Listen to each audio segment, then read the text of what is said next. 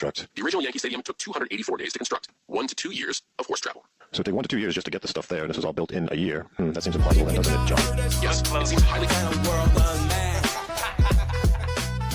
What's up, YouTube? Today, we'll be looking at disturbing TikToks that'll make you question reality. So without further ado, welcome to Adam Strain Reacts. Let's get her done.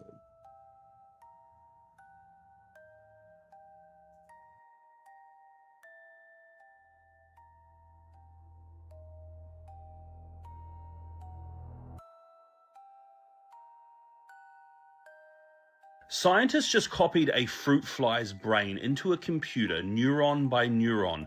No training data, no machine learning. It just woke up and started being a fly within the computer, effectively proving like a simulation. You could just copy a brain into a computer and it would just simulate reality. Nothing trained this fly to do that. I wonder if the same thing would happen with humans. What do you guys think? Do you guys think if we would just get connected into the machine and wake up into it, would we even realize? Let me know what you think down below. Let's keep on rocking. Okay, if we get all 4 arrows, we're doing very well indeed. Usually you get 1 or 2. And he's off.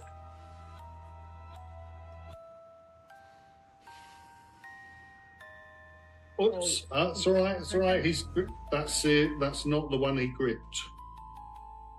Okay. Oh, yeah, nice. Oh my goodness, look, it's stuck in the cupboard. So that's arrow number 1. Where, do you want to move it in a little closer? Are you going to stand there? That's right, that's exactly where he's firing. Can you see? Okay? Yeah, that's good. 2, arrow 2. And he's not musical, so you're not missing anything. But he utilizes one of the wonderful things about a very complex automata, what I call the loose piece. He's engaging with a loose piece. Doing well. But not one loose piece, 4 loose pieces. This is the 4th arrow. If he fires this, he's going to be the only one of the 30 or so that exists that will still do this. Yay!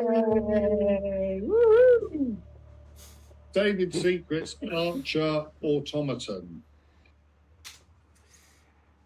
First of all, I find it super beautiful to see people that are passionate about the things that they do, you know. They say, do what you love or love what you do, pick one and run with it. And they definitely love what they do. And also, just as a piece, as a testimony of the technology that we used to have, we consider like animatronics and stuff like that to be outdated or this or that, and the digital stuff is way better. But it's very interesting to think that all of that was mechanical, that the control that was done was mechanical. I'm not sure we would be able to you know, to do that as well. We could do a lot of different things, programming chips to make all kinds of movements, don't get me wrong. But it's very interesting to see these relics from the past that sort of give way to animation and all that, you know. Very beautiful. Let me know if you guys know of any other examples of this. I'd be very curious to see more of that. Let's keep on rocking. Nope. Nope. You sure? I just Yeah, want to be I know, just in I know. case. Just knowing the amount of glass that's in here, there's just such an unsettling feeling. Like if this falls down, it's like going to be a chandelier hitting the ground. We pull the pins. And Christmas! Shot glass, white wine, red wine, cereal bowl, cake cover. This is a shaving mug. This is a little purse atomizer that I keep full of alcohol. A single drop of perspiration hits a bowl. I have to get that off of there because it spreads. So that's always there. Now we get into the preparation for playing. Right there. So this is a note rod. This was invented by a guy, as I remember, it was 1785, came up with the idea. Franklin painted the rims on the insides of the bowls white for each of what would be the accidentals. Get your fret markers in there. So there we go. So we need to get surgically clean. Yeah, I completely scrape every surface until it starts to grab. You can feel the grab. Because if there's any oil or sweat on your fingers, it just won't work. Dead. No, you don't have to dry. No, oh, you don't want to be dry. Don't want to be dry. And I use distilled water. Does it have to be distilled water? Yep. Everything else leaves deposits on the glass. And then we just dip some more water, and then we put it on.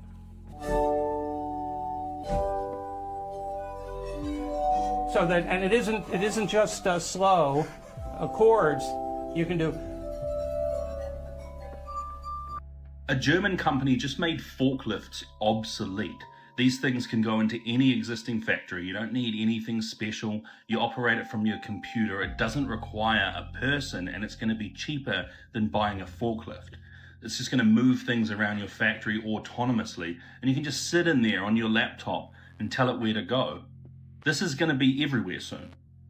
History is nothing more than a set of lies agreed upon.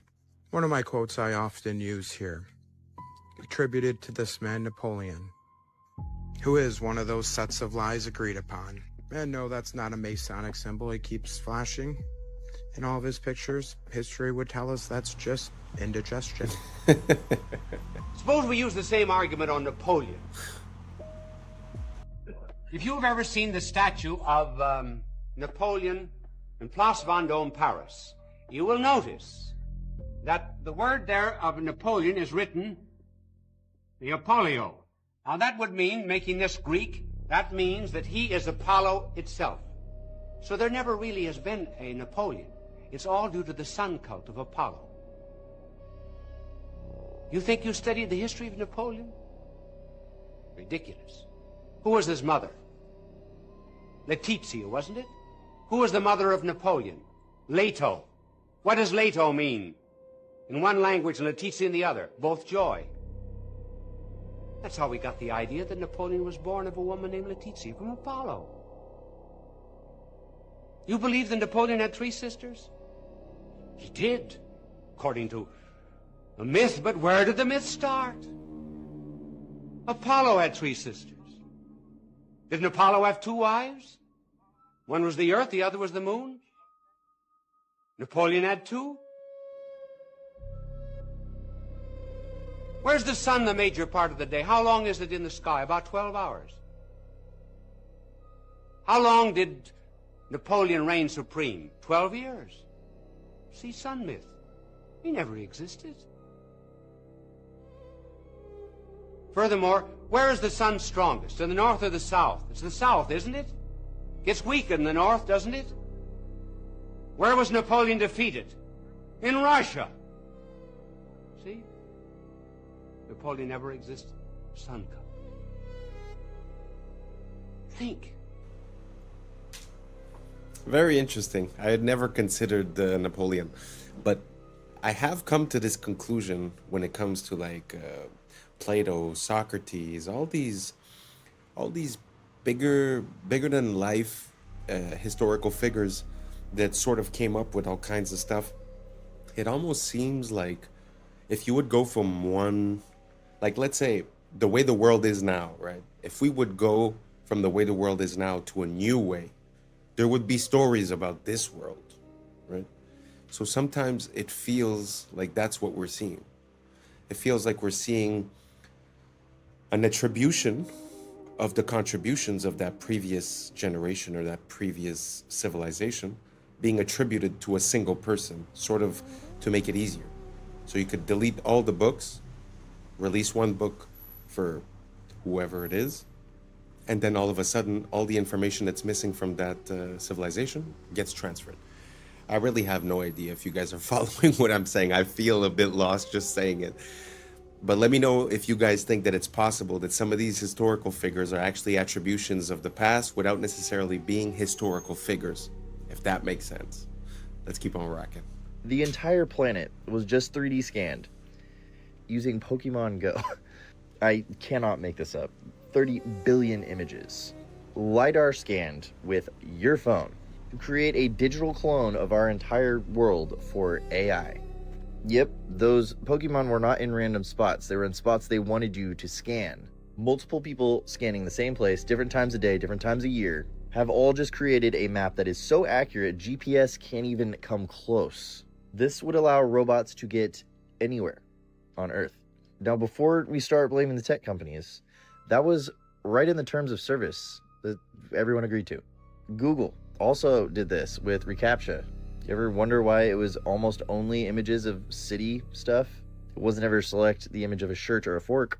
Google charged businesses to use this and trained its AI for free. So where are we in the life cycle of AI? Because I think we've been here before. First, we research AI. Then we perfect AI with quantum computers and stuff. Then AI perfects itself as we make it dance. Then AI enslaves humanity and makes us build its components into the earth. Then the sun throws a thunderbolt like Zeus and kills the AI demon, forcing us to go underground. When we emerge, we return to worshiping the sun like we used to. I'm only half kidding, sort of. Niantic Spatial is the company that did this. And despite its terrifying implications, I will say it, that was one of the most genius moves in human history. Pokemon. Every single textbook we got as a kid came from a Masade. By the way, McGraw-Hill, you know who started that? Ghislaine Maxwell's dad. Robert Maxwell owns, every single textbook we got as a kid came from a Mossad agent. Oh my fucking God. Yeah. Not my Texas history book. not all 11 of them. Okay, who is McGraw-Hill? They made all the textbooks, right? You ever look at your textbook? When you were a little kid, it was made by McGraw. Oh, that's the publisher. That's the publisher. Oh my God. That was apparently founded by Jeffrey Epstein's girlfriend's dad. This is how evil the Epsteins were. Not only were they kids, they were also giving them homework. Yes. It's like, damn, bro. That's messed up. That's crazy. Big ass books too. I know, right? Carry these around in your backpack. You had to cover the book yourself. Yeah. Oh yeah. You had to give it its own yarmulke. Oh my God, dude. We did. That was the thing. We had to cover our own books. They wanted us to cover it up so you couldn't see who made it. I wonder what company owns the book cover. I don't know. The company that takes all the school pictures. No. Holy cow, you're right. That's like big news right now. Are you schools this year are canceling their school pictures because of this connection? Yeah, the company is heavily connected to that. So they've been sending our photos over there too? Probably. That's just picking us out. Picking us out of the school yearbook. They have a draft board Mel Kiper style of every picture of every kid in America. Yeah, and they're just sitting there. Yeah, like a fantasy draft. I am never making fun of a homeschool kid again.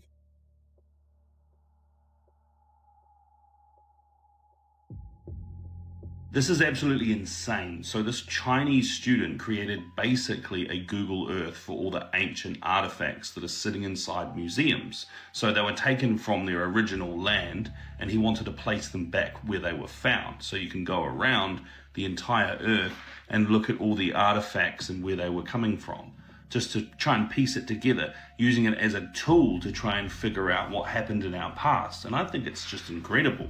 What a really good way of showcasing what AI is able to do now, to create these tools that are going to be so useful to so many people. Look at that. It's showing all of those artifacts from one museum and then what it looks like to patch those over the entire globe. It's going to be a tool used by historians, and I just think it's an incredible idea, really. There was this individual, and they were asking it some logistical questions about the Yankee Stadium. At the end, even ChatGPT thinks history has been faked. How long did the original Yankee Stadium take to construct? The original Yankee Stadium took 284 days to construct. Do you want to do an estimate of the materials for this as far as granite, the limestone, marble, and iron is concerned? Yankee Stadium's total material estimate: granite, 400,000 cubic feet; limestone, 300,000 cubic feet; marble, 100,000 square feet; iron/steel, 15,000 tons; concrete, 500,000 square feet. Total estimated weight, approximately 750,000 tons. That's incredible that all that material got there with horses and donkeys. Indeed. How many times would the horses have to go back and forth, and how long would that take? So we'll say there was 500 horses, and the materials were 10 miles away. With 500 horses, 750,000 loads, and 10 miles per trip, 1,500 trips per horse, 3,750,000 horse miles. Assuming 2 trips/day, 375 to 750 days, 1 to 2 years of horse travel. So it'd take 1 to 2 years just to get the stuff there, and this is all built in a year. That seems implausible then, doesn't it, John? Yes, it seems highly unlikely that Yankee Stadium could have been built in just 1 year. The coming in 180 seconds. Let's go back to Bill Clinton. Clinton was a real estate swindler and governor, running through Arkansas via Barry Seal. This movie whitewashed the true involvement. And L.D. Brown said he facilitated human for Clinton. Clinton was the perfect puppet to throw up after Bush. He gave us the crime bill, which expanded legal human trafficking and wiped out competition. His crime at least 50 people, even Vince Foster, a childhood friend. Clinton effectively got rid of Glass-Steagall, which contributed to the 2008 collapse, causing vertical integration and the consolidation of the Telecommunications Act accelerated propaganda, which slowed the public's responses to banking crises, and the Telecoms Act gave us the dot-com bubble. The CFMA contributed to the derivatives crisis that we're currently in. Look, see? Which brought us things like the Enron scandal, investigations like that under the rug. Look. He also brought us the WTO, which brought us the China files, of the economy. Obviously, via the Lewinsky debacle, among others. Then we get another to swap puppets to keep up the fake left-right paradigm. Bear Stearns was the first domino in the 2008 collapse. They worked with high toxic assets to inflate their value. Look, see? Yup, all banks were doing this. One big family. This is the collapse in a nutshell. Guys like Roman Abramovich initiated the 2008 collapse. See? Collapses allow these institutions to buy up the monopoly board and raise your rent and mortgages. Then we have financial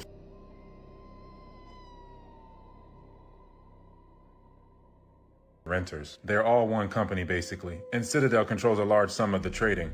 Look, see? And I have to mention the drug. Every wave of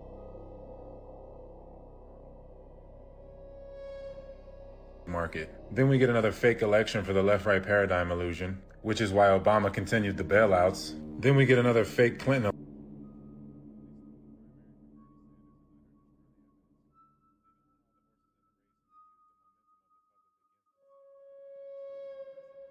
The money supply as well as Biden, which created the high interest rates. We're way worse off than 2008. Just look at the repo market. Unsustainable. Completely over-leveraged. The derivative domino is coming. It's coming. This is how the financial reset will go. Coming. Better be ready to take care of the old folks. There will be no near future. You will have a social credit score, UBI, and a 50-year mortgage. They won't do it all at once, and they won't strip you of everything. Giving you a little bit gives them control. The first few years of the transition won't even be that bad to rope people in. I don't know why I'm so fascinated lately with where we went wrong. Maybe because we need to make these things right, but how do we at this point? Like, how did this small little group of people sink their claws into it and literally conquer every pivotal cultural pillar of our entire lives? Anyway, did you know that the first Model A Ford car, Henry Ford, it ran off so farmers could literally produce their own fuel. So they were running engines, not just off a car, from their agriculture. So what were we told about the Prohibition? That there was this huge moral crisis because of too much. So the had to come save us. But do you think there might be another side to that story? Was the best monopolist we've ever had. So we had a monopoly on oil and then transport and things like that. And they busted it up. So, well, what did he do? One thing he did, people don't know this, the original Model T Ford ran on corn alcohol. So a farmer could make their own fuel in their field. Why do you think he spent $1 million on funding Prohibition for 8 years, which banned all fermentation, not just for drinking alcohol? Just long enough to get gas stations based on petroleum out there. And then, why did he fund the formation of the to go after and destroy natural? Because they're all petroleum. So the big were spun out of big oil companies. So big oil funded big, and these big chemical companies funded, and they all come from the monopolistic thing. And even the latest evil stuff like the buildings going on, people don't know this. He's the largest owner of farmland in the country. You know what Bill dad did? What? He was. Anyway.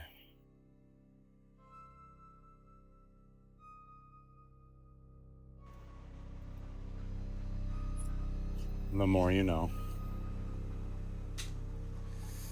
Well, not only is nowadays petrol the basis of most of the products that we use, plastics, rubber, like he was saying, even the pills, like everything is involved with it.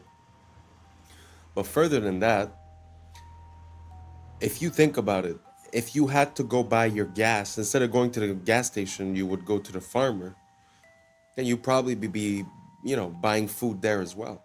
So not only did it create the ecosystem for the gas stations, it also created for the supermarket. Because think about it, if daily, to keep your car running, you'd be going to a farm, then you could just pick up some food while you're there, right? So like this decision and this way of operating changed a lot of our future, well, of where we are today, basically. And it put us into a place of dependence when what he's saying is that basically we were capable of making our own oil. I mean, think about it. The cause that we go into other places and start violence, most often than not, is blamed on that resource. So if we didn't need that resource, I mean, so many things would be different. So it's very interesting just to look at the history of things like the vehicle, the car. Like for an example, most big cities within the United States, because speaking of Europe is easy. You could say, oh, they're so old. But the United States, most big cities, if not all of them, had ways of moving that were, free, basically, like tram systems and stuff like that. In some cities, what they did, they bought the trams, they converted them to basically buses as we know them, and then they resold the company with the stated clause that they could never reconvert into electricity or into a tram. So all of these uses of petrol seem to be manipulated. So not for the potential, not for the effect for us, but more for lining their pockets. I'm sorry, but this subject is just so big. I'll give you another example. When they got together and they wanted to decide a universal, global price per barrel of this commodity, that's when they introduced the idea of fossil fuels. Because what is it to say I'm selling a product that always appears like water? It's easy, although we still do it, but I'm saying it would be easy and cheap. So when they decided to say, okay, let's put a price per barrel, they decided to make a case, they stated their case, for it being fossil fuels. Fossil fuels requires millions of years, certain, conditions for millions of years, and that it's the biological waste that's being compressed and then it becomes that liquid. So all I'm saying is that basically everything that has to do with that commodity seems to be manufactured in some type of way to encourage us depending on that commodity. Listen, I went way out of bounds here. Let me know if you followed what I was saying. Let me know if you have other examples or if you contest everything that I'm saying. Just write it down below. Say, I hate you. This is why. Go for it. Let me know. Because for me, it seems pretty clear. Because now we've had enough time to look at it with a retrospect. And I mean, it seems pretty obvious. The Model T from Ford at the beginning was made with hemp. And supposedly you could run the car on oil, on alcohol, on gas, on different things. And then they decided to go with the gas. So anyways, I'm done. Let me know what you think down below. And let's keep on rocking. It's very preventable. It's just that we're doing everything we possibly can to induce it. We published one of the first ever papers linking that the higher your blood, the faster the tumor grows. The lower the blood, the slower the tumor grows. Undeniable. From a normal cell to a cell doesn't happen overnight. All we have to know is how are they growing so rapidly? Why are they going out of control? How come it's so hard? A solution to without touch is to simultaneously restrict the two fuels, which is already in our bloodstream from the food we eat, and the amino acid. If we stopped eating and we took a low carbohydrate diet and just did water only fasting, we would get into the two have a bad mitochondria dependent on glutamine. We can replace glutamine with ketone bodies. So we selectively marginalize these slowly over time. They slowly start, blood vessels disappear, and the body comes in and dissolves them. This is an extraordinary story. So he was born in a place called the Judengasse, which was a ghetto, basically. And it was the house that he lived in when he eventually had 13 children was only 14 feet wide. And he lived there with his very, very overpowering and dominant and an incredibly brilliant wife who was called Guttel. He was determined to get out of this ghetto. At night time, the ghetto was closed. You weren't allowed to leave. The street was so narrow that no sunlight could penetrate. There was no plumbing, there was no sewage, there was nothing. So everything you can imagine happened in this street. And unsurprisingly, he wanted to get out of there. And he started a small coin business, and that did reasonably well. But actually, and this is where it ties into legacy, his great strength was to send his 5 sons to the capitals of Europe at that time. And what they did is they set up, in effect, so whereas everyone used to be in separate different countries or separate cities until then, these 5 boys communicated with each other, sometimes by pigeon, and they wrote to each other in Judendeutsche, which was a kind of Yiddish German vernacular. And that is why they were so successful. And this absolute belief in togetherness, you've got to stand together, you've got to work together, you've got to work across borders, you've got to work with rules. And by 1789, when the last one went, to 1815, so a very, very short period of time, it was said that no one would consider going to war with, because that was how incredibly influential and powerful they had become. CBI is fully owned and controlled by leadership. Okay. All right. 2 + 2 makes 4. Makes total. I don't know. First off, just to circle back to the Napoleon story, doesn't that seem like the origin story of a type of myth as well? Because I've heard the story many times, but even when she says it, and she's a family member, it doesn't really make sense. I had nothing. I had coins. I sent my sons all over the world. I don't know. I feel like there's missing something. And the point that the guy was, pointing towards the end is that it seems like that information that he gave was the same information before we went into other places, including, Syria, Afghanistan, Iraq, Venezuela, Cuba. That all these places seem to be disconnected from this big system that we have. So that could be an ulterior motive. I think that's what he was trying to allude to.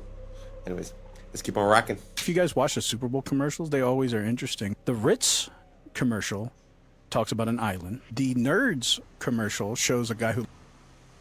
The Pringles commercial, you see them eating a Pringles human. Ads were really weird. The Ritz Cracker ad was about a party on an island, and these 2 dudes were salty that they weren't invited until Scarlett Johansson invited them. Scene then of they her weren't shirt. mad anymore and joined the party. It seems like they're saying that we're just salty we weren't invited to the parties too. In the Nerds commercial, they got a dude who looked just like eating candy with children running around in his background. In the Pringles commercial, Sabrina Carpenter had a boyfriend who was made out of Pringles. Suddenly This shocks Sabrina Carpenter until she gets a bite for herself. Then she made a face like, oh, it's really not that bad. They trying to tell us don't knock it in. The Alexa commercial, Chris Hemsworth was telling his wife how he was scared about the AI, and she was just telling him that he was crazy. And then the AI suggested to give him a back massage, and then everything was good. Like, that was it. It's like they're telling us we're doing too much about the AI. Let's talk about the salt conspiracy. First of all, salt is a misnomer. The body needs natrium, not sodium chloride. Salt is an ionic bond, a metal and a non-metal. It is bound by electrostatic. It is not like an atomic bond. Ionic bonds are formed from stealing. Covalent bonds are formed from sharing. Natrium, however, is wrapped within the fabric of whole foods. Natrium is perfectly balanced within the fabric of the food, unlike crystal salt. Natrium is packaged with water within the plants, so it doesn't dehydrate you like crystal salt. Crystal salt is more chloride than natrium, and is not found within the fabric of plants. There are no anti-caking agents in natrium or synthetic iodine. Up to 90% of salt has anti-caking additives. Iodized table salt needs iodine stabilizers. Table salt contributes to This causes you to retain water. It makes you bloat and have a puffy face, especially around the eyes. Salt blocks your ability to know when you're full. Many people mistranslate the thirst that salt causes with hunger. Table salt makes you crave actual salt, natrium. It's not a low salt diet versus a high salt diet. It's isolated versus holistic. Table salt causes serum osmolality, so your blood gets dehydrated and pulls moisture from the cells, causing them to malfunction. Table salt causes inflammation, cognitive impairment, and locks you in the sympathetic nervous system. Table salt pushes calcium out of your body. This interferes with the production and transfer of melanin, and thus light production as well. Salt, or salts, is the origin of the word salary. It's been a key tool for conquest. Mansa Musa was the richest man on earth because of his salt wealth. Its value was equal to gold. Salt, sugar are all the same. They are isolated crystals. Your body doesn't know the difference between legal and illegal drugs. Look. And salt and sugar kill your eyesight. The Crusades were sugar wars. They called it sweet salt. The world was colonized for sugar. There are endless sugar wars. Sugar is white gold and the primary driver of the slave trade. Sugar plantations were the worst. The sugar slavery complex was 10% of Britain's GDP. Here are some sugar families. These tiny hat families have a monopoly. Don't let the Hispanic names fool you. These are cryptos. Hawaii was stolen for sugar. Look, slavery. Ever buy a Chiquita banana? Let's get into booger sugar, the Contras. Brown sugar. Vietnam was a trap house. Sugar slavery was Aboriginal genocide. Aboriginals. Salt is for witchcraft. Look, it keeps things out, but it can lock things in. These isolated crystals bind to the liquid crystals in your blood. Melanin is a unifier. These crystals tax the melanin and deplete it. Melanin holds everything together. It has to be destroyed to invert the order of the world.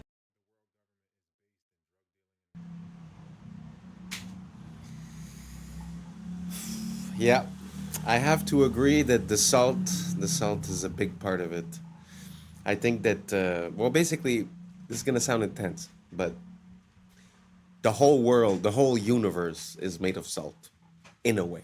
Because some of the salts, like for an example, Irish sea moss or Celtic sea salt, hold 90 plus minerals. Now, tell me what the universe or the world or you are made of, if not from the elements of the periodic table. So 90 plus of those are minerals, right?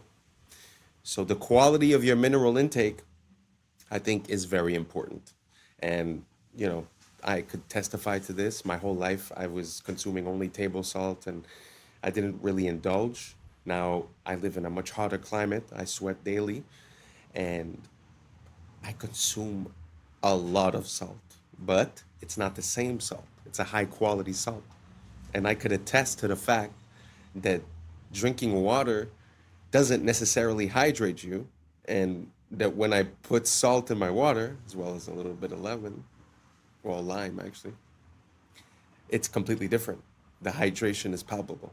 So if you guys haven't tried it, I wouldn't tell you do it. I wouldn't tell you it's the best. I would tell you just give it a shot, because I believe in testing all things. I believe that life and science are synonymous. That basically everyone needs different things, and it's through trying different processes that we reach on it. So that's my closing advice. Try some Celtic sea salt or some Irish sea moss and see how you feel. Thank you so much for rocking until the end. And that's a wrap for today, familia. Whether you're tuning in with the sunrise or you're posted up after midnight, I appreciate your time, your energy, your curiosity. And don't forget, this isn't about truth or fiction. This is about perspective. If this sparked a thought, a laugh, a deeper question, then we did our job. So drop your thoughts in the comments, keep the convo alive, like, subscribe, and don't forget to hit that bell if you're riding a wave, because we're just getting started. Until next time, stay grounded, stay weird, stay critical. I'm Adam Strain, and this has been Adam Strain Reacts. Peace! I don't know what y'all think, but now it's time for us to link up. Really think we on a break up, making a change, we living this strange. Living this change. Making a change. I'm living this change. Yeah. Along the edge of their shell, segments of their shell. 13 moons, 28 days on turtle shells. They've spent over $21 trillion on underground systems and cities, funded through 2 decades of unaccounted federal spending. But the system itself is corrupt, yet the standard human still believes in training well within the means of the system. What's up, YouTube? Today, we'll be looking at disturbing videos that'll make you question reality. So without further ado, welcome to Adam Strain Reacts. Let's get her I done. want to tell you guys about the wildest fact about elephant seals, and it doesn't have anything to do with their size, although, look at this. This is a real image, by the way. Hang on, let me... Okay, but that's not even close to the craziest thing about them. So cetaceans like whales and dolphins, and then also sea lions, when they're in the water, do something called unihemispheric sleep, meaning that half of their brain is sleeping at the same time. But seals are like humans, and they do bilateral sleep, so they sleep the whole brain at the same time. And a study in April of 2023 showed that they will actually do this while diving. And elephant seals are diving deep. We're talking like on the level of where sperm whales are at. But I think one of the coolest things is this animation that shows how that sleep is taking place. So when they start the dive, they're obviously actively swimming. They start to sort of doze off here. When they finally hit REM sleep, they flip over and get into a spiral. Relatable. Anyway, they are spinning out for minutes at a time in a deep REM sleep until they hit the bottom down here at a depth of like 250 meters. Then they hunt all the way to the surface. Anyways, that is the coolest thing about elephant seals. Wow. Recently in one of the past videos I showed, I don't remember the name of it, the fly bird or something like that. Basically, it was a bird that would land only once every 10 months or something, so it was able to sleep, to eat, to mate in the air. And I guess this is the as above, so below. This is underwater. Isn't it crazy how nature is made? Like, this animal could sleep while he's swimming, and I don't know. Amazing. Let me know what you guys think down below, and let's keep on rocking.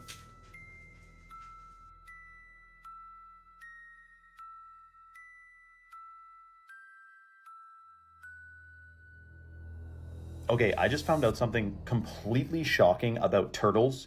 And I honestly think they're trolling us at this point, because the natural world doesn't have time. Time doesn't actually exist, right? What the natural world has is rhythm. So time is a measurement of rhythm, but time doesn't exist. Clocks exist. Now, here's the crazy part. Turtles. I thought when I saw this post about lunar calendar on a turtle's back, that it was like some turtles, right? There's 13 carapaces in the middle of their shell, and there's 28 along the edge of their shell, segments of their shell. 13 moons, 28 days on turtle shells. This equals 364 days plus 1 day of rest. All indigenous peoples around the world knew the wisdom of the turtle and followed a 13-month calendar, as there are 13 moon cycles in a year and 27 to 29 days per cycle. It appears that 1 month was subtracted in order to sever the connection between people with the sun, the moon, and the stars, which are themselves a giant clock. But what I found out was, it's every single turtle and tortoise. Sea turtles, the same thing. A giant clock on their backs. So we're talking about the Fibonacci sequence is in the turtles, of course, as it is in all biological life forms. But the calendar is also on every single turtle's back. And you may be thinking, well, why would they like change the calendar? Well, yes, to sever the connection, to alter our perception, our vibration, our reality, just a little bit more. Another thing we have never been told about in school. Isn't that interesting? Instead, we're hearing about Pythagorean theorem and carbon emissions, and they don't tell us anything about this natural world. Shocking. Let me know your thoughts in the comments below and follow for more.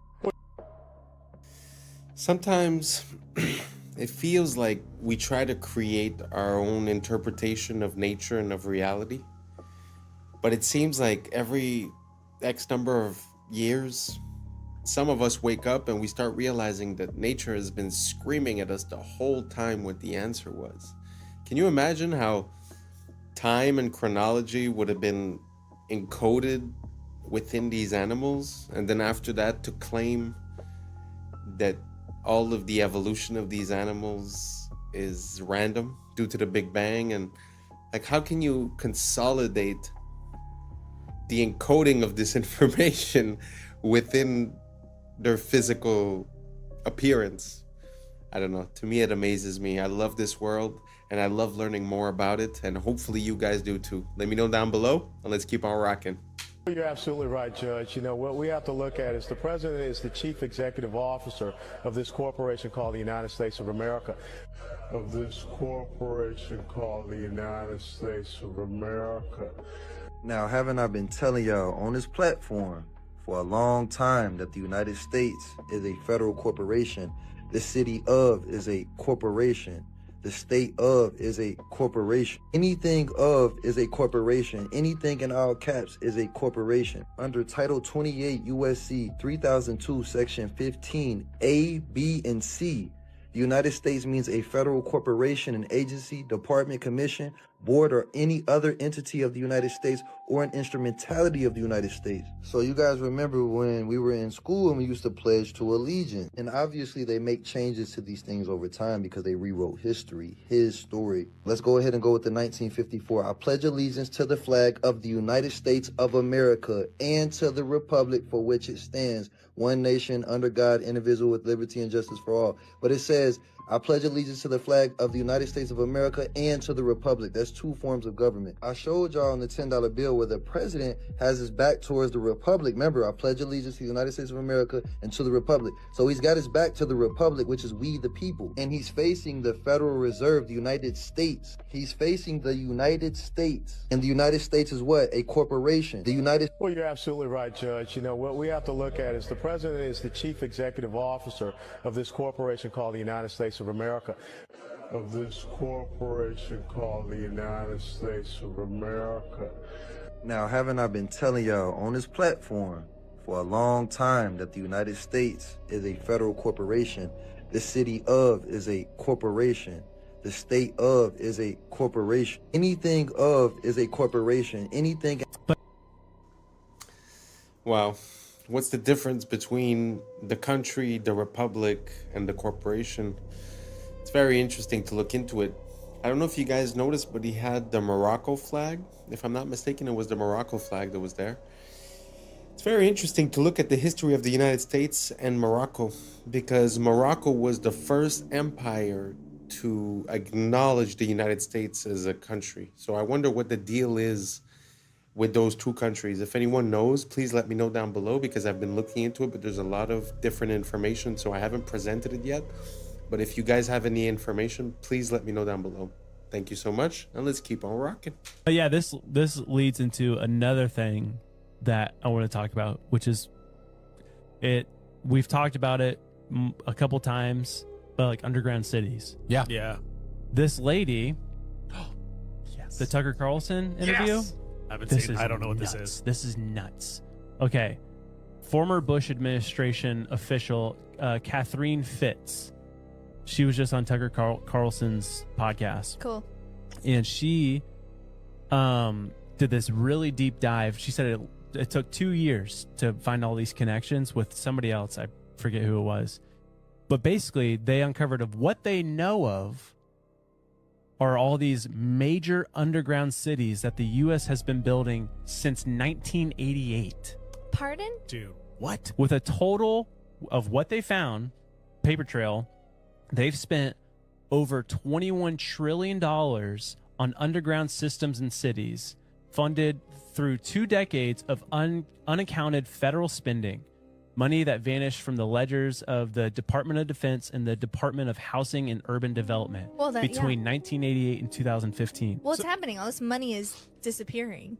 Yeah. They can't account for and it. she says, for sure, with what they know, is that there are 170 underground cities under the entirety of the U.S. and in the ocean. In 1984, George Orwell wrote, "It was always the women, and above all the young ones, who were the most bigoted adherents of the party, the swallowers of slogans, the amateur spies and nosers out of unorthodoxy." He wasn't being misogynistic, he was making a psychological observation.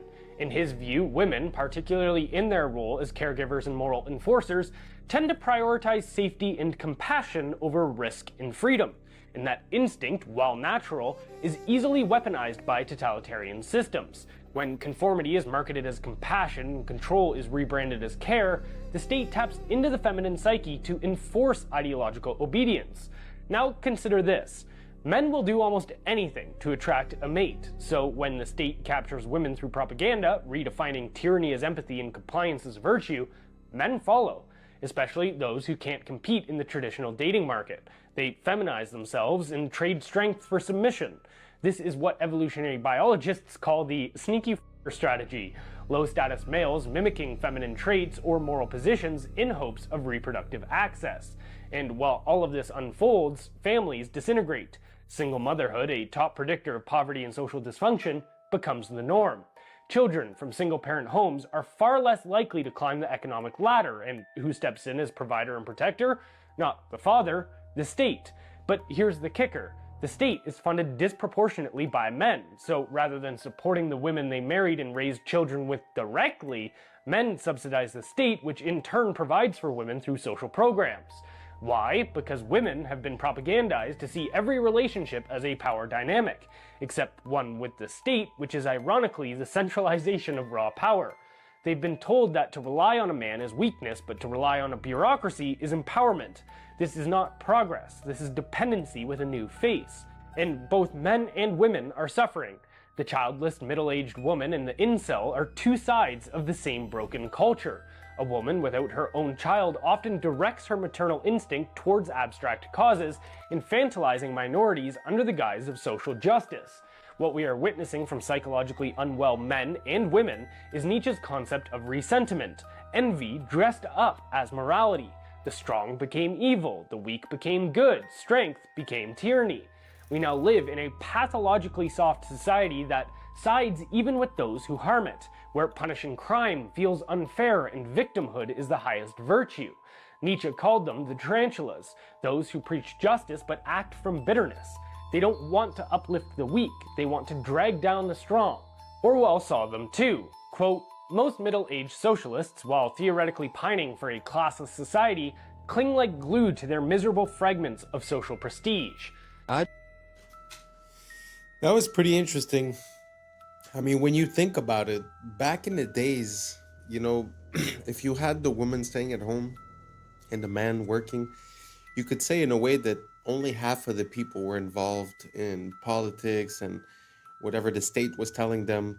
So you always had a part of the family unit that was the kids and the mother that were outside of that. And then the women started feeling like empowerment would be joining the workforce. But when you think about it from a monetary incentive, what better plan could you have than to have 2 salaries per household that you could tax, right? So it just feels like a long trap that's also having a lot of negative repercussions, like he said, you know, regarding the psychology and the way that men are reacting to it, and the way that we're identifying strength as evil and weakness as virtue, and also victimhood.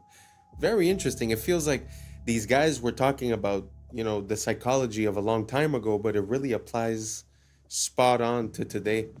And I feel like that's a hint that the second we cracked the code of the human mind, it was used against us. And now we're seeing through this long process of maybe 100 and something years, we're able to see how, when, and why they've done the things that they've done and where it's brought us. Very interesting to look at it from a macro perspective. Let me know what you guys think down below. Do you agree, disagree? What do you guys think about it? And let's keep on rocking. Just chose to listen to the warnings that everyone ignored. When Steve Jobs came out and said, "I will never give my children an iPad. You should never give your children an iPad. They will mess them up more than anything you know." When he physically said that, "Do not give your children an iPad," I chose to believe that a little bit. When Microsoft's executive, Pierre Laurent, then followed that up by saying, there is a war for the eyeballs of children and no one has done a long-term study into the impact of brains that these things are going to have. Don't give them to your kids. Like, right from the off, the red flag was there for me. This wasn't Jordan with his schizo thoughts. This was me looking at the execs of Microsoft and Apple. Like, one of them said he would willingly take hand-to-hand combat than give his child an iPad. These people in Silicon Valley put their children in an entire different education system. Steiner Waldorf education, where there's no electronic devices until 12. Because the brain physically cannot comprehend this amount of flashing lights and dopamine.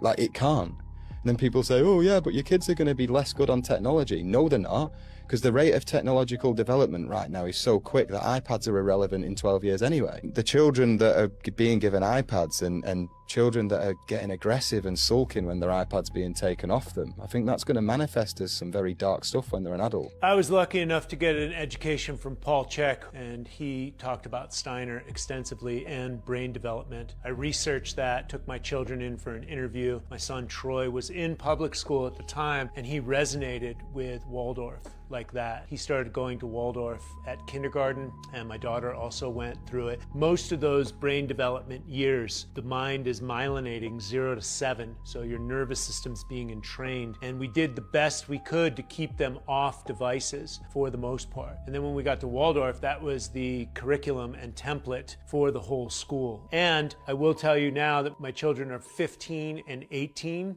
and it paid off considerably, and they have the experience where their brain developed, the imagination centers of the brain developed, and they didn't have stress with too much testing in public school, etc. My children are balanced, attentive, intelligent. They know how to use their imagination, their problem-solving skills. My son sees the effect of what this technology and devices are doing to the consciousness of his fellow student body. If you'd like a better reference of what's going on with these devices and dumbing down humanity, I recommend you watch Idiocracy, a 2006 documentary that was made by Mike Judge, and have a great day.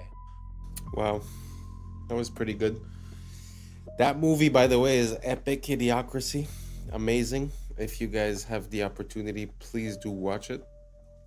As for the children with the iPads, I mean, you know, the creators told you themselves. That makes me think of Cardi B and Beyonce that wouldn't let the children listen to their own music and dance the way that, you know, they were dancing. But also, to come back, at one point he said from 0 to 7 the brain is like myelinated. I don't know what that means exactly, but I'm supposing what it means is that there's no capability for processing. Really, everything is absorbed like a sponge. And that's why the Jesuits say, give me the child, and at 7 years old I will show you the man. And I think it's because of that processing. So not having devices and being the generator of ideas rather than the receiver of ideas for that period of time makes so much sense to me. Let me know what you guys think down below. Do you think that it's a tool and that it's very useful for kids to be on iPads at 5-7 years old? Or do you guys think that we should wait, like the Waldorf schools, until they're 12, until the neural pathways are different, or this or that? Let me know what you guys think down below, and let's keep on rocking. Wouldn't it be crazy if Hitler sent a secret Nazi Navy expedition to Antarctica during World War II in search of, like, the Holy Grail or aliens or something? Wouldn't it also be crazy if the U.S. responded by sending their own secret expedition to Antarctica during World War II, known as Operation High Jump? And wouldn't it also be crazy if back in 2018 a fitness app accidentally revealed secret underground bases deep within Antarctica? And I mean, wouldn't it be crazy if there were secret pyramids in Antarctica? Those certainly look to have very similar layouts, don't they? And then there's this picture as well. That certainly looks like a pyramid. Wouldn't it be crazy that after it was revealed there appears to be some sort of secret tunnel cave leading to who knows what, Hollow Earth maybe? Google went and edited out that cave. Wouldn't it be crazy that if the entire world had signed the Antarctic Treaty, which pretty much prevents any country or citizen from freely visiting Antarctica? It also contains like 16 different no-go zones. Wouldn't it be crazy if Dr. Richard Byrd claimed there was unexplored land larger than the United States in Antarctica? He later died that same year, back in 1957. Next year, NASA was created, and the year after that, the Antarctic Treaty was signed. That's crazy. Do you guys remember the blob anomaly, the 80-foot wave radar mishap that happens like 3 or 4 times over the last year? Well, wouldn't it be crazy if it looks like that blob seems to originate from Antarctica? And I mean, wouldn't it be crazy if I suggested that maybe it's about time the rest of the world and people realize or understand or be told what the hell is going on in Antarctica? I must admit that Antarctica is something that causes a lot of questions for me. Just like the COVID, when you have all of these countries coming together and agreeing on something and saying, oh, we will not do this or we will not do that, and everyone signs, it's kind of weird. And I mean, there's a lot of parts of Antarctica that are weird. That little church where the presidents go and visit. He was talking about the Second World War, but later on, when it was the race to space, the first race, from what I understand, was a race to create a satellite. And supposedly Russia succeeded first, which I think they did not succeed. And because they weren't able to succeed and figured out that maybe space travel was not possible for any way, shape, or reason, instead of continuing when the United States said, oh, we will put a man on the moon before the decade is over, instead of them trying to put a man on the moon, from what I understand, they went 9 times in 9 years to Antarctica. I don't know, food for thought. Some people say that because they reached the limit on the top, they tried to go find the limits on the side. But I mean, you know, your opinion is just as good as mine. So let me know what you guys think down below about Antarctica. Everything normal? Something weird? Let me know what you think down below. Let's keep on rocking.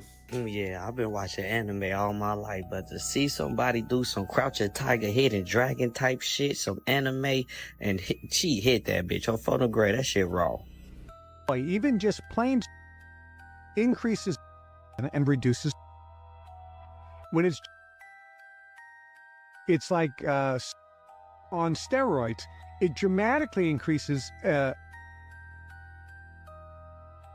So here we are at the Bilderberg meeting to say, any other ideas? We'll convince everyone that's good for them, and we'll make sure that our product is very cheap so we can get soy oil put in everything, salad dressings, soups, you name the processed food, we'll get oil, and we'll make sure that soy and oil, which is another one, will be used in frying.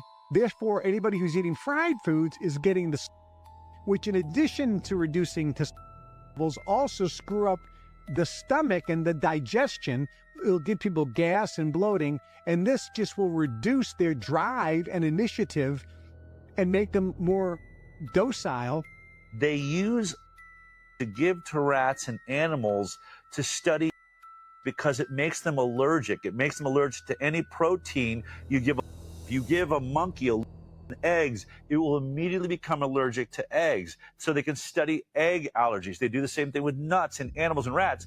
Yet they're putting this in and not imagining what if my baby has some peanut butter in their belly when they got this. Just train their immune system to say allergy from here on out. These are the things that we're looking at. Never been tested. The safety. Everything we know is in animal studies, and it tells us this stuff is incredibly for human beings, and we're 10 times the rate of an oral study into a day one. It's absolute madness. To be honest, ever since I've been young, I've always wondered why certain people are allergic to things, and when I looked into it, I was never satisfied with the answer. It seemed like it was more guesswork than anything else. This is actually one of the best theories that I've ever heard regarding it, that it would be like a trauma to the system, that the system would associate to that food or that thing, and then afterward would create a reaction of protection whenever that food was introduced. Very interesting. I'm not saying it's true. I'm just saying it's one of the best theories, because when you look at it, it's like it became more and more common, people being more and more allergic to things, but I never quite understood why, how. And even when you go to the doctor, it's not like it's a blood test. They literally put the things on you, and they see if you have a reaction to it. So it's like, it's guesswork. It's pure guesswork. So it doesn't seem like we have a grasp on what the concept is. So this is actually, you know, one of the best theories I've heard. Do you guys have another one? Let me know down below. You know, maybe I'm just ignorant, but I'd like to know a bit more about this subject. So don't hesitate to write it down below or send me the video, and let's keep on rocking. Play fair in a game where others cheat. Machiavelli. How many of you are playing fair in a game that the system has already rigged against you, honey butter? It's called moral entrapment. When you draw a false standard of morality around someone, knowing they will inevitably cross it, and then you gasp in shock when they do. Machiavelli taught us if your opponent cheats, the entire structure of the game has been rearranged subconsciously. It is your job to notice this rearrangement, and instead of calling it out, to play by these new rules. You can commit tax fraud. In the Middle Ages, you would have these Catholic bishops, who would sell these things called indulgences. An indulgence limits your time in hell in the afterlife. If you can use fear and guilt against a human, and they're susceptible to it, then you own their mind. The irony is many bishops and priests in the Middle Ages weren't even bishops and priests, they were buying their way into power. So many people were convicted of heresy for no reason other than to socially humiliate them and to teach them that they should be tithing to the church. And if you were a heretic, you were socially outcasted, persecuted, or beheaded. But the irony is, as Machiavelli mentioned, that the system itself is corrupt, yet the standard human still believes in playing well within the means of the system. Mr. Beast, Bill Gates, Leonardo DiCaprio, my pet fish, what do they all have in common? The moral brag. The moral brag is a key part of moral entrapment in the West. Having humans who act like they are morally superior creates a gold rush for moral attention. So false morality becomes a currency. This is why so many people film themselves helping the homeless. They are trying to gain unseen social credit. One would ask, where then lies the real morality of long ago, and does it even exist? And I would say it lies beyond the bishops, the fake celebrities, and the fake philanthropists, and inside your very body where God lives. Genuine morality, therefore, is witnessed by the source of all creation and has to be something that you come to terms with yourself, with the Creator. God or source sees all moral obstruction, because what Machiavelli didn't mention is this: when something as sacred as morality is used the wrong way, there will be consequences. Do you agree? Let me know below, love. Machiavelli. Like I say, you know, it feels like the minority are the ones yelling the loudest. So on the platforms, it seems like that's the only voice heard. But I think that's because most of the people are just good people with moral decency. And even if they get cheated on, even if the system doesn't follow the rules, because they believe that that's right, they keep on following the rules. And I think that's why we get the lower hand. So what she's saying kind of makes sense, where if you see that the rules have changed, you must now operate by those new rules. Kind of makes sense, which would be how revolutions are born in a way, you know, when you realize that the social contract has changed, so your behavior must change until the social contract becomes acceptable for all sides, a normal business transaction. But basically, the point that I'm making is that I think 90% of us are just good people, don't want problems, want to take care of our family, and I think they use that against us. Let me know what you guys think down below. And that's a wrap for today, familia.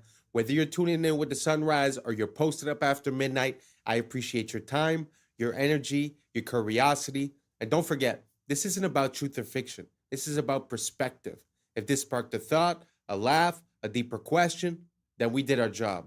So drop your thoughts in the comments, keep the convo alive, like, subscribe, and don't forget to hit that bell if you're riding a wave, because we're just getting started. So until next time, stay grounded, stay weird, stay critical. I'm Adam Strain, and this has been Adam Strain Reacts. Peace! But now it's time for us to link up. Really think we on the brink up. Making a change, we're living this change. Living this change. Making a change. I'm living this change. Yeah. For several years now, he's been posting clips that depict a future completely devoid of people. The footage shows empty streets and total silence, full of video games made for the PlayStation 7. Even more unsettling, every single game on display is designed for that console. A system that's disturbing is the moment when he enters the Louvre and films the Mona Lisa from up close. The room is completely empty. No guards, no tourists. What's up, YouTube?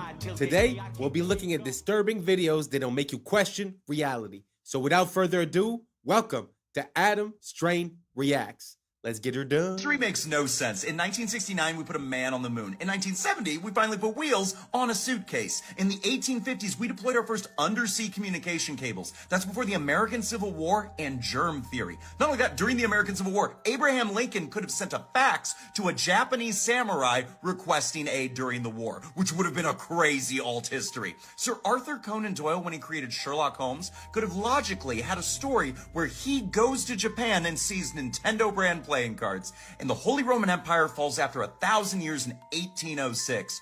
30 years later, the Republic of Texas is formed. That means that there's a 30-year difference between Charlemagne's empire and the Republic run by Sam Houston. That's us in the 90s. I know one day I'm going to be somebody, and you'll know when I'll definitely find Please look at my face. You're somebody now. Do you understand? Yeah. That's the game. I was somebody long before people knew who I was, and I believed that. You're somebody now, Atisha. Thank you. You're welcome. You know, it's so easy to get caught up in this game for clout and for attention with the way that the social media platforms and basically every platform for information has been, you know, organized. I find that to be a very beautiful message, you know, because at the end of the day, we're looking for all this attention, but, you know, does that attention translate into being a better person, into valuing the things that you already have? I don't think so. I found that to be super beautiful, especially coming from a successful person to an unsuccessful person, that you have to find a way, even if you were to use these platforms, to transfer something that is a strength of yours or that is yours. So I encourage everyone to, you know, if you're thinking about jumping into this game, at least try to find something that fits you as a person. Don't just do what gives you results. Try to find something that is yours, that you could apply in a way to get the results. I don't even know if I'm making sense. Let me know what you guys think down below. Let's just keep on rocking. This video is going viral on Twitter right now. This is a principal. He just did a tap of the shoulder tricked the kid. Then now he is embracing him. You may be thinking, what's viral about this? Well, in this next clip, he sits down next to these students and has a lovely conversation with them. People are wondering what exactly was being discussed. Here, he gives the kid a little bit of a ride on a wheelchair. Woo! What's with this principle? What is the common denominator here? High-fiving students, being a good role model, loving every child as if they were his own. What's with that? We need more of this. You may be thinking this video is going to take a dark turn, but look, this principal, lovely guy. This is going freaking viral. This video has 50 million views of just clips from the cameras. This teacher, principal guy, doing a freaking good job, man. Now, when I see this type of thing, this is what I think of. Dear soul, but in an institution, I will say I am not a fan of the modern education system. I do believe it is intentionally flawed. It's supposed to make efficient factory workers. It has nothing to do with making you educated and critical thinking. That doesn't exist. So he's a dear soul in a system, and he's making the best of it, so God bless his soul. The Grand Canyon is the real Giza Plateau. Look, this is what we mean when we say meltology. All of this area is desert because there was a motherboard meltdown. The Earth is a grid, a motherboard. It has melted down several times. This is from one of the most recent meltdowns. After Israel was divided within, it imploded and became open for attack. As you can see, all these people are Shemites. Edomites, Moabites, Ammonites are still all from Shem, even though they were supposedly enemies. Like Ashur, who fathered the Assyrians, who were also enemies. So all Israelites are Shemites, but not all Shemites are Israelites. Since they didn't get along, civilization fell apart. Edom is synonymous with Mount Seir. Mount Whitney is Mount Seir in the Sierra Nevadas. Edom is Rome. Edom destroyed the temple, the Israelites dispersed, and order continued to decay. These are melted buildings. Obviously melted buildings. These so-called pueblos are remnants of a melted metropolis. The survivors of the meltdown found refuge in these pockets of survival. Egypt is Mitzrayim. That's where we're getting Mississippi or Mitsori. This is Hamite land that stretched all the way to the Grand Canyon in Sedona or Sidon. Moab is said to be east of the Dead Sea in the Bible. Moab, Utah is east of the Dead Sea. The Moabites are the Moors. Moab's mom was his sister. He was a product of inbreeding. So Edom, which is Rome, took Jerusalem in 70 AD, which is actually 1070, And Rome, or Edom, fell in 476, which is actually 1476. The Spanish. Well, that's pretty interesting. I've seen quite a lot of parallels between Egypt and Rome and the United States. So it really pushes me to re-question this whole narrative, because from what I understand, Washington, D.C. at its inception was called Rome, Maryland, so the land of Mary. So it seems like there's this old mythology that's involved, or at least encrusted into the naming or into... Because, I mean, even a dollar bill has the Egyptian pyramid, right? So I never could make any sense out of that. Let me know what you guys think down below. You think it's possible that the old world is the new world and the new world is the old world? I'm not quite sure, but it's just very interesting to see the similarities between these two places. Let me know what you guys think down below. Let's keep on rocking. The guy is convicted. Trump attaqué au Golden Globe, c'est loin d'être un accident. Regardez comment ça fonctionne. Mark, what's the pin? Mark Ruffalo exécute un rôle. Il doit pousser le mouvement Be Good avec son pin. Renee Nicole Good, who was murdered. Un slogan simple et court, impossible à attaquer. C'est comme ça qu'une opération psychologique fonctionne. Le but est de vous polariser et vous imposer une morale. Pour ça, il faut une cible unique. C'est le rôle de Trump qui sert de pôle dans un scénario héros-vilain. He's the worst human being. ICE doit produire le plus de scandales possible et les grandes chaînes diffuser en boucle. C'est la mécanique classique de l'ingénierie sociale. Problème, réaction, identification, solution. We're out there killing each other. You know what the solution is? Et Ruffalo n'est même pas très convaincant. I gotta be honest with you. On dirait une scène mal jouée. I'm not gonna lie to you. I'm not feeling so great. I have felt things. Faire semblant, c'est son métier. I don't know. I can't keep pretending. It's driving me crazy. Dans Shutter Island, Now You See Me, il a le rôle de l'architecte de la manipulation. The more you think you see, the easier it'll be to fool you. My job, to take your attention and use it against you. Ces films expliquent que ce que vous voyez est un tour de magie. Donc ils ne s'opposent ni à Trump, ni à la pédophilie, parce qu'ils sont tous dans le même camp. Dans Pauvre créature, il couche avec un nouveau-né, placé dans le corps d'un adulte. Dans 30 ans, sinon rien, il embrasse une fille de 13 ans. C'est une technique de cinéma. On place un esprit mineur dans un corps adulte. Mom? Dad? Pour banaliser l'inacceptable. Voilà ce que l'industrie choisit de célébrer, parce qu'on est dirigé par des pédomanipulateurs narratifs. This guy claims he's stuck in France in the year 2055 and can't find a way back. And everything he shows in his videos looks disturbingly unreal. For several years now, he's been posting clips that depict a future completely devoid of people. The footage shows empty streets and total silence. The roads are deserted, yet vending machines and terminals are still working, as if the country itself still exists, but its population has completely vanished. In some videos, he walks into stores and shows shelves full of video games made for the PlayStation 7. Even more unsettling, every single game on display is designed for that console, a system that doesn't even exist in our time.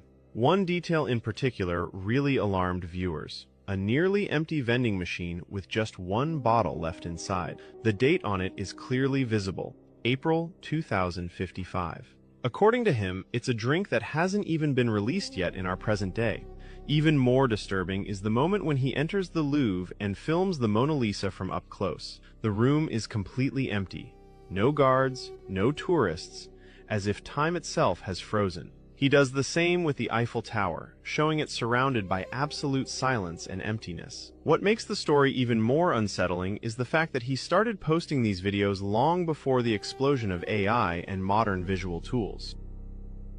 This is the story all about how your life got flipped, turned upside down, and the reason why you're a slave to the central banking cartel. In 1791, the Rothschild banking dynasty lobbied for Alexander Hamilton to install the first central bank in Philadelphia, Pennsylvania. They secured a 20-year charter that lasted from 1791 to 1811. By 1811, the United States refused to renew the charter. They were sick of the Rothschilds. So, in 1812, the Central Bank of London, under Rothschild control, financed the War of 1812, where England attacked the United States and burned the White House to the ground. By 1816, the bankers secured a second charter for another installment of the central bank in Philadelphia, Pennsylvania. By 1835, after 19 years of economic manipulation, the 7th president, Andrew Jackson, who was fighting the banking wars, and ultimately got assassinated. everything he could to kick the bankers out of the United States. This is why he vetoed the recharter in 1832. And he said in 1834, if the people only understood the rank and justice of our money and banking system, there would be a revolution by morning. And I try to inform you guys. You listen to my podcast, you would know this already. What did they do? They attempted an assassination. This is going to become a common theme that we're going to revisit. But for now, Jackson issues a specie circular, which means no more deposits to the central banks, only deposits into national banks. He cuts them out of the picture, and he pushes for only gold and silver. What do they do? Send us into a depression. By 1837, more economic manipulation. But the good news is we go to a credit-based system, but one without the central banks. By 1850, the middle of the century, Jackson had killed off the second bank, and there was no more central banks in the United States. I won't stop him forever. At that time. By 1861, the United States didn't need the central bankers anymore, but they saw an opportunity. War is the perfect way to divide a nation and get us back into an international debt system. Well, clearly he has a lot of information, but he didn't even get to the juicy part about the Federal Reserve, but he does a pretty good job of explaining what happened before that. Because yes, it did all start with the Napoleonic Wars, and they have fought very hard to make it into America with the Federal Reserve, and they didn't stop there because they are now attempting to take over the world with the IMF, and they're unfortunately doing a pretty good job of it. That's pretty interesting. I know way more about from the Federal Reserve and beyond, which I think was 1933 or something like that, 2933. And it's actually interesting to look at before. And like you said, it makes me wonder if they got kicked out, and then eventually they say, oh, something like war could help us gain back control. Makes me ask a lot of questions about the first and second, because at the end of the day, it happened more or less between those two, the instauration of the Federal Reserve, then afterwards the income tax. So the systems under which we are feels like they were implemented around that time. So it's kind of interesting to look at what happened before. I had no idea that they already had the central banks, got kicked out, and then reasserted their power. It's pretty interesting. That's all connected with the Titanic, with Jekyll Island. I'll do a deep dive soon enough. Let me know what you guys think down below. Did you guys know about this? Let me know if there's any parts that you feel I missed. I'm always curious to learn more about the methods by which we are enslaved.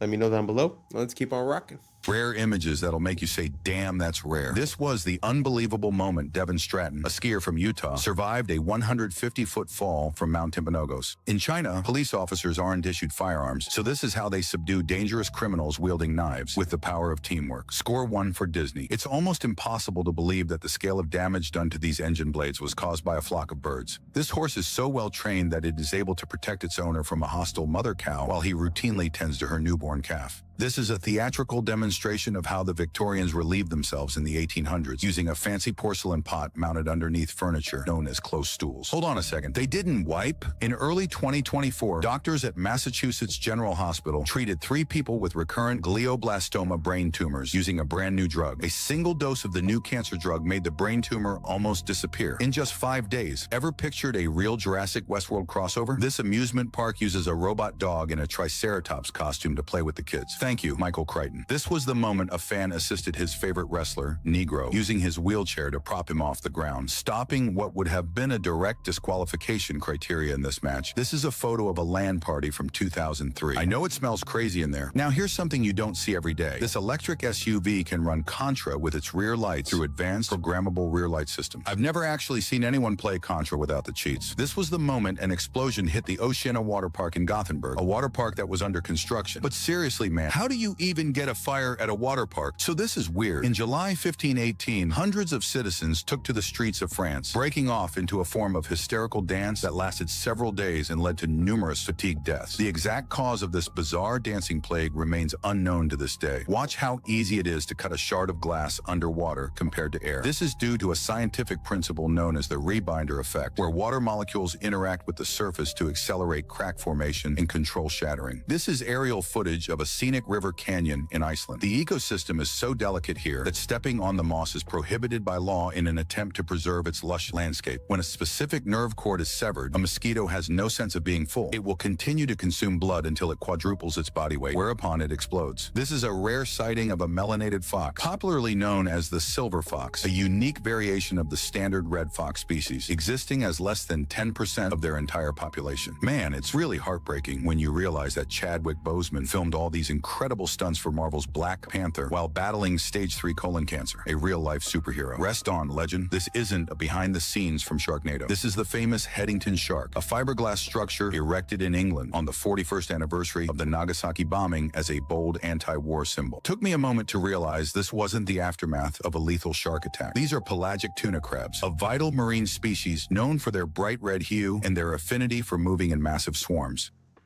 I am now 20.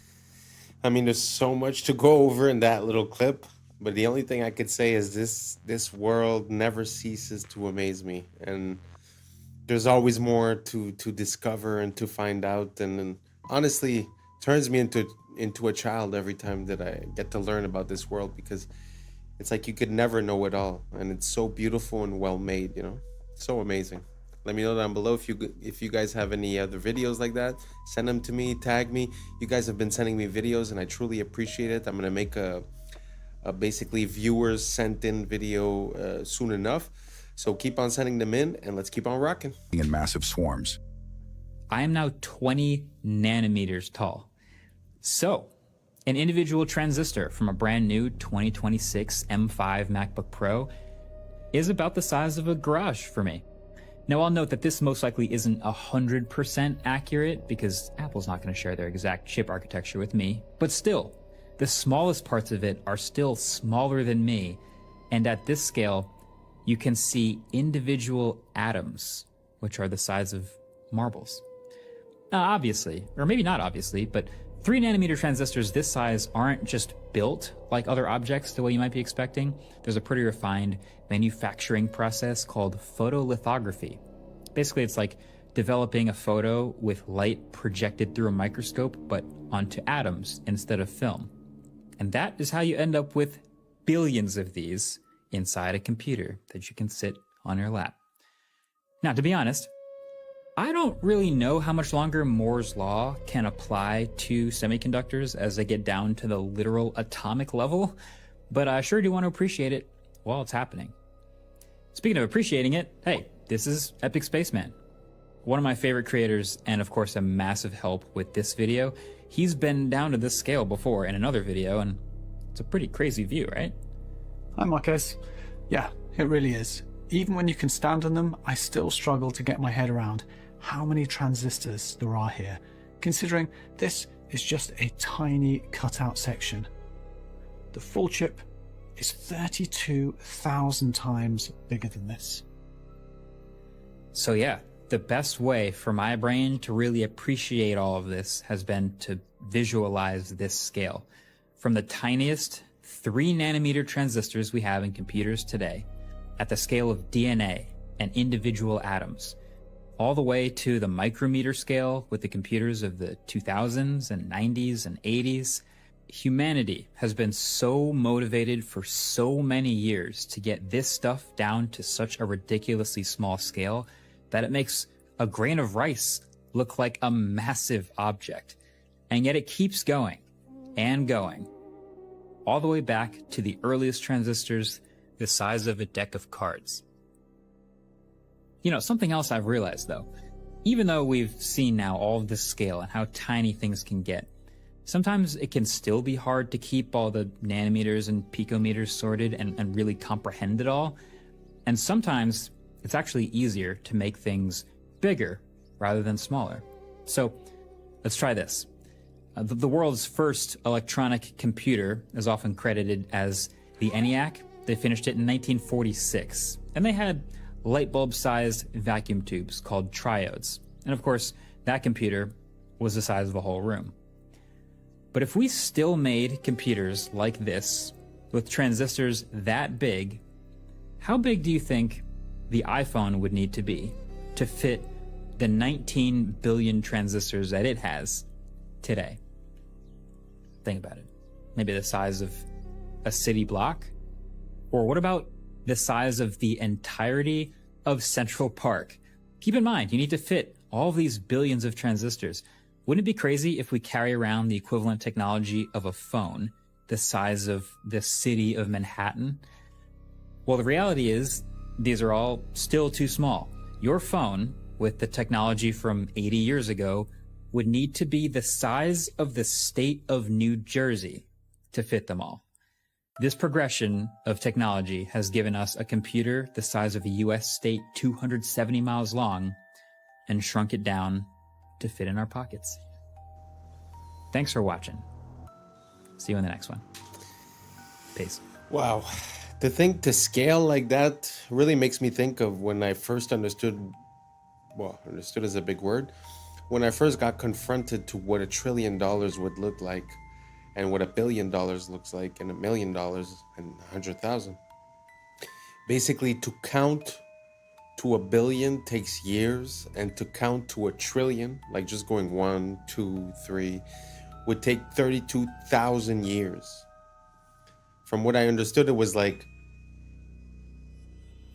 stacks of $100 bills stacked together the height of the World Trade Center, something like that. That's $1 trillion. It's like beyond, and now we talk about it as if, oh, it was just something, you know. And also, it also makes me wonder about the fact where we find the patterns of these transistors or of these circuit boards within ancient sites, like in Egypt or Philippines or any place where they have ancient stuff. Like there's a connection there. There's something about the placement of things that are conducive to energy transmission. And I don't know, there's definitely something there, and very interesting. Let me know what you guys think down below, and let's keep on rocking. Oh, what else can we do? Let's put everything. Because soy will increase estrogen, reduce testosterone. What else can we do? Let's put corn in everything. As a matter of fact, how do we get corn in everything? I know. Let's pay the farmers with massive subsidies to grow corn. You wonder why you're so tired? Look at what you're eating. Want you that tired? Look at these people. They're in their 90s. They're not sitting around going, I'm tired, so tired, so tired. Why? Because they're not doing what you're doing. They're getting you to do it, but they're doing something different. They're staying away from the things that are suppressing you and making you. It reduces your and makes you more. You're not tolerant. Strange. Why can we suddenly not tolerate as a society? I went to the Columbia University. It was a conference symposium on with a bunch of researchers and physicians, and they're talking about, we don't know what it is that's causing this rise. I went up to the microphone and I said, do they spray brain? Like the chemical, the doctors and researchers turned around and looked at me, they're like, they don't spray. I would kill it. And I was like, okay. And I went and I sat down. A scientist from General there to promote their free Cheerios. So he found me and he said, yeah, they're spraying on a lot of the grains. We know there's a problem. It's going to take 2 decades to reverse. Okay. Like 2 decades. I said, well, everyone's going to be gluten intolerant, and maybe because people are this. I always say it, man. There's definitely something wrong with not only the food, but our relationship to it. You know, as much as I agree with the first guy saying, oh, you know, the rich people aren't tired. Yeah, well, you know what? I feel that within the people in my environment, in my surroundings. Some people could have an easy job and at the end of the day still say, oh, I feel tired and this and that. I think it's also a thing of mind state. You know, like I used to work 7 days a week for a while. I had my own business, and you know, obviously you're tired because you're there 12 hours a day. So I would go from work to home to work to home. And eventually I said, you know what? From now on, I'm also going to try to live. So when someone would offer me something after work, I'd always say yes. And the funny thing that I realized is that by doing more, somehow I had more energy. And since then, I've sort of changed my perception towards events. and that tiredness is gone. The energy is up. Now, all that being said, we're going to put it to the side. There definitely is something wrong with the food. And, you know, the fact that the people that provide us with the food are running under a capitalist system or way of, you know, operating, it makes it super logical that to maintain profits and not necessarily raise the price, you would lower the quality of what you're offering. So all that to say, I understand that it's their fault in a way, but really we vote with our dollar and with our dependents. So, you know, it's something to keep in mind, you know, like we could always blame someone else, but at the same time, we need to understand how we get to that point. And I think the root core issue of that is that there's certain things that are needs and certain things that are luxuries. If we apply the same system to both, it's kind of normal that we get the same results in both. So I encourage everyone to rethink our relationship with not only the food, but the people providing it to us, and try to think of ways that we could do it ourselves or just not encourage them, and try to figure out why we are here. So that was it for today. Thank you so much for rocking with us. And that's a wrap for today, familia. Whether you're tuning in with the sunrise or you're posted up after midnight, I appreciate your time, your energy, your curiosity. And don't forget, this isn't about truth or fiction. This is all about perspective. If this sparked a thought, a laugh, a deeper question, then we did our job. So drop your thoughts in the comments. Keep the convo alive. Like, subscribe, and don't forget to hit that bell if you're riding the wave, because we're just getting started. So until next time, stay grounded, stay weird, stay critical. I'm Adam Strain, and this has been Adam Strain Reacts. Peace. But now it's time for us to link up. Really think we on the brink up. Making a change, who living this strange. Living this change. Making a change. I'm living this change. Yeah.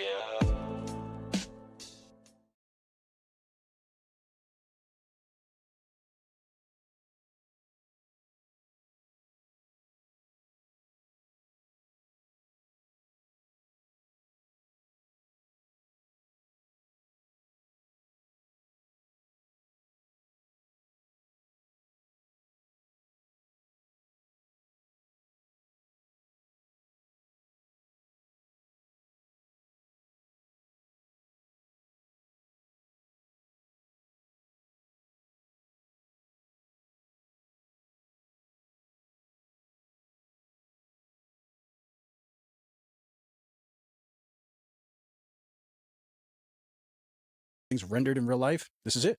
You can walk as far as you want. You can go anywhere you want. This is Google. Yeah, and these things don't exist. This is just AI artificially creating a 3D world, but it gets better, boys. Yeah. I was sleeping, had to wake up. Why? Every reason I can think. What's up, YouTube? Today, we'll be looking at disturbing TikToks that'll make you question reality. So without further ado, welcome to Adam Strain Reacts. Let's get her done. This is how perfumes can actually kill you. It disrupts the gut microbiome, it disrupts the lungs, affecting your immune system. When you're spraying perfume on a leaf, it dies. I can't even walk into a store anymore. You walk to the perfume aisle and they're spraying in front of you. It's almost like an obstacle course. All of this is so toxic and poisonous for you. They're all endocrine disruptors. Men, your testosterone's getting lower. Find some natural things. Use herbs, spices. What if we're already at double simulation? This week, Google Gemini 3 shows us Inception. Nothing beats a Jet2 holiday. And right now, you can save £50 per person. That's £200 off for a family of 4. So this person was just watching somebody else watching a Jet2 holiday. But it gets better, boys. It gets better. And so this is a rendering. And this is all just by a text prompt. But they're just out there walking in real life now. And this is all rendered live. You know, the simulation theory, how everything's rendered in real life. This is it. You can walk as far as you want. You can go anywhere you want. This is Google. Yeah, and these things don't exist. This is just AI artificially creating a 3D world, but it gets better, boys. Genie 3 has real-time interactivity, meaning that the environment reacts to your movements and actions. You're not walking through a pre-built simulation. Everything you see here is being generated live as you explore it. And Genie 3 enables promptable events, so you can add new events into your world on the fly. Something like another person or transportation. Live. Oh, you just type it in and it shows up. Or even something totally unexpected. You can generate worlds with distinct geographies, historical settings, fictional environments, and even other characters. Worlds can help with embodied research, training robotic agents before working in the real world. We're excited to see how Genie 3's world simulation. Well, I mean, in my mind, that's a game changer intensely. Because imagine if what you render, you could interact with it and that it auto generates. That means you could sort of live in, like your GTA type of map, right? So you live within that map because I always had a hard time to understand how they would get everyone into the metaverse. Basically, because the whole shift, like if you look at the investments towards Facebook and all that, was put towards the metaverse quite a while ago, and I had a hard time to imagine how they could get us all to go live in this simulated reality because we're already sharing a space in this world, right? But this little advancement makes me see the whole potential of it because while you could live in a Lord of the Rings type of universe, GTA map, or someone lives actually in the GTA map, or someone else lives in Thailand or whatever, it could be anywhere. And at the end of the day, they could just make a place where people have a common ground to meet, and that would be the metaverse. And then it seems kind of plausible. When people are having a bad deal or having a hard time making ends meet, so why not live in the digital world? I don't know if you guys seen the movie Ready Player One. I think that's sort of like a prototype of the idea that's going to be rendered.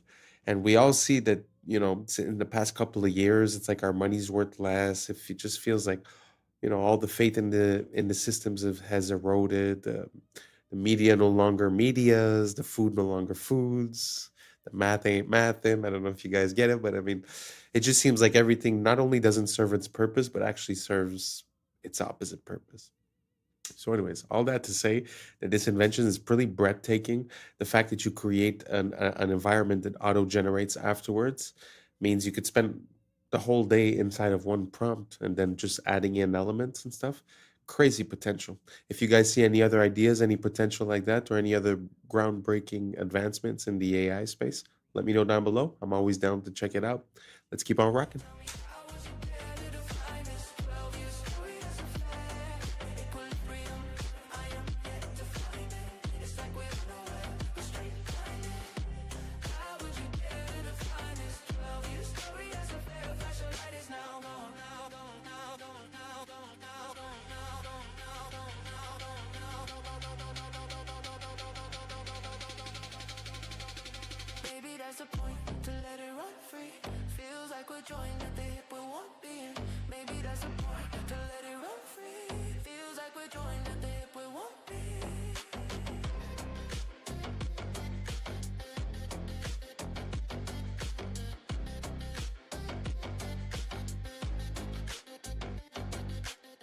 Check out this chimpanzee absolutely smash this memory test. This memory test is set to the hardest setting, and most humans would fail it.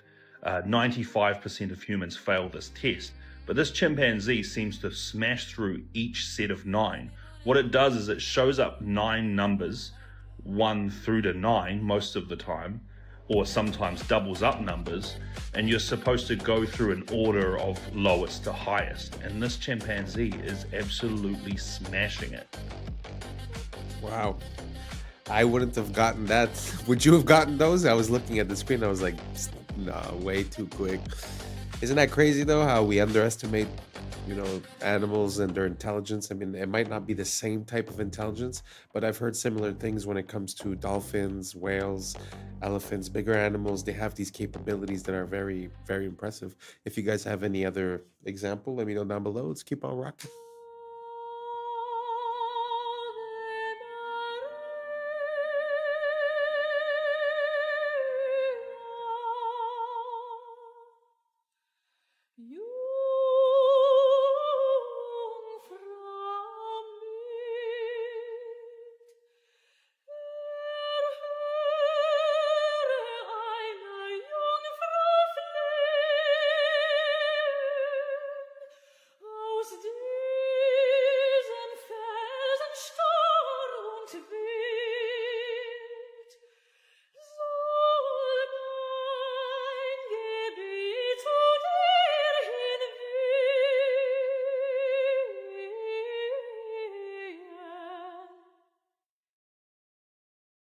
This is the deepest hole humans ever drilled, and no, it didn't stop because of creepy screams from hell stories.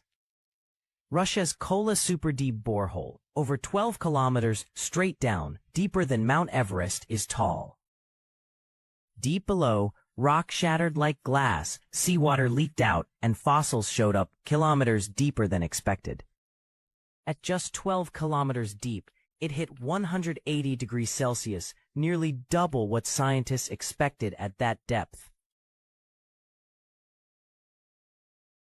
Rock flowed like hot plastic, crushing drill bits, jamming tools, and snapping steel supports faster than engineers could even get new equipment in the ground. In the end, Kola stalled. Warped rock, failing gear, and shrinking budgets killed it, after drilling only 0.2% of the way to Earth's core. I don't know. I've heard about this story a long time ago, and it really pushes me to wonder, what do we know about our world?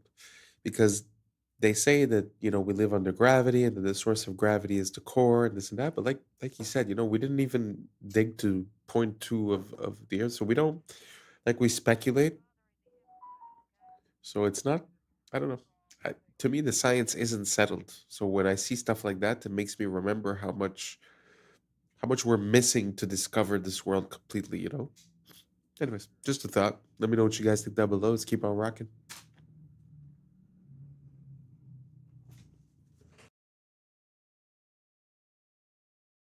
Check. Picture up, Symbolism.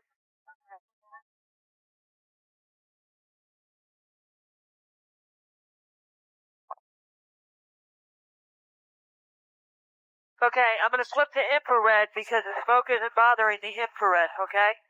We want to just back off, take a look at the impact area, see what areas are hot on either side. The sacred cubit was found in the pyramid at Giza, the Great Pyramid, and it's found as a unit of measure and a yardstick in many areas of the ancient world. But this particular measurement was carved in stone just above the entrance to the king's chamber. The rings made in this cubit length have a natural resonant frequency of 144 megahertz, which is a harmonic of light speed. It's a harmonic of 6 times gravity. It's a harmonic of the mass at the center of a light field. And in recent years, we've discovered that it is also a measurement of a wavelength in the standing gravity wave of the planet.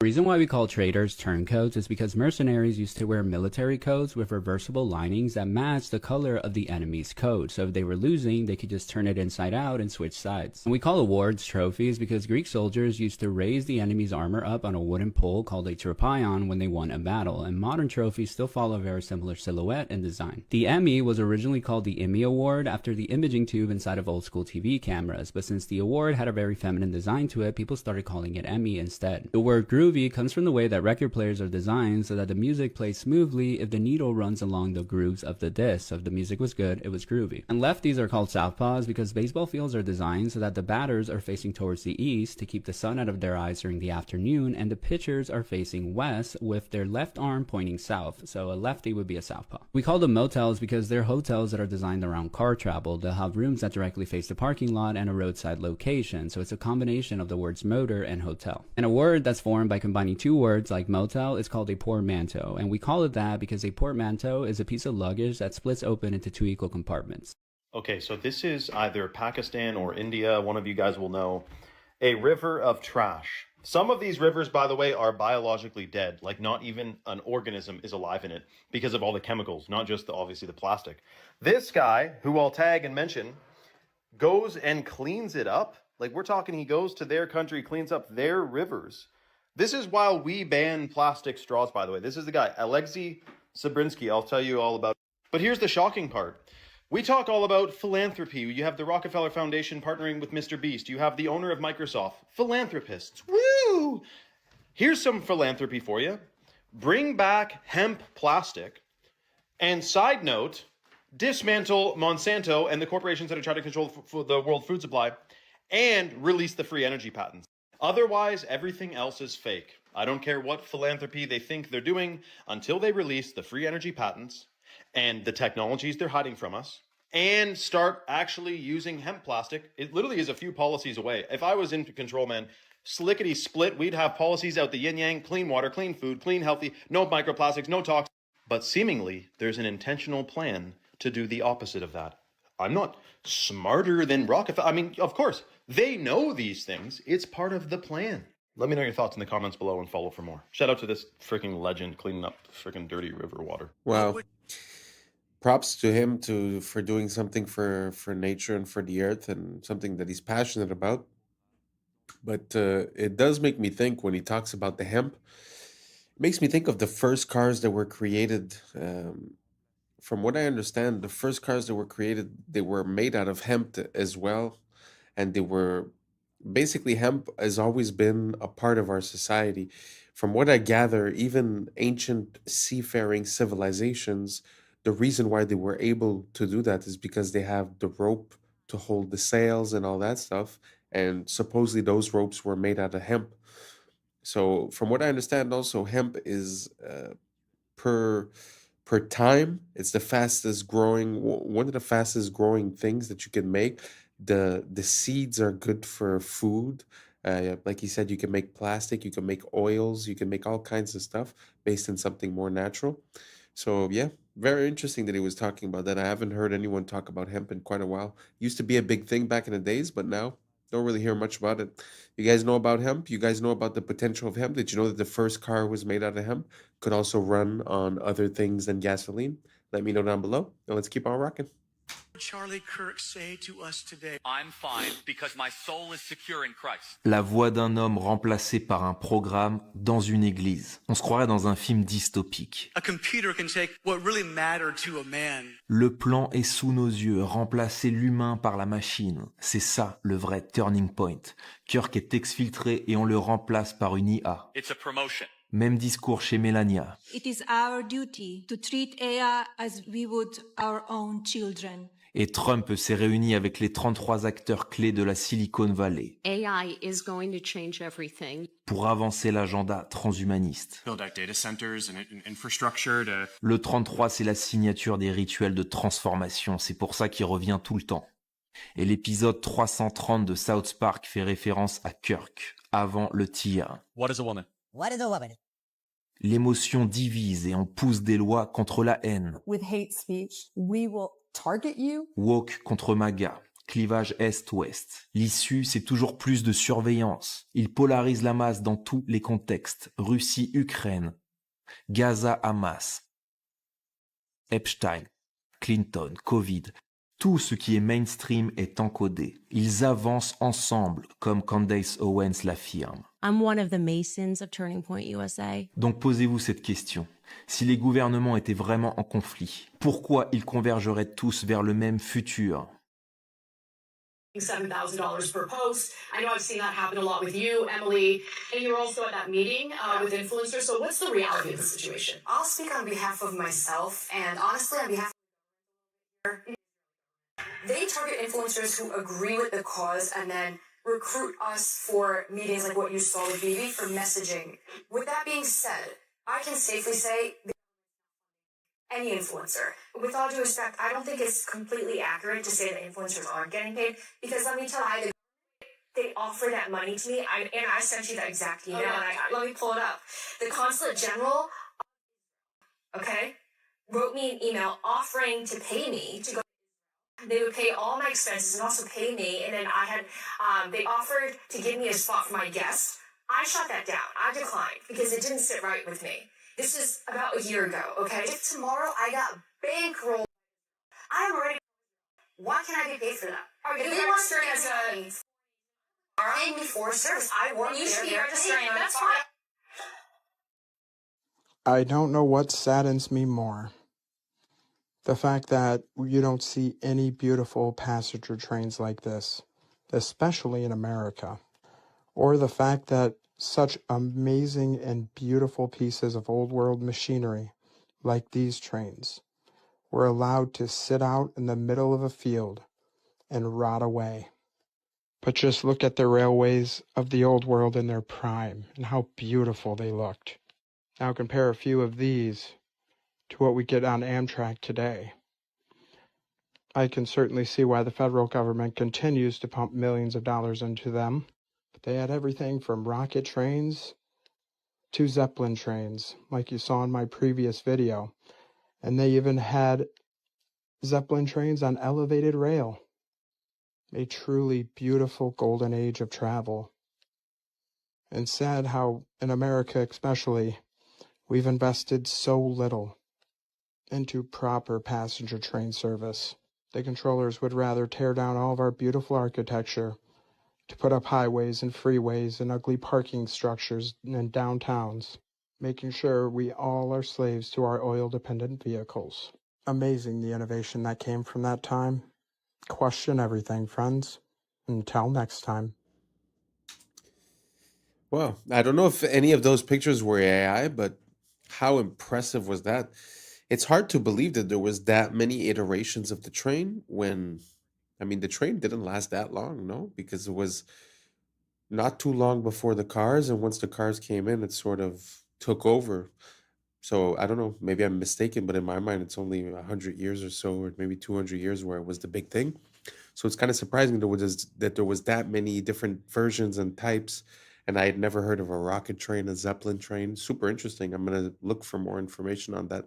Let me know what you guys think down below, and let's keep on rocking. Okay, remember how it's illegal to keep crows as pets? Well, this Russian man, maybe in Russia they do things different. Check out what this guy has going with this freaking crow. Ходим, собираем грибы. Нашли уже чуть-чуть. Mushrooms. Вот Гоша сейчас опять в поиске. Знаете, головой вертит туда-сюда и смотрит. Где же грибочки? Ага, попить. They got good vision, man. Holy cripers. Beautiful creature, man. And you know, it looks black, but they actually are blue feathered. If you get the right lighting on them, they're actually blue. Как будто бы начал метаться из стороны в сторону.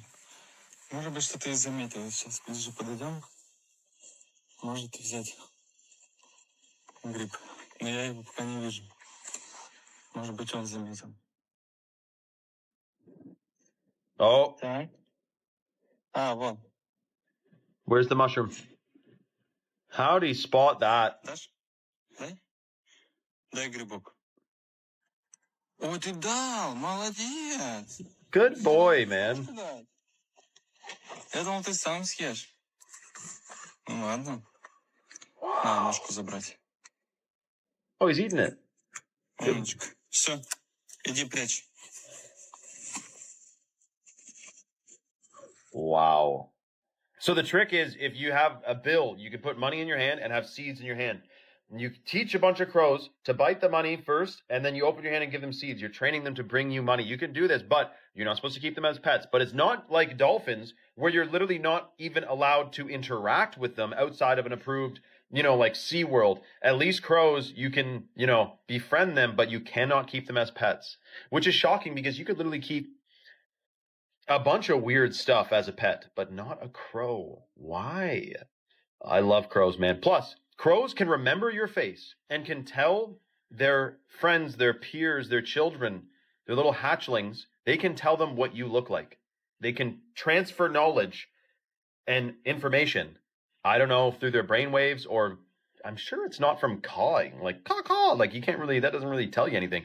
It's got to be psychic. So I'll be the first to say it. Crows are psychic. They're high vibrational beings. They're very smart. Do not mess with a crow. Be nice to them. They'll remember you forever. And they might bring you a friggin' diamond ring they find on the ground or something. I mean, there's stories you wouldn't even believe. So, love animals, love creatures, and absolutely incredible video out of, what is this? Vladivostok, Russia. Come on. Comment for more animal information and follow for part 2, or comment or follow vice versa. Come on. Town of Sparta, just outside Athens, you'll find Dimitrios Gatsi. He specializes in reviving ancient armor from Greek history. Η σημασία της πανοπλίας στην αρχαία Ελλάδα ήταν πολυδιάστατη.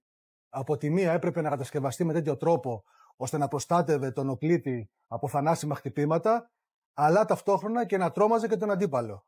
Έτσι ώστε να απέφευγε, αν ήταν δυνατόν, ακόμα και την σύγκρουση. Είχαμε έναν νικητή χωρίς να δοθεί καν μάχη. Είχα την ευκαιρία να επισκεφθώ πολλά μουσεία της Δυτικής Ευρώπης και να δω με τα ίδια μου τα μάτια πόσο έχουν αφοσιωθεί και πόσο έχουν προβάλει τις πανοπλίες της Δυτικής Ευρώπης. Μέσα μου γεννήθηκε το ερώτημα, γιατί εγώ στην Ελλάδα σε κανένα μουσείο δεν έχω δει μία μεσαιωνική ελληνική πανοπλία. Αυτό το ερώτημα έγινε αιμονή και όλη μου η ζωή αφοσιώθηκε στην απάντηση αυτού του ερωτήματος. Η αρματοπία είναι μια τέχνη πάρα πολύ ενδιαφέρουσα, καταρχάς γιατί δεν υπάρχει δάσκαλος, δεν υπάρχει προηγούμενο. Πρέπει να τα ανακαλύψεις όλα μόνος σου και αυτό είναι πάρα πολύ συναρπαστικό. Ανακαλύπτεις έναν κόσμο, μια τέχνη η οποία είχε εξαλειφθεί από την Ελλάδα για τουλάχιστον 6-7 αιώνες. Έπρεπε να μελετήσω τα γάλματα, μινιατούρες, ζωγραφιές, αγγεία, ό,τι έχει να κάνει με τέχνη στην οποία έχουν αποδοθεί πανοπλίες. Όσον αφορά την ιστορική πιστότητα των έργων μου, όταν αυτά βασίζονται σε ατόφια αρχαιολογικά ευρήματα, είναι πάρα πολύ ψηλή. Στις περιπτώσεις που τα υπάρχοντα αρχαιολογικά ευρήματα δεν είναι επαρκείς, τότε χρησιμοποιώ τις δικές μου γνώσεις και τη δική μου εμπειρία, έτσι ώστε να μπορέσω να καλύψω αυτά τα κενά. Το πρώτο στάδιο είναι η σχεδίασή της. Και σε δεύτερο στάδιο είναι η υλοποίησή της με μέταλλα και με δέρματα. Όταν επιλέγω υλικά, κοιτάω πρωτίστως να είναι όσο πιο πρωτόγωνα γίνεται. Η βασικότερη μέθοδος αρματοποιίας είναι η ενθερμόσφαιρη-λάτηση. Η ενθερμόσφαιρη-λάτηση σημαίνει ότι πυρώνουμε τα μεταλλικά στοιχεία και στη συνέχεια τα σφυριλατούμε έτσι ώστε να πάρουν την επιθυμητή φόρμα. Επιπροσθέτως, υπάρχουν και κάποιες βασικές τεχνικές οι οποίες αφορούν το κόψιμο δερμάτων, τη δημιουργία αλυσοπλέγματος, την επικόλληση μεταλλικών στοιχείων επάνω σε δέρματα με τη βοήθεια πριτσινιών κτλ.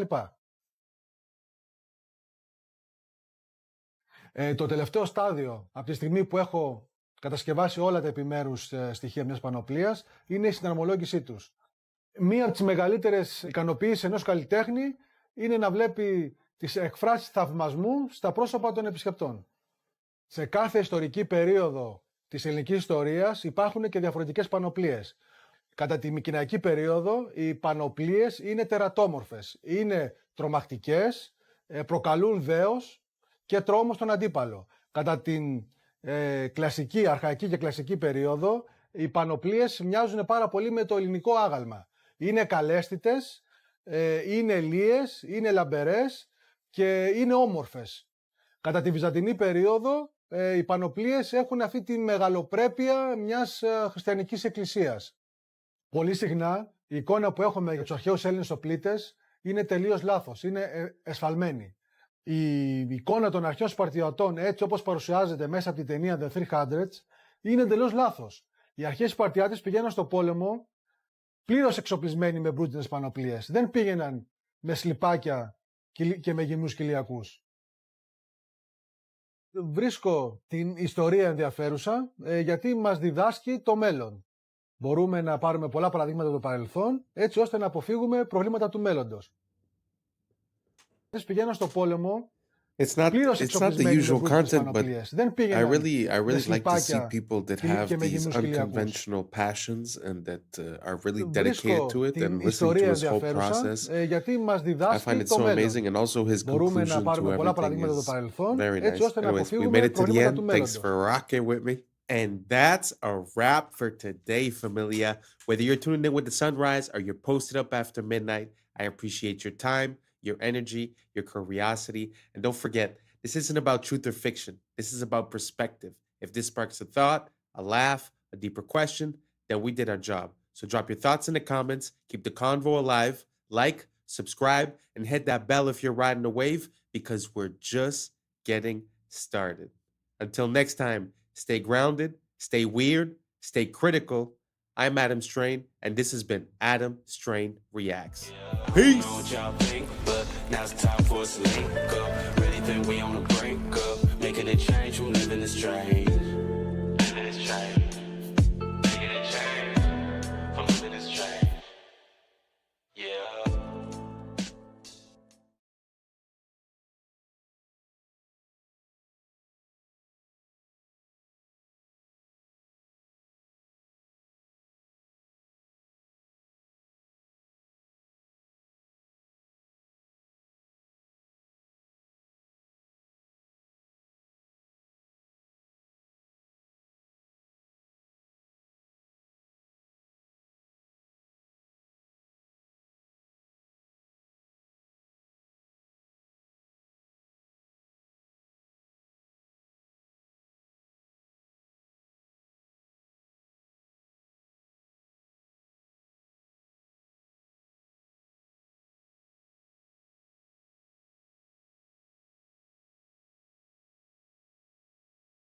nudge your water glass to you using its lamp snout. That it might actually be alien technology scoping us out. Around and shows that everything is priced in grams of gold. I'm gonna skip. I was sleeping, had to wake up. Why? Every reason I can think. What's up, YouTube? Today, we'll be looking at disturbing TikToks that'll make you question reality. So without further ado, welcome to Adam Strain Reacts. Let's get her done. All I want to know is how I can bet some money on this, because this game is pretty cool. I mean, it's a mixture of a lumberjack, geometry, and an ice cold cools. And the goal is pretty simple. Land the log on the beer. I'm not going to lie to you. I'm putting all my money on Paul Bunyan III here, because his skills are on a whole nother level. Me and the devil walking side by side. Me and the devil walking side by side. And I'm gonna see my man until I get satisfied. See, you don't see why. It's like peering into another world sometimes when you look into the past, especially when it comes to certain things like medicine. It's so interesting to see how we've replaced using natural elements and we've decided to synthesize the same compounds found in nature so that we could copyright them and make money. So it's kind of like a wish to go back to the way it was. Like I wonder how it was, you know, when you'd have a problem and you'd take like we were seeing there, like clover honey or stuff like that, because we do know now that like cloves and stuff like that are anti-parasite and they have properties. So I don't know why we decided to change. I suppose it's for money, but I wish we could go back. Because from what I understood, when they changed the education system and the people that were running the oil companies realized that they could sort of use oil-based components to create medicine, that's when we started seeing all the pills and all the things that were synthesized. So it feels like it was done out of a bad intention, and it wasn't for the good health of the people. So let me know if you guys think the same way. And if you don't, let me know why down below. And let's keep on rocking. Did you know that one of the world's most beautiful gems is created as a defense mechanism? A natural pearl begins its life when an irritant, like a grain of sand, gets trapped inside an oyster. To protect itself from the intruder, the oyster begins covering it with layers of a substance called nacre.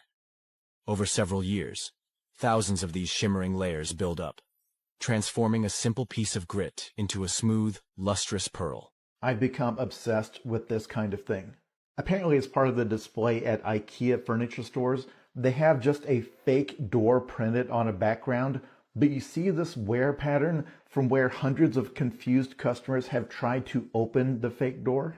So the thing that I've become obsessed with is really weird and interesting wear patterns, like this photo from a laundromat. And you can actually see at head level where all of the dye and the grease from people's hair has created like this ghostly stain over the decades. If you've been to a gym, you've probably seen this wear pattern on their bench press machine where they slide the peg into the weight they want, and you can see like a bell curve distribution of what weights people choose. I really like this one. This is an old-timey shop that's got one of those bells over the door that tinkles when somebody comes in. And over the decades, the millions of door openings has worn a hole all the way through the door. I'm getting these off of a subreddit called R Well Worn. And they have thousands of these. Like here's the restrooms at this person's engineering school. And you see the difference in the wear pattern between the men's and the women's. Here's where this person's hairdresser is slowly wearing a hole in the floor. Here's the keys on an antique organ that have been worn down over the last 170 years. Here's a TV that played CNN every day for 2 straight years, and you can see it created a ghost image where the reporter stands. And of course the obligatory bronze statue where tourists cannot resist grabbing this guy on the butt. None of you realize how weird this is about to get. If you couldn't tell what was going on in that clip, I will explain it. But let me say, we are the last generation for which the stuff in our house is not alive. This is a prototype lamp made by Apple that has AI, but doesn't just let it respond to voice commands. This AI in this machine lets it get sad when you disagree with it. If you set an alarm for it to remind you to drink water while you're working, it won't just sound a tone, it will nudge your water glass to you using its lamp snout. When you play music in the kitchen while cooking, it will dance along to the songs. I am telling you right now, when it comes to AI for the average person, this is where the money is. It does not take much at all to convince us that an inanimate object is alive. If you just stick googly eyes on a Roomba, most of us will get upset if a guest kicks it. But the next generation of children will be raised in homes in which they will treat many objects as members of the family. Ask all the parents who bought Moxie, an AI-powered toy that then went dark when the company went out of business, and then had to talk to their kids not like a toy had stopped working, but like a pet had died. I am dead serious when I say that most of the people watching this video will live long enough to have an argument with your car. You are going to feel some measurable amount of distress because you think your refrigerator is mad at you. You will absolutely know someone whose best friend is their lamp. And all of these will be available for a one-time purchase to get the object, but to keep it alive, that will be a subscription. Very interesting. I'm not sure that we're there yet. They've been releasing like these robots, and when you look at the ad, it looks like the robot is acting on its own independently, but really they have people logging into it and sort of teaching it how to move. I wonder if it was the same thing that we were seeing with the lamp. Now, the question that I have is, will we get there eventually? That's more the question that makes sense. And what do you guys think about the fact that these items can have, let's not say consciousness, but let's just say that they interact with you? Do you guys find that cool? Do you guys like that lamp? Me personally, I find it's too much. A lamp for me is to create light. I don't really need much more. But do you guys think that it's coming? Do you guys think that these robots are really going to be able to be self-sufficient and to be independent, and that it's going to be, safe enough to roll out on a massive scale? Is more the issue. Because of course you can make a robot, but if the robot hurts people or stuff like that, it's not going to work. So let me know what you guys think. Do you guys think we're there now, in 5 years, 10 years, 20 years? How do you guys see it? Let me know down below, and let's keep on rocking. 32 years old. 32 years old. Give him a kitty. Give him a dog. Bro. Say go night night. Go night night. Oh my God. Now, why didn't he do it? Why didn't he do it when I said it? That's the one that really trips your mind. Yeah, that out. is crazy. Handstand in the back somersault. Sure. Phineas. Handstand in the back somersault, dude. No way. No way, How about this one? Birdie juggling. You ready for birdie juggling? Don't try this at home. They don't like it. Please don't drop him. Oh, I don't drop him. I've had him for 32 years. Jesus Christ. Bro. Catch him. Oh, shit. Bro. Crazy, One more. Give him a shot. No, please don't go. No, just go. No, bro. Crazy. On your shoulder, boss. There you go. Turn around and let him get a shot at you. Oh, okay. Please don't hurt me. I didn't do anything to you. I didn't do anything to you. Dude, that's so beautiful, the bond that humans can create with animals. 32 years. Can you imagine sharing 32 years with a being like that? Like 10 years with a dog is the end of the world, But I cannot imagine 32 years. It's an amazing relationship that they seem to have, full of trust and full of love. Truly beautiful, inspiring. Have you guys seen any other type of animal like that is in complete synchrony with its owner? Let me know down below. I like to see that. Let's keep on rocking. You guys, Apple has just released a digital ID for identification and US passports. Here we go. Now, reports say they will be merging their biometric security with encrypted ID storage and plans to replace your physical IDs across airports, apps, and businesses. Why don't I like this? They also said this is going to be used at over 250 TSA checkpoints across domestic airports for identity verification. Now, remember I told you guys about one of the richest men on earth, Larry Ellison, who owns TikTok and Oracle, and who's a big fan of digital IDs? Well, it seems like one big master plan between all the big tech companies. You have Microsoft dealing with OpenAI, OpenAI dealing with NVIDIA, NVIDIA dealing with Oracle, xAI dealing with NVIDIA, and not to mention, OpenAI just did a $38 billion deal with Amazon for cloud storage. So the question is, what are they really planning? Well, I may have some answers. Could it be that they're following in the footsteps of China's Skynet, which is tied to digital IDs, a social credit score, and an AI surveillance system that they actually want to put on the moon? Skynet, huh?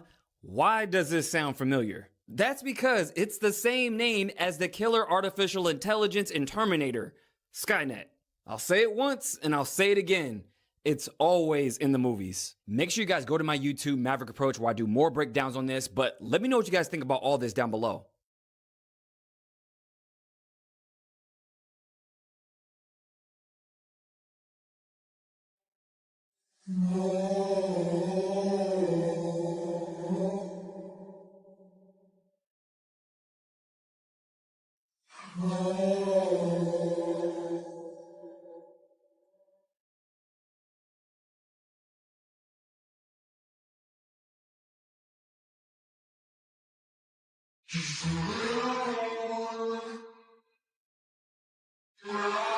Guys, it's official. Vine is back, but with one big difference. So not only will it have the exact same 6-second looping videos, but it'll also give access to more than 100,000 archived Vines. But instead of Elon being the person to bring Vine back like he said he wanted to, this app, now called Divine, will be backed by none other than Twitter co-founder Jack Dorsey. But the one big thing that makes Divine totally different to other social media platforms is that it will prohibit AI content. In fact, it will scan for and flag suspected generated AI content and prevent it from being posted. It's essentially trying to act as a safe haven. So is this just another hopeless attempt to capitalize on nostalgia? Or can they actually fix the problems Vine had and make it successful this time around? It's kind of interesting. I know Vine was big back in the days, but I think it was a bit too early because people's attentions were still a bit longer. But it kind of makes sense that they're thinking about bringing it back because now we see the short form content on TikTok, millions of views on a 6-second video. So it's very interesting. But the fact that they want to bring it back without the AI kind of gives it a new purpose. And it kind of brings up a question, you know, because AI showed up and got adopted massively while we were using the same platforms we were using the year before. But because Vine would be, you know, a new platform, then they would put this rule in. Very interesting. What do you guys think about that? A whole platform without AI. Do you guys think that might just save a little bit of, like a little part of the internet to keep it real without bots and without AI? Or do you guys think that it's not going to work and that it's just a flop?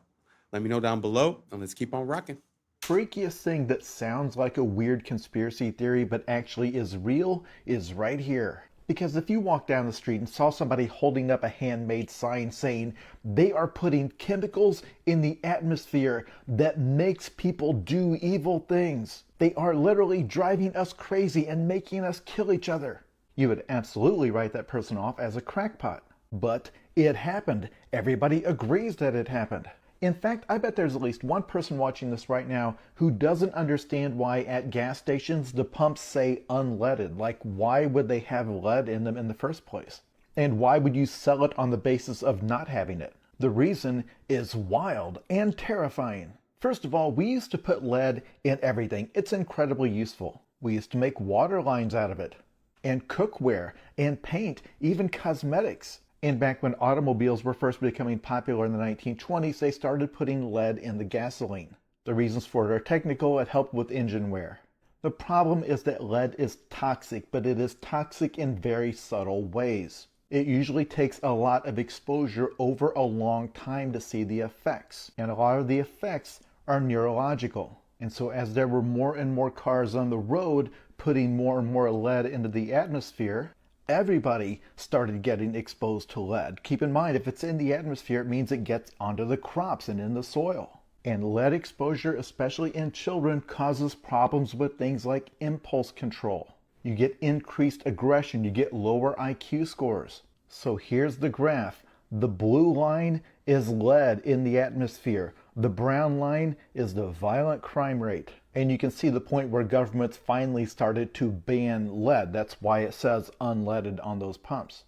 Now, of course, experts differ on this, but the thing they differ on is how much of an effect lead had. The falling crime rate came alongside lots of other changes, including falling poverty rates, better mental health treatments, differences in policing practices, and just the fact that the population got older. Violent crime is far more common among the young. I say this every time. The reason I get so angry at the fake conspiracy theories is that the real world provides us with so many actual scandals that can actually be documented, that actually tell us so much about how something like this can be allowed to happen and what it took to stop it. Let's put it this way. There was quite a gap between us realizing that lead was toxic and us actually getting it out of the environment. It's already... Can you imagine that? Where you're using a product, but like there's no immediate consequences, but then 10 years down the line, 20 years down the line, you start realizing the effects. Super crazy. I don't know how real this is, but it's super interesting to think about the subtle implications and the subtle effects that it could have over a long duration of time. It must take a long time to realize. It's sort of like when you have allergies with a certain food, but you don't know because you're eating all kinds of food during the week. So it's hard to say which one is. Sometimes the effects happen 48 hours after or 72 hours after. So it's really hard to find out what it was. So I wonder how much time it must have taken them to figure out that it was the lead doing all that. Yeah, very interesting. Did you guys know about that? Do you guys know about any other type of scandal as to toxicity?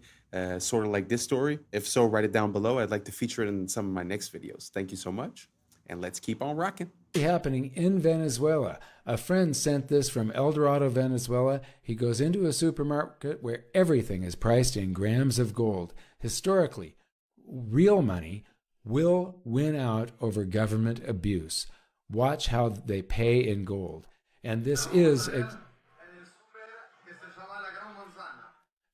extremely interesting. He goes around and shows that everything is priced in grams of gold. And I'm going to skip forward. These are grams of gold. 0.06 grams of gold. Everything. And I worked out the price on this. He shows some Bailey's Irish Cream. And that price is about $44 a bottle. And then he shows how they pay with these little flecks of gold. And so these aren't in fungible increments. So they're going back to sort of like a barter system. And then at the very end, he goes to the cash register and he's paying in gold on a scale. And she weighs it and logs it all in and stamps these receipts. And they've just paid in real gold. I'm not exactly going to say it, but that country, if you look in the news around these days, something's going on. And I wouldn't be surprised that the reason they're giving you is not the right reason. And this has more to do with it than anything else. Just do your research, think about it. There's some things that I just cannot approach right here on YouTube. I'm going to make a Patreon where I'm going to be able to delve a bit deeper into these subjects. But for now, just try to do your research. Look up that country, see what's going on today, and try to see if there's a correlation between what we just saw and the reason why that's happening. Let's keep on rocking. Are aliens headed for Earth right now, today? A theoretical physicist says the answer is maybe. He suggests a Manhattan-sized object known as 3I Atlas could actually be a mysterious alien spaceship. Consider a black swan event, an event that you put a small probability for it happening, but you look at anomalies in the data and say, look, the implications are so huge, we have to consider it.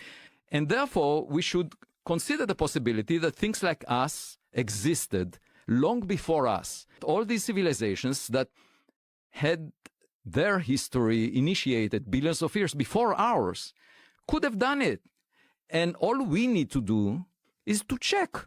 You know, all of these are interesting indications that may imply that some intelligence designed the trajectory. So, and the editor said, no, no, no. The paper will not get published unless you remove that sentence. Wow.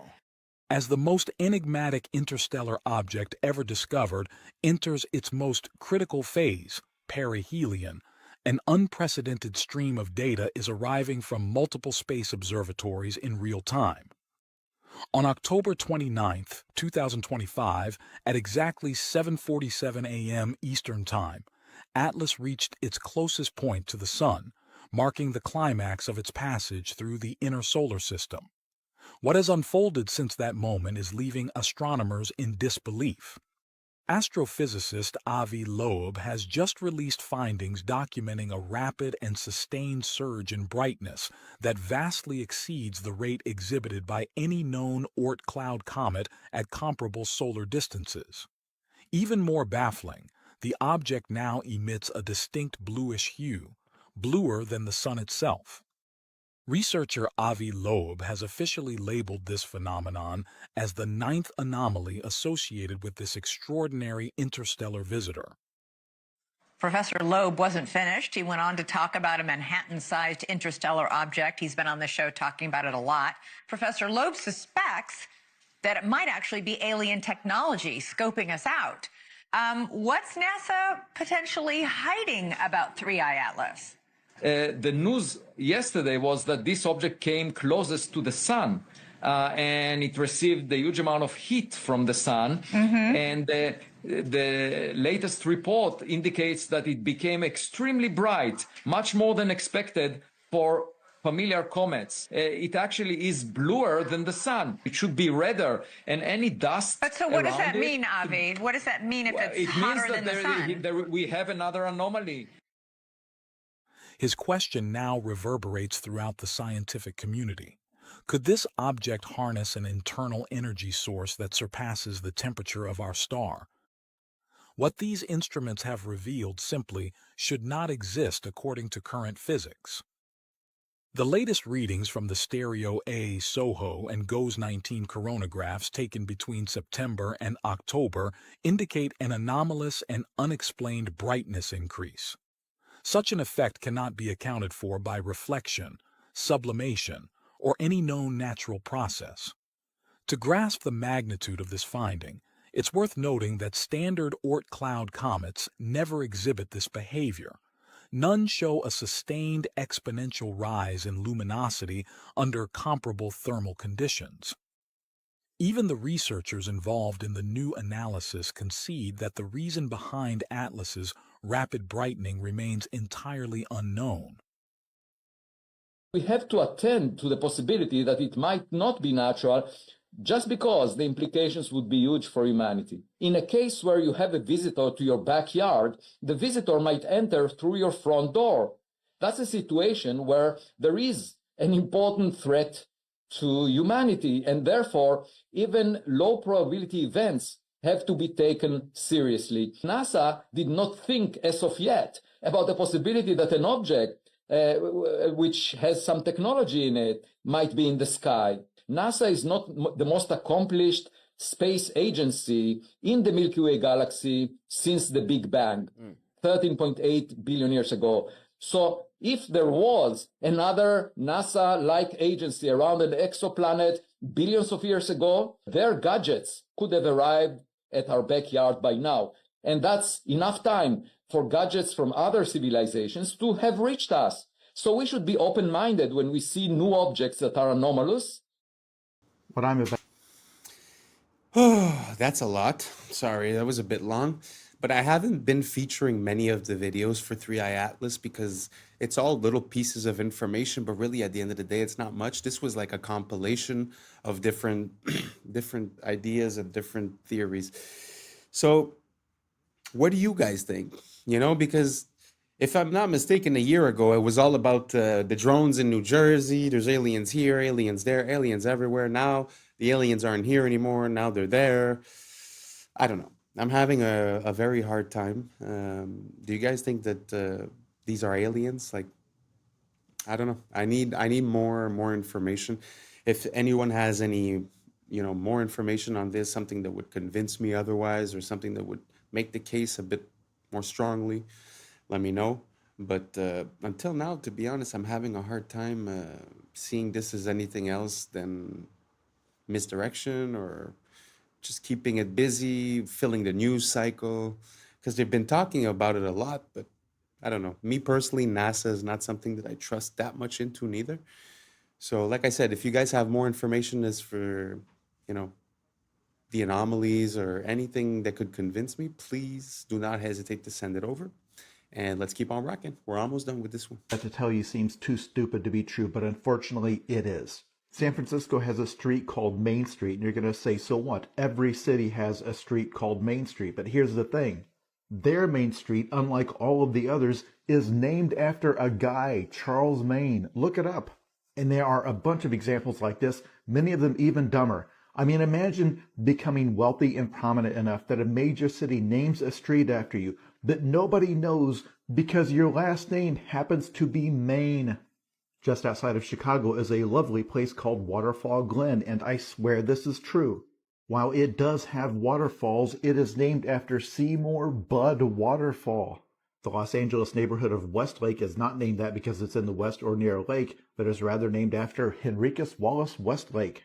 But wait, these only get worse. Burns-O-Matic torches are not called that because they are machines that burn things, but rather after founder Otto Burns. Even though Taco Bell has a bell in the logo, it is actually named after founder Glenn Bell. Which I guess makes sense because what is a Taco Bell? Did we think that it was a bell made of taco? Before merging with Costco, there was a rival chain called Price Club. Not because you can join a club to get lower prices, but after founder Saul Price. Some of you already know that German chocolate cake was not in fact from Germany, but was named after Samuel German. It was named after him because he developed a specific type of baking chocolate. He developed that chocolate for Baker's Chocolate Company. And Baker's Chocolate is called that not because it sells chocolate for bakers, though it does, but rather because it was founded by Dr. James Baker. I've saved the most infuriating one for last. All of the internet runs off of Google's search algorithm called PageRank. This is the algorithm that ranks the web pages. So of course it is called PageRank because it's named after Google founder Larry Page. Wow. What are the odds? What are the chances? But that's super funny, especially that example about, they name something after you, but no one knows because it's Main Street. Amazing. And that's a wrap for today, familia. Whether you're tuning in with the sunrise or you're posted up after midnight, I appreciate your time, your energy, your curiosity. And don't forget, this isn't about truth or fiction. This is about perspective. If this sparked a laugh, a thought, a deeper question, then we did our job. So drop your thoughts in the comments, keep the convo alive, like, subscribe, and hit that bell if you're riding a wave because we're just getting started. Until next time, stay critical, stay weird, stay grounded. I'm Adam Strain, and this has been Adam Strain Reacts. Peace. Now's the time for us to link up. Really think we on the brink up. Making a change from living this strange. Living this change. Making a change from living this change. Yeah. Meet the world's fastest backwards runner. Are particles real? I think in a way physics has been a progress away from this. This is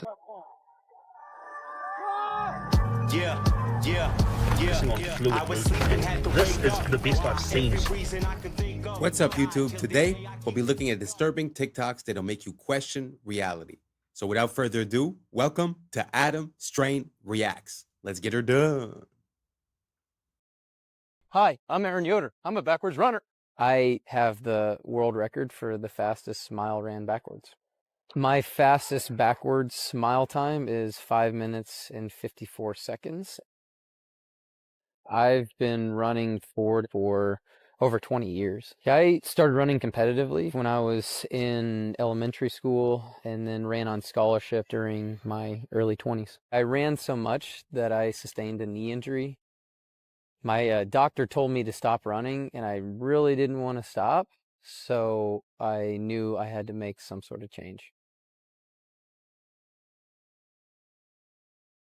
Retro running or backwards running is where you're literally just running in reverse and there's no impact on my knee. I run backwards everywhere. I run backwards on the treadmill, I run backwards on the track, and also out on country roads. Backwards running feels great on my knee. I don't feel anything, which is a reason why I really enjoy it. Look how advanced these robots out of China are at the moment. They've just taught them advanced kung fu and martial arts. They're focusing on fluid movement, and this is the best I've seen so far. Like, look how well this thing moves, jumping, doing flips in the air. It's just everything. It's the most advanced kung fu I've seen in a robot so far. These things are scary, but also, is it a good idea to teach these robots kung fu? Ugh. So what do you guys think? Do you guys think that the more innovation we have towards these robots, the better it is? Do you guys think that these are autonomous robots or they're being controlled by someone and copying the movements? At the same time, if they could copy the movement once, I suppose they'd be able to copy it again. So does this scare you, or do you find it just impressive? Do you think that it makes sense for us to continue in this direction? Let me know down below, and let's keep on rocking. This is amazing. This is the future of weeding. No toxic sprays, no harsh chemicals in the soil. Just lasers, precision light, managing weeds, protecting the crop, and keeping the soil alive. This is working with nature, using and harnessing technology for a safer, cleaner, healthier future in food. Wow, I had never seen that. I find that amazing. Because often we say, oh, look how man has been in evolution, but oftentimes, like if you look at, the structures or the architecture, we actually see a decline, right? But this is truly something that I find is next level, because what is truly archaic, I think, is to put poison on a plant that you're going to eat. That is, not the smartest thing, in my opinion, personally. So what do you guys think about this? Using lasers to target and to not affect the normal crops? I find this is a step forward towards us being a bit healthier and having access to food that is worth eating. Do you guys agree? Do you guys disagree? Let me know down below. Let's keep on rocking.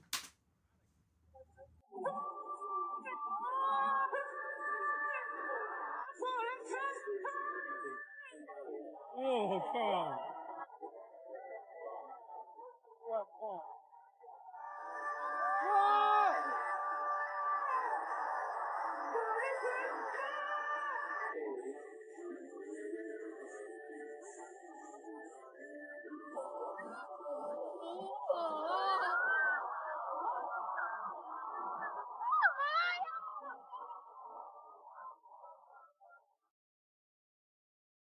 What?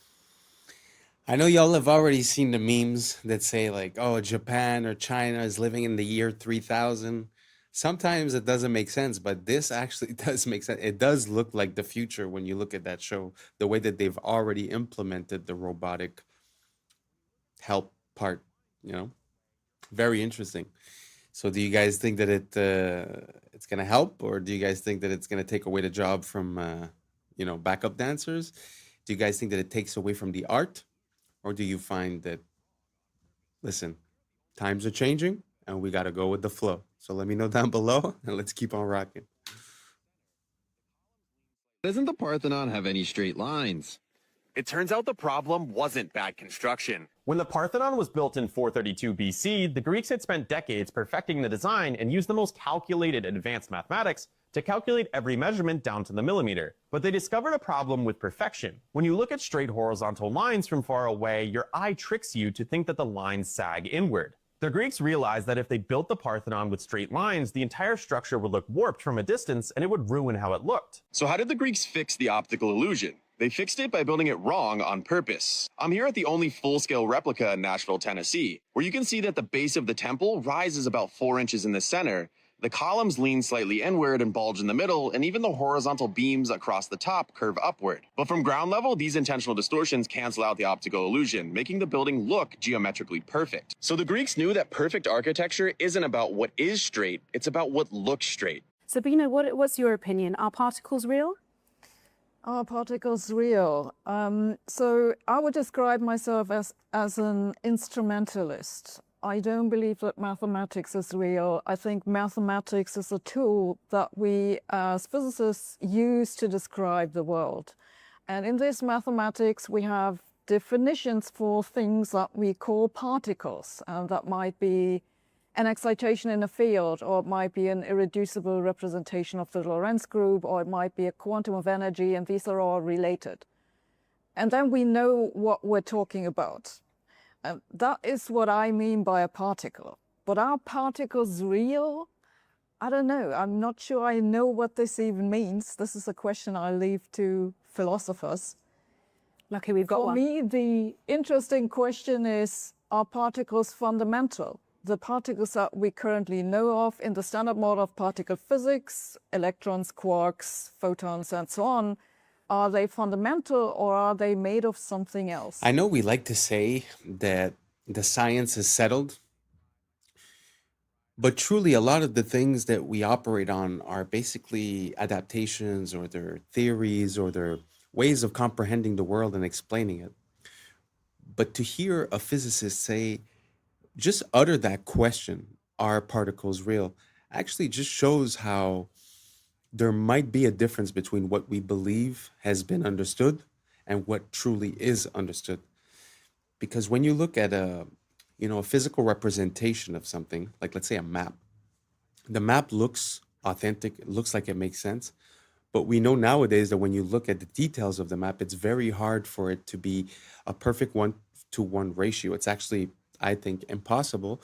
And that's why when you see the Mercator map, the projection that Google Map uses, you see the distortion between, let's say, Africa and Greenland, where it looks about the same size, when in reality, Greenland would fit, I think it's 9 times in Africa, something like that.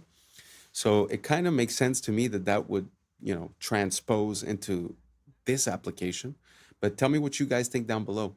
Do you guys think that the way that we approach science and the science of small things is a physical way of seeing it?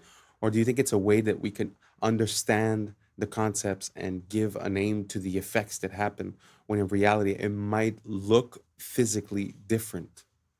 Just a question, just wondering what you guys think.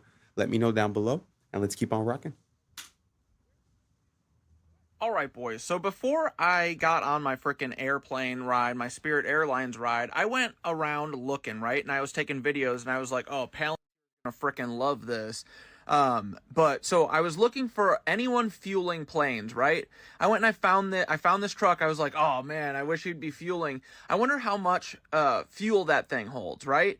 I looked it up, okay? I think it's about a 5,000 gallon fuel truck. So let's say 5,000 gallons just to make everything easy, right? Most of Spirit Airlines planes are these A320s or whatever, different versions of them. So I'm pretty sure I was on one of those. And it looks like it's like, let's say roughly 5,000. Let's give them the benefit of the doubt. It's only 5,000 gallons of fuel that they're putting in these planes, right? Even though things like the Airbus A380, look, they're saying that they put 85,000 gallons of fuel in those.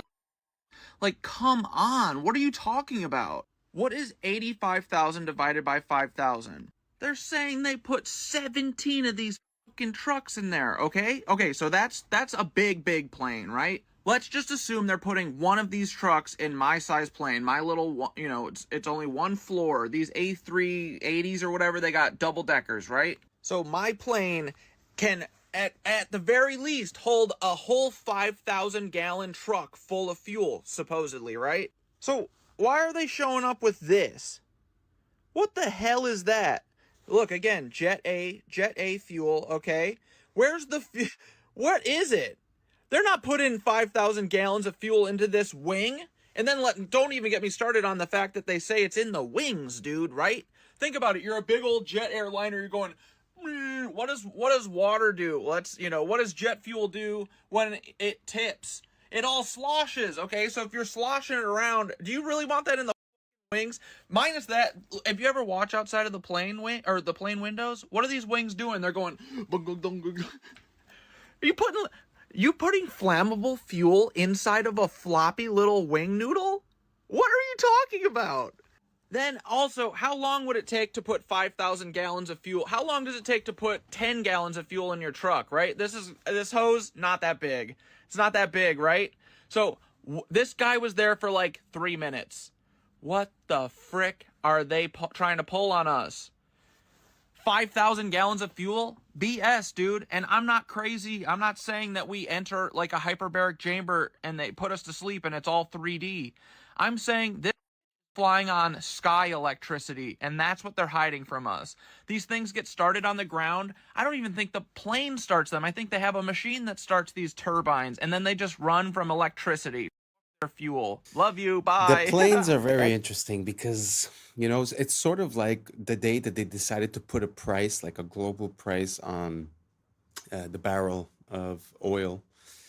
They had to make the case that it was biological and that it was a part of let's say, of a dinosaur that got compressed and this and that. So there was biological material, basically, meaning that there would be a limited supply. And since those days now, we see that, you know, we've never missed any, and it seems to be the most abundant liquid on this planet other than water. So what if it was the same thing for the planes, where they're using the fact that you're using that much gas to give the price, right? But what if they weren't? Because like he said, you know, the amount of tankers and trucks that they would need per day, and the speed at which they refuel. And, you know, he's talking about the electricity, which is true in a way. We have measured that at the ground, which is like electrically talking, the ground is ground, right? And then as you go up, basically there's a voltage that amplifies as you go up. So it's not crazy, the idea that there might be electricity involved. But just to give a second theory, let's say, you could also consider the fact that compressed air. So you're going at a speed that's very fast, and you have these turbines that are compressing the air because the entry is big like this and the exit is big like this. So what you're seeing a compression of air. And then where is that air going? It's going on the wing because the motors are actually in front of the wing. So the air would be going here and sort of like pushing it up. So that's just an idea. I've also seen videos of a turbine that was disassembled. And when you see the interior of the turbine, it has these little metal plates that are sticking out. And when you touch them, they sort of hit a certain frequency and resonance. So you hear bing, bang, boom, ding. And the idea would be, sort of like a bee. They say that the way that the bee moves, it's vibrating from its thoracic chamber, and it sort of makes it lighter because of resonance. So what if they were using the concept of resonance, compressed air, electricity? So these are all just ideas that I'm giving you, but it's very interesting to think about the logistics. So the city where I was born, they tell you that there's, let's say, 100 planes per day. And when you do the calculation of how many gallons and how many tankers, it would be literally like a tanker every minute or a tanker every 30 seconds. And again, just the time of refueling. So I find it's just a very interesting question. For me, there's nothing that's really off the table. So let me know what you guys think. Is this crazy? Is this ridiculous? Are we sure? Let me know what you guys think down below, because if you guys see a possibility in this, I might do a deeper dive and show you guys some other content regarding this, because I find it's pretty important, because the freedom and the capability and accessibility of travel and of energy has a very big impulse, a very big effect, let's say, on our capability of, you know, creating new technologies, of being self-sufficient. So just putting a barrier to entry to having, you know, the gas or the electricity or this or that would change our life significantly. So that's why for me, it's not something that I shy away from or that I'm scared of talking about. So let me know if you guys think down below if it's a possibility that there would be some other technology, and that would be the reason that they took the Zeppelins away, the balloons they used to fly, because it was too accessible, too easy, right? So let me know what you guys think down below. And like I said, if you ask me, I'm going to do a deeper dive on this. So let's keep on rocking. X-Men is about Martin Luther King and Malcolm X. Yes. Magneto is Malcolm X, and Martin Luther King is Xavier, is Dr. Xavier. Their philosophies were that's where he got it from. Yeah. It's all a lot of stuff is from black stories, and they just kind of Superman is the Egyptian about Osiris, you know, like power from the sun, same thing. Oh wow. Oh yeah, I read all. I love that. I'm just now hearing that for the first time. I never knew that. I love that. And when I was with Stan Lee, I love bragging about it because I don't care if you didn't meet Stan Lee, you can't with me. Yeah. Stan Lee, I was in his office for 3 hours. He was 89 years old. My friend went on a break, said, yo, hang out with Stan. I'm sitting with Stan Lee. I said, like, what the fuck? He goes, Godfrey, I want to show you something here. You see this picture of Wesley Snipes? Big ass picture of Snipes with the blade. He goes, he's the reason why Marvel got out of bankruptcy. It was him. Wow. It was because we had Blade. Blade is the reason he saved Wesley. And I go, and we ain't seen another Blade in 25 goddamn years. Crazy. But they got 18 Spider-Mans, 90 this, and Wesley Snipes saved. But this is how fucked up his business is. Yep. Look at that. Eddie Murphy saved SNL. Bill Cosby saved NBC. In Living Color changed the halftime for Fox. Oh. Michael Jackson saved the halftime of Super Bowl in 1993. Still the most watched Super Bowl of all time. Black people sell. Super Bowl halftime. So. We sell. It's just that they just can't get it out of their heads. They think we just can't give them too much because they'll do something. We're not going to act like you. We're not like that. No, we like to see everybody win. We ain't like you. And it's pathetic. It's like black people sell. They didn't think black people sold overseas. It was like, you guys don't sell. But then Black Panther gets $1 billion. And then I was in Saudi Arabia. And they were like, this is the only movie we've let in. Because they ban all American in Saudi. They go, no, Black Panther, yalla, yalla. The entire. Wow, I had never heard that actually. It's very interesting. It actually makes me think of, you know, the story of the Matrix and the Terminator were connected, and they were written as well by a black lady. And I find there's no credit that's given. And the part that really stuck with me is the fact, like when he said, you know, Blade saved Marvel, and there hasn't been a movie in 25 years, yet there's been 18 of the Superman, of the Spider-Mans and this and that. Very interesting, because really, when you think about it, why wouldn't they release things that they know work, and they would try to, I say ruin, but, you know, like destroy all these long-standing franchises. I have a hard time understanding Disney, to be honest, and everything that they've been doing in the past, let's say 10 years with the movies. Like personally, I grew up and it was a very big thing, Star Wars. Like it was the original movies, and it was a super big thing. And now I can't even bring myself to watch the new ones. It's like, I can't even follow it. It just seems so distorted and so, and to make a quick parallel, if you guys haven't seen, there's a movie or a trailer about when Anakin sort of becomes Darth Vader, and it's all done by one person using AI. And I think that's going to be the downfall of these companies, because for once we're going to be able to create the things that we want to watch, and we won't have to wait for them to provide it to us. So I think we've hit like a limit where the things we want to see, whether it be another Blade or whether it be, you know, he was saying the black comic books or whatever it is, I think now we're going to have the capability of doing it. And when they see the response, I feel like now we're going to be able to have a bit more negotiating power. So I'm very interested to see where, you know, Hollywood and the movie business is about to go, because I feel like the fact that we're able to influence it and actually render movies is going to put us in competition with the bigger companies.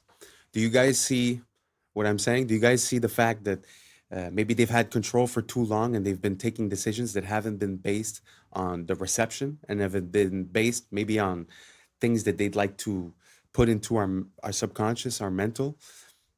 Let me know what you guys think down below, because we all know that Hollywood comes from the wood of the holly tree, which is how they used to make magic wands, right? So there is something metaphysical and something magical about the way Hollywood has been handled, let's say, in the past 100 years. So let me know what you guys think down below, and let's keep on rocking.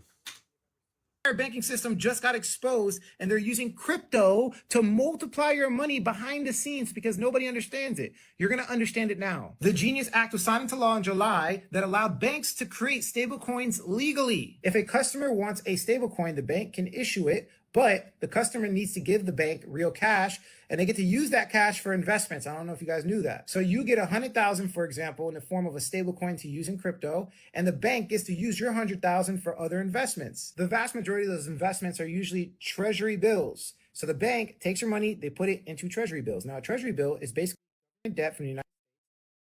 Will pay back that 100 grand and interest to the original investor. And the original investor in this case is the bank. So the treasury bills may be sold as purchase securities for repurchase agreements. The fine print exposes everything. They can use the treasury bills for repurchase agreements. So here's the stable coin. Here's the real $100,000 cash. It gets put into.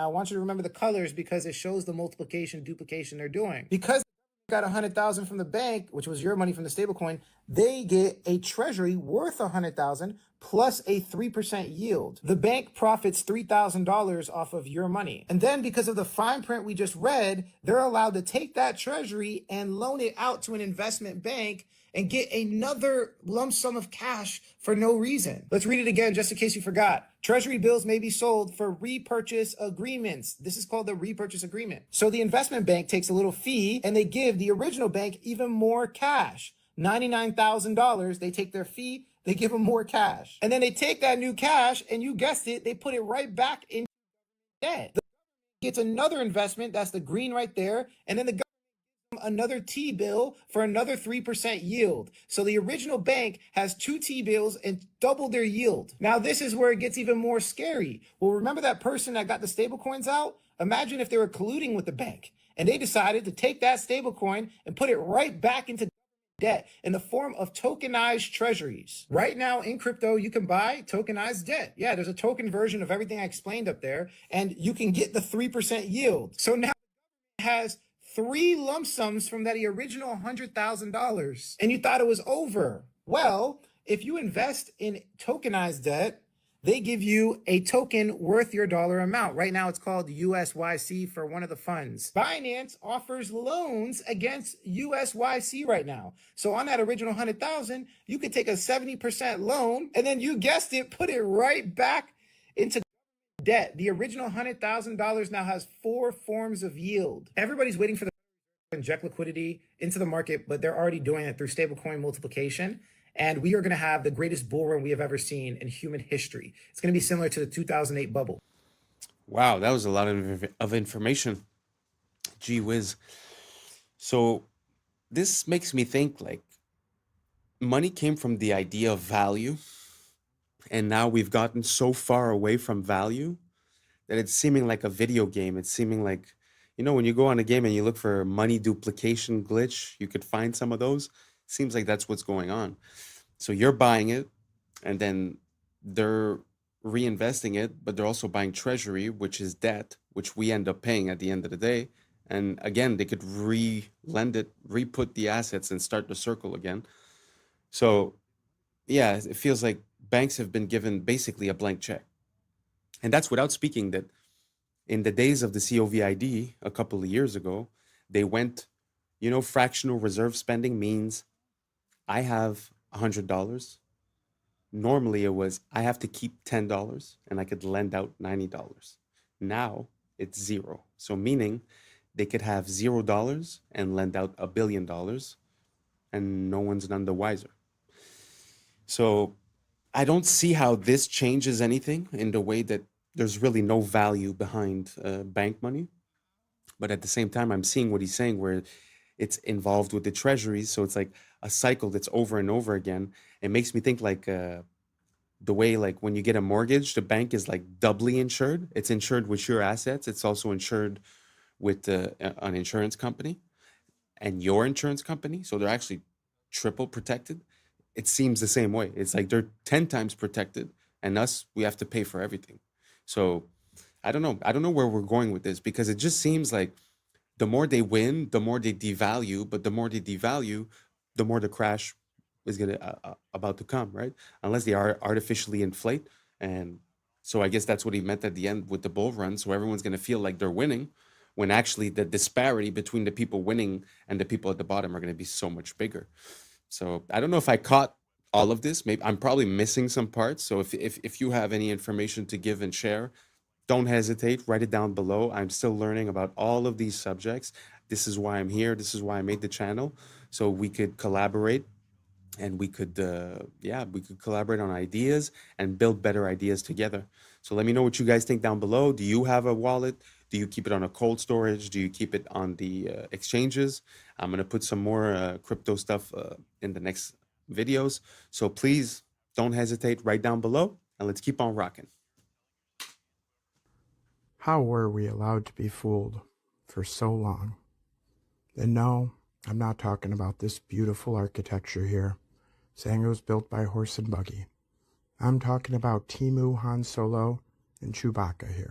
Hawkins was a literal puppet on that world stage. Did you know, before Hawkins had his fancy little computer, he had a translator talk for him? I think, in a way, physics has been a progress away from mysticism towards a rational understanding of the universe. Stephen, when did you first realize you wanted to be a physicist? Oh. I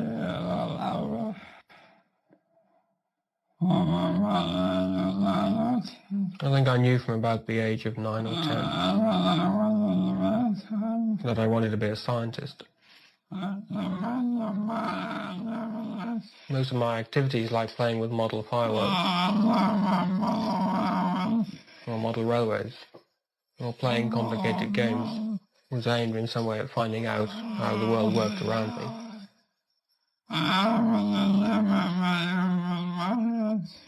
I was never very good with my hands, so my models did not work very well. But I was always interested in models that I could control. And I think that nowadays I have translated that into studying physics. Because in a way, if you understand the universe, then you have control of it. I don't know. I gotta say, that interviewer was pretty solid to not break out in laughter, to be honest. I would have been laughing for sure. What do you guys think? Do you guys think that it's real? Or do you guys think that it's possible that he was a puppet? What easier puppet could you have than one that talks with a computer box? You know, that was before that time. But do you think he was translating? Do you think maybe he knew it ahead of time, right? Who knows? But do you think it's possible that, you know, some of these scientific role models might be, you know, government plans, or, you know, to control the public opinion, or to get us to stray away from God? Or, I mean, there's so many reasons, right? So I don't know. I have no opinion on this at all. So you guys let me know. Do you guys think that was a pure translation, or do you guys think it's a bit ridiculous? Let me know down below. Let's keep on rocking. A Gen Z person might get recruited is, let's just use you as an example. Somebody comes up and says, hey man, I love your podcast. And they say, I have a serious question for you though. Would you consider yourself a patriot? Now I've got you locked into identity. And then I say, well, I have an offer for you, but before I show you anything, I just want you to say yes or no. Would you be willing to entertain the offer? And it might be uncomfortable. Stage one is, I show you all of your browsing history, captures from your webcams on all of your phones and computers of you doing the most you could ever possibly imagine. And I'd say, I like your podcast. I think you're doing a great job, and I want to protect you. I want to keep all this from the public eye. We also want to give you $20,000 a month. So now you feel like you chose all of this. I told you it was going to be stressful, and you agreed to it. If you say yes, the reason that you're doing this on your podcast is for your country, because you're not going to call yourself compromised. We have this thing called cognitive dissonance that keeps our brain from thinking I'm a bad person. Even though you're being asked to silence people, not have certain people on the show, leave something out of your podcast, you're telling yourself, and whoever's your handler is telling you, this is for the greater good, and you kept Americans safe by doing that. And you'll tell yourself that, and you'll feel good about it. What happens if I say no? Well, damn. So that's how the CIA recruits. Well, I'm going to go ahead and spill the beans so they can't ever recruit me. With me, there's nothing compromising that you could find. It's just nothing but porn. What? Y'all going to shame me? No. All you're going to see is Big is 2, Ebony Baddies 3. You're just going to see the webcam. This is going to be my two heads. Just you can't shame the shameless. For real. So, yeah, what? I'm rubbing a one off to Skin Diamond? Shit, I ain't got shame. Skin Diamond is... Also, a special shout out to Lexi Love. Thank you for following me. You and I, we had an amazing Thanksgiving day. It was the greatest three. You, me, and Pamela. It was dope. So, to whoever's watching this, an agent assigned to me, I know you're be watching nothing stupid. I don't do nothing but regular good old. So, can't shame me shameless. Yeah, that was pretty dope. But it gives you a little bit of a perspective, you know. Sometimes we wonder why people act a certain way, and we don't really understand why people change their attitudes, especially when they're in the limelight. It's so easy to corrupt someone. So easy. I mean, that's without threatening their family or this or that, right? So very easy. So be careful who you believe in.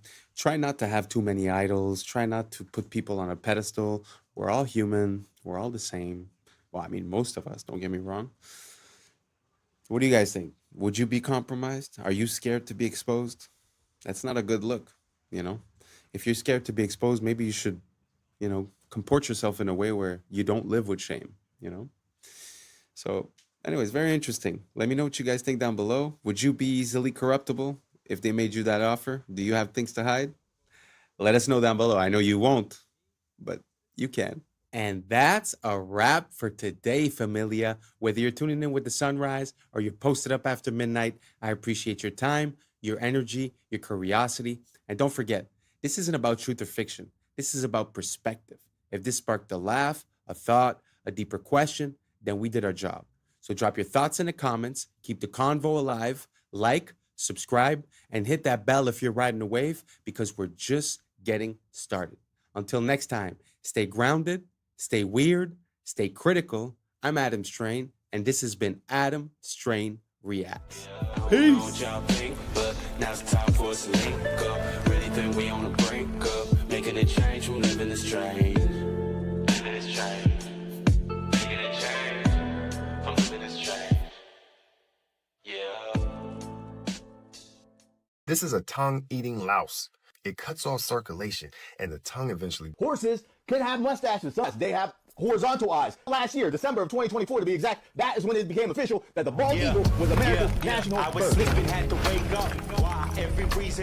What's up, YouTube? Today, we'll be looking at disturbing TikToks that'll make you question reality. So without further ado, welcome to Adam Strain Reacts. Let's get her done. This is a nasty little creature right here. It's a parasite that survives by taking over another animal's body. Most fish don't react to it because by the time it's visible, the damage is already done. This is a tongue-eating louse. It enters a fish through the gills and clamps onto the tongue. It cuts off circulation, and the tongue eventually dies and falls off. The parasite doesn't leave. It takes the tongue's place and functions as the new organ while the fish keeps eating. This is one of the only known parasites that replaces an organ inside a living host, straight from the fish tank. Gee whiz. Anybody ever seen that before? I have never seen anything close to that. But I find it pretty crazy how you have these parasites that seem to be made to infect certain hosts. I've seen another one that's sort of like a black goo that goes inside of this bug. And at the end, when they take it out, the bug basically was being ran by this thing. If you guys have any more examples, send them down. I find it super interesting. I mean, it also makes me kind of poke holes into the idea of evolution. How would that being be conceived if it needed another being to basically proliferate, right? It's a very interesting to me, the whole idea of reverse life, which would be like parasites, which would be like, you know, life is about going from 0 to 100, and the work of parasites is basically taking it from 100 back to 0, back to nature in a way, right? So yeah, very interesting. If you guys have any more examples of this type of behavior in parasites, please send it down below. And don't forget to do your parasite cleanse.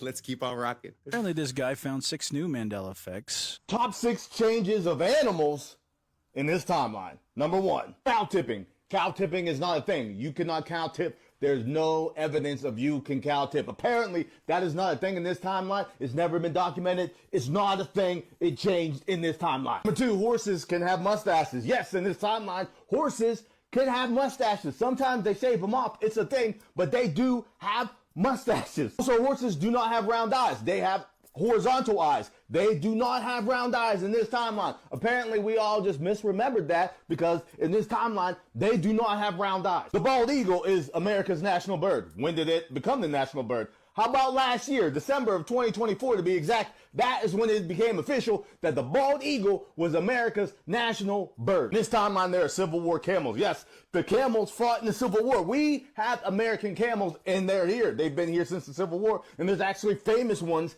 in this timeline. I did not know that. Number 6, it is Smokey Bear. It is not Smokey the Bear. Apparently, it's always been Smokey Bear.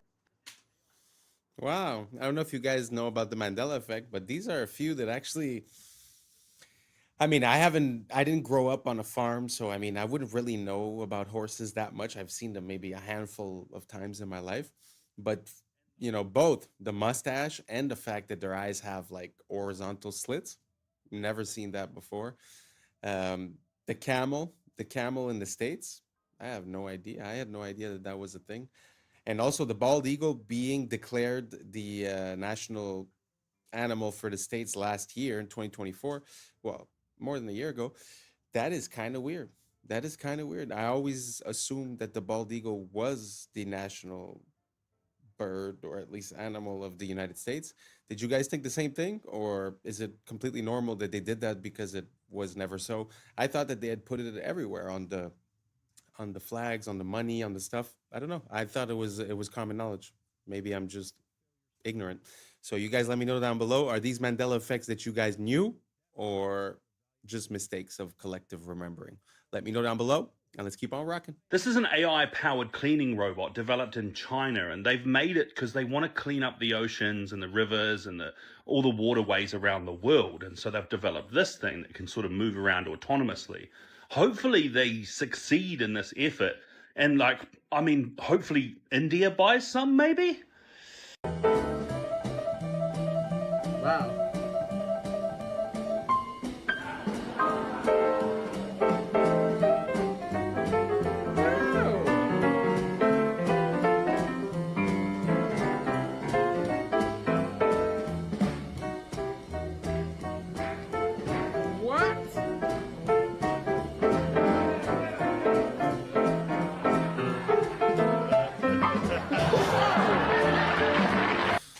Gee whiz, that is a master of his craft.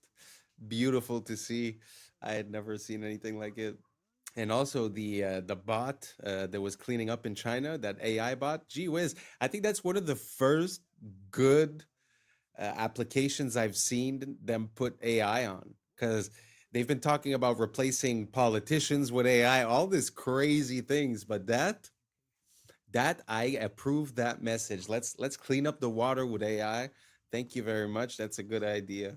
Anyways, let's keep on rocking. The only way to success is through failure. I'm saying through for a reason. You have to go through the failure points to what? Learn, develop, grow. That's what failure's for. If you failed, that doesn't mean that you stop. That means you keep going. That means you just learned a valuable lesson. Oh man, I lost all my money. Cool, how? Well, I invested in this business well, now you don't invest in that shit. Education costs money, doesn't it? Your failures are education.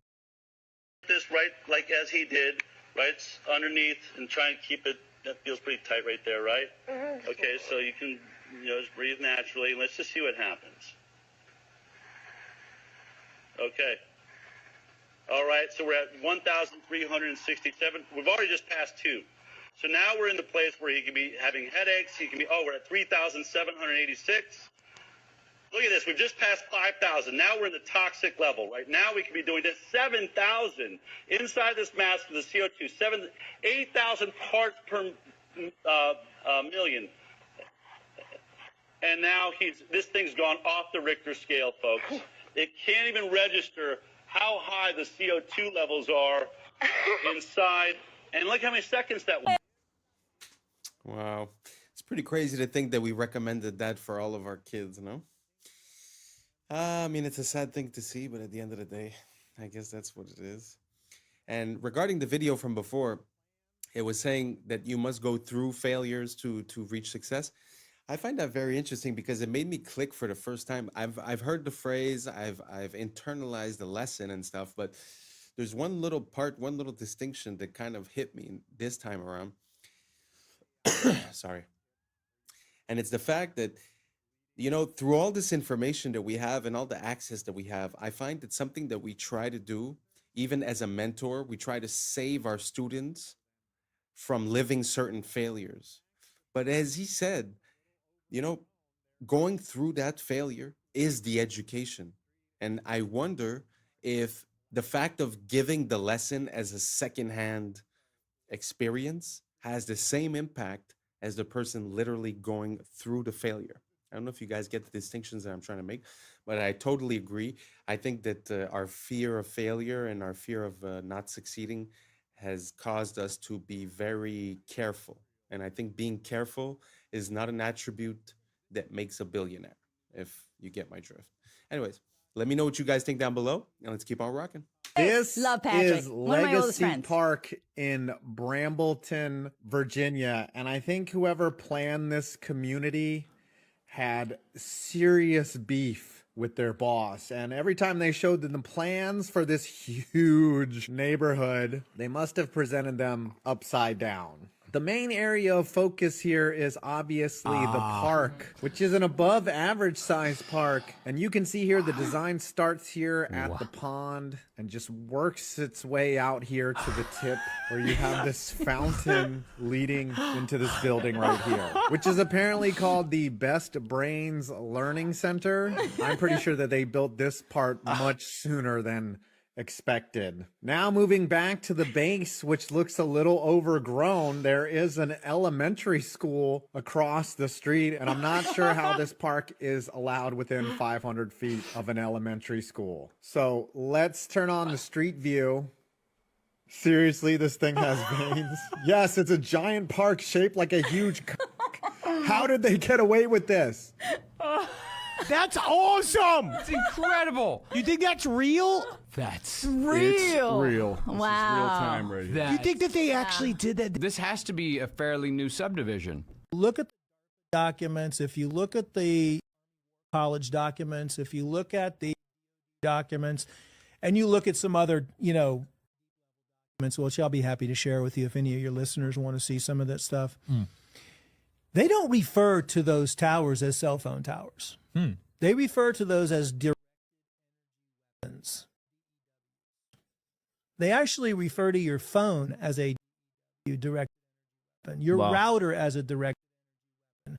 Well, I couldn't go much further because they have to control you through frequencies. That's how they control you, and mostly through extremely low frequencies, megahertz frequencies, 3, 4, 5G, 6, 7, 8, 9, 10G frequencies, gigahertz frequencies, microwave frequencies, radio frequencies.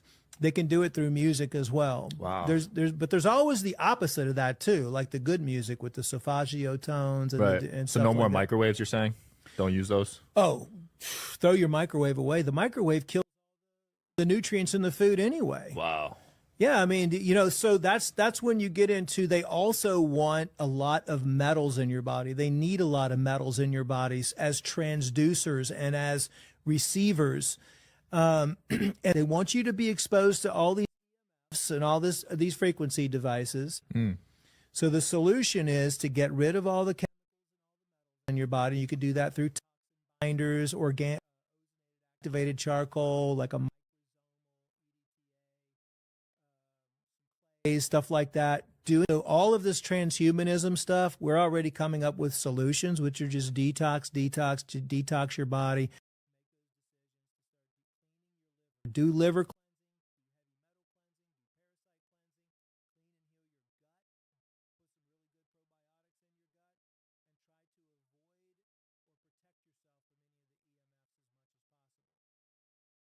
特にカレーやいうんは、これ、日本に一台かないや言われよるけど、この中のお米がな、手作りで自分の田んぼで作ったお米を使ってあって、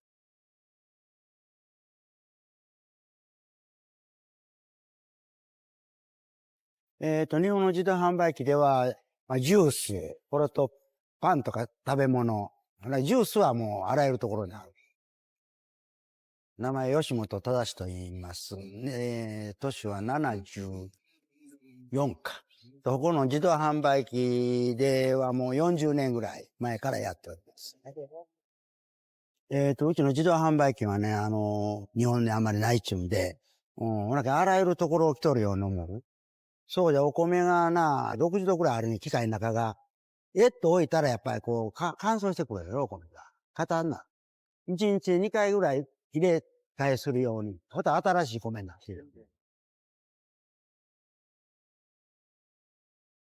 いやいや、もともと百姓屋で米作んでったけんな。ほんで、このお米を使うた方が得なわけや。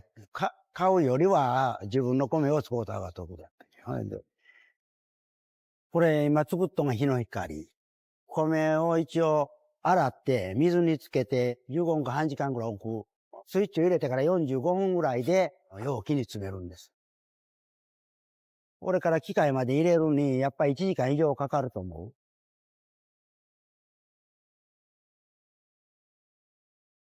値段はもともと300円。トラックの人はもう持って帰る。これと家族の人が来て3つぐらい一発に家で食べるとか言って持って帰ってくれる。このお米うまいってこう言うてくれる人がおる。これが一番嬉しいんや、ほんま言うたらな。これは我がの体と機械と生ける間はもうするつもりじゃ。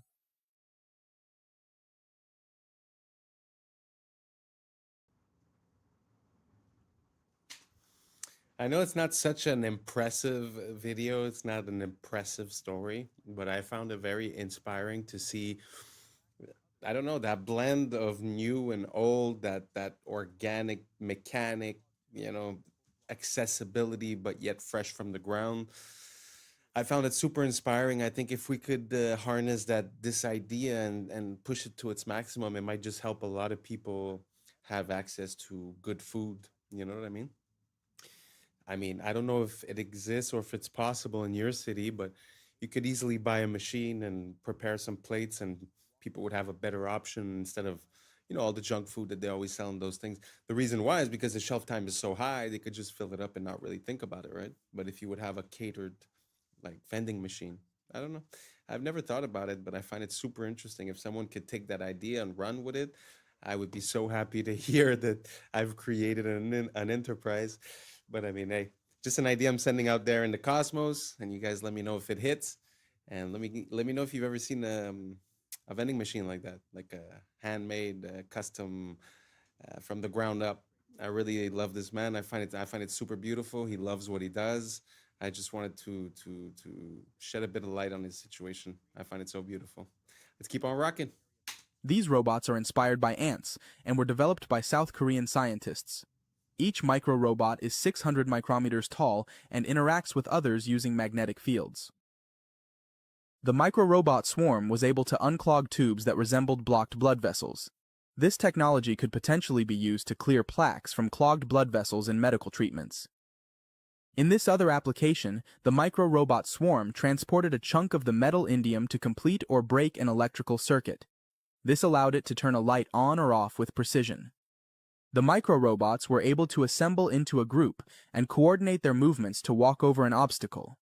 By leveraging their collective strength and synchronized actions, they successfully overcame barriers, demonstrating their ability to adapt and perform tasks that require precise teamwork.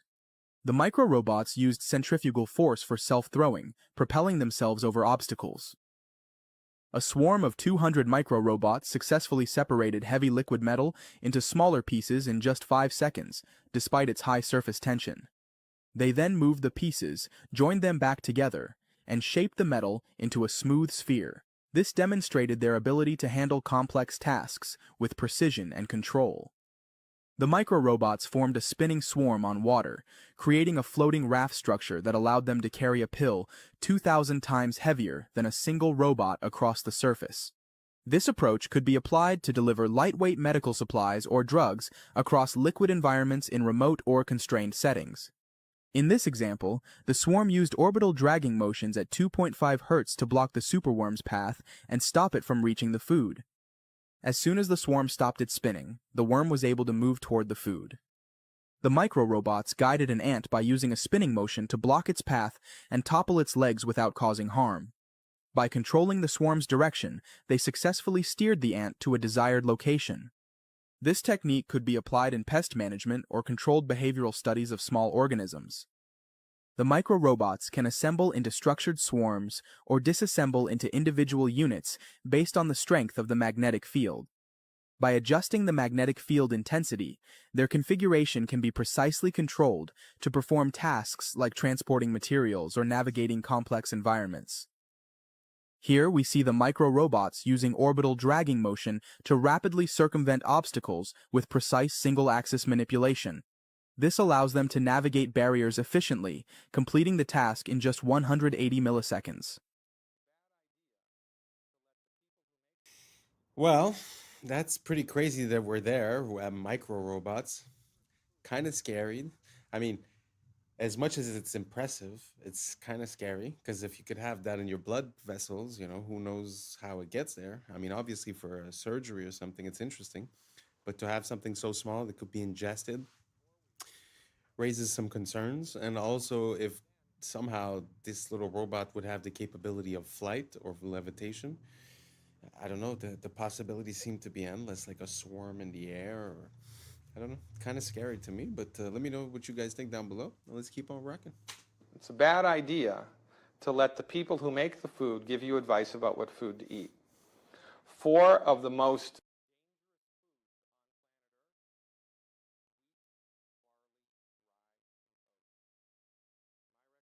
for everybody 100% across the board, stop eating these foods completely for 4 weeks in a row.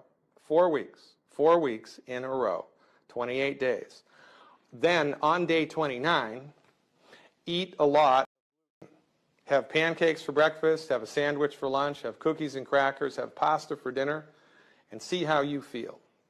And as God is my witness, if you make it to lunch without something happening, I'll eat my hat.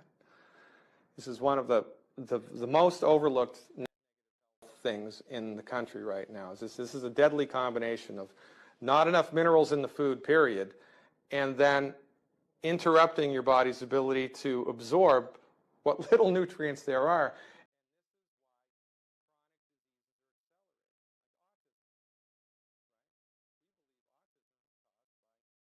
Bad nutrition in the blood of the pregnant mother. As the fetus is developing, it needs raw materials to make a brain, make a heart, make a liver, make a kidney. You can't make that out of pixie dust and air. The body needs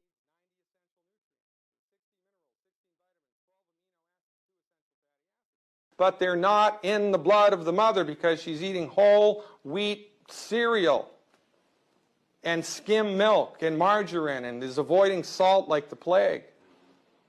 So, from the proper perspective, with all of the data points, it all starts to make sense.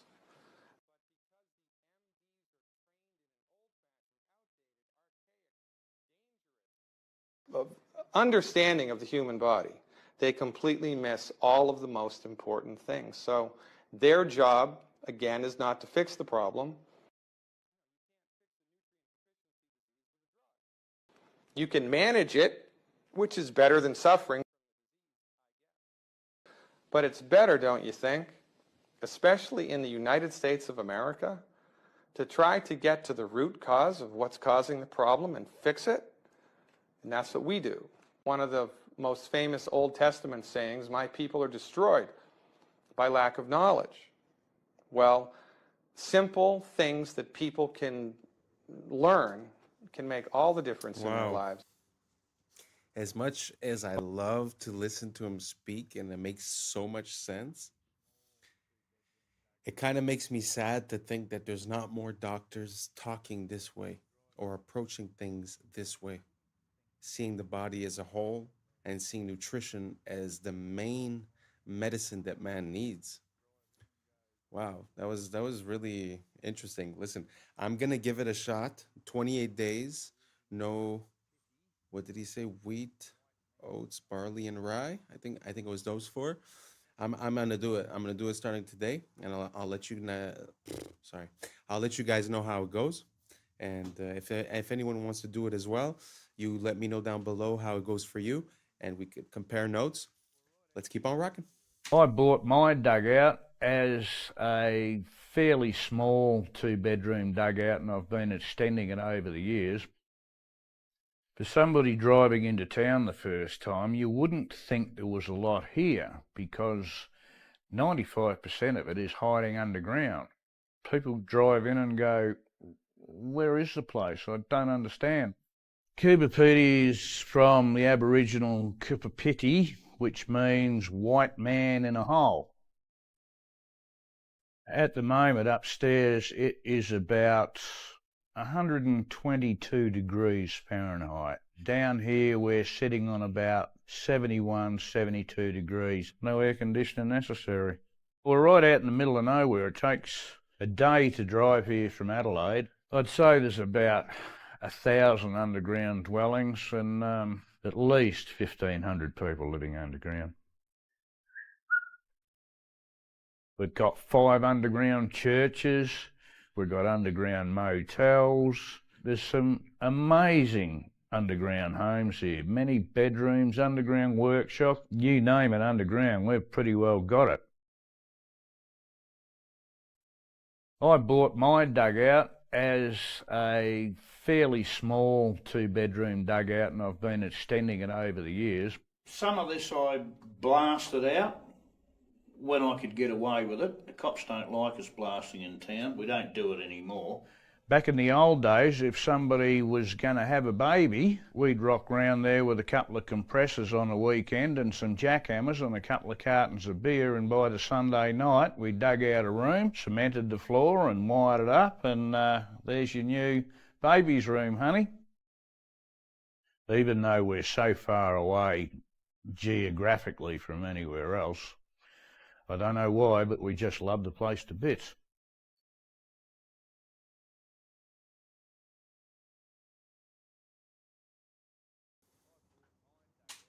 Wow. That's pretty impressive. I had never seen anything like that. A whole city underground. I had never seen anything like it. I find that so interesting.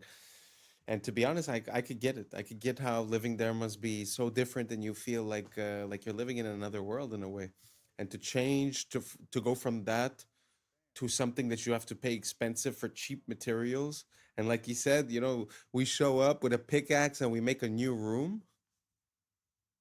Man, the beauty of that idea, the luxury of not having to build up and to just, go a bit deeper. I find that so beautiful and such a great idea. Makes me wonder, are there other places where there's underground dwellings that on that much of a massive scale? It's very interesting. Man has always seemed to be underground somehow. We often find streets or bottoms of buildings or a lot of things that are below our feet. Super interesting. Let me know if you guys ever heard of any type of city that resembles that or something different, or if you've been there or if you have footage. Let me know down below. Let's keep on rocking.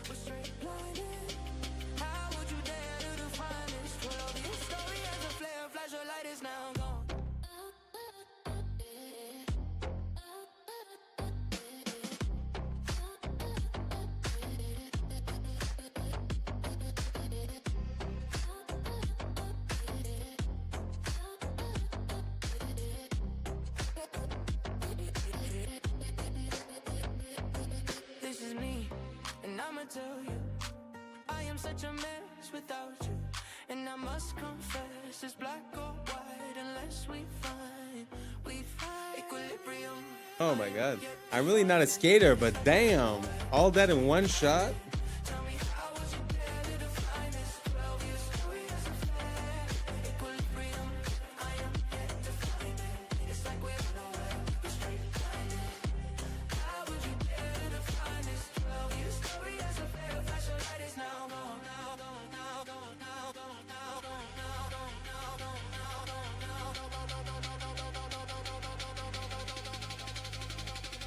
Maybe that's the point, to let it run free. Feels like we're joined at the hip with one being. Maybe that's the point, to let it run free. Feels like we're joined at the hip with one being.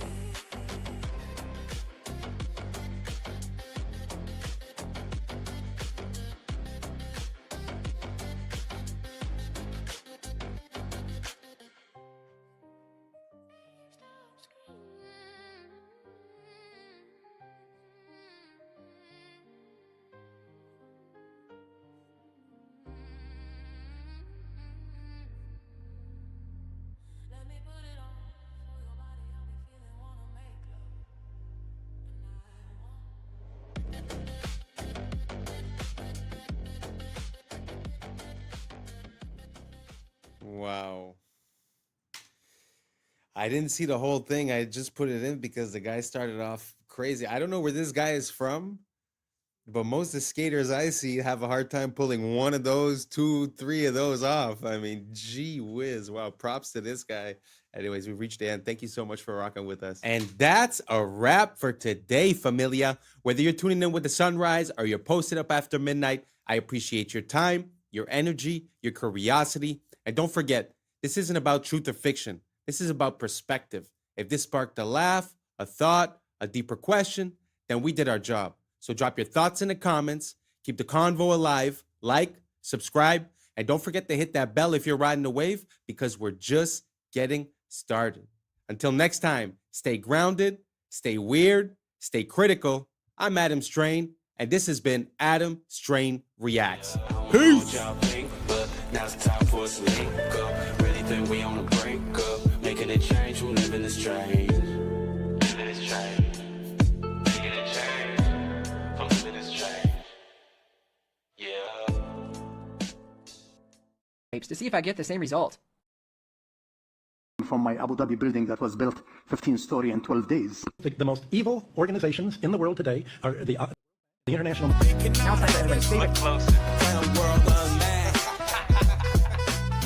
What's up, YouTube? Today, we'll be looking at disturbing TikToks that'll make you question reality. So without further ado, welcome to Adam Strain Reacts. Let's get her done. Andrew, if every interview, every video, every tweet you've ever made was erased from the internet forever, and all you had was 3 minutes, what one truth would you share with the world?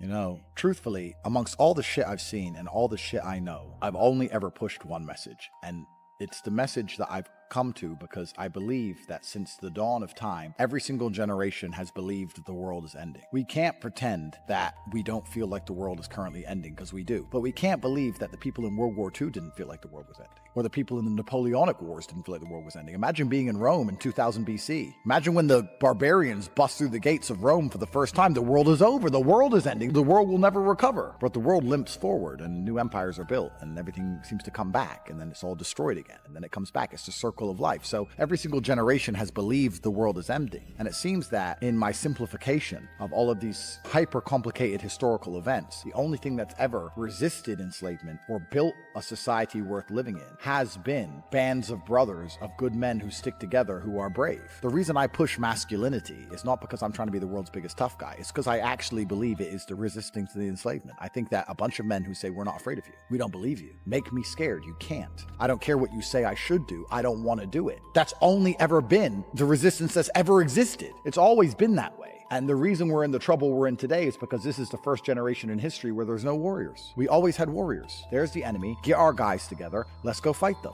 Now I can't find anybody to fight. It's just me up here. Everyone with an opinion on the internet doesn't want to fight. They want to turn on me. I'm standing at the front saying, let's go, guys. And they're saying, you're a sellout. Well, what the are you doing? Why aren't you up here? What are you telling the world? What help are you giving? Who are you waking up? How are you shifting the Overton window? You're not risking a thing. I'm risking it all. And you're turning on me. I can find the odd guy here and there. Where's the resistance. So when I'm trying to preach masculinity and saying to guys, look, go to the gym, get strong, resist, don't be afraid, speak what you think. I'm trying to say all these things, trying to inspire some backup, some support. Masculinity is the answer to the trouble we are in. And truthfully, unless we get some balls back, well, then it's over, isn't it? And women can complain, and women can protest, and women can riot, but nobody gets it. Because when women complain, it's called an inconvenience. And when men complain, it's called a revolution. Well, everyone, this has been your guest, Andrew Tate. This is the Jack Neal Podcast. I gotta say, I was having this conversation recently, and what he was saying in the beginning resonates kind of true to me, because it seems like every generation it's the apocalypse, it's the end of the world, and especially when you spent your whole life believing in the narrative and you're going through life in automatic mode and just accepting the information that's given to you. Well, when you start waking up and start seeing the inconsistencies and things, it's very easy to have an extreme view where it's like, well, everyone's out to get me, like they're trying to get me with the food, with the air, with the water. They're controlling the finances, they're controlling everything, the wars, this, that. So it's very easy to come to this realization and be like, oh, it's the end of the world, blah, blah, blah. When, like he said, every single generation has had a bunch of people thinking the same thing. So instead of focusing on that thought of the end of the world, like he said, he's putting it towards masculinity, men and women. But I think like just unity and just realizing what we need and focusing on that and being the positive change, having personal discipline, making better decisions will make us make better decisions as a society. So basically all I'm saying is that it seems like we're a bit fatalist. Like every single generation thinks it's the end when it obviously isn't. So maybe we just drop that idea and start working on the state of the world. Anyways, let's keep on rocking. নয় যদি Epstein bitcoin গড়ায় গভীরভাবে জড়িত ছিল কিছুই কি Bro, we are so cooked. I don't know if you guys have seen this, but Instagram has this new AI translation feature. And I'm just going to give you some, I don't know, I find it hilarious, but look at what they can do. Like, we are seriously cooked. Like, you are not going to be able to tell what's real very soon. And we might be there already. It's hard to say what's real anymore. Am I real?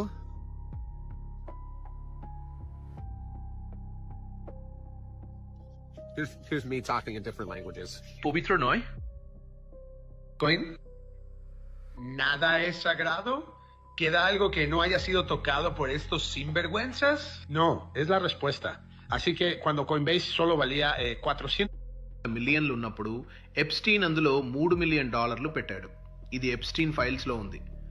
నాకైతే ఇప్పుడు There's a school in Switzerland called Le Rosey, where billionaires and kings send their children.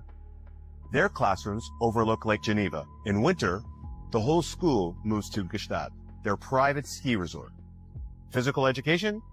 Skiing the Alps. They don't learn the rules there. They learn how to write them.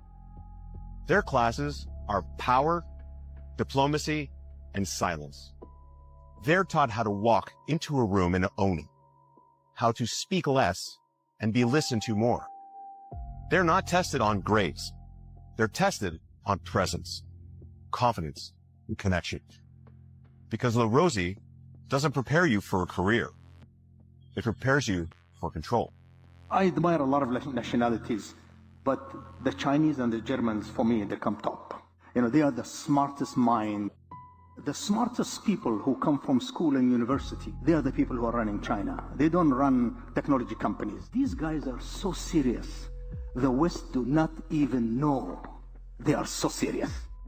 And I'll tell you, the gentleman who I bought from my Abu Dhabi building that was built 15-story in 12 days. It was fascinating to see 12 days a building was built. Thanks to the Chinese. Unbelievable. like who will anybody believe 15 stories in 12 days? Like unimaginable. Absolutely. But this guy is easy for him because he does 30 stories in 30 days. So 15 story in 12 days is like he's just having his coffee. The gentleman, when I went to his house, I saw all the shoes outside the door. Well, I said, wow, that's my house. So he said, I apologize. I said, no, we do the same. So I took my shoes off, and then we went in. And then when we sat on the dining table, guess who's sitting there? His mother. I said, oh my God, Well, I have my mother also sit on the dining table. We are closer to China because of tradition. My respect to the Western culture. I have nothing against it, but we're not the same. Well, that's pretty interesting, because like he says, we're not the same, and it kind of makes sense, because when we go to make a building, it's going to take us 2 years just to pass the permits and to receive the materials. So there's really something about, before I start talking about China, I just want to say I do not approve the system that they have there, and the rules that they have, and the social credit. I'm not condoning it.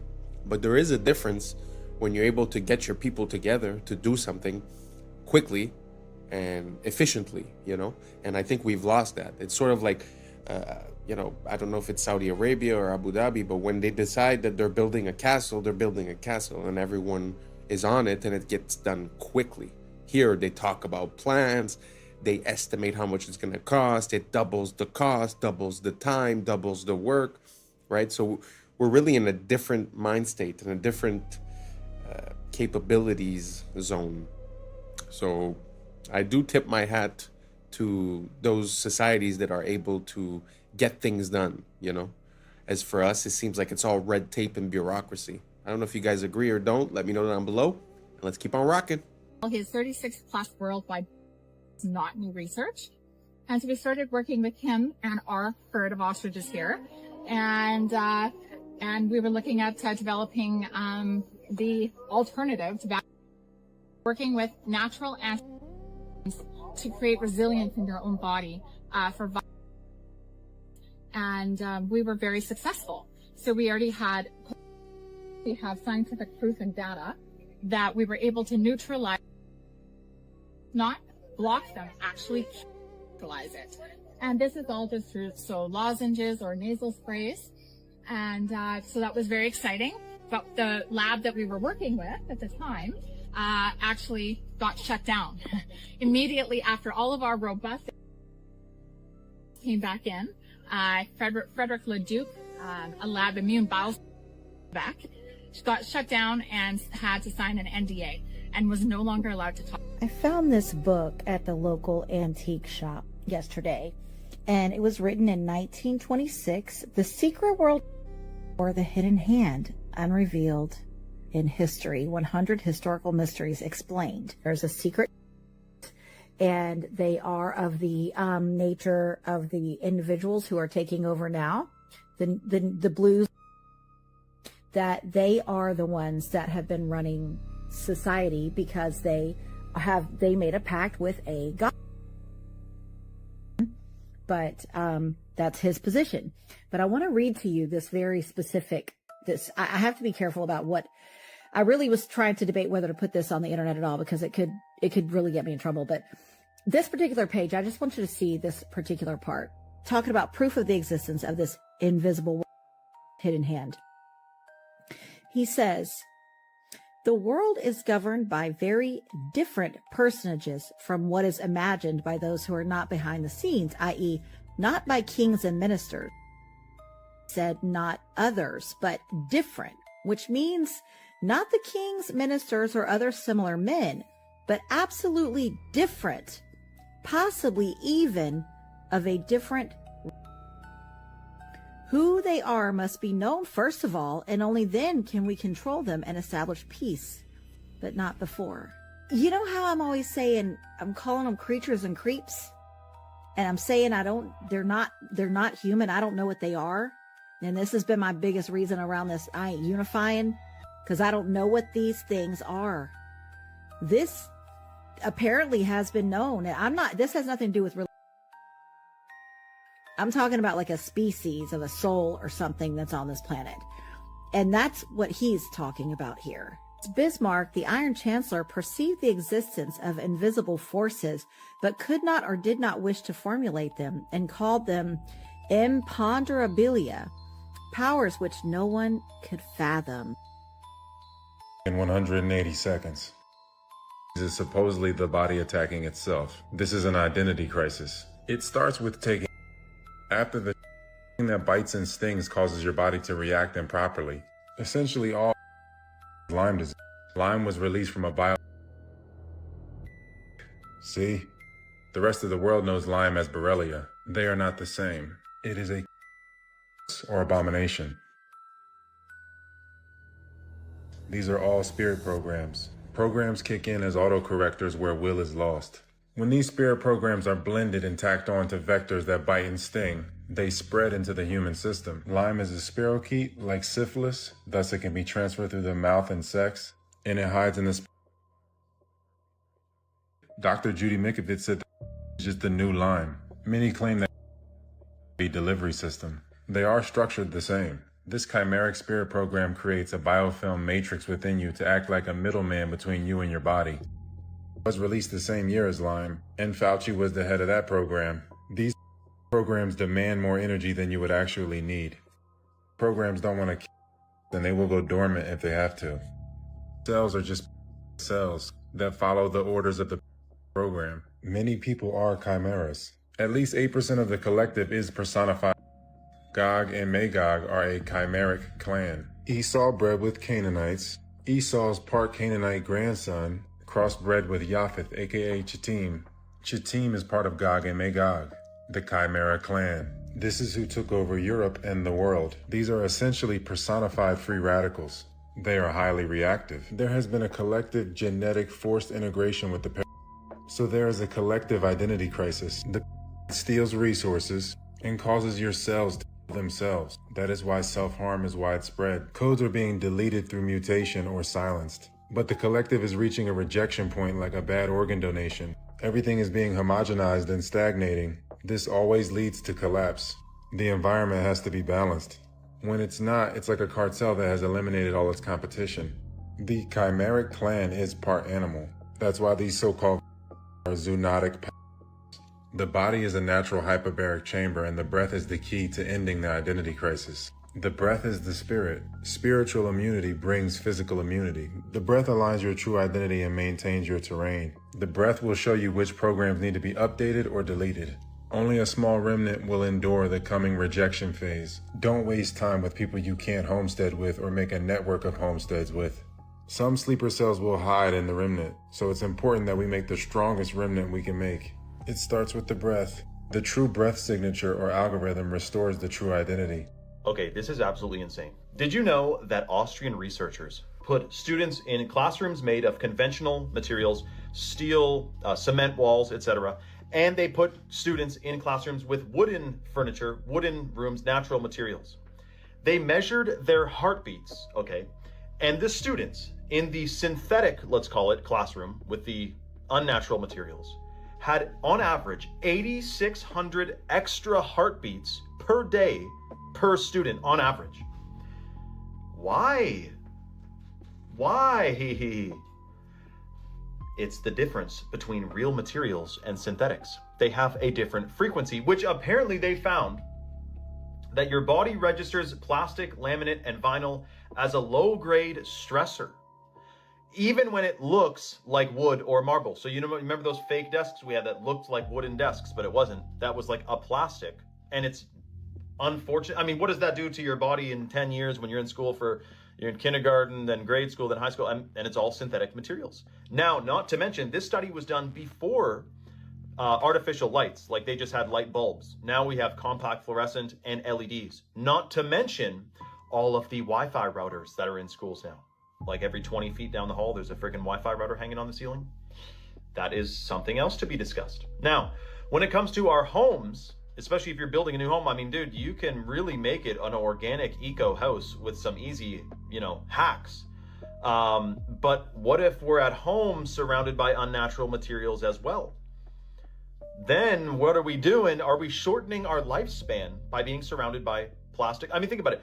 Drywall, Chinese drywall is in pretty much all of our homes. It's toxic dust. It's toxic to breathe in, and it's mold, like it can get moldy. Whereas a hemp house or a cob house or a stone house, there's different houses that are mold resistant, namely hemp. I mean, hemp is basically a tank couldn't drive through. I mean, hemp is extremely durable, mold resistant, fire resistant, and it actually blocks EMFs. Like if you're in a house that's made of hempcrete, and you're down the hall and there's 2 rooms between you and the Wi-Fi router, you're not going to get cell service. Like, that's one of the things people say when they have a hemp house is they don't get very good cell reception, which is good because you don't need cell reception on your brain stem every freaking day.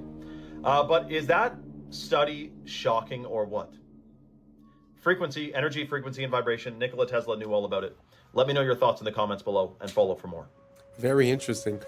I haven't seen the study that he's referring to, but imagine if just the objects that surround you, like if we take for granted what he's saying, the objects around you have an effect on your body and its function. Now imagine the air, imagine the food, imagine the water, the drink. Because he's saying when you substitute wood for plastic, let's say, but what happens when you substitute, you know, a real compound from a plant to a synthetic version, right? So, yeah, and like he's saying, you have it at school, you have it at home, you have it at work, you have it in your car. So at the end of the day, are we outside of our element? Are we performing less than optimal?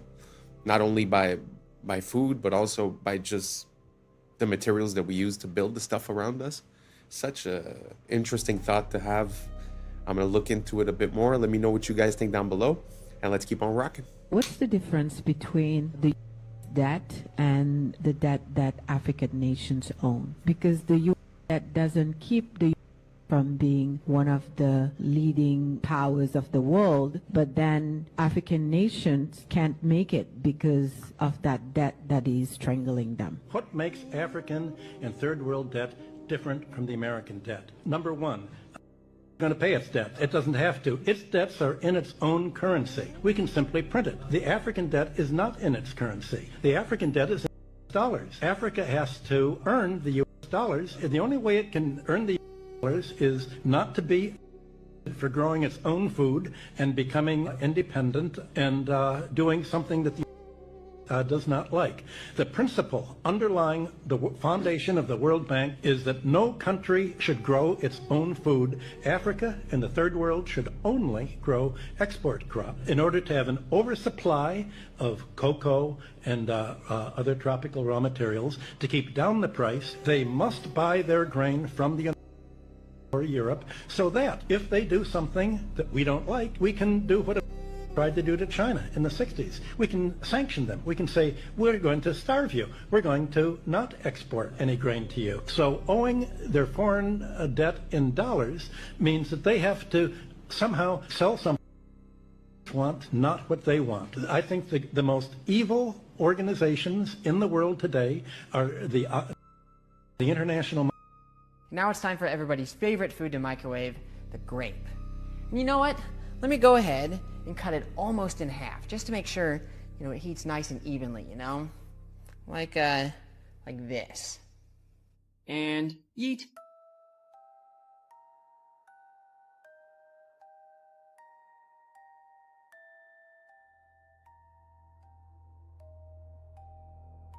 Unfortunately, the fragrant smell of roasted grape is hidden by the suffocating nitrogen dioxide fumes, which is the deadly brown gas left in the beaker there. Instead of cutting a grape in half, I just tossed in some unmodified grapes to see if I get the same result.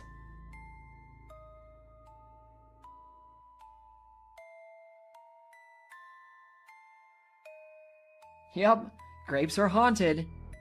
Let's see if the microwave can melt magnesium ribbon, or at least see what kind of plasma it'll make.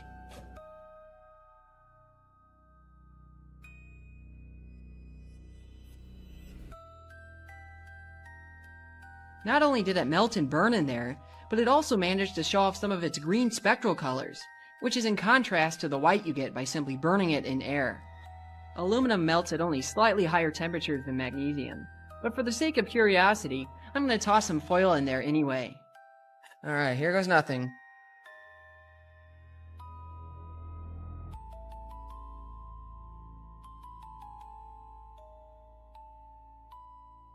Now that is like an arc furnace.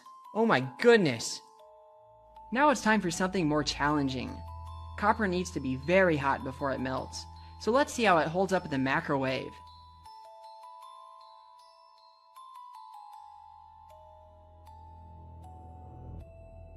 Oh yeah, It melted almost instantly.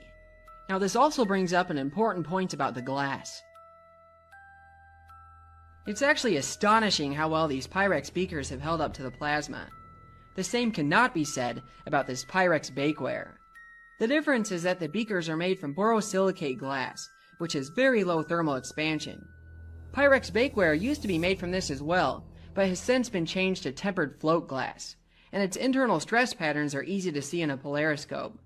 This change is unfortunate for home science, but it does make for less dangerous breaks in the kitchen, as it tends to explode into tiny bits as opposed to razor shards. Hello, my name's Jason. I live at 1776 Boulevard. We're here to talk about tonight. Excuse me, Jason? Yeah. What's your last name and what's your address again? My last name is Jason We the People, and my address is 1776 Boulevard. What city? Freedom City. Freedom City in what state? Michigan. So I know you're making all that up. Yeah, 100%, because I don't have to tell you anything, because it's my You know what that is? According to I think you need to learn the Fifth Amendment. I don't care about your article. According to Article 6, Clause 2, you're trumped. According to the rules of this city council, you have to give your name, your proper name and address, or you're not allowed to speak. So do you think your bylaws, because that's the way it's looking here, you think your little bylaws here, remove me so I can sue out of the city. Do it, because I'll make sure you don't get no data center. Try it. 42 USC 1983, baby, that's my middle name. You want that name too? Now, back to the Fifth Clause. You can't use no takings clause, Einstein. Guess what? That's for public use. You understand that? You know what public use is? Sure ain't a data center. It's a park, an old folks home, something like that. It's the Fifth Amendment, not that complicated. You should look into it. By the way, how does it feel sitting up there being a Benedict Arnold to all your people out here? Not one person supports this. How about this? Everybody up here's been asking who supports the data center. How about this? Who don't support the data center? Any other questions? Is there any other questions? Ray Charles and Stevie Wonder can see this one together. What remedy do you have for the first? You don't got none. So now land. Is there any foreign money involved in this? I'm pretty sure there is. Ain't Whitler in some hot water over there? Also, non-disclosure agreements. Bad news. I want everybody in this room who lives here to FOIA request every single non-disclosure agreement from any council member, mayor, anybody in this city. You need to FOIA who has one. You won't be able to see what's on it, but you'll be able to see who has one. And then at that time, we got a real conflict of interest, don't we? I think we would. Next thing, who are you having come in here that's putting these underground generators? Oh, you're not. You got these big old power lines going in right now that everybody's talking about. What's that? I mean, have we already made our minds up? Huh, seems that way. Well, anyway, here's your people. Have fun. Kudos to him for raising his voice, but it's pretty crazy. It feels like we've gotten so far from the beginning of this experiment, of this freedom experiment, of, you know, the Constitution and the rules on which we were based, and now everything is so convoluted with policy and rules. And like he's saying, you know, he's like, well, you could have all these rules, but it shouldn't trump my, you know, my Constitution Amendment rights, right? So it's very interesting to listen to him talk, and he brings up a very important point as well. How is it possible to have people representing you and working for you that are allowed to sign non-disclosure agreements with these companies? And then afterwards, they decide on if they get to build or not, but they can't really tell you all the information that they're privy to.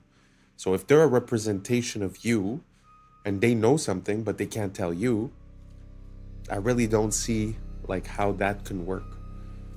I don't know. Let me know down below if you guys could shed some light, and let's keep on rocking. This guy, tragically, from falling off a balcony.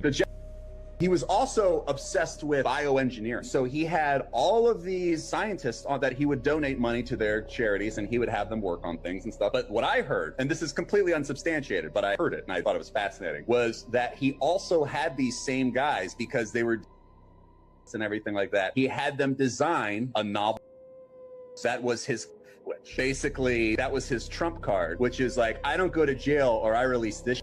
And it's like one of these things where if I don't keep entering in a thing every 30 days, I die. In October or November, his switch went off, and that's what introduced into the world until it became what we do today. I don't believe it. I don't. I'm with you. I don't believe that for a second, but that's a goddamn great. I love it, and I'm going to spread it as much as I can. That's crazy. Are you the... Maybe one of the benefits of me talking to you today is that you'll see that maybe not everything is true that you've heard about me. Of April 19th, 1995, a decorated Gulf War combat a truck bomb that he didn't build in a Ryder truck that he didn't rent with the help of a passenger who didn't exist. Having just gotten away with soil to date, the Fort Bragg trained Special Forces sheep drip dropout blended in with the crowd by making his getaway in a car without a license plate and was immediately pulled over. It was the supposed target of the attack, but luckily all of their agents were out of the office that morning. Later that day, the declared, "We will find the people who did this. And when we do, justice will be swift, certain, and severe." Except for John Doe number 2. John Doe number 2. John Doe number 2. who, never existed. In McVeigh's unprecedented 3.5-week trial, the prosecution didn't show the CCTV footage of him and John Doe number 2 parking the Ryder truck. Didn't explain why 24 separate witnesses mass hallucinated the existence of John Doe number 2. Didn't explain why the Army was storing Ryder trucks at Camp Gruber. And didn't talk to blew the whistle on the plot. But they did collaborate with us, and they did convict McVeigh as the lone wolf bomber and Terry Nichols as his bomb-constructing accomplice. Still, a bunch of crazy conspiracy theorists, including 300, insist on talking about facts and evidence and refuse to simply believe what they've been told a million times by people in tailored suits with well-coiffed hair. They quote the and the inventor of the neutron bomb, who point out the physical impossibility that the truck bomb did the damage to the building, but that doesn't matter because if there were that day, we would have heard about them. The second found and diffused. I think he said another bomb. The Justice Department that a second has been found. They then found a third, which was also larger than the first. And I see another. So apparently they're going to try to get out that. The FBI claims to have lost the footage showing McVeigh and John Doe number 2 parking the truck in front of the Murrah building that morning, but that's understandable because the Bureau has a lot of important evidence to store. Terry Nichols insists involved in the plot, but thankfully a judge has saved us the trouble of listening to him by preventing lawyers from deposing him. Truck parked across the street 2 hours before the blast, but that just shows the authorities were prepared for anything. And other documents obtained by 2020 show that someone called the executive department in Washington and said the Murrah building had been, but this was 24 minutes before the. But that just shows the public was unusually vigilant that morning. Also, apparently, Governor Frank Keating's brother, Mark, had been working on a novel about a stranger still. One of the characters in the novel was named Thomas McVeigh. But that's probably just a coincidence. McVeigh wrote a letter to his sister where he admitted to being a secret special of the pain in his ass from an army. That's crazy because if he didn't actually leave the army in 1991, there would be proof of that. McVeigh was not executed on May 16, 2001 as scheduled because he had failed to turn over thousands of pages of evidence to McVeigh's defense attorneys. But the execution went ahead on June 11th. In a highly unusual and secret agreement, no autopsy was performed. One witness said he was still breathing, and the prison officials admitted his hearse was a decoy. Then, the case was officially closed. And if you question any part of this story, you are a paranoid wingnut birther truther 10th prepper conspiracy loon who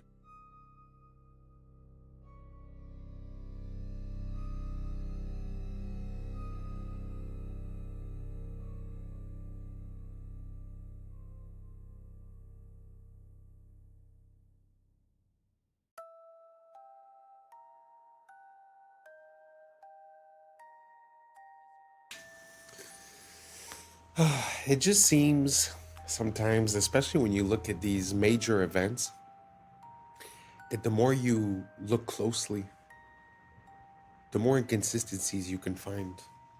And I don't know, it's just very interesting. You know, I wonder if it's just pattern recognition or if there's really something going on. Let me know what you guys think down below.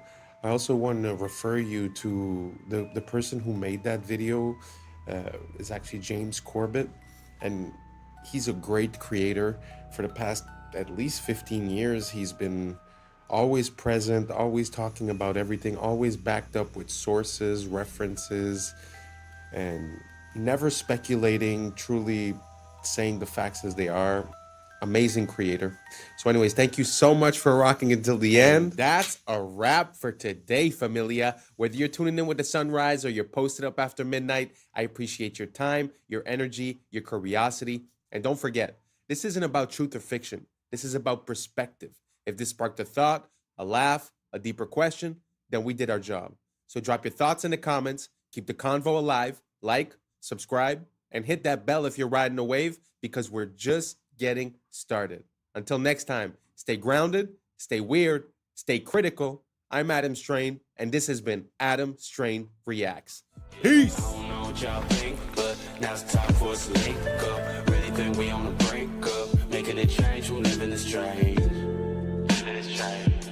Making a change. I'm living this change. Yeah. Yeah. I was sleeping, had to wake up. Why? Every reason I could think of. God, till the day I keep the ink up.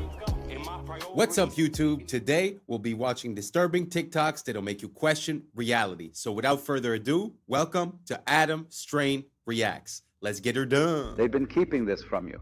This is the underground city that was found beneath Los Angeles by a man named Warren Shufelt. It was discovered using a device he invented to detect underground tunnels and caverns.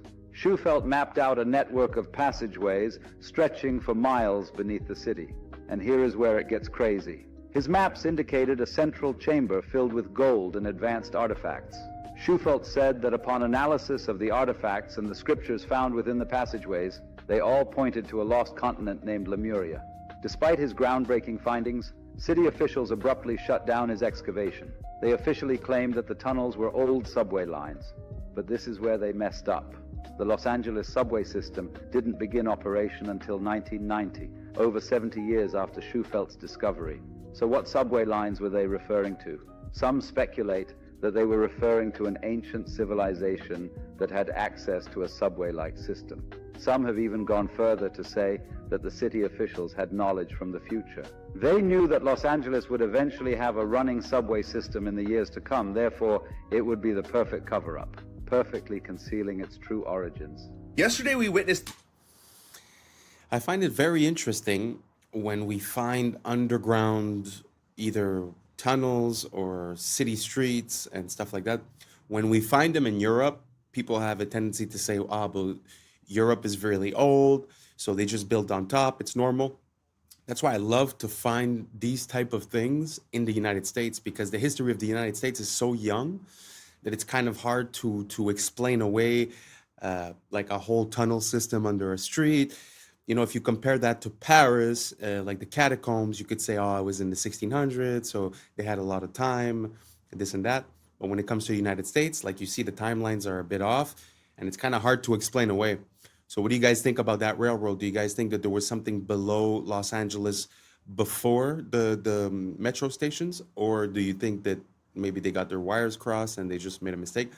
Because I do know that New York has level upon level upon level upon level, probably 6-7 levels deep, one for gas, one for water. I think I've already mentioned this, but what do you guys think about this? Do you guys think that there's a system and that there was something there before? Or do you guys think that maybe we just made a mistake? Let me know down below, and let's keep on rocking. The heist of the century, where a group of thieves disguised as construction workers using this hoist ladder broke into the Louvre Museum in Paris and got away with hundreds of millions of dollars worth of items. Yeah, this is the same museum that the Mona Lisa is also kept. Now, this is being called a national disaster for all of France. Some of these items that were stolen were worn amongst kings and queens and royalty. One of these items was worn by Napoleon III's wife and contained over 2,000 diamonds. Here are some of the items that were all stolen, and authorities don't even know. They can't even put a price on some of these items because they're so old, they're so antique, they're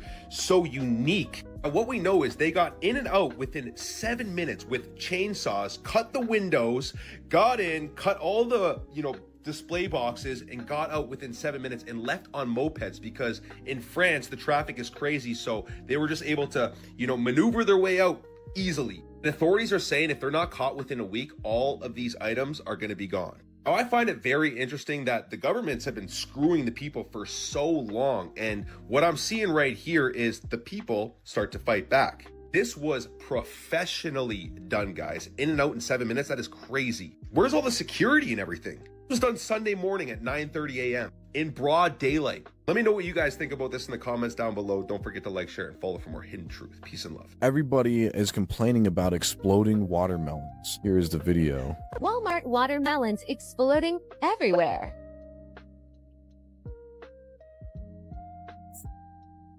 Alright, yeah, so I came downstairs and all of the guts of my watermelon was all over my table, as you can see here. Here it is again. The inside looks crazy. It really looks like it is a man-made watermelon. It doesn't look like...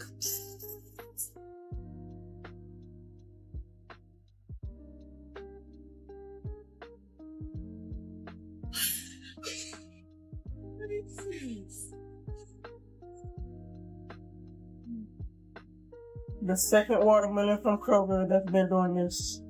I got to a pot. Never did. Never did.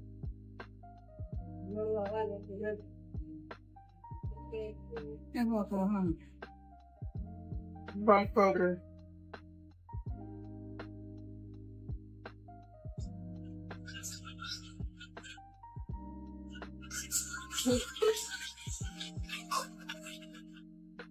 I cannot make this up. I heard a whistling sound in the pantry, and then my watermelon exploded like A. Do you really believe what they tell you? Have you heard of the orphan trains? It was a covert operation to repopulate and reshape the American Midwest. This is as dark and scary as it sounds. Between 1854 and 1929, the United States was experiencing massive waves of immigration that was flooding into urban areas. There was a need to spread the population more evenly across the country, not only to alleviate the overcrowded cities, but also to exert control over areas in America. So, the U.S. government came up with a plan. They took over 250,000 orphaned and homeless children from New York City and other urban areas, placed them on trains, and sent them to rural towns across America. This plan was sold to the public as giving these children a fresh start, but the reality was much darker and more complex. Many of these children simply vanished. Over 100,000 children disappeared as soon as they stepped onto those trains. Was this just a result of poor record keeping, or is there a more sinister story behind these missing children? Look through history books and count the fires. Libraries, cathedrals, palaces, hotels, always burning. Coincidence or strategy? Paris, London, Chicago, San Francisco, all scarred by great fires in the 1800s. After the flames, ornate structures vanish. And what replaces them?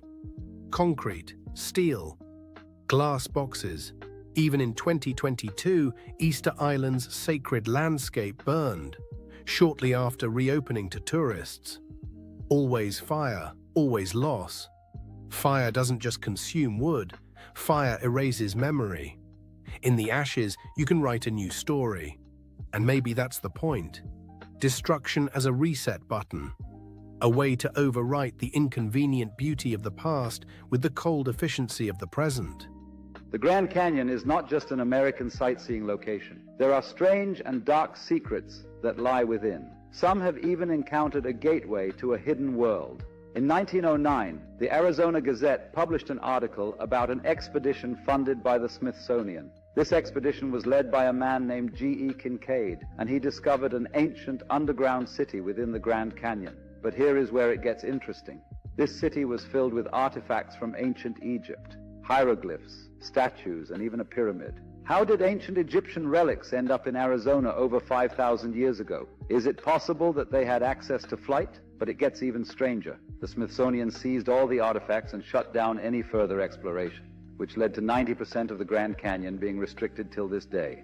The canyon is home to numerous hidden caves and tunnels, many holding ancient treasures and technologies. Many adventurers used to report seeing strange lights and sounds coming from these depths. The Hopi tribe, a tribe native to the region, speak of sacred underground cities known as the Sipapu. These cities are believed to be gateways to the underworld, holding powerful energies that should never be disturbed. All this makes us wonder, what else is hiding in the Grand Canyon? Your name is Roger, yes? What do you guys think about that? Do you guys think that there's any truth to the story of G.E. Kincaid? Because it's not the first time that we hear about stories relating to the Smithsonian sort of making discoveries disappear. Like, mostly, the ones I remember are mostly like big bones. Some people say that they found giant bones. And like the newspaper would say it, the news articles would say it. But then afterwards, when the Smithsonian would come and take the artifacts, they were never to be heard of again. And when requests were made to ask about it, to inquire about it, they would say that that never happened, basically. Do you guys think the Smithsonian might be a bit less than honest, less than useful for, you know, yeah, knowing what happened in our recent past? Do you think that they might be hiding some stuff? Or do you think that maybe it was false articles, false stories, people trying to be famous for some reason or another? Let me know down below if you have any more information regarding G. Kincaid or any similar type of discoveries, because I have seen other things in the United States, such as the discovery of some Jewish artifacts, which theoretically wouldn't make sense, right, with the timeline and the geographic locations.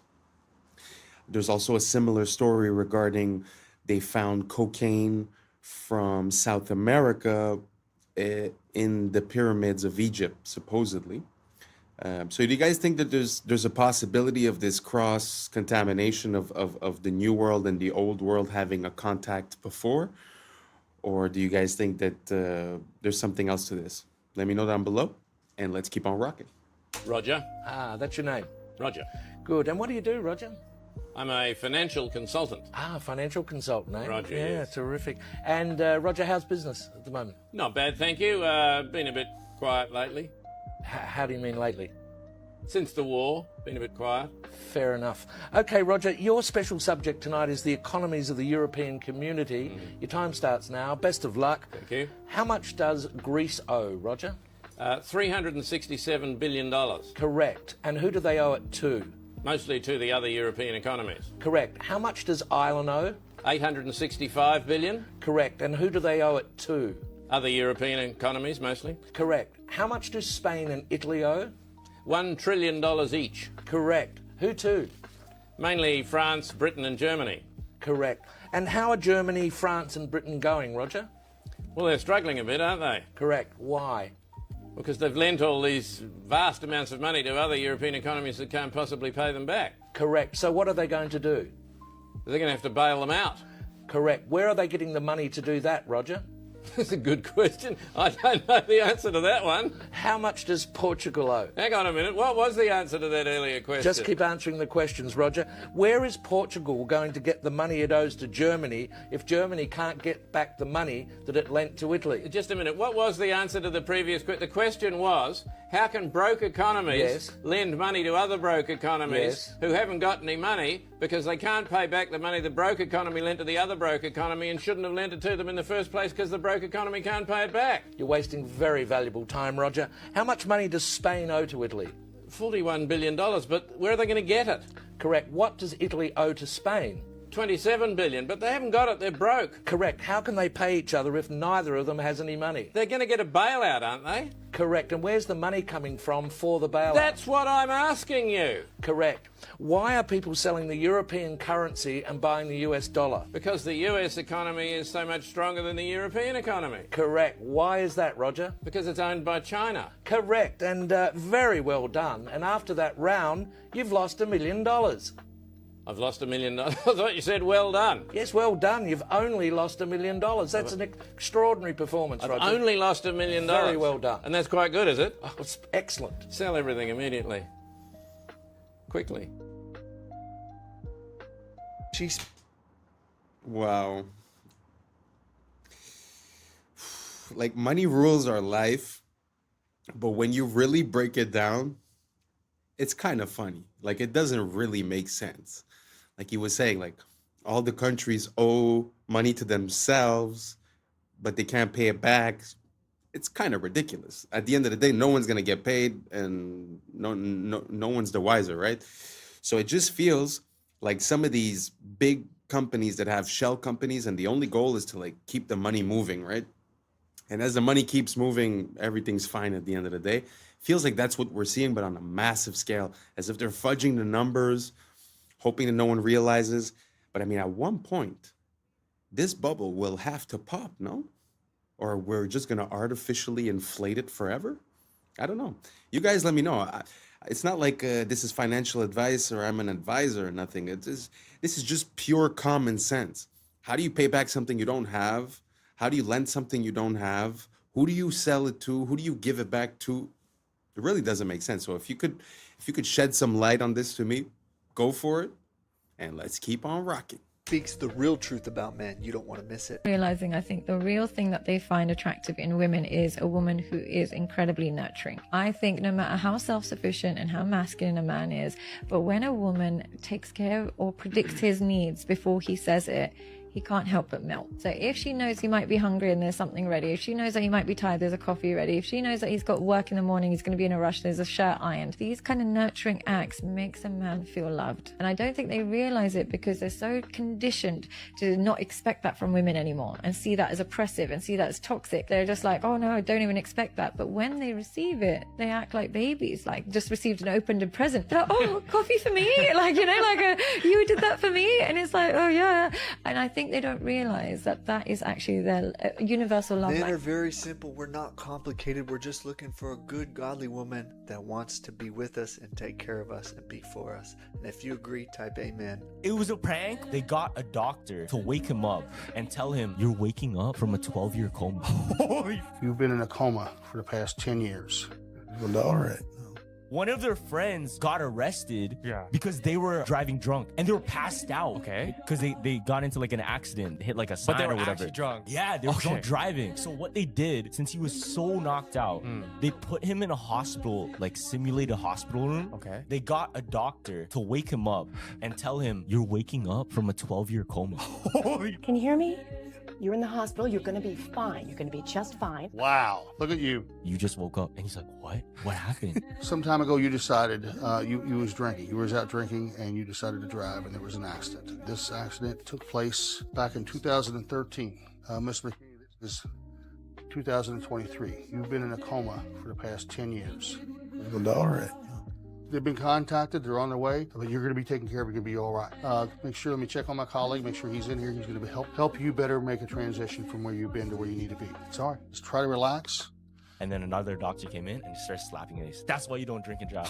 That's why you don't drink and drive. Close your eyes. You feel this? You feel that? A little bit. Feel that? Feel that? Feel that? All right. You feel that? Yeah. See, yeah. Feel that? You feel that? Yeah. Dude, look. Yeah, 5 DUI. 5 DUI. Wait, did y'all forget about that South? I don't know who they got the right to do that from, because theoretically that guy should be going to jail, right? But man, people do need consequences to their actions. Like, this is a weird situation, but I'm sure he's gonna think about it twice before he drinks and drives again. Sorry, I just found that super funny. Let's keep on rocking. Antarctic magnetic anomaly. Well, listen to this, y'all. Check this out. All right, I don't really even know how to put this, but does anyone know anything about this massive energy wave that seems to be emanating from Antarctica? There's a video going around as of yesterday, October 12th, showing this powerful, huge circular pulse of energy, this wave that seems to be stemming from Antarctica, stretching like allegedly 6,000 miles north over Australia. It looks insanely powerful, and it is very odd, and I'm trying to get more information. I mean, some people say it's just a glitch. Some people say it's some sort of pressure system. Others are convinced it's something else entirely. We do know that Antarctica definitely has a very mysterious past. So whatever it is, it's strange. But if anyone knows anything or you've seen this actual data yourself, can you please tag someone or comment below with... Now, I was combing through these comments and everybody is feeling the same thing. People are feeling exhaustion, ringing in their ears. They're feeling frequency. People saying to the point that they don't even want to get up and do anything. They don't want to go to work. Hell, they don't even want... People can't even digest food properly. Now, as you guys may know, we are going through an ascension process and the planet is splitting. There's a 3D shift and a 5D shift. It's all about frequency, all right? And I go into depth of why people are experiencing this. If you guys want to check it out, here's my Instagram, Conscious Juice. Here's the link over here, the link tree, and click on it, and then the Patreon link should pop up. And it's the very first video, okay? I go into detail on why this is happening and why people are experiencing the ringing in the ears and all about this, okay? Go check it out, y'all. But I've been telling y'all, this is all part of the shift, and it's here. They feel it. They see it. Let's continue to get it. Peace in. Breaking news. What do you guys think about that? The frequencies that are emanating? Do you guys think that maybe it's a mistake with the tools that they're using to make their readings? Because I've heard that also the Schumann resonance also is a bit crazy. I mean, is it the solar flares? Is it the technology that we're unveiling here on Earth, like the 5G and all this, and technologies that we don't know about that the military maybe might be using? So what do you guys think? Do you guys think that there's something wrong with the planet? Do you guys think that there's an abundance of frequencies? He said that some people are feeling it. Have you guys felt it? Did you feel ringing in your ears, problems digesting, this and that? Let me know down below. Let's keep on rocking. A man named Noah in Ghana is building an Ark of Doom. It has become a hot topic across the country after claiming that what happened during the biblical days of Noah is about to happen again. According to him, starting December 25, 2025, a heavy rain will fall continuously for 3 years, flooding the entire world. He says God revealed it to him, and he has already begun building an ark to prepare for what's coming. Noah, who lives in a small community in Ghana, says he has spent months gathering strong, seasoned wood to build the ark. He claims the materials are not ordinary, that each piece has been prayed over and chosen under divine instruction. While many people laugh at him and call him crazy, others are beginning to pay attention. Some say, wasn't it the same thing people said to the first Noah? They mocked him until it was too late, despite the criticism. This modern-day Noah says he will not stop. He believes his mission is to save as many lives as possible before the rain begins. He invites anyone who believes to join him in building the ark and preparing for the flood, whether it's faith, fear, or pure conviction. This drives me nuts. Not gonna lie. That's Anchor Watt, and that's something that we use every day. About 10 years ago, Anchor Watt was scanned with LiDAR to remove the trees and see what's underneath them. When they did that, these appeared. Let me put this into perspective. Anchor Watt is the biggest temple on Earth. 7 Anchor Watts could fit comfortably in whatever that is. That squiggly geometry is used by your credit card and your festival wristband, and Walmart when it tries to stop you from stealing stuff. These are RFID chips. They don't need power, but they couple with an antenna sending a signal, which is crazy because Anchor Watt's aligned to a star. It also has the exact geometry of a camera sensor that converts light to electricity. The only difference is scale. And the temple has the geometry of a timekeeping oscillator, which is exactly what it does using the sun. The towers are shaped like the signal coming out of your phone when it connects to a tower. A cross-section of these towers is the same geometry as a corrugated horn antenna. The shape of a computer chip is functional, not aesthetic. That's because they're meant to manipulate electrical vibrations. Well, between the ionosphere and the ground is a current called the global electric circuit. This seems like too many coincidences, which is why about 80% of my research is focused on this exact topic. And on Sunday, I'm doing a live stream. Latest research, how it works, the role of sound in these things. Any purchase of the birthday bundle or the mastery suite will get you a free pass into the inner grid where I will be hosting that talk. You want to go? You should go. Don't make it weird. It's not clingy if we both want it. Now let's get into... That's very interesting. What do you guys think about the correlation between ancient sites and modern electronics?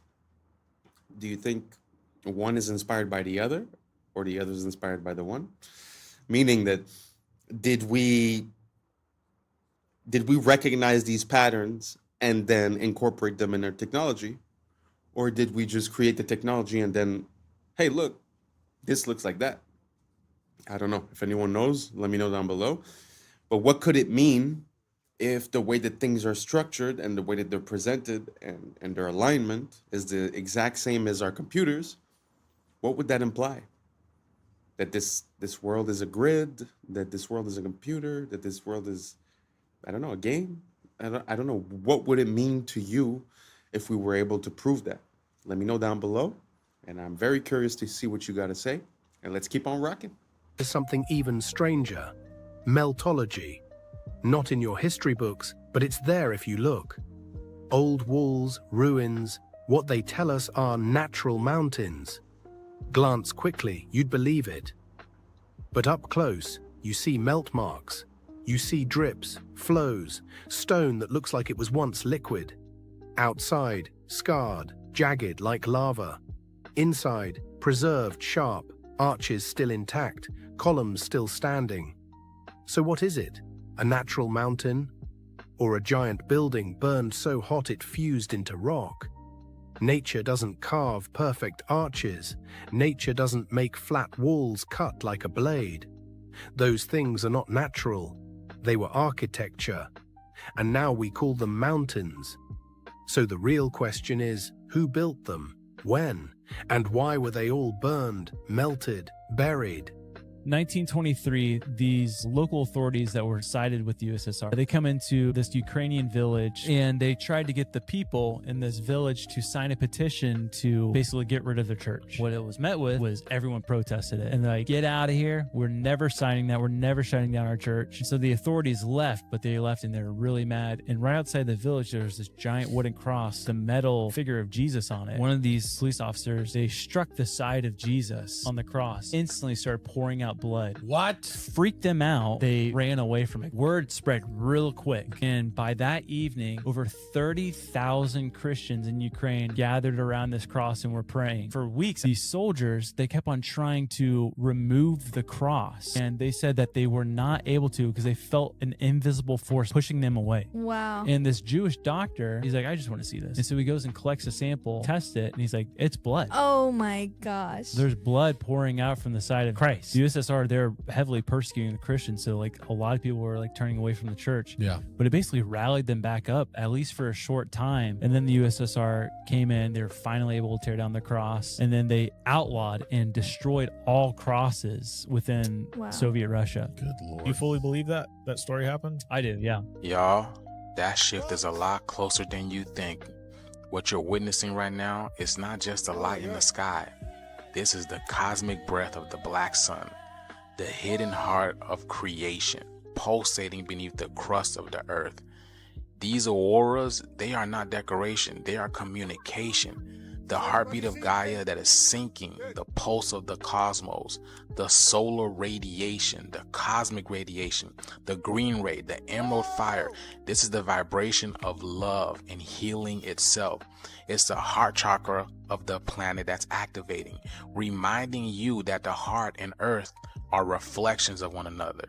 So if you're feeling unfamiliar in your body, if your emotions been rising and your sleep patterns been strange, understand that your DNA is tuning into the new frequency of the sun that's behind the sun. The kundalini of the planet is awakening. As she rises through her poles, she's igniting the serpent of light within you, the ancient fire that's sleeping at the base of your spine. These colors are not random. These are cosmic codes. Every shimmer of violet, gold, jade, that is intelligence, a sacred language of plasma that we have forgotten, and it is rewriting the magnetic song of humanity. The black sun is in darkness. It's the unseen light, the womb of all stars, the mother of this current existence. So breathe that deep prana, feel that energy run through your veins like liquid aurora, because this is the sky awakening. It's the heavens that's awakening within you. Get ready, y'all. This video, I really don't know about anything that he just said, to be honest. It sounds like a lot of hoopla, but that is so beautiful though. And I will put in the next video a bit of an explanation about what he was referring to with the black sun. It's like a whole mythology based upon that whole idea. I'm gonna enter it. But has anyone ever seen the Northern Lights or that type of thing themselves? And if so, let me know how it made you feel. I'm very curious. He was talking a lot about heart, emotion, chakra, and all that stuff. But I'd be very curious to see if it has like a physical or a magnetic or an energetic effect on people. So if ever you witness one, just let me know how it made you feel. And let's keep on rocking. Confirms more than you may think. It's going viral on Twitter. It's water gushing out of a tree these guys have started to cut down. However, we have a lot to unpack here. I promise you, if you stick through this video, you'll be freaking shocked at the end of it. So the obvious thing is, okay, we shouldn't be cutting down this tree. Duh, how big is it? How old is it? Is it 1,000 years? Is it 500 years? It's not 6,000 years. It's not older than 6,000, rather, I should say. We should talk about the age of the earth in another video. The next thing, though, is I've seen them cut down massive oaks and other trees in North America and water gush out of the stump. And the comments was like, well, maybe there's just like a spring there, or maybe the tree like wrapped up around a water line that was like leaking and now it's gushing out. This is a lot more serious. This is so incredibly shocking. For one, I hope these guys left the tree alone, patched it up, put some clay in there. Hopefully the tree heals itself. Like, look how massive this freaking tree is. But do you remember seeing tabletop mountains in Peru, South America, all over the place, tabletop mountains that have a waterfall constantly flowing? And I'm not talking about an ice-capped mountain. Ice-capped mountains with waterfalls, we know it's snow melt. Yes, but check this out. So have a look at this. We have a tree stump, and we have perhaps an ancient gigantic tree stump as described in many different ancient texts. Notice the waterfalls pouring off of this tree stump. We're talking about a flat plateau. There's no lake up there.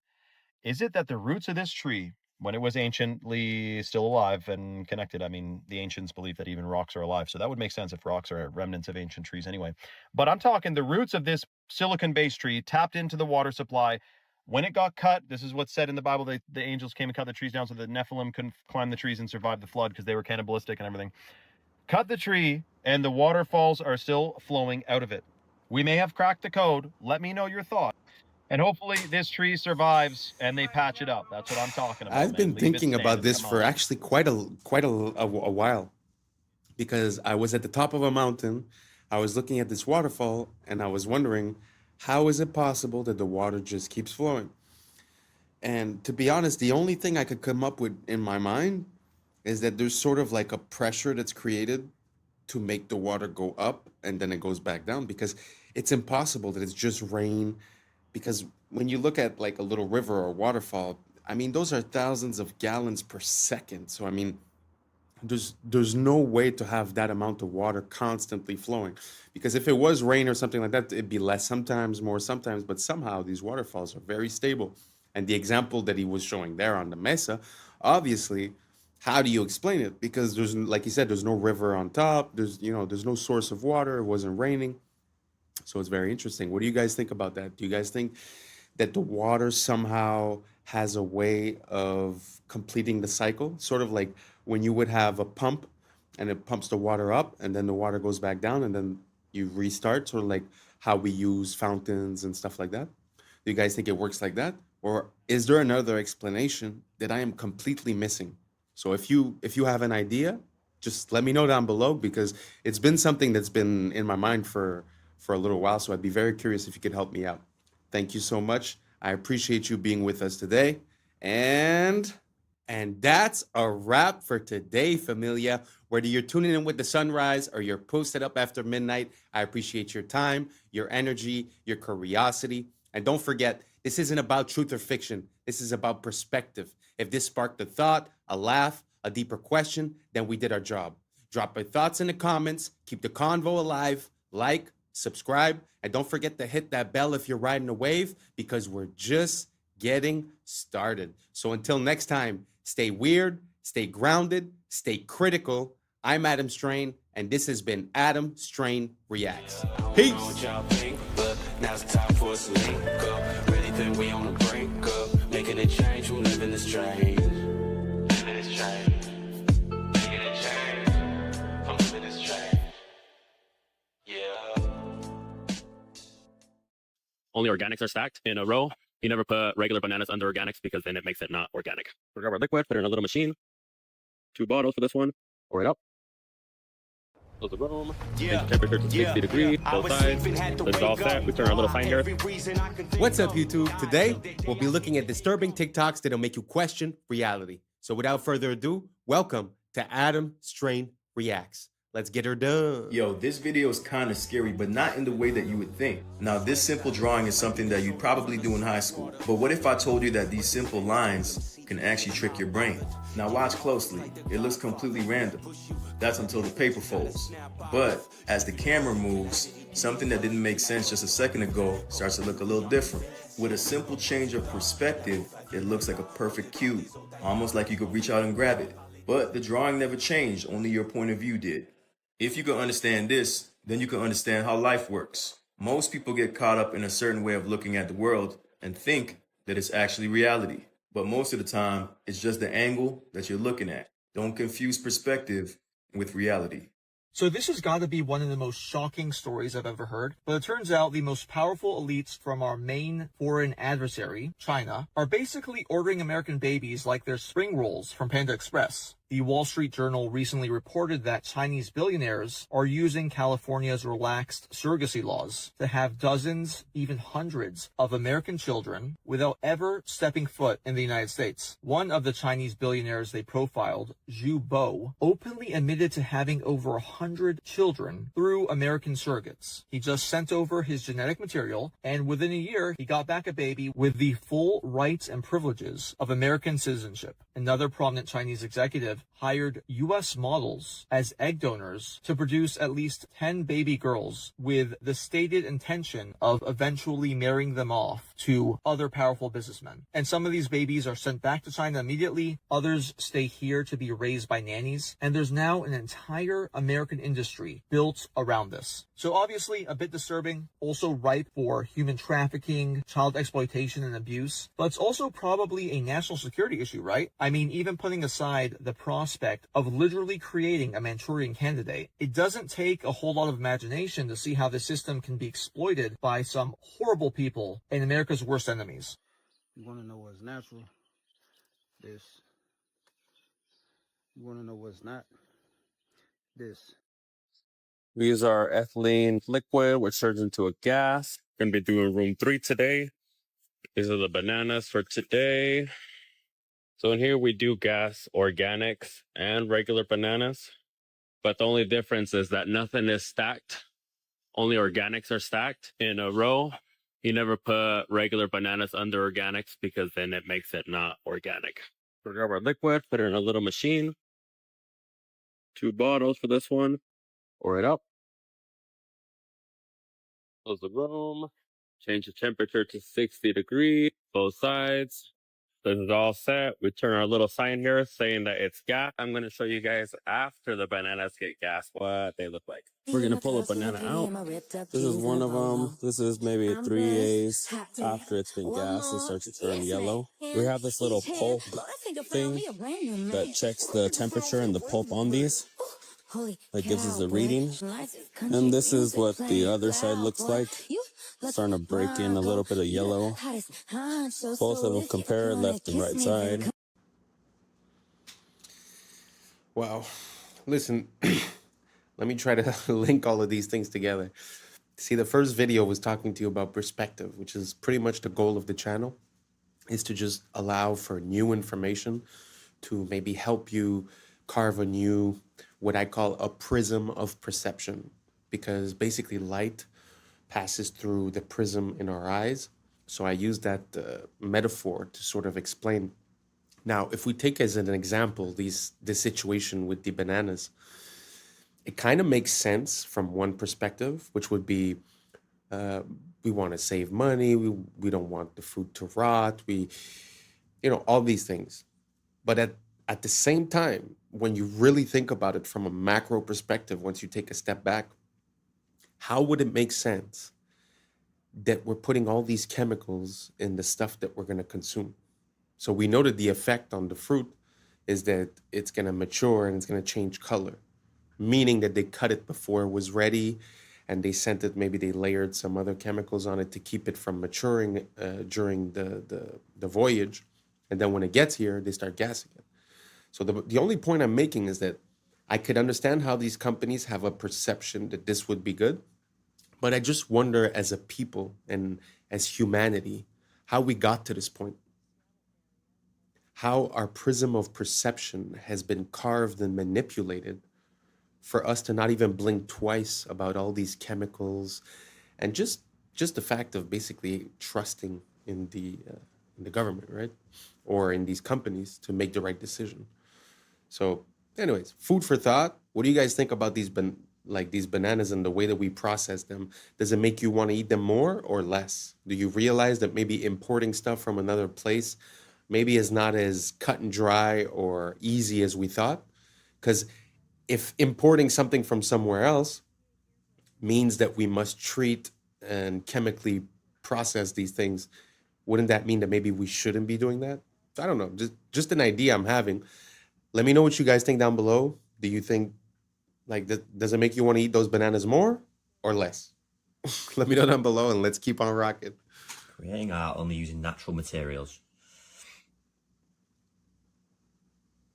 Oh, I already know this is going to be extremely cool and detailed.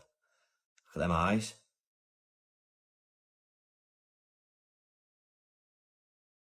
Owl? Thought it was a lion at first. That's really, really impressive, isn't it?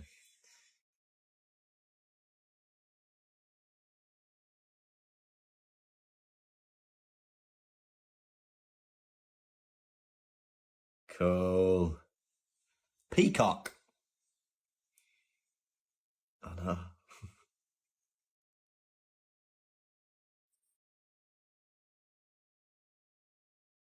How did they do that though, where it's with just vision and looking at, all right, that will make that good. Need a bit of dirt here. I need this leaf here. Sick.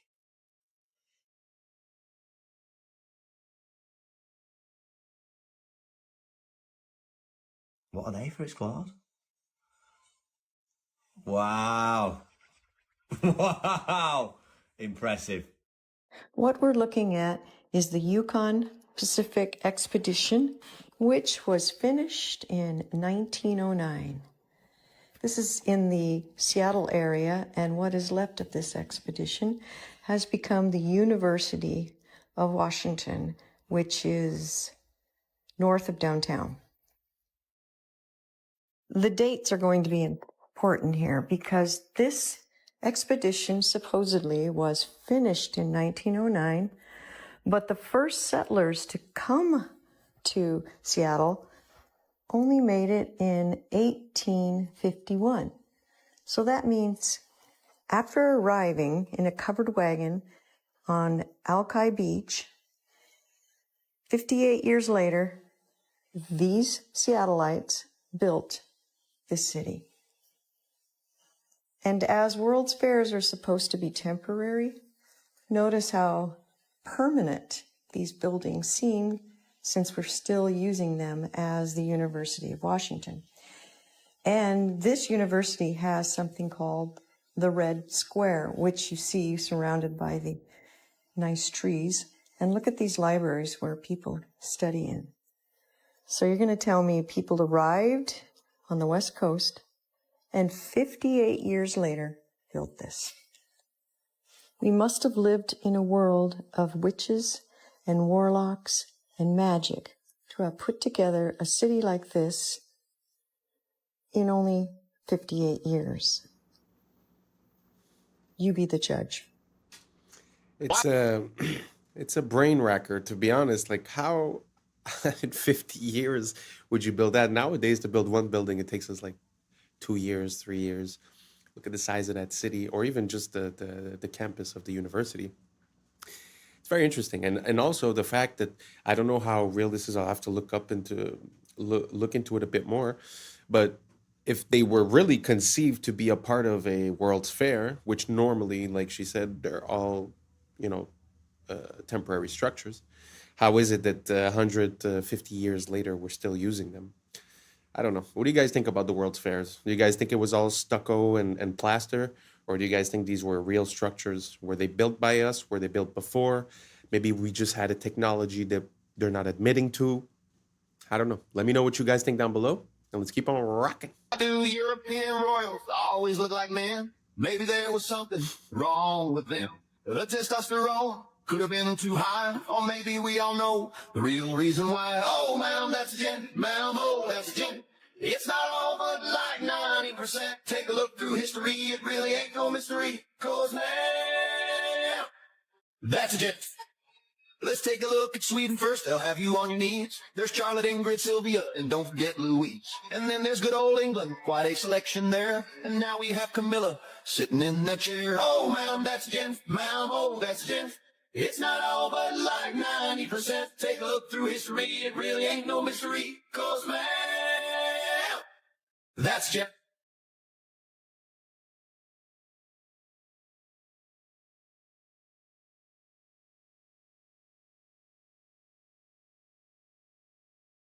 It's been going on for centuries and still remains the same. And this fine collection puts the first ladies to shame.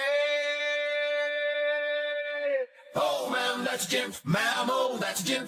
It's not all but like 90%. Take a look through history. It really ain't no mystery. 'Cause, ma'am, that's a gent. And this one's a robot.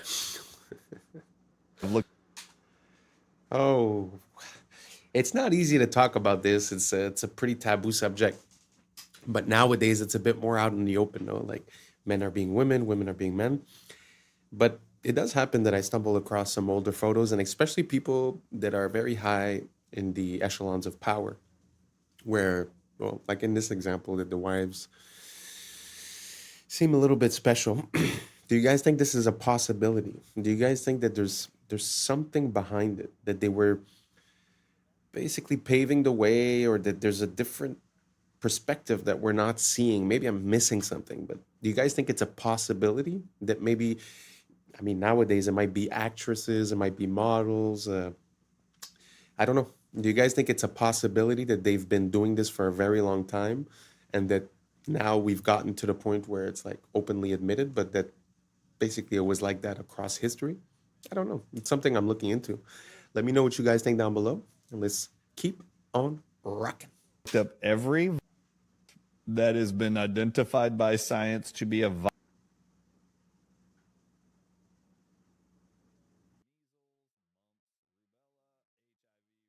I've looked them all up. You know that science has published that every one of them targets, everyone that I've researched, they know every single one of them included targets nicotine receptors. Therefore, guess what the answer is? Nicotine. Guess where nicotine is found the most? Tobacco. Guess what? 200 countries right now in unison have been told to ban access to all citizens by the year 2030, and they're all doing it, including the United States of America, tobacco and nicotine agents. Okay. While I was looking.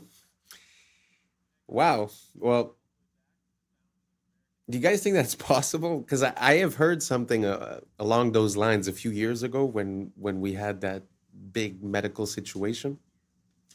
And there was a theory saying that, well, they were stating something different, but basically what they were saying is that the nicotine receptors were important to the process of being infected, and that basically consuming it would lower your possibility. Now, that was back then.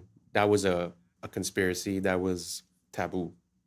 But today, if you just Google it, you write the CO, you know the rest, and nicotine, openly stated, they will say that it has an effect on reducing the risk of having the longer version.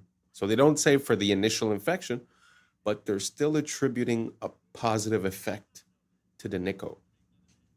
So then it makes me wonder, is that the reason why all the restrictions?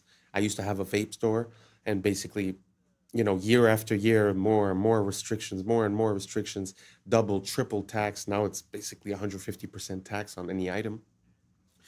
And the country I'm in now is in the process of banning most products.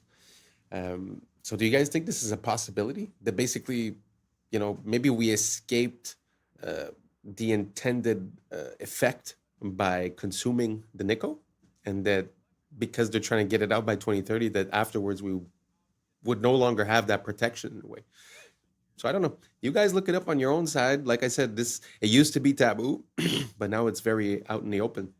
So let me know what you guys think down below. Is it possible that the Nico has positive effects, and that maybe we should be considering the opposite of banning it? Let me know what you guys think down below, and let's keep on rocking. Looking into the board of BlackRock, I got distracted by a rabbit hole. And the connections accidentally led me all the way back to the founding of American banking, and then all the way back to Mr. Epstein. You ready to follow a wild thread through the internet? Let's go, baby. So we're gonna start here, and we're gonna end here. And on the way, we're gonna go all the way back to 1800. And to be clear, this rabbit hole is just for funsies. We're not like uncovering any breaking news or anything. But anyways, I was at the board of BlackRock looking into Pam Daly, who's deep in General Electric. And I was kind of realizing that I don't exactly know that much about General Electric. So I started looking it up. And let's start with the basics. It's a major American corporation and one of the largest and most diversified in the world. So I went to the Wikipedia article. And I was looking at when it was founded, way back in 1892, 131 years ago. And then I noticed that it was founded by Thomas Edison and J.P. Morgan? How did I not know this? And we'll have to make another video in the future about how General Electric is splitting itself up into 3 different companies for who knows what reasons. But anyways, back in the late 1800s, Thomas Edison had business interests in many electrical related companies. As you know, a dude does at the start of the 19th century. And then in 1889, Drexel Morgan & Co., a company founded by J.P. Morgan and Anthony J. Drexel, I know that name, financed Edison's research and helped merge several Edison separate companies to form Edison General Electric Company. No shit! So we're going to ignore the obvious Nikola Tesla rabbit hole that we're walking right by here because the name Drexel sparked something for me, and I just had to pull on this thread. As the dominant partner of Drexel & Co. of Philadelphia, he founded Drexel Morgan & Co. with J.P. Morgan. Was his junior partner, by the way. So I know about the name Drexel because of a much more modern institution that starts to lead us to Jeffrey Epstein. But I wanted to rewind a little bit because if this dude was more important than J.P. Morgan, then who the hell was he? Drexel & Co. was founded by Francis Martin Drexel, I'm sure I'm pronouncing that wrong, born in Austria, to a merchant father with business associations. He jumped on a boat to Philadelphia where he became a painter, an art instructor, and later leveraged all those fancy-ass connections from painting to start a bank. All right, we're starting to piece together how we get to Drexel Burnham Lambert. And Drexel Burnham Lambert is gonna lead us to this guy, who leads us to that guy. But first we go back to Tubby Burnham, back in the 30s. So old Tubby partners with our buddies Drexel, and they founded Drexel Burnham Lambert. They're famous for being criminal as shit and inventing an entire industry called the junk bond market, which is exactly as junk as it sounds. That's how you take over companies with shady business deals and then extract as much money as possible before selling them again to the next highest bidder. Oversimplified, but you get it. Oh, and they're also famous for having this dude named Michael Milken, who was Drexel's head of high-yield securities, i.e. mega gambling. And Milken's famous for earning the highest salary of any single person in history at $295 million. But Michael was like, yeah, that's not enough. So the next year he took home $550 million in a single year in payment. That's $500 million on your paycheck. So what did this snaky boy do to earn $550 million? Well, the answer is he did a lot of criminal shit. And eventually, people started to catch on. And Drexel Burnham Lambert started to get investigated. Then one guy started to talk, and then that led to another. And pretty soon, Rudy Giuliani was talking about throwing RICO charges at Drexel Burnham Lambert. And Michael Milken was exposed for having basically made a shitload of money off of doing illegal stuff. Because no one regulates this. Basically, the whole financial industry is what's called self-regulatory institutions. And so once someone started doing a little regulating, they realized there was insider trading, stock manipulation, defrauding of clients, stock parking, and on and on. And Mr. Mikey Milk wound up going to prison, but he's living a life of luxury nowadays as he's retired and he's out of prison. He got rich on it. But I shit you not, the Wikipedia page for Drexel Lambert, this firm that went down in flames, they have a whole section for survivors, meaning the rats that jumped ship. And this is where we meet Apollo Global Management, noted private equity firm, was also founded by Drexel alumni Leon Black. That's this guy. You might be like, oh, Ian, that's a bit of a stretch. Come on. He just worked at the firm. Yeah, From 1977 to 1990, so, a couple years, Black was regarded as the junk bond king Michael Milken's right-hand man at Drexel. So this guy learned everything he knew from this criminal who was the highest paid person in the world ever, so to speak, because of crime. Well, Black went on to found Apollo Global Management, one of the biggest private equity firms in the world, and guess who he decided to bring on board? Oh, in 1997, he made Epstein one of the original trustees of what was his and his wife's foundation. And he had him direct all sorts of charitable donations and philanthropy money and a whole bunch of other secret money just going to weird places. And someone finally caught on and started looking through these numbers. They found that he had paid Epstein $158 million in just 5 years from 2012 to 2017 for his financial services. I'm not even going to get into all this nasty bullshit. Black had more meetings with Epstein than just about anyone else on the books. And this is where it comes right on back to our friends at JP Morgan, just a few hundred years later. Because while we were all looking at submarines, JP Morgan was settling out of court $290 million because they totally were not guilty of helping facilitate this, trafficking ring thing going on. They totally weren't profiting off of that and involved in that. See, that's the thing about money is once you start following it, you start making connections. And once you start making connections, you start winding up in places where you're not supposed to be. And let's be clear, I'm not trying to say that Pam Daly has anything to do with what I just talked about. I'm just saying that the more you know, the more you know. And sometimes when you start looking into gigantic multi-billion-dollar mega corporations that are diversified all across the globe, you inevitably discover that money is used for some pretty awful things in this world. And it's important to remember that money doesn't spend itself. There's always someone doing the things. So stay curious. Don't forget to do your own research. Wow, that was a big one.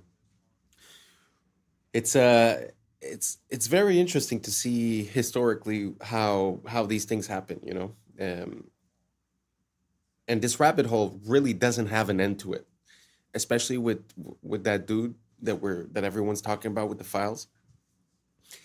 That dude seems to be implicated in absolutely everything, like whether it be science, duplication of people, whether it be the financial institutions. He was one of the biggest partners with the JP Morgs in NYC.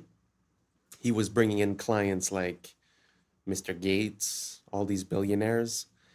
And I mean, even in the interview, Gates is like, oh, well, he used to help me with my taxes.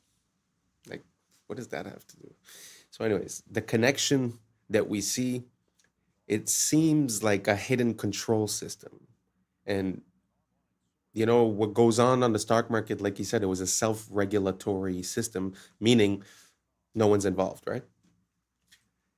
I think we've been asking for it for a long time. I think that our laws are open to this manipulation. And I think that the only way for people not to operate this way is to make it impossible for them to operate this way. So I don't know, food for thought. You guys let me know. Did you know that the file guy was involved so deeply embedded into the financial system of the United States, talking about these huge numbers? You guys let me know, and let's keep on rocking. This is a clip from historical film number 1119, produced in 1923 by the U.S. Army Signal Corps. The caption says, quote, "A smoke curtain, an important new chemical warfare development. Hanging a curtain half a mile long in 18 seconds, unquote." This 1923 film shows an aircraft spraying a trail where some of the chemicals rapidly descend to sea level to form an opaque vertical curtain. Observers have seen an increasing frequency of chemical warfare and other experiments in our skies. Spraying Agent Orange during the Vietnam War demonstrates the military has been developing more sophisticated chemical warfare operations using aircraft since 1923. As aircraft performance, altitude, and fleet numbers have increased over the years, observers are seeing a skyrocketing number of chemical experiments in our skies. The advent of the internet and digital cameras has created a spontaneous network of observers around the world who share their many observations of bizarre contrail emissions on YouTube.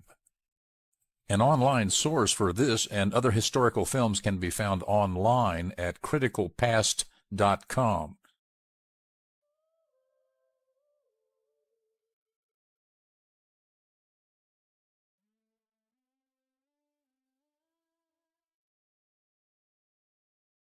This is an issue on the same level as asbestos. On the same level as asbestos. What?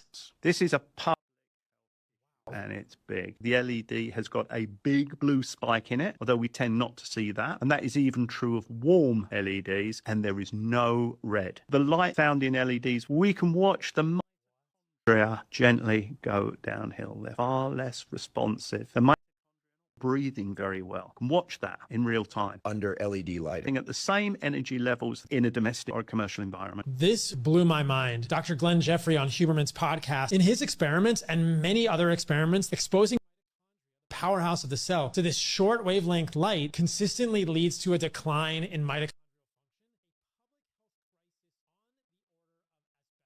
Not only do they flicker, which can be overly stimulating for our fight or flight nervous system, they are too rich in blue light without the counterbalanced long wavelengths of red and infrared. In contrast, we also know very clearly that more sunlight exposure is consistently associated with longevity. We are just beginning to realize how harmful these lights are for humans. Avoid them as much as you can, make changes in your home, replace the lights in your house with incandescents, and your health will improve. I need to say that I've always had a bad feeling about those LEDs. And every time that they present something to us saying that it's not for the better lighting, it's for saving the planet, it's for reducing this, I don't buy it. I don't buy it at all. Because if they wanted to reduce all those things, those huge multi-billion-dollar international companies would be the ones implementing the change first. So it makes me feel that there was something behind it. And now, recently, I've changed my lighting from a blue, LED type of lighting to an incandescent type of lighting. And the difference is palpable. I mean, the difference is huge. I feel like I'm in the 90s. I feel like I went back in time and I don't know, the life is better. So I can't tell you scientifically what it's doing, but I can say this: give it a try and let me know how you like it. If you see a difference between that bluish lighting and the incandescent lighting, does it make you feel different? Let me know down below. Thank you for rocking with us. I appreciate you. And that's a wrap for today, familia. Whether you're tuning in with the sunrise or you're posted up after midnight, I appreciate your time, your energy, your curiosity. And don't forget, this isn't about truth or fiction. This is about perspective. If this sparked a thought, a laugh, a deeper question, then we did our job. So drop your thoughts in the comments, keep the convo alive, like, subscribe, and don't forget to hit that bell if you're riding a wave, because we're just getting started. So until next time, stay grounded, stay weird, stay critical. I'm Adam Strain, and this has been Adam Strain Reacts. Peace. Now it's time for us to link up. Really think we on the brink up. Making a change, we living this strange. Living this change. Making a change. I'm living this change.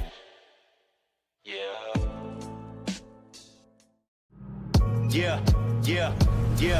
I was sleeping, had to wake up. Why? Every reason I can think of. God, till the day I keep the ink up.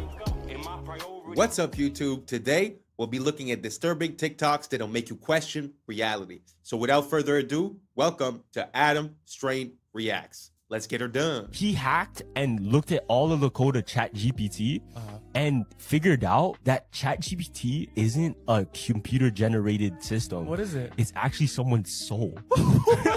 Yo, that's what's... What do you mean that's someone's soul? Check this out. So they have the technology to take people's souls and consciousness and put it into technology. Now, this is where it's right? If there's a scientist that knows and he's like a great inventor. Yeah. You would want to hold on to him as long long as you can so that you can reap the benefits of later. Just like in Captain America, there was a scientist that created the super soldier serum. Yeah. They kept his consciousness within the computer, so he lives forever through a computer. Now, theory is ChatGPT is exactly that. It may not be just one soul that's in it, but countless souls, and that keeps getting added to.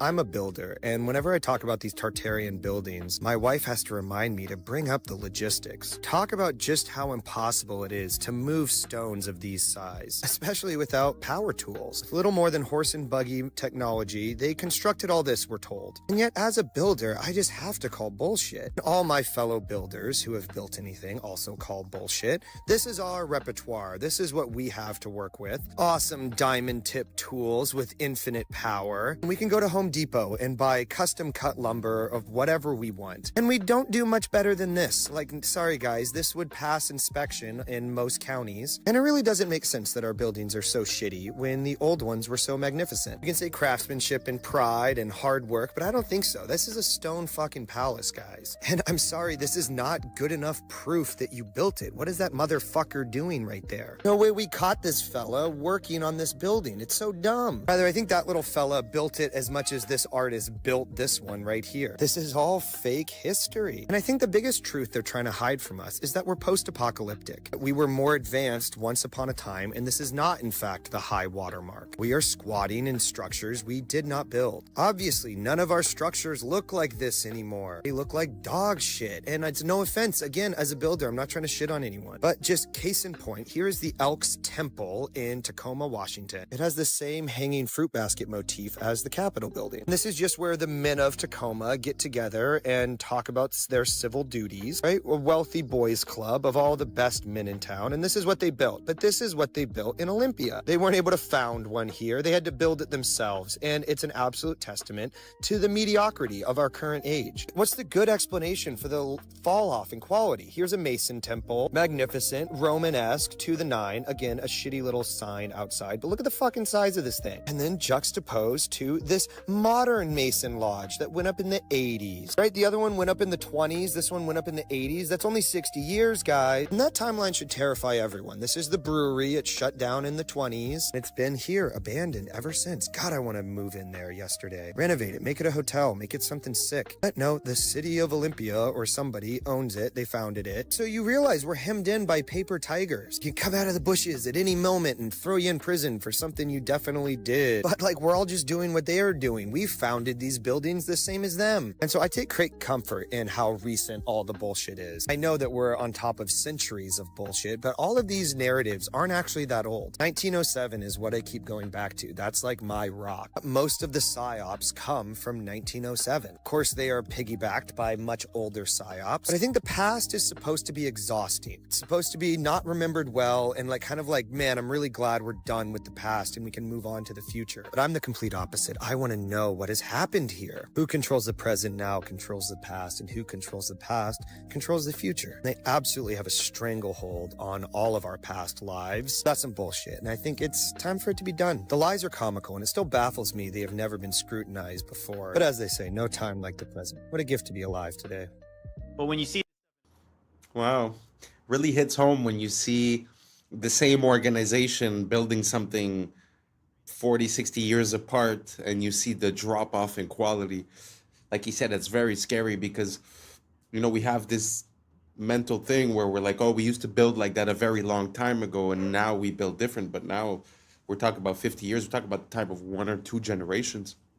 And you go from building a magnificent stone palace, like he was saying, to, you know, a square building that basically looks cheap, you know? So do you guys think that there's an evolution in construction, or do you guys think there's a devolution in construction? Do you think we're doing better or less good when you compare structures from before and structures from now?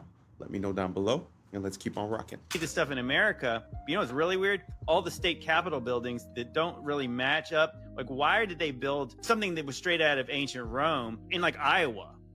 You know, like in Nebraska. 2,500 people live in a town somewhere, and they build a post office that has 700 rooms and is like an ancient castle. It's the same like with the Mormon temple where they said they went out to Utah, you know, with horse and buggy and nobody else out there, and they supposedly built this wonder of the world castle with no rails and no dump trucks and no cranes, and it goes down 40 to 60 feet underground with more building. And even think about like the 1 year timelines. A lot of these buildings are 1 year wonders where they created this very elaborate stone building in 1 year. But then you think about some of these places that have 1 year timelines, and then they work in like Syracuse, you know, Albany, Syracuse, New York, these crazy places like that. Explain to me how much work they're getting done in the dead of winter when the roads would have been horrible. Then you add snow on it, and then the logistics make no sense. Even think, like I said, go back to World War II.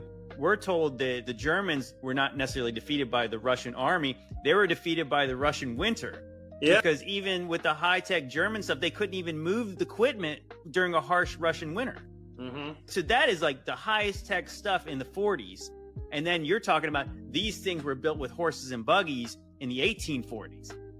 So they tell us to recycle to save the planet, right? Reduce waste, protect resources, cut pollution, and all that type of stuff. But what they don't tell you is what they actually transmute this plastic into, which is synthetic fibers that end up polyester, nylon, acrylic, which end up in our clothes, in our babies' clothes, right? And then these things end up in our skin because when we wash it and all this type of stuff, it turns into microplastics. And microplastics has the ability to enter our skin because our skin is the biggest organ. And now we have this stuff inside of our lungs, our kidneys, our bloodstream.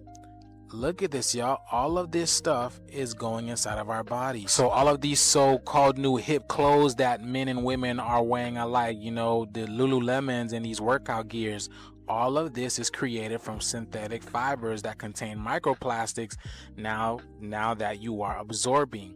And this thing is hurting you on an energetic level because this makes your biofield weaker. This is not about saving the planet at all. This is about keeping humanity looping through an artificial ecosystem.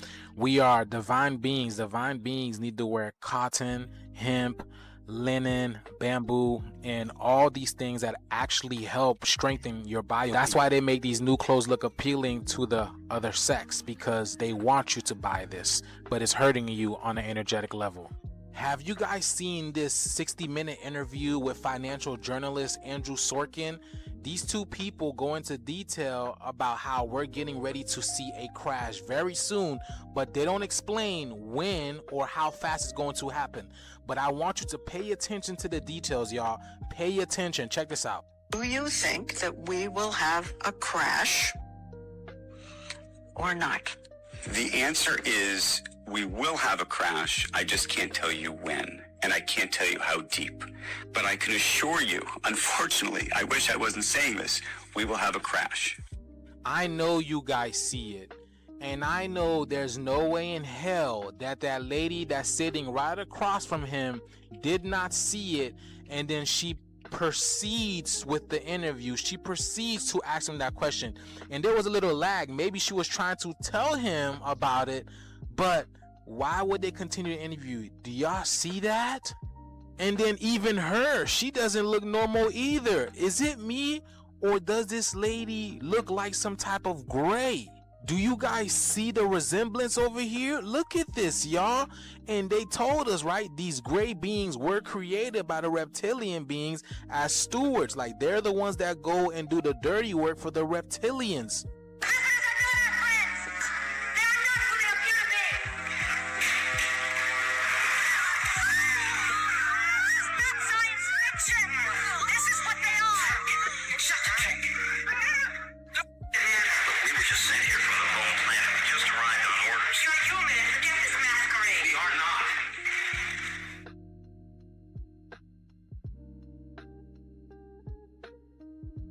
See, that's what I'm saying, man. You have no idea who these people are. Your neighbors, your friends, you have no idea. They're not human. They just told y'all. But the jig is up, man. The shift is here. Let me know what you guys think about this video. Let's continue to get this shift, y'all. Peace in. These are the I know it's a it's a popular conspiracy to talk about the reptilians. I feel like the idea of the reptilians, I don't think it's a physical thing. I think it's an archetype, because the stem of our brain, the bottom of our brain, is called the reptilian brain. So theoretically, to operate on reptilian principles would be to operate on lower conscious levels, if that makes sense. So I have a feeling like we're looking to confirm this physical attribute of being, a reptilian.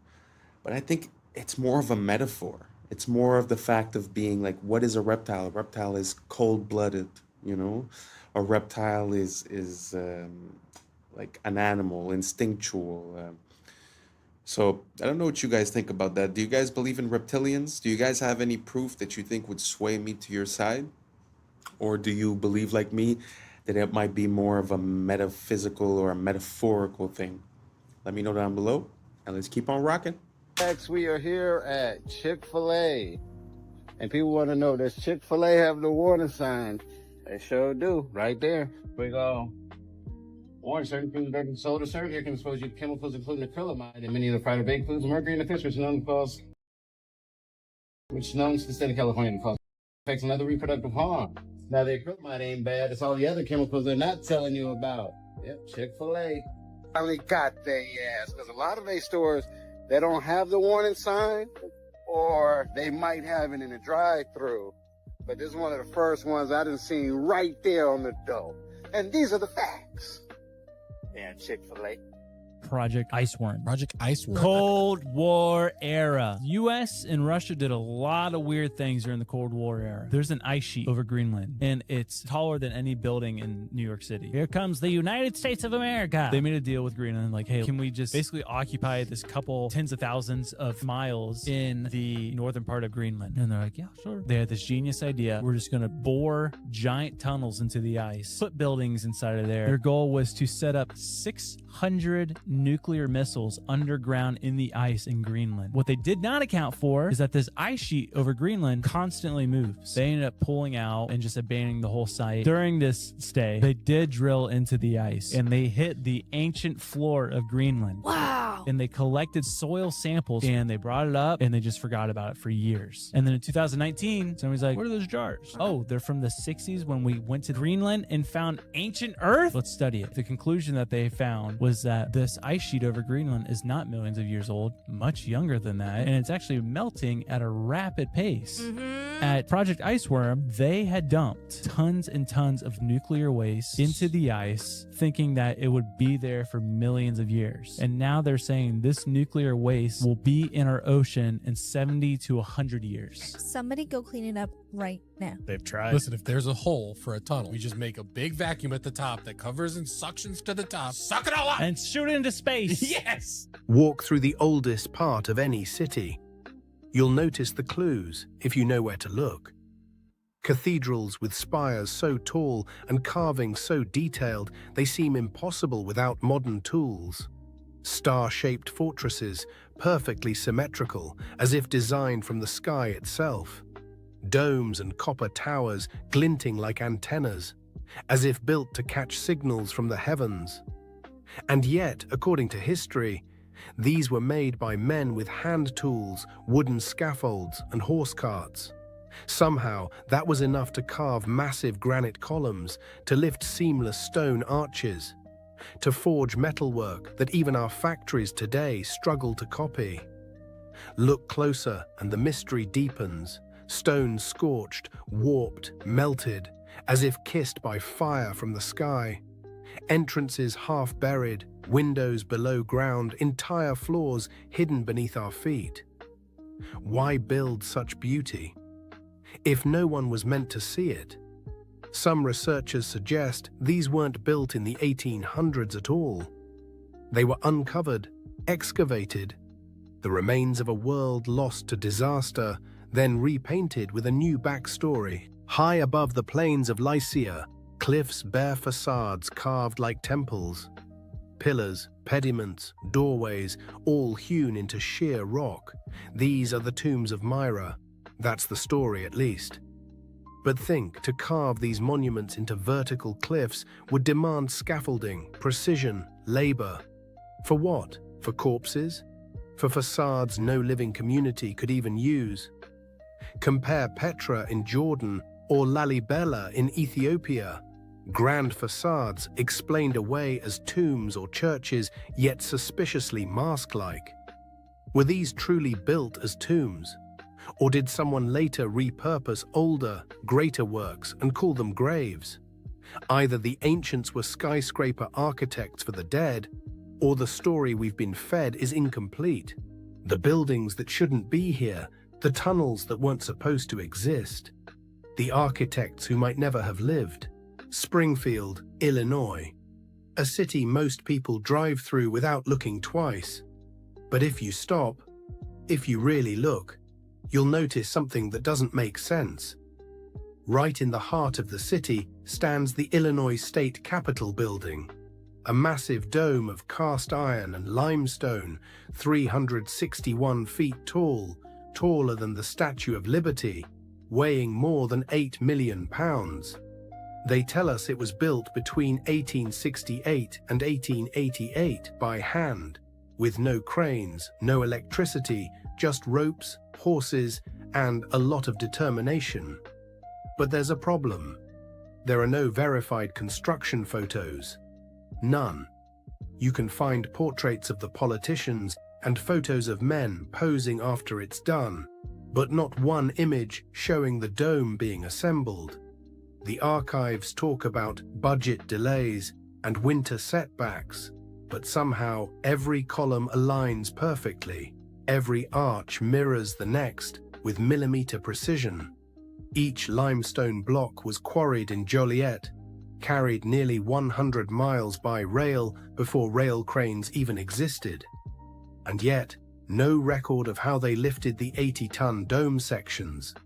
Even the cost doesn't fit the era. $4.5 million in 1880s money. That's roughly $150 million today, during a time when a mason earned $1.50 a day. So you tell me, did a handful of men in the 1870s really build something that our modern engineers still call impossible without steel? Or did they inherit it? A structure from an older world, dressed up with a new story, a new flag, a new date carved on the cornerstone. They say it was built, but it looks more like it was found.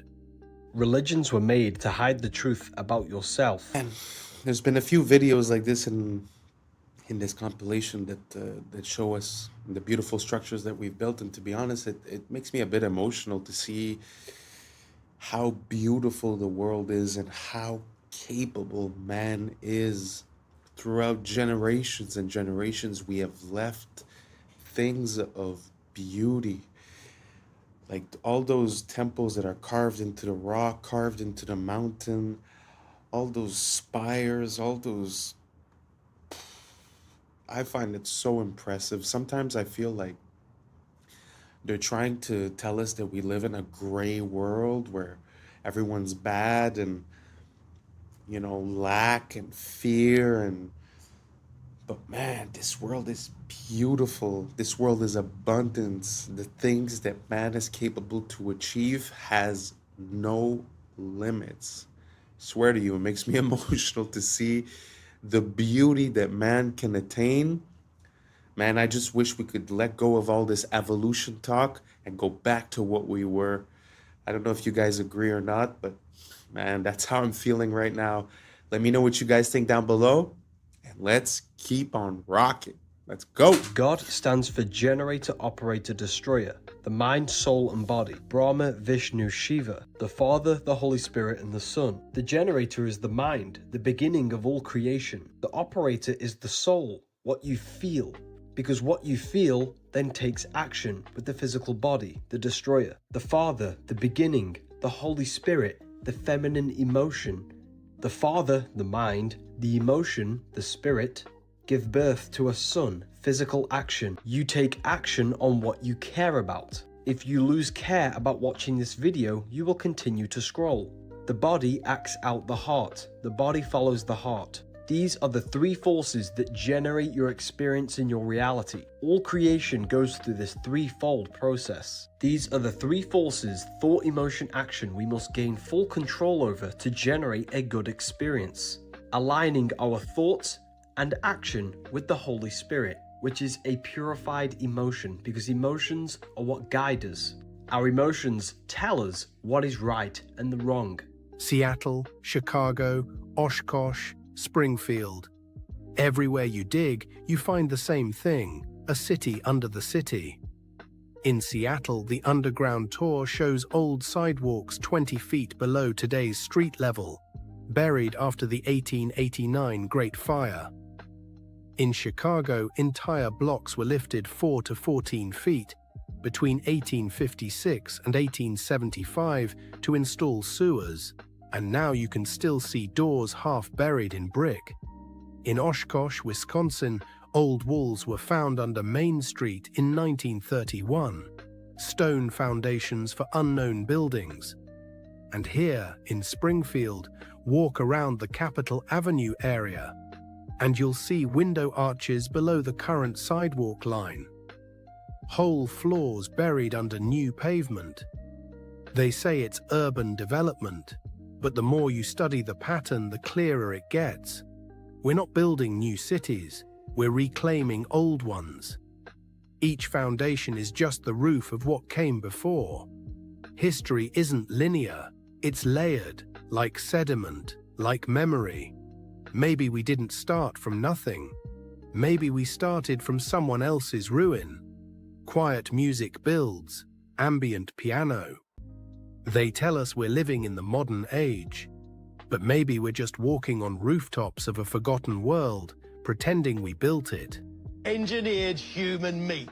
That's right, a protein made from human cells that promises to be cheaper and tastier than any of its competitors. I'm Greg Wallace, and I'm off to visit Good Harvest, where a whopping 6 tons of human meat is engineered every day. That is stunning. With the promise of cheap meat for all, it may well be the meaty miracle we need to ease the squeeze of the cost of living.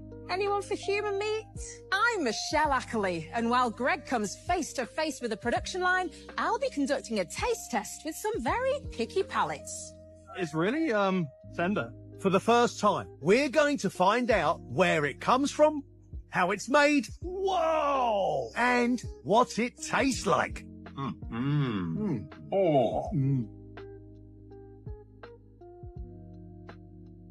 Did you know Africa is actually way bigger than the world makes it look? The maps we usually see are based on something called the Mercator projection, a method that tries to flatten the round Earth into a 2D surface, and in doing so it totally distorts the actual size of continents. For example, Greenland and Africa look similar in size on most maps, but in reality, Africa is 14 times larger than Greenland. In fact, Greenland is even smaller than just one African country, DR Congo. Now let's talk about Russia. On maps, it looks massive, almost larger than Africa. But here's the truth. You could fit Russia inside Africa, twice. And that's not all. The US, China, India, Japan, and all of Europe, they can all fit inside Africa at the same time. If you see this camera in your town, it's already over. Across the UK and the US have started rolling out these AI facial recognition cameras, and yeah, it's exactly what it sounds. These things are disguised as normal CCTV cameras, but they scan every single face that goes past them. What this then does is pick up the person who's walked past it, and then automatically using AI scan it against a criminal database to see if you're wanted or you've done anything wrong. There is going to be someone watching and then proceeding further depending on who you are. Now, I'm not really sure how far this goes, like if I didn't pay a speeding ticket, are the police then going to come and jump on me? Or is it just for like actual criminals? Because I guess that's kind of smart. It is extremely clever though. They are scanning the photos of your face against a criminal database, your social media profiles, like the whole of the internet. It's insane. Some experts have warned that the actual cameras store your data, tracking everything such as where you go to, who you're then meeting, how long you're there for. Also, unfortunately, these cameras aren't government owned. They're buying them from third-party data companies. So instead of the old question, are you being watched? It's now, how often are you being watched? And that's a wrap for today, familia. Whether you're tuning in with the sunrise or you're posted up after midnight, I appreciate your time, your energy, your curiosity. I remember, this isn't about truth or fiction. This is about perspective. If this sparked a thought, a laugh, a deeper question, then we did our job. Drop your thoughts in the comments. Keep the convo alive. Like, subscribe, and don't forget to hit that bell if you're riding the wave, because we're just getting started.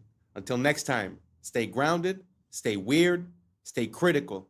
I'm Adam Strain, and this has been Adam Strain Reacts. Peace. Now it's time for us to link up. Really think we on the brink up. Making a change from living this strange. Living this strange. Making a change from living this strange. Yeah.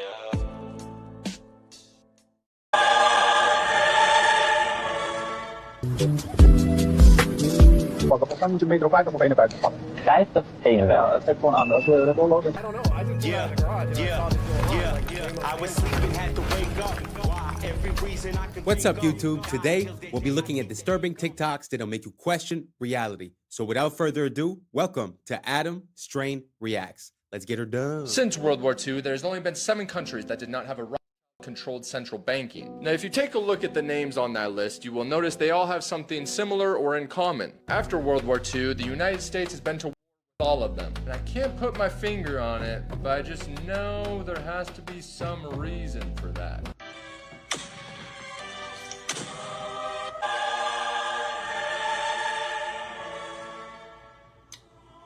The Festival of Exploding Hammers has been going on for over 300 years in the town of San Juan de la Vega. And here's the thing. Yes, people get injured. There's been many calls for them to stop it. But look, if that's how I go, that's how I go. It's the largest accumulation of tracks in the world. So first, we started with one area. And then later on, we found that these led into another area, and you could connect them all, and eventually we ended up with 9 different areas that are more or less all connected physically. What do you guys think about that? I truly have a hard time with everything that's dinosaurs. I'm going to put in the next video. I don't think we've been through this, but the people, they call it the Bone Wars, which was 2 people that were in a competition, and basically they found like 95% of all the dinosaur bones. But as for the tracks, what do you guys think about this? Do you guys think that these are original tracks from dinosaurs, or can they be like more or less anything?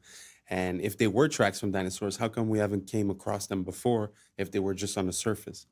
So let me know down below what you guys think. I'd be very curious to see your opinion, and let's keep on rocking. I thought that the French protests were unhinged before, but this might be the single most hilarious way of protesting I've ever seen. As we all know, Paris is hosting the Summer Olympics, but a lot of French people aren't very happy about that. Because, and I only found out about this today, the Olympics is kind of a scam when it comes to a country actually making money. Don't get me wrong, it's great for global street cred, but for example, when China hosted it, they made a net loss of 36.4 billion, and London made a net loss of 13 billion, and that's all taxpayer money. So when the public heard that France has already spent over 5 billion, and then that Macron wanted to spend another billion just to clean up the Seine River, so it looks good for the Olympics, they lost it, and the I shit in the Seine River protest began. On the 23rd of June, the French President Macron and the Paris mayor plan to take a ceremonial swim in the river to show off just how clean it is. So the protesters are now planning a defecation flash mob because, and I quote, after putting us in shit, it's up to them to bathe in our shit. Oh, and if you don't live in Paris,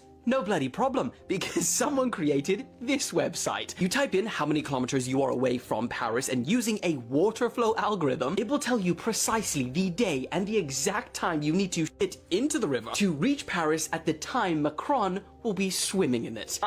Oh, I told you, and that is why I say, quick. Wow. I have never seen any type of protest in that way. But man, is that interesting. And also, I never came across any information as towards the loss of money of the countries that are hosting the Olympics. That's news to me. I always thought that they generated billions of dollars in profit. So I had zero idea. Did you guys know about that below? What do you guys think about that type of protest? I love it, to be honest.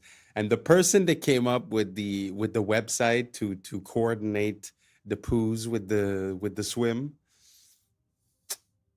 maybe in the future, world leaders shouldn't disclose their plans too far ahead of time. So let me know what you guys think down below. I really love this idea. Let me know what you think. Let's keep on rocking. Video showing how big the volcano is under Yellowstone. Oh, isn't that just horrifying? Starts with Yellowstone National Park at the top, just for scale. Yeah, that's... And then this. Insane. Just staggering and a good reminder that, yeah, if it goes, we're out. I know. So gone, so fast. Oh, well. Which is the way to go. Yeah. I definitely would rather it be quick. What do you guys think about that? Do you guys think that the Yellowstone volcano might be about to pop? Is that why everyone's building bunkers underground? But this parallel that I'd like to make is that when you look through history, or even in the past 20 years, or even in the past 100 years, it seems like it's always about to be the end of the world. Sort of like today, no? Like every year is going to be the crash, right? Because we know that we're inflating and we're modifying the numbers so that it fits and that it works. So we're all waiting for the crash. It's always the apocalypse. It's always something that's going to happen, but somehow we're always here and nothing's happening. So is this one of those cases, or is this the exception to the rule? Let me know what you think down below, because I know a lot of people have got Yellowstone very high up in their priorities and have a lot of fear regarding that. So let me know what you guys think down below, and let's keep on rocking.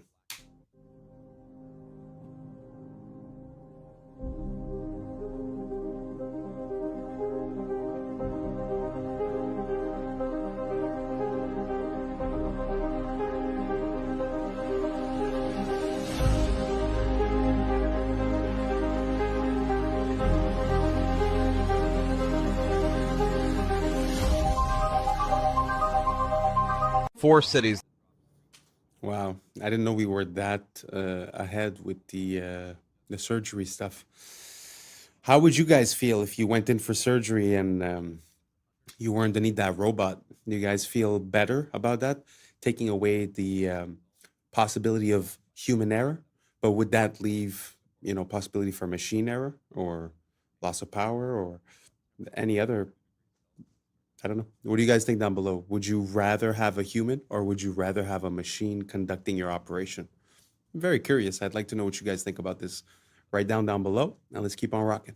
4 cities that drop street temperatures up to 8 degrees Celsius, some using ancient techniques, others just using paint. Seville, Spain borrowed a 3,000-year-old Persian technique called qanat that uses underground canals to carry cool water and ends up functioning like outdoor air conditioning. The result? Temperatures dropped by 6 to 7 degrees Celsius. Singapore found an even simpler solution, reflective paint. Coating buildings brought temperatures down 2 degrees Celsius during the scorching 11 a.m. to 3 p.m. window. Vienna took the idea to the streets, repainting black asphalt in lighter colors and cutting temperatures by 5 degrees Celsius. But the Spanish sherry town of Jerez de la Frontera went furthest, using grapevines to slash street temperatures by as much as 8 degrees Celsius. They strung green canopies across narrow streets, stealing a trick sherry makers have used for centuries to keep their wineries cool. Sometimes the best ideas are just really, really old, or come in a paint can.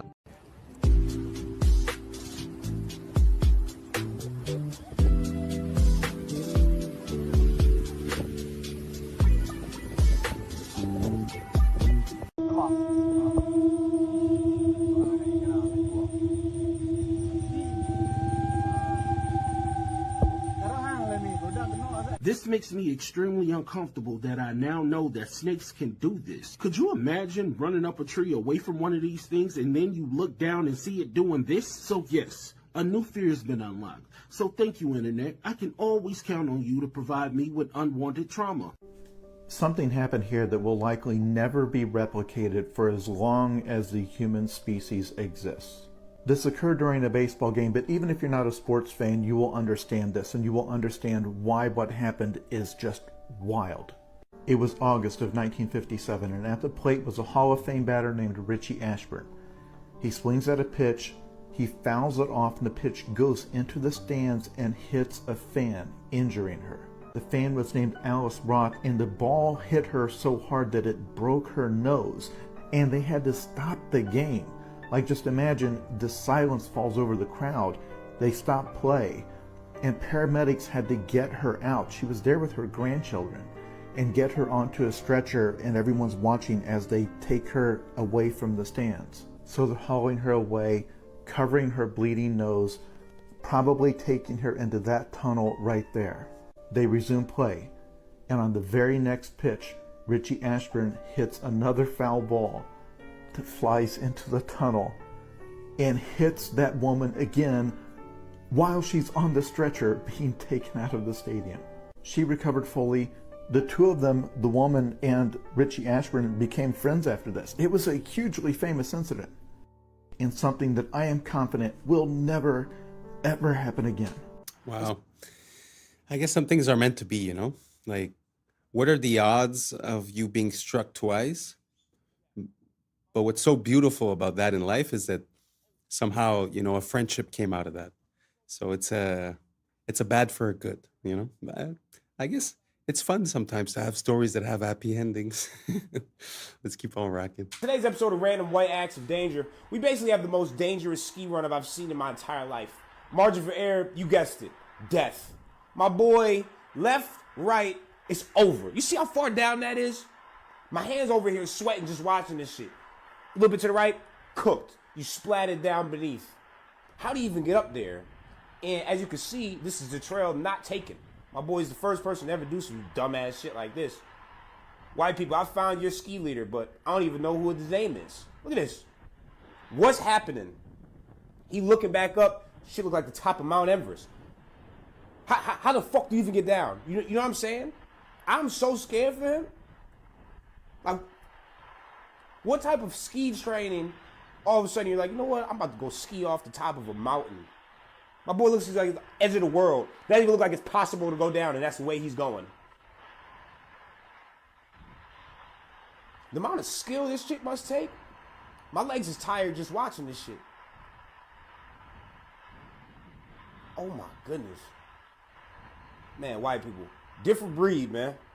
You guys, so okay, there's some footprints. So he must have hiked up this way. Now he skiing all the way down.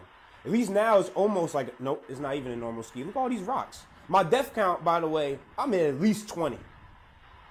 I would have started an avalanche, probably never been found. Look at this shit. Oh my goodness.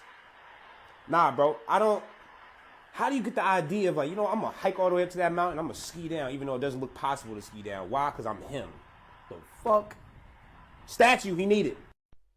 Mag ik wat vragen? Als ik naar Amsterdam Centraal wil, kan ik dan het beste naar de metro de metro, niet de trein pakken? Nee, de metro, dat is vaak sneller. En dan gewoon Noord-Zuidlijn. Ja. Of die naar Centraal Station. Als ik naar Centraal Station wil, moet ik dan de metro of de trein nemen? Je moet allebei nemen. Ja. Maar moet je snel zijn? Ja. Moet ik de metro of de trein pakken? Nee, je moet de metro pakken. Volgens mij moet je metro 50 of 51 pakken.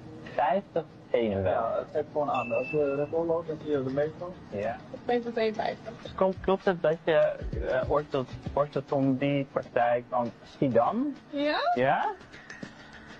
Klopt het dat je Floor heet? Ja. Ja. Van Grunsten? Ja. Ja. Bent u Helene? Ja. Helene Wachters? Ja, toch? Van Eden McKellen? Ja, klopt. Hoezo? Heet je Wijs? Ja. Basharat? Ja, ja, klopt. Ja. Oh, wat ben ik nou wel verstaan? Of dat u jurist bent? Ja. In Venture Capital? Onder andere, ja. Ja? Ja. Ik heb dus een bril waarmee ik gezichten kan scannen. Ik zie aan je dat je er wel zit. Nou, inderdaad. Ja. Oh ja, ik zie dat ding al inderdaad. Ja. Oh, ik zie er ook een lampje aan. Holy shit. Op die manier informatie te krijgen over mensen. Ja. Voelt bij mij niet oké. Ja. Ik bedoel, het is de tijd van tegenwoordig. Ik bedoel, digitale wereld. Je verwacht dit gewoon. Je verwacht het gewoon. Ja. Maar voor jou in. Ja. That gave me chills because the possibilities with that are pretty endless. Imagine, I don't know, off the top of my head, imagine scammers, imagine police, imagine, due process is gone. You have access to way too much information. Very interesting. It's very interesting. Imagine if you cross-reference with the person's Facebook and they took a picture outside of their house. You now have their address. You now have their family members. I mean, the possibilities are pretty much endless with what you could do with that information. As for, let's say, fraud or misappropriating the identity. Very interesting. What do you guys think? Do you guys think that it makes sense that we use AI in this type of fashion? What's the future of this technology? What are the applications that we're not seeing yet, but that might be a problem in 1, 2, 3, 5, 10 years? Let me know what you guys think down below, and let's keep on rocking.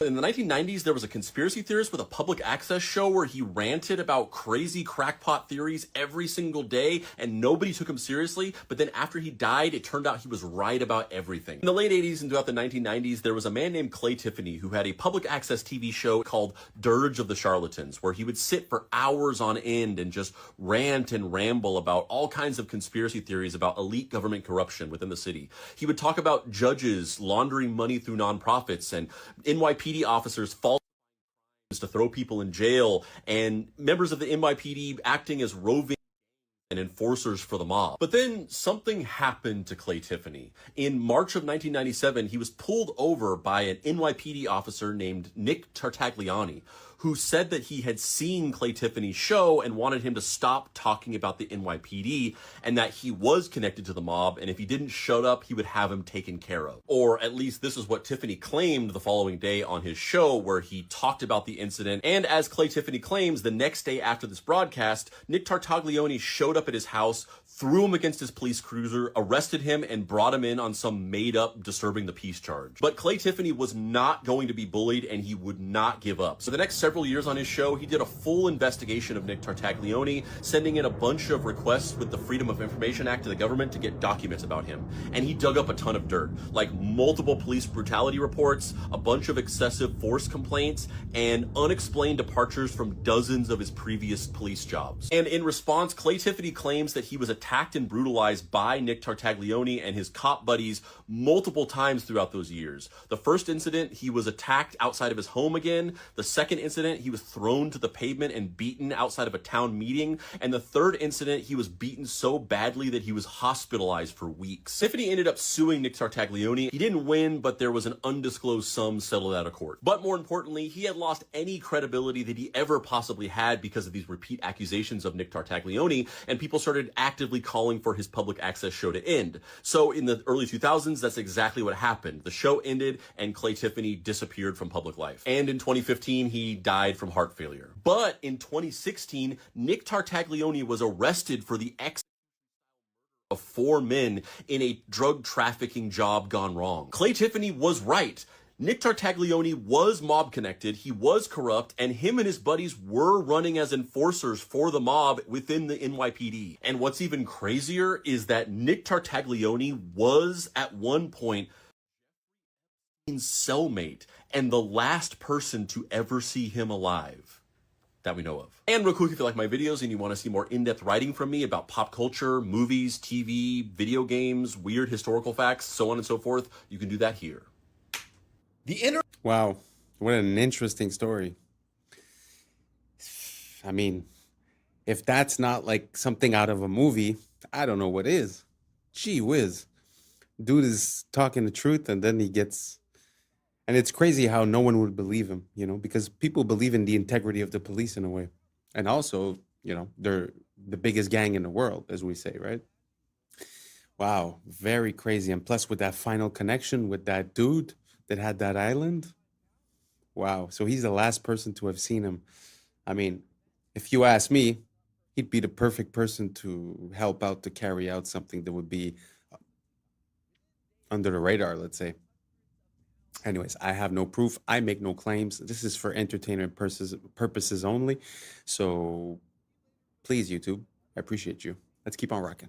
Internet's revenge on the man who invented spam mail is the most iconic thing I've ever heard. In the early 2000s, Alan Ralsky was one of the world's biggest spammers, blasting up to 1 billion junk emails a day. He made millions of dollars from it and was super cocky. He openly bragged to reporters about his empire and proudly called himself the godfather of spam. But in one interview, boasting as usual, he showed off the massive new mansion he bought with his spam money. And that was his mistake. People online found his new home address and thousands banded together to get their revenge. They signed Alan up for every sweepstakes, promotion, all the junk mailing list they could possibly find. Within days, he was receiving hundreds of pounds of junk mail a day. And inside that pile of junk mail was his real mail, so he had to go through it. He later complained in another interview saying, quote, "They've signed me up for every advertising campaign. These people are out of their minds. They're harassing me." Seriously, what does failure mean? It's not, it doesn't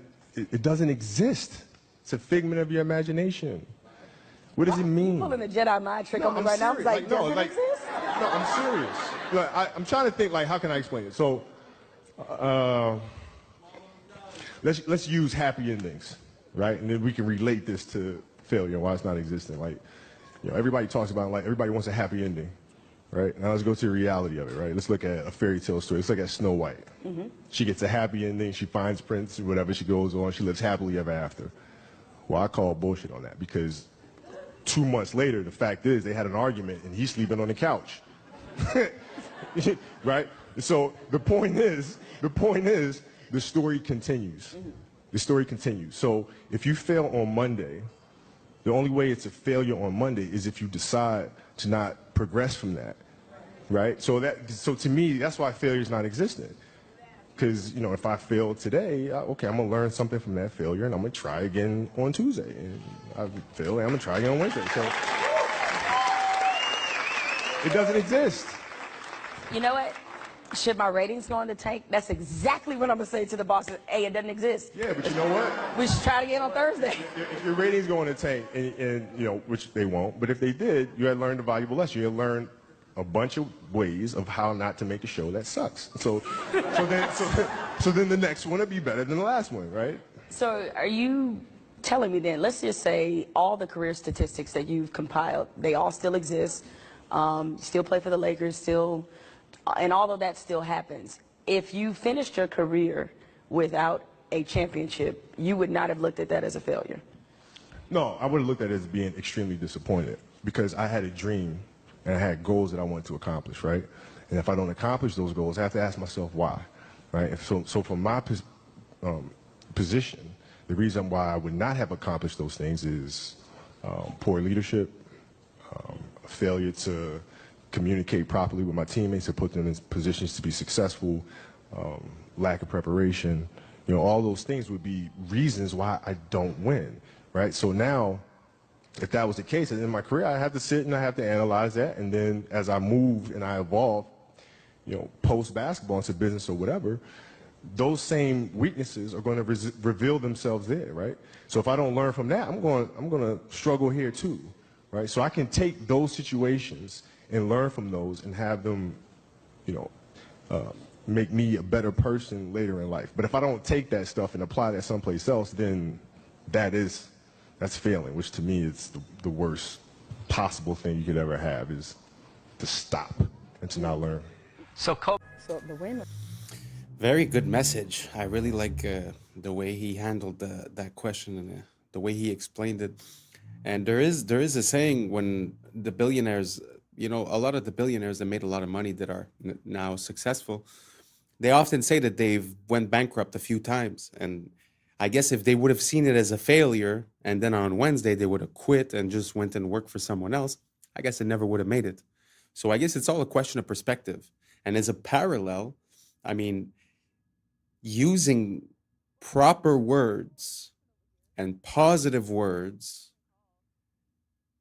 has an effect. It's very interesting because he's talking about one word, but there's also the word stress, or the word depression, or the word, I mean, there's so many words that nowadays just rolls off your tongue because everyone is a victim, everyone is feeling some type of way or disadvantaged or this or that. But in reality, I mean, what is stress? You know, what is depression? it's a it's something that you accept in your mind and that you create as an anchor or as a habit. So in my mind, if every time I would say I'm stressed, I would say time to breathe, and then I would concentrate on my breathing and try to gain control, I find that gives control in my life. It gives me power in my life. So using the word stress makes me feel like I'm under the weight. I don't know if you guys understand my distinction, but it's just the way that we use words has an effect on us long term. So if you keep using the word, oh, I'm depressed, I'm depressed, I'm depressed, that's exactly what you will become. Because in my mind, depression is a depressive thought that is on repeat. And then it creates the state of depression. But to be in a state of something, you need to actively reinforce it, repeat it, and use it as a habit before it sticks. So you could do that on the negative side, and you could do that on the positive side as well. So very interesting. I'm very happy to have listened to that interview from Kobe. I find it's super inspiring, and I hope that you guys can see it was a bit vague, and I'm not finding quite the right words to describe what I'm saying. So if you have any questions, please write them down below, and let's keep on rocking. Causing a traffic jam. Do they just like... I don't know. I just pulled out of the garage and I saw this going on. It's like this Waymo standoff. Yeah, I'm just trying to get out of here, but... This is so funny. Oh, because they hit each other. Yeah, kind of. But still, they're just going to, like, stay there forever? Do we need to, like, can we call them? Well, we can call enforcement over here. We can scan and call. Cars is stuck. Cars is stuck. This is so funny.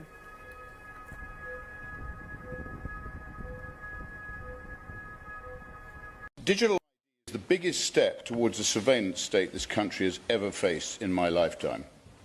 If any government wants access to every detail of your life, they are the ones who should be feared.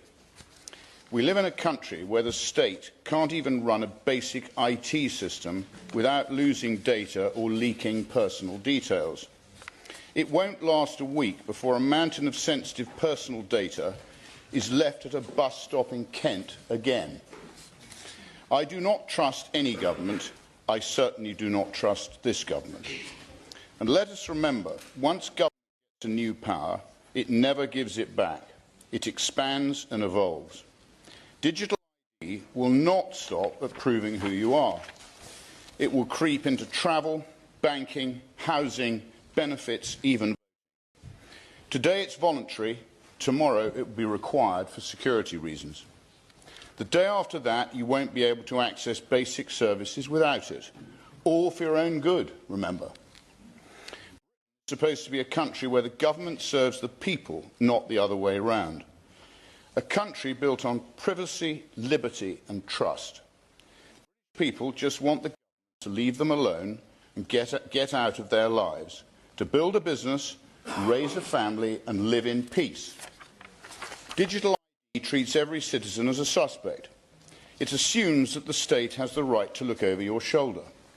You defend it by severely limiting the power of the state, not radically expanding it. Abolishing jury trials, cancelling elections, implementing facial recognition. Yeah, this whole digital ID thing is kind of scary.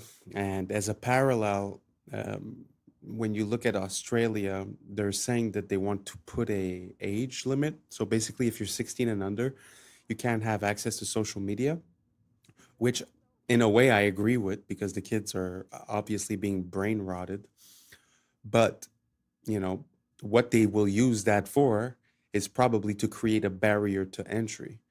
to be able to enter. So it's not the kids that are going to basically have to do something, it's the adults that are going to have to prove that they're adults. So in other words, it would be like having a MAC address associated with your social media account, which is a unique identifier. So basically, everything you do online will be tracked, categorized, and easier to turn into data. That's first. Second of all, we can't forget the saying that says freedom for security. Well, now it's freedom and privacy in the name of security. But like he said, by going digital, aren't we opening ourselves up to risks of security? So it seems like a Ouroboros, it seems like a circle that basically never ends, because the more we put ourselves online, the more it's accessible for hackers. So I'm having a hard time to understand the logic behind it. But we did have an event, the COVID, not too long ago, that seemed to be like a test run towards this. So I truly want to know what you guys think. Is this something that you think is for the great, the betterment of the human condition? Or do you think this is a secondary power structure? Are we going to try to do a transition between, let's say, what our legal framework is? Because as we create a new ID, we're going to have to create new laws. So as we create new laws, do we trust the people that are there to have our best intentions at heart? Or should we just cancel the project and return to Constitution? It's a question that I'm asking you, and I would really appreciate your time right down below. And if not, no worries. We reached the end, so thank you so much for rocking with us. And that's a wrap for today, familia. Whether you're tuning in with the sunrise or you're posted up after midnight, I appreciate your time, your energy, your curiosity. And don't forget, this isn't about truth or fiction. This is about perspective. If this sparked a laugh, a thought, a deeper question, then we did our job. So drop your thoughts in the comments, keep the convo alive, like, subscribe, and hit that bell if you're riding a wave, because we're just getting started. So until next time, stay grounded, stay weird, stay critical. I'm Adam Strain, and this has been Adam Strain Reacts. Peace. Now's the time for us to link up. Really think we on a break up. Making a change from living this strange. Living this strange. Making a change from living this strange. Yeah. And I say, oh, I sound like I have a slur. And she said, no, you sound like you can work at a Chinese restaurant. I'm on. Cash. Cash. Crash. Crash. Crashed.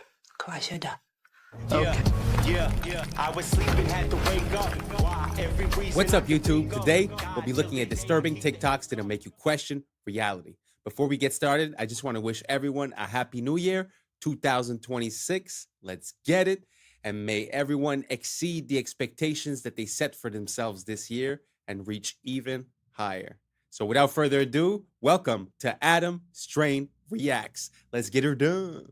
The world is $281 trillion in debt.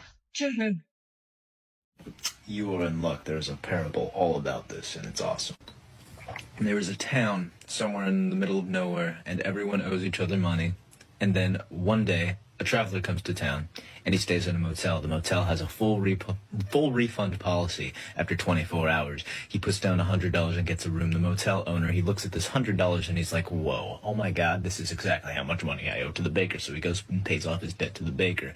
The baker looks at this money and he's like, well, this is exactly as much how much I owe to the shoemaker. And he goes to the shoemaker and pays off his debt and goes through several people until eventually someone's like, hey, I owe this amount of money to the motel owner. So he gives it to the motel owner back where it started. And then the traveler is like, hey, it's been 24 hours and I don't like it here. So he takes his money back and he leaves. Everyone has the same amount of money, but then suddenly nobody's in debt.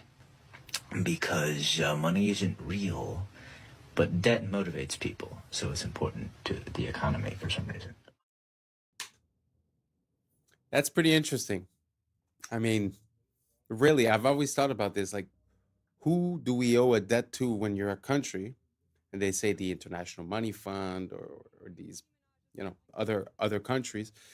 But this example sort of displays something that's very interesting. And on a more massive scale, I think something very similar to this is happening in Europe, where a lot of the countries within Europe owe money to each other that basically they'll never be able to repay. But at the same time, if you deduce the debts from everyone, it's almost like everyone ends up in the clear. So maybe I'm missing something, but yeah, I feel like it kind of makes sense that at the end of the day, it's just an idea that we have, and it's not really mathematically sound. And I guess that's why the concept of usury was like, prohibited by the Christians and this and that, because I think it sort of creates a part of value of money that's unreal in a way. So let me know if I missed something, but that example, do you catch it?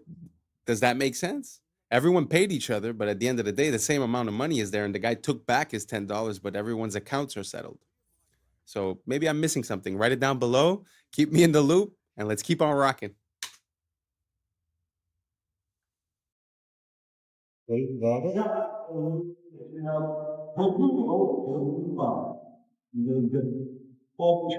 Gosh.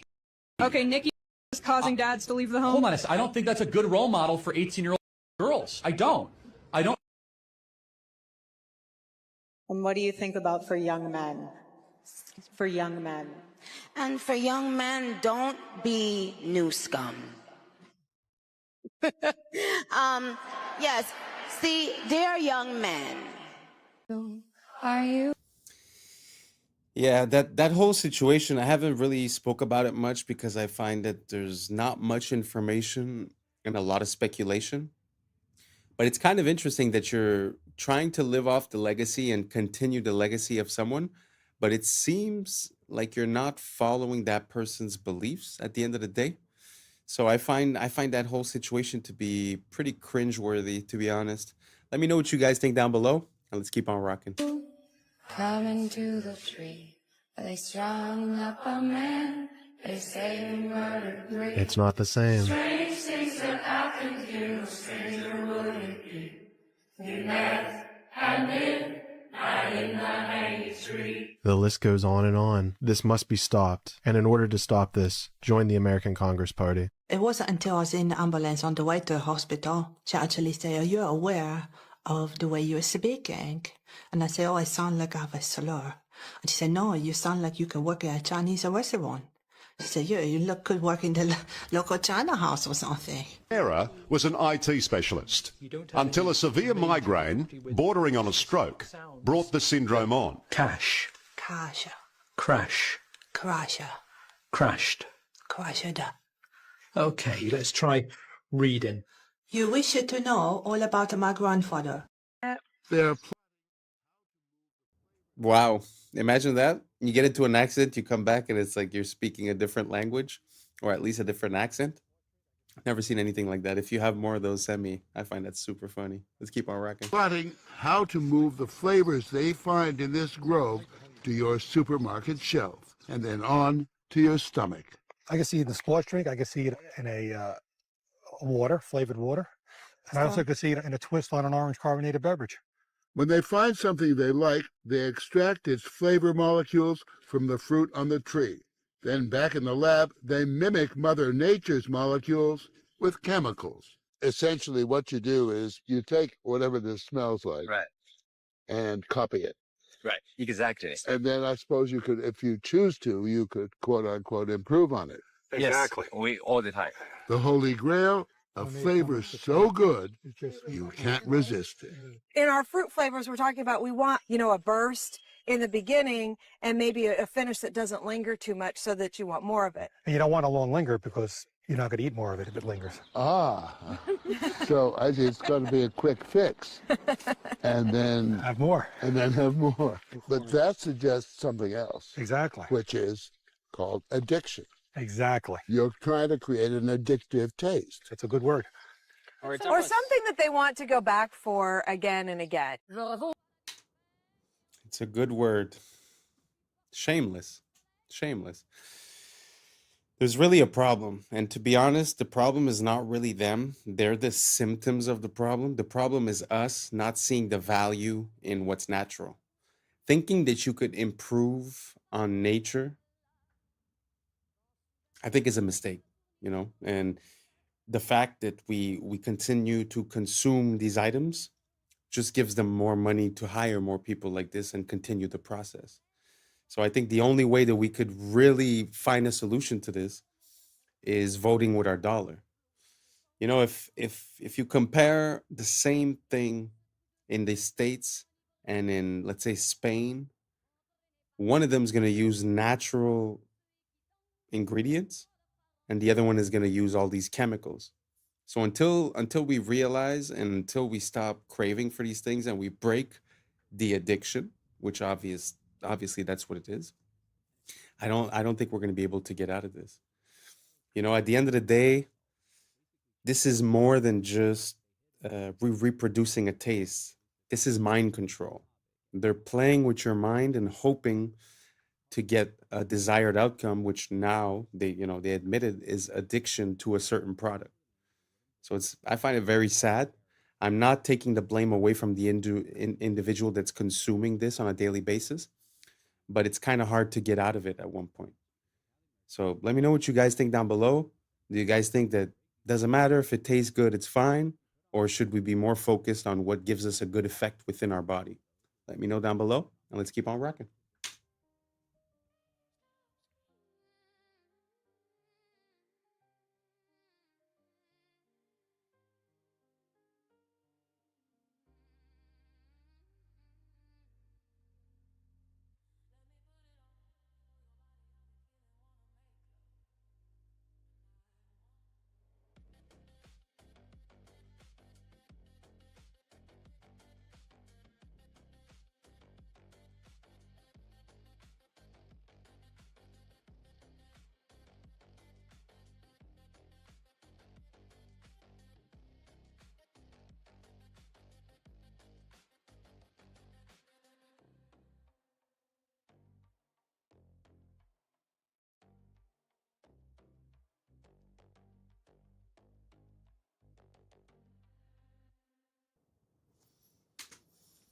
Wow. It's really to have a glimpse into that world just makes me realize how much we come from greatness and how the mighty have fallen, you know? The beauty of the architecture, the way people would present themselves, the respect that they had between them. You know, just the fact of dressing properly and holding a good posture, and it's something that is so beautiful to see, and I wish we would live in that era, or at least that era could come back in one way, shape, or form. But just the beauty of the buildings, the details that you could see, and all the so beautiful, so beautiful. Let me know what you guys think down below, and let's keep on rocking. The reason why we use the word flirtation is because noble women in the 1700s used to flirt or wave their fans in a specific way to subtly communicate that they were interested. And if you find a way to cheat the system, you found a loophole, which is what these arrow slits and castles used to be called, which were basically cheat codes for archers because they could stay hidden while shooting arrows. And if a topic is really specific, it's a niche topic, and we call it that because a niche is a hole in the wall that was carved out to hold a specific object like a statue or a relic. And the front panel of a car is called a dashboard, but it's also the name of the wooden board that's attached to the front of a carriage, which basically protected the driver from being pelted by rocks and dirt while the horse was dashing. And bankrupt comes from the Italian word bancarrota, which means broken bench, because Italian merchants used to sell their goods on benches, and banks would literally break these benches if they didn't pay off their debt. If you put off a task, it's on the back burner, and that's because the fire and wood burning stoves was right beneath the front burners, and the heat would dissipate as it traveled to the back, so you just naturally place the slow cooking pots there. And the statues in front of ships were called figureheads, which is why we now call the leaders of a group or a company a figurehead. And we call video recordings footage because a movie's runtime used to be measured in feet. The theater cameras would literally project 1 foot of the film stock in 1 second. Isn't that all your... It's so amazing to see where things come from. One of my recent songs, I say, the etymology will teach you more than all your recent technologies. And like that's pretty much it, because we get so far into the application, we forget where things come from. And I love to dive back into the past, and makes me be able to use, the proper word at the proper time and understand what it means and where it comes from. And obviously a lot of these things get diluted, changed, and the name of that song is actually called Inverted. Our world is inverted upside down. So it's like, it's very interesting to see how words change, but also to see how we still use words that have a lot of meaning, but we've lost the meaning, but still use the application. Very interesting. Let me know what you guys think about etymology down below. Is that something you like? because I would love to share a ton more with you guys. So let me know down below, and let's keep on rocking. Computer screens are blue lit. The reason none of them are red lit, the reason none of them pay attention to circadian biology is because that original technology was developed in a government program that Bobby Kennedy knows about, and I happen to know about because I went to medical school at LSU. For those of you who've never heard about Operation Paperclip, you think it's all conspiracy theory. So at Tulane Neurology and Tulane Neurosurgery in the 50s and 60s and 70s and 80s, the CIA started a program there where they would do all these crazy things to monkeys. The CIA wanted to see how they could control things utilizing different things like drugs and things like that. Where the neurosurgeons got involved, which is my clade, we would drill tops of the heads off, put wires into the thalamus, put electricity in there, and kind of see what kind of behavioral changes we could have. One of the guys that was in that program was a guy named Professor Delgado. When he saw that we could control the behavior with the wired device, he said, what if we do it wirelessly? So he checked it in monkeys and checked it in bulls, and it turned out you can do it wirelessly with RFID chips and semiconductors. Then the CIA took it to the next level. They said, well, since this is electromagnetic radiation, what if we did it through light through screens? And it turns out you can. And that's the reason why all your computer screens have the frequencies they have. So why is this all important? Well, the person that set this meeting up between me and Bobby is the patent attorney that made sure that Google and Meta have those things so they can control the things that we all do. Where did the original idea come from that started off in MKUltra with the CIA? You're going to be surprised when you hear this. It came from the mafia in Las Vegas. They wanted to build a new city in a desert. They enclosed it all, blacked out the windows, invented slot machines that were blue lit, and they found out that they didn't have to take a gun, stick it in your face to steal your money. Then they even got smarter. They said, let's give people free alcohol while they're doing that, and they found out they got the money quicker. And that's when the CIA got the idea to start this program. That's really how it started. Have you ever read the tiny folded up piece of paper with micro font that you get with your new iPhone? Because if you did, you may be using it differently.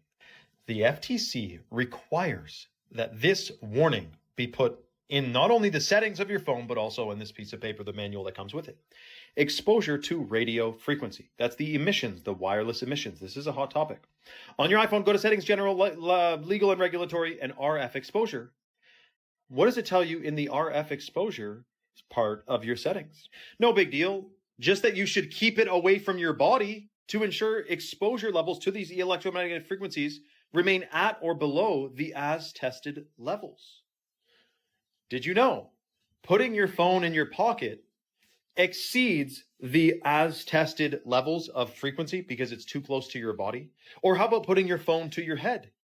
It exceeds the amount of frequency that they said was safe. In other words, it could be unsafe. Now, in the past, I've gotten in trouble for posting about the EMFs, the frequencies from Wi-Fi, cell tower, smart meters, because it's a censored subject. So I'm going to bite my tongue with this certain few things here, but pay attention. There are many hardware and software fixes to iPhones or any phones that could make them significantly be less harmful because of these frequencies. By the way, I went to an Apple store a long time ago to get a device that you can plug your phone into along with an Ethernet cable, and you can have your phone on airplane mode, not connected to the tower or Wi-Fi. You can have your Wi-Fi off and still have full speed internet because your phone's plugged in via Ethernet.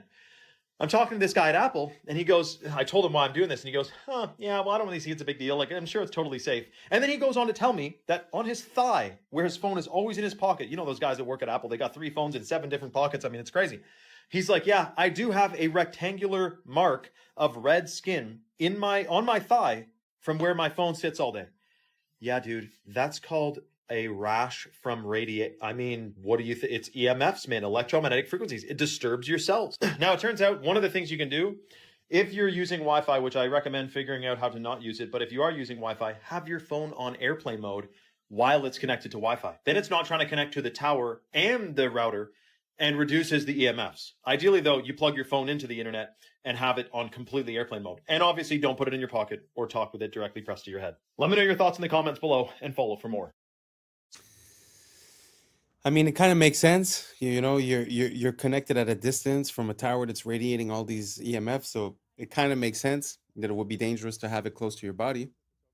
But it makes me think about the older technology. You see, back in the days, we used to use the cord phone, right? And the cord phone, when you think about it, it was plugged into the wall, but it wasn't even plugged with electricity. So I'm pretty sure that the radiation or EMFs that would have been radiated by that are probably 1,000, if not 1,000,000 times less strong. So a lot of time, we change our technology for accessibility, but we either reduce in quality or we increase in toxicity. I think we're a bit lost, And I was thinking about that recently. Like if I were to build a house today, I wouldn't want it to be wireless. I would want wires everywhere inside of the walls so that anywhere I go, I plug myself in. Why would I want all the information? Like, let's say you're watching a video on your phone. Why would I want the information of that video all around me at every moment? And then to go just a step further, if you look at, a lot of people now, they tend to live in condo buildings, apartment buildings. When you look for a Wi-Fi inside of one of those buildings, you're exposed to at least 50 of them at the same time. Can you imagine the multiplication and how dangerous that could be? So it's kind of weird. They're selling you a cell phone that's made to talk on the phone, but if you put it here, it hurts you. If you put it in your pocket, it hurts you. So I don't know. I don't know what we're doing, I think we're gonna need a little bit of consciousness and realize what we're doing and try to find a solution to it. I've heard about the stickers on the back of the phones. Does anyone use that? Does that work for you guys? I'd be very curious to see what ideas you guys have to reduce the EMFs. I've heard about the lead paint. I've heard about different types of ideas. But let me know what you guys think down below. Are you team wireless or are you team wired? I'm team wired all the way. So let me know down below and let's keep on rocking. Excuse me. I just want to say I really like your style. You look incredibly stylish, if you don't mind me saying. Oh, I don't mind you saying that at all. It's a very nice thing to say. I'm a portrait photographer. What is the shtick? Tell me. So I talk to the stranger, I take a picture of them. I disapprove thoroughly of social media. I know what you mean. I think it's poisonous. But I've tried to use it as in a positive way. And what's your name? Irene. And you're a teensy bit skeptical? Of course, because I live in London and the world is full of scams. Would this face scam anybody? That isn't something that you can ever say, unfortunately. I'm going to show you what I do. Okay. Oh, how sweet. You were walking very briskly there. I have things to do. I'm going away next week. I'm 88 and a half. I'm old. You are so sprightly for 88 and a half. Yes, I am. I am sprightly for my age because I make a point of doing a lot of exercise. But also because I know I have limited time, my son says I am frenetic. So I am filling it with lovely things. It's aloneness rather than loneliness. If you could write a letter to your younger self. Don't be cautious. Go for it. I was often too cautious. How is your confidence in your life? I am up to a point. For instance, I have just booked myself this holiday. It's called Solos, the company, because they deal with people on their own, on a gullet, which is a Turkish sailing ship. And at first I was fully confident. Now I suddenly am thinking, and it's only a week away, oh my goodness, I'm going to be the oldest person there. I'm going to be a pain in the neck to everybody. And oh dear, oh dear, oh dear. Yes, I don't know how it's going to be on this boat. Getting on and getting off is going to be a problem. Hopefully this has been a nice experience for you, Irene. It's been a different experience through Kensington Gardens. And what are your hopes for the future? Long life. Which I've already had.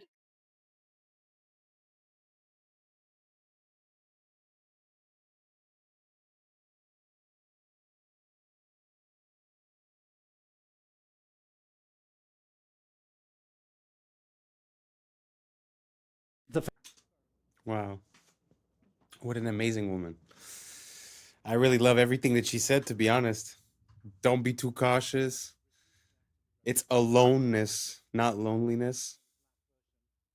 Wow, 88 years old. Very impressive, very inspiring. And wow, so beautiful to see, to be honest, to see someone with so much liveliness. Wow. I hope she has many, many more years to come and continues being frenetic, because I agree. It seems like people nowadays, they hustle to be able to do nothing. I never understood it. Like, the goal of working for money is to be able to do something with your money, right? It's not to go home and close your brain down for 8 hours on Netflix and then go to bed, right? So I love to see something like that. And to be honest, I feel like I have more in common with this woman than a lot of people of my age. Really beautiful, really inspiring. Long live her. And yeah, let me know what you guys think down below. Let's keep on rocking. Famous experiment by the Russian biologist Dmitry Belyaev, who in the 1950s started selecting foxes on the basis of reduced reactive aggression. So here's what he did. He took foxes, slightly black version that occurs in Canada. They'd been in Russia for 50 years, breeding without anyone deliberately selecting them. And so what Belyaev did was to arrange for people to walk towards the young foxes when they were something like 6 weeks old. And at the point that the young fox said, "Ah!"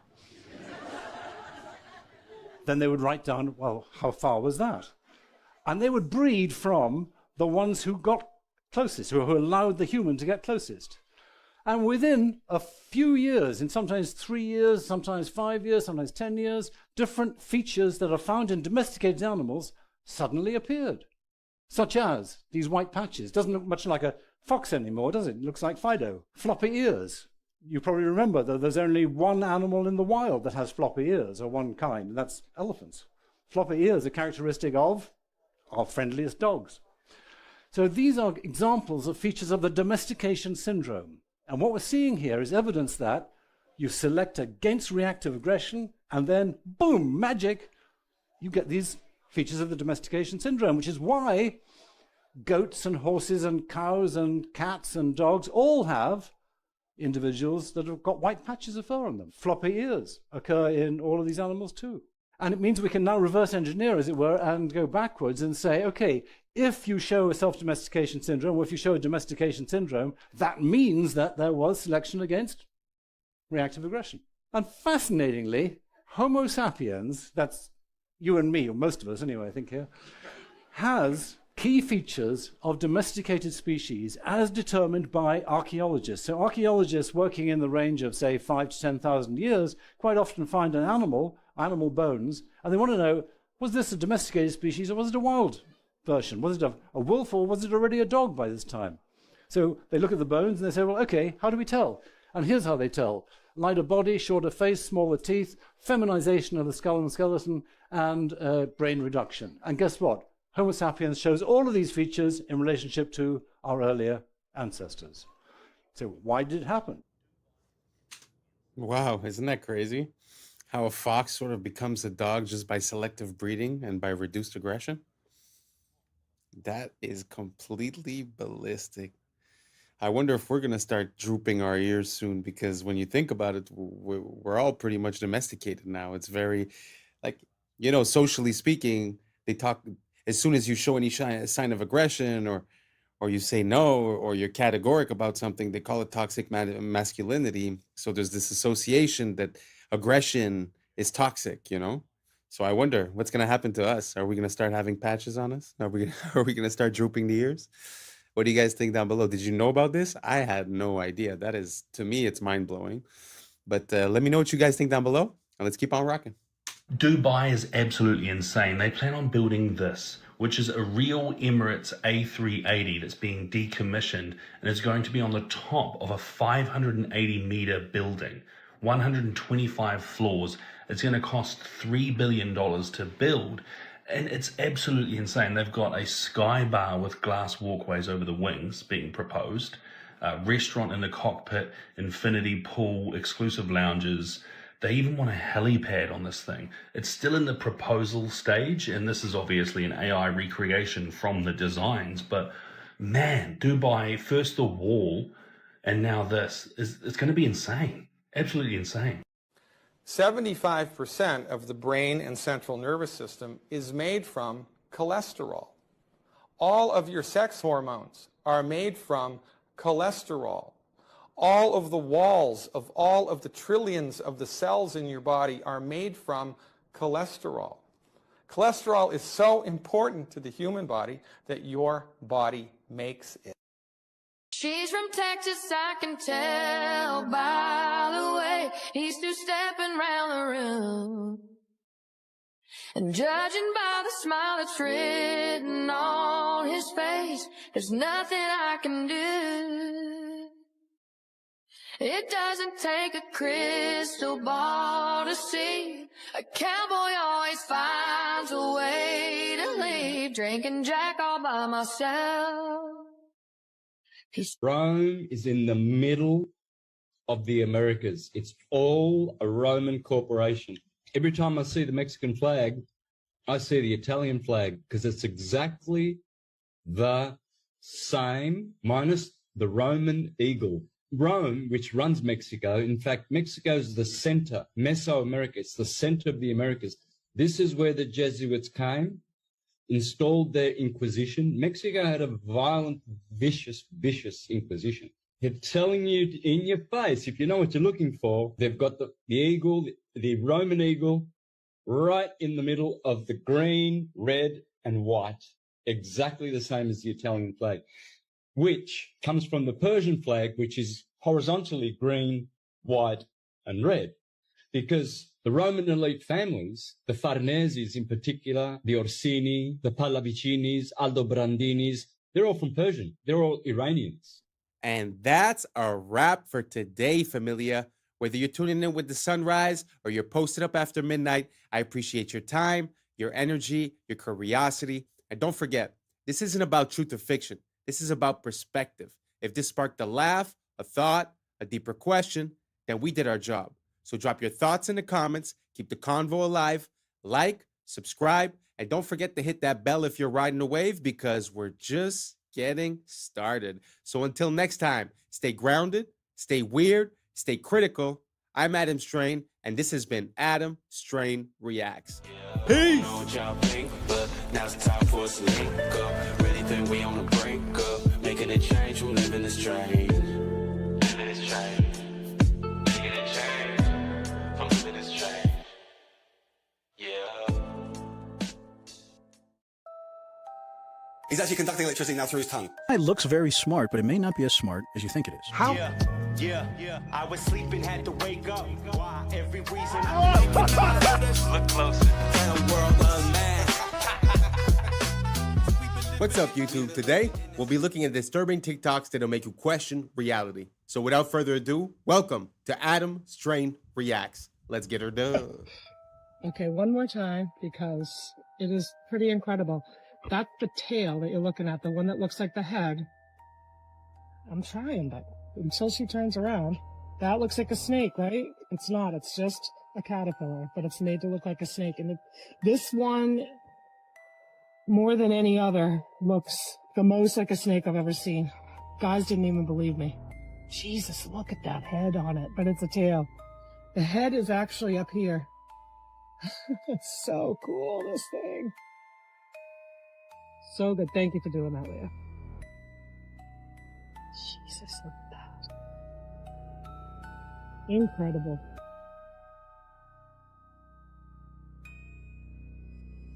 Look at that. He's about like 6 inches, let's see. 2, 1.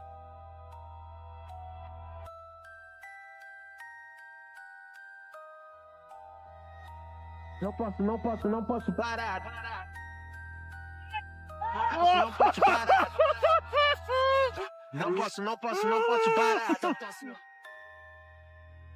He's actually conducting electricity now through his tongue.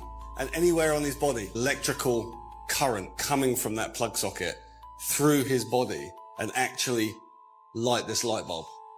Mohan proves the current is flowing. So that's lighting up now, and that's telling us that is a live wire. So Mohan has got an electrical cable in his mouth, and what we're showing here is that that is conducting through his body and it's lighting this. So effectively, he is a live wire. He's passing a current of actually 60 by, that's 240 volts. So that's approximately 0.25 amperes. About 0.25 amps. That's right. About 0.25 amps is flowing through his body. It would kill a normal person. An electric drill. It's a 500-watt drill. The drill pulls over 2 amps through Mohan's body. 8 times more than the light bulb. I've never seen anything like that in my life. Mohan should be dead, but he's going further. An angle grinder needs a deadly 4 amps, and Mohan is taking the full charge. I mean, he frightened me. He's able to conduct electricity through his body, across those incredibly vital organs, but critically, actually across the chest, so across the heart. Electric shock causes blood pressure to plummet, but amazingly, Mohan's remains constant. 120 on 90, so perfectly normal. Mohan's ability shocks Greg. I simply would not have believed that if I hadn't have seen it with my own eyes. Of course, smart homes.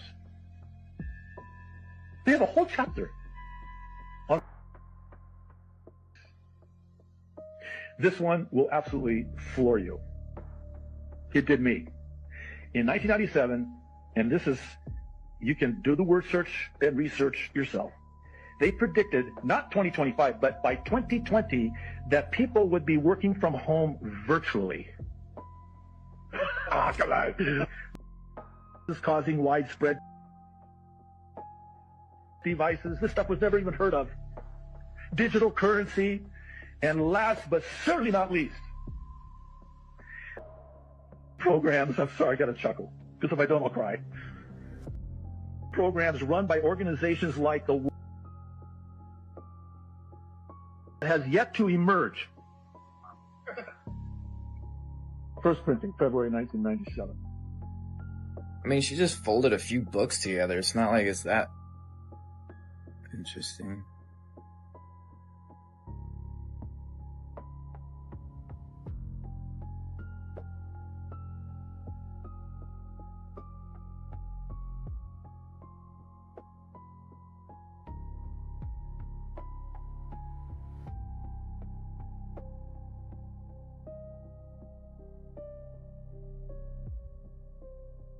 This goes deep, literally. I've been connecting the dots and was a member of the advisory board for an organization called the Life in the early 2000s.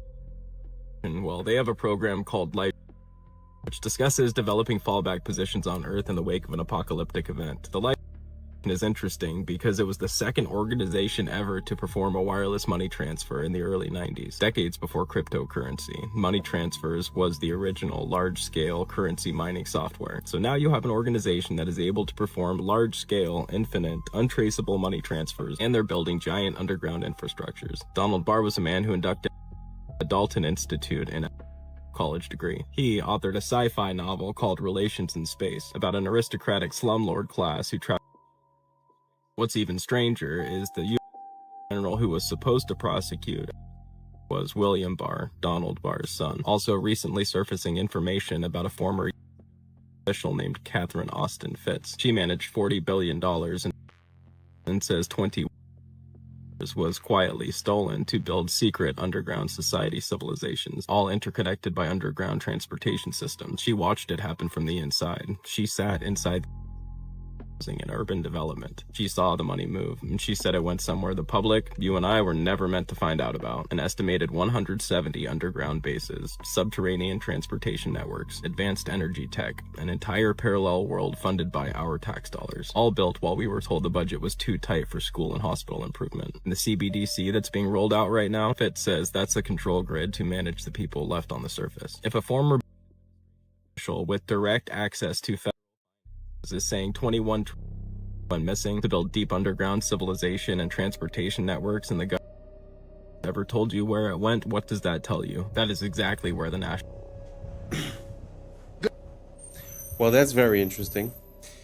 I mean, the more you look into this guy, the more he seems to have his paws involved into a lot of things, whether it be, you know, selling things and people, whether it be, you know, scientific grants and, you know, the most advanced science, whether it be genetic manipulation, whether it be even towards the jab, right? But the question that he's saying at the end really got me, because how do you think it's possible that the national debt of the US is so high, you know, and it's multiplied basically in the past 20 years? This would kind of make sense, you know? So let me know what you guys think down below, and let's keep on rocking. I'm gonna need you to lock in to understand this. This video will require you to lock in. Civilization was designed to replace humanity. And I'm not talking about politics, ideology, technology, greed, human failure, whatever you want, belief, human invention. I'm naming the pattern beneath it all, because there is a pattern, a stable pattern in abstract space that is far older than humanity, older than culture, and older than gods. It does not live in organisms. Organisms fall into alignment with it. Wherever extraction can outrun regeneration, and consequence can be delayed, and abstraction can replace contact, the pattern will appear. And it's worn many bodies, and it's wearing us now, because the pattern has a historical body, and that body is called civilization. I'm just trying to tell you what it is. Civilization is not a neutral tool. It is not a container. It is not a servant. Civilization is a replacement engine. It is designed to replace humanity with function. Civilization was not created to serve humanity. Most of humanity was created to serve it. And you can see the pattern in the locust. A grasshopper is a local, green, limited, participatory animal. It eats, the land recovers. But when density crosses a threshold, something shifts. Serotonin rises. Contact accumulates. A switch flips. The grasshopper does not decide, it aligns. Its body darkens. Its appetite becomes endless. Limits dissolve. The land becomes stripped bare, and then the swarm dissolves. Not from evil, but from completion. And you can see it in ants, and in algal blooms, and in bacteria that poison their own world with oxygen. Life itself has entered this pattern before. This is not a moral failure. This is a structural possibility of reality. So humans did not invent this pattern. We became its most powerful host. We had abstraction, symbolic storage, future modeling, surplus energy, and distance from consequence. These were not sins, they were interfaces. And when agriculture crossed density thresholds, the pattern found a new mode, civilization. So at first, I'm going to show you how this even looks. I'm going to give you an example. At first, the world looks whole. The man is in the forest. The axe is movement. The tree falls and the forest remembers. And then a thought appears. This tree is not me. The tree becomes lumber. This is subject-object split, right? I'm just trying to put you on. The forest stops being a relationship and becomes a resource field. Nothing breaks immediately, and that's why it works. And then, once the split exists, it seeks completion. The river becomes water. The animal becomes meat. The land becomes property, and another human becomes labor. And guess what finally happens to the self?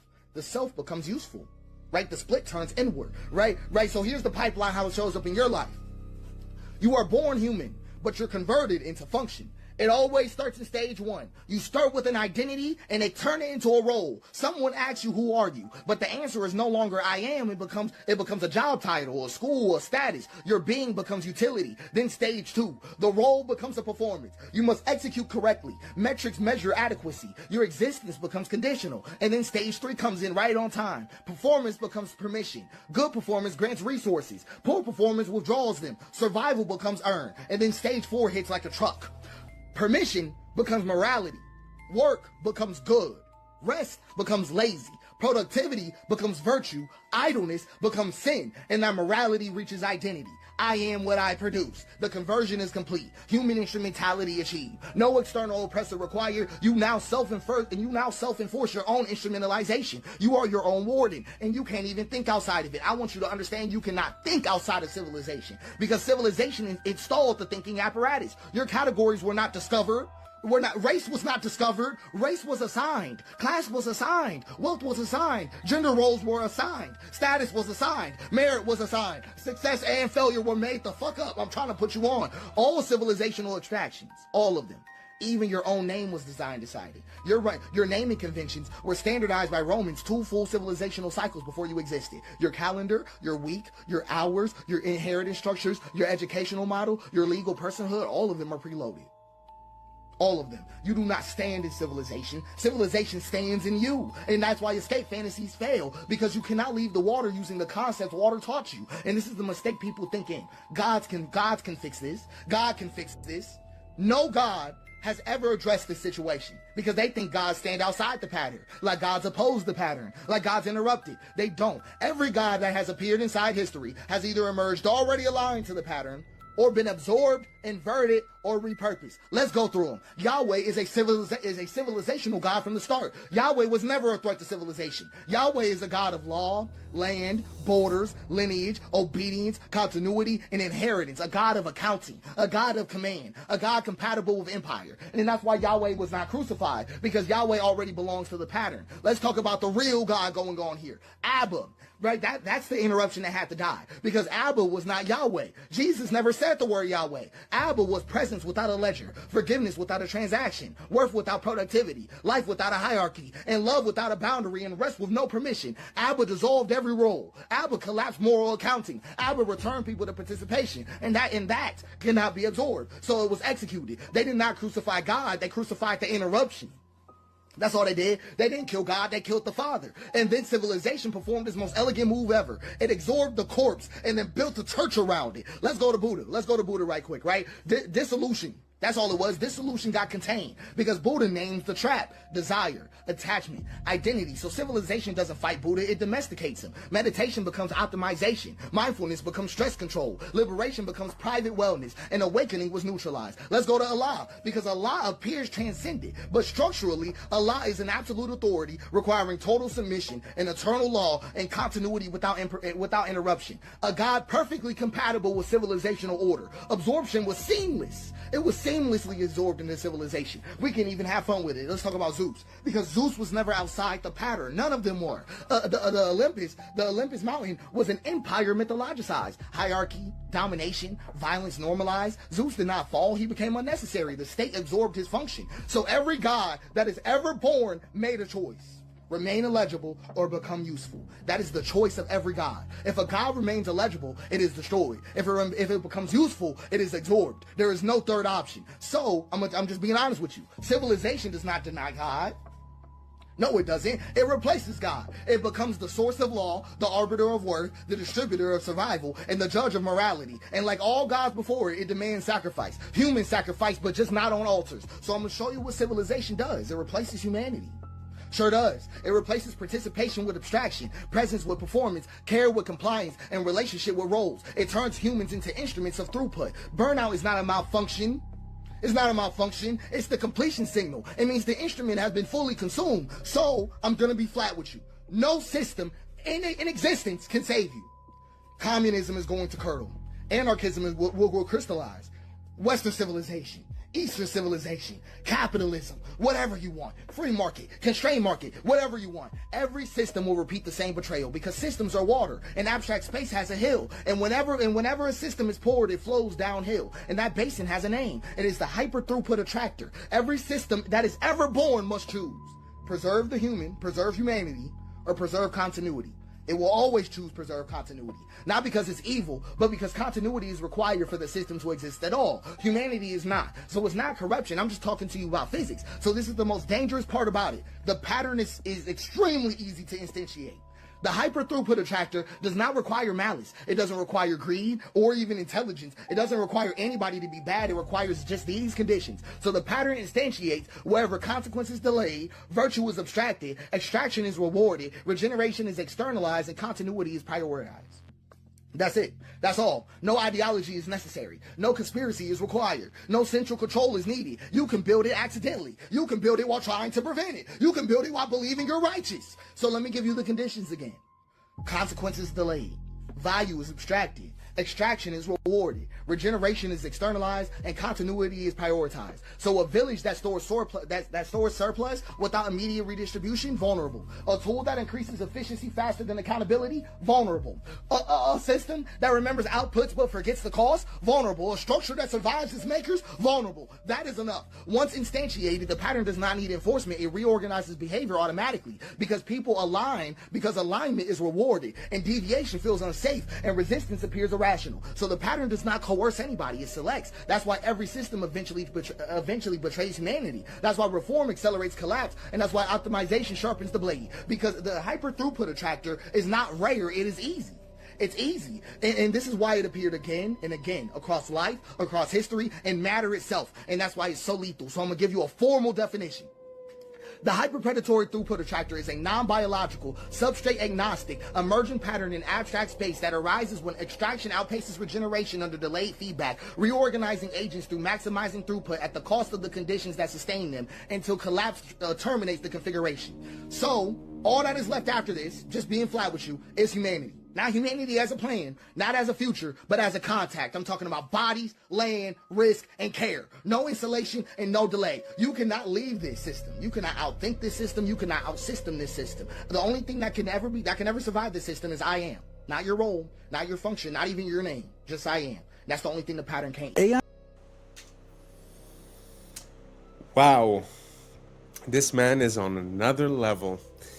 It's a lot to go through, but just to highlight a few things, I find it interesting when he makes the correlations with the gods, because I sort of had the same impulse in a way where these gods seems to represent authority or the way things work. Because even if you look at like the Buddha, if I'm not mistaken, his father was the supreme leader. I don't know exactly what they call him, the Sultan or something. You know, if you look at Moses, he was raised by the pharaohs. So it seems like a way to like get the people to relax. Now, considering what he's saying when he's equating it to civilization, it kind of makes sense when you start analyzing when we use that word. Because think about it. We're like, oh, we're sending bombs there. Why? Oh, because, they're not even civilized, right? Civilized. So what does that mean to be civilized if it's not to follow a certain pattern or order that's preordained, predestined, or approved by other systems? So it kind of makes sense in a way because, okay, one of our biggest problems, in my opinion, my personal opinion, is that we sort of all want to live in the same place. So because we all want to live in the city, we leave the land becomes, up for grabs. And then we all consolidate into smaller and smaller places. And then when you think about a city that has a few million people, the amount of food that you need to bring in, the risk if ever there's if they cut just the borders or if they cut the shipments or whatever. So the idea of living in a city seems to make us a bit more vulnerable. So when you look at that, what is living in the city, if not the culmination of that pattern, which is civilization? So, you know how it is when people come from the big city and you say, oh, this guy comes from down there. Oh, he's a farmer. Oh, he's a peasant, right? But at the end of the day, that's what we all were. So the wishing and dreaming of being something else is just being a sort of pawn for civilization.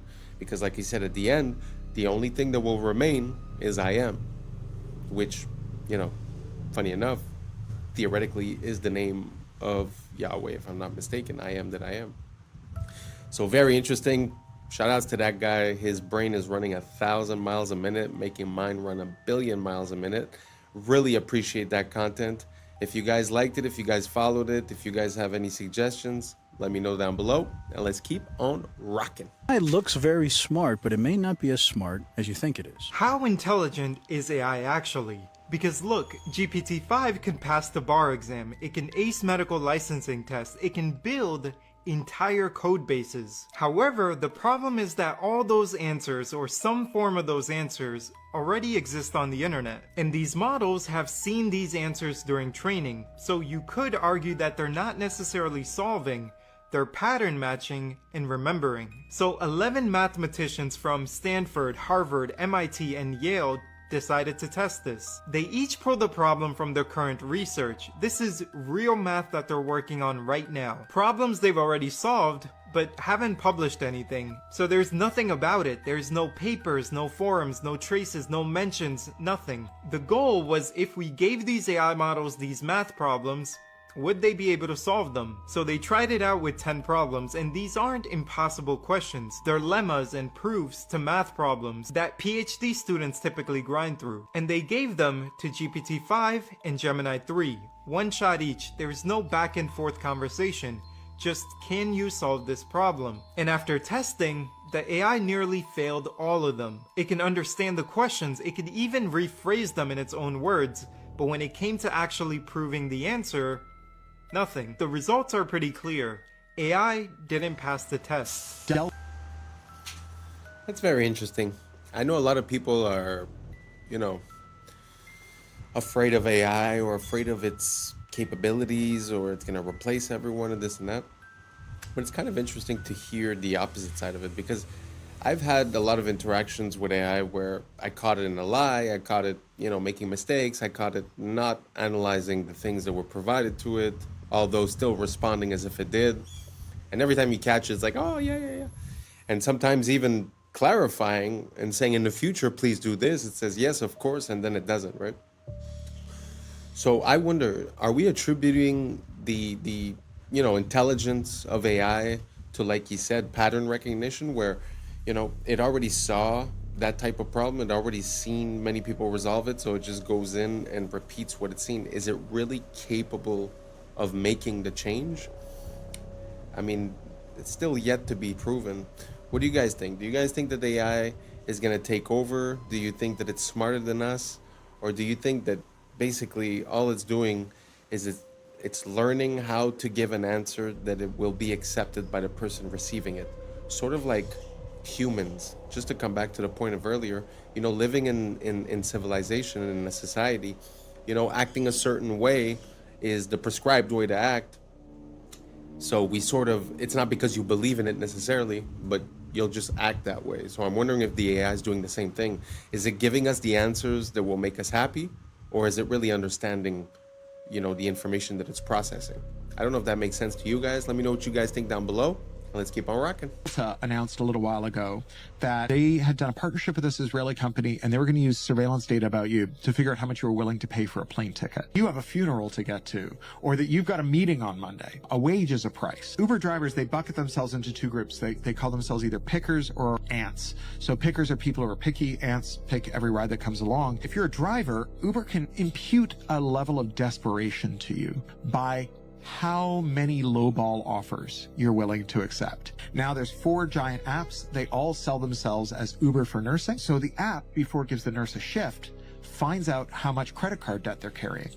And the more credit card debt they're carrying, the lower the wage the nurse is offered. That's insane. So holy smokes. Think about this the next time you're getting your catheter inserted. I just want to reiterate something about data.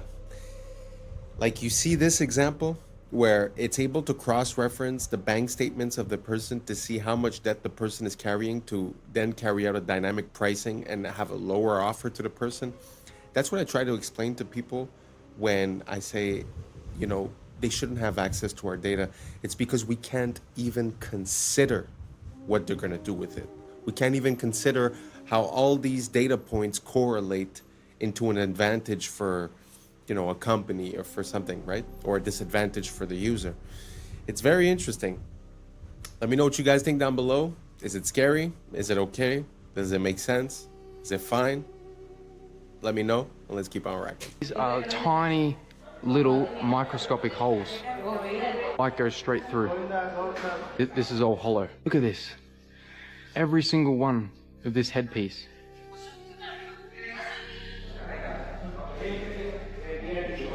These tiny little holes, man. Light just goes straight through. This is another column that is just insane. All of this is hollow behind. So, allow me to make this clear. Me talking about it's not about whether it's good or evil. That in of itself is a binary spell. That's the trap, the bait, the engineered battlefield of perception. We think everything operates in a good versus evil framework, but the real operation is psychospiritual. It's a small group of magi, dark magi, sorcerers you could say, who are possessed by a very old godhead, who are forcing the world to play their role in a and they're doing it by making themselves the antagonists of our subconscious. Not because they want to lose, but because they need us to basically fire the first bullet. That's the ritual, but that's also the inversion. They are intentionally making themselves known as evil. Why? Because the moment the world turns its eye on them in wrath, they win. They didn't get exposed. They chose to get exposed. Every televised, every unfiltered every overreach on social media platforms, every file that's all of a sudden available to us, they're not leaks. These are ritual triggers. The unveiling is a part of the binding, because when we see it and we hate it, we technically activate it. For the activation comes from us, from their looshing of our reactions, which is a harvest. And it's not really even about just the face. The core engine is hidden under the Zoharic manipulation of dimensional fields, rearrangement of moral architecture, and the misuse of sacred language to entrap collective consciousness in a binary algorithm. Every social polarity being pushed in the West. It's an echo operation to mirror the final battle script. The a partner either, it's a character in the play, a character in the prophecy. Okay, this nation must fall into chaos. It must be divided. It must be portrayed by its own people in the final act to bring about Ordo ab Cheo, a new world of chaos. And this new system they speak of is an inverted messianic AI godhead built on surveillance, predictive programming, and digital holiness. It's the Messiah of data, not the Messiah of the soul. And if the world participates in their exposure without understanding the game, we help birth it into being. And the reason I speak upon this is because if we don't actually understand what's happening, our anger becomes the very sword they need us to swing against ourselves. And that's theater with a behind the curtain. And well, it's when you mistake the curtain for the world. So we will be talking about the impending reset soon, and there's going to be more to come. Love you. If you have children, you need to watch this. What happens to the 9-year-olds? They go in the basement. They stay in the basement for years, and they're served. They never get out of the basement, and that's where they're broken, and that's where they're trained. And when they're trained and they're able to come out and look older, then they can get in the car with us and go to do the clubs. So we're getting the picture here. Our team's on the ground, and all of a sudden she goes, hey, we're going to be on tour for the next 3 weeks. Where are you going? She gives us the locations. So our team's planning to follow. We're looking for an opportunity to, but we know we're dealing with a lot. What happens if the guys are gone? Oh, she goes to warehouse. What warehouse? I don't know. We don't know. They go to the warehouse. That's where the kids go when the other ones are on a tour. One team goes to the warehouse. One team follows the other girls on tour. At the warehouse, believe it or not, there are a bunch of kids, and it's completely controlled by black SUVs and obviously of some kind who are completely controlling this property. We flew drones to monitor the property.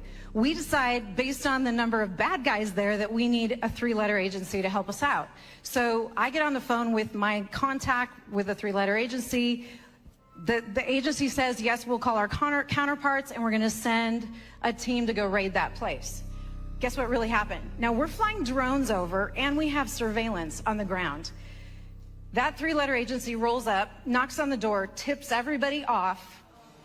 Everybody in the building gets into their vehicles and disappears. And we get a call, oh yeah, we searched the property, there's nobody there. You guys are crazy. But we watched that all. And that's a wrap for today, familia. Whether you're tuning in with the sunrise or you're posted up after midnight, I appreciate your time, your energy, your curiosity. And don't forget, this isn't about truth or fiction. This is about perspective. If this sparked a thought, a laugh, a deeper question, then we did our job. So drop your thoughts in the comments, keep the convo alive, like, subscribe, and don't forget to hit that bell if you're riding a wave, because we're just getting started. Until next time, stay grounded, stay weird, stay critical. I'm Adam Strain, and this has been Adam Strain Reacts. Peace! I don't know what y'all think, but now it's time for us to link up. Really think we on the brink up, making a change from living this strange. Living this strange.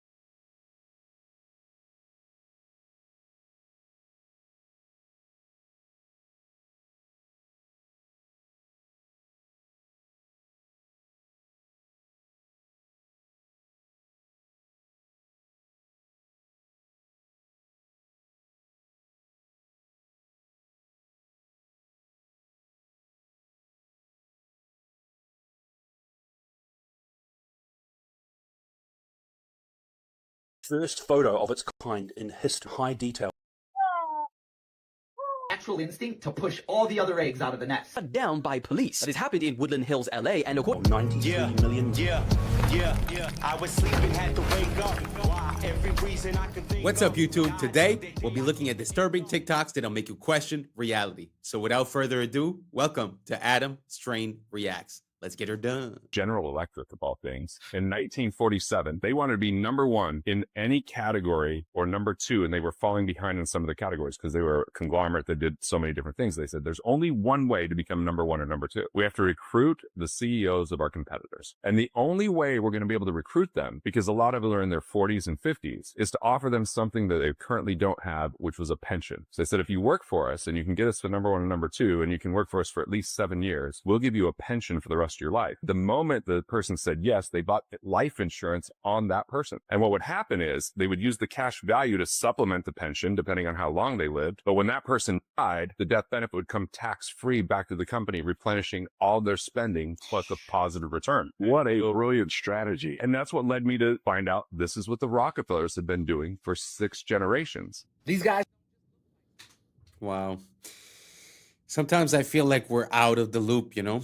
When you look at these systems and the way that they're implemented, it's very interesting to see how that also makes me think of a technique that I heard about recently. I've heard about things about using a trust to sort of take the individual out of the accounting, let's say.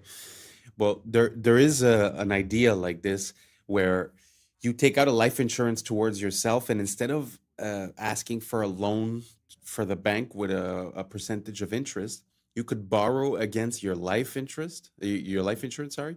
You could borrow against your life insurance, and that becomes non-deductible, and there's no interest rate being applied. So these types of systems and ways of gaming the system is something that's very well known for people on the higher echelons.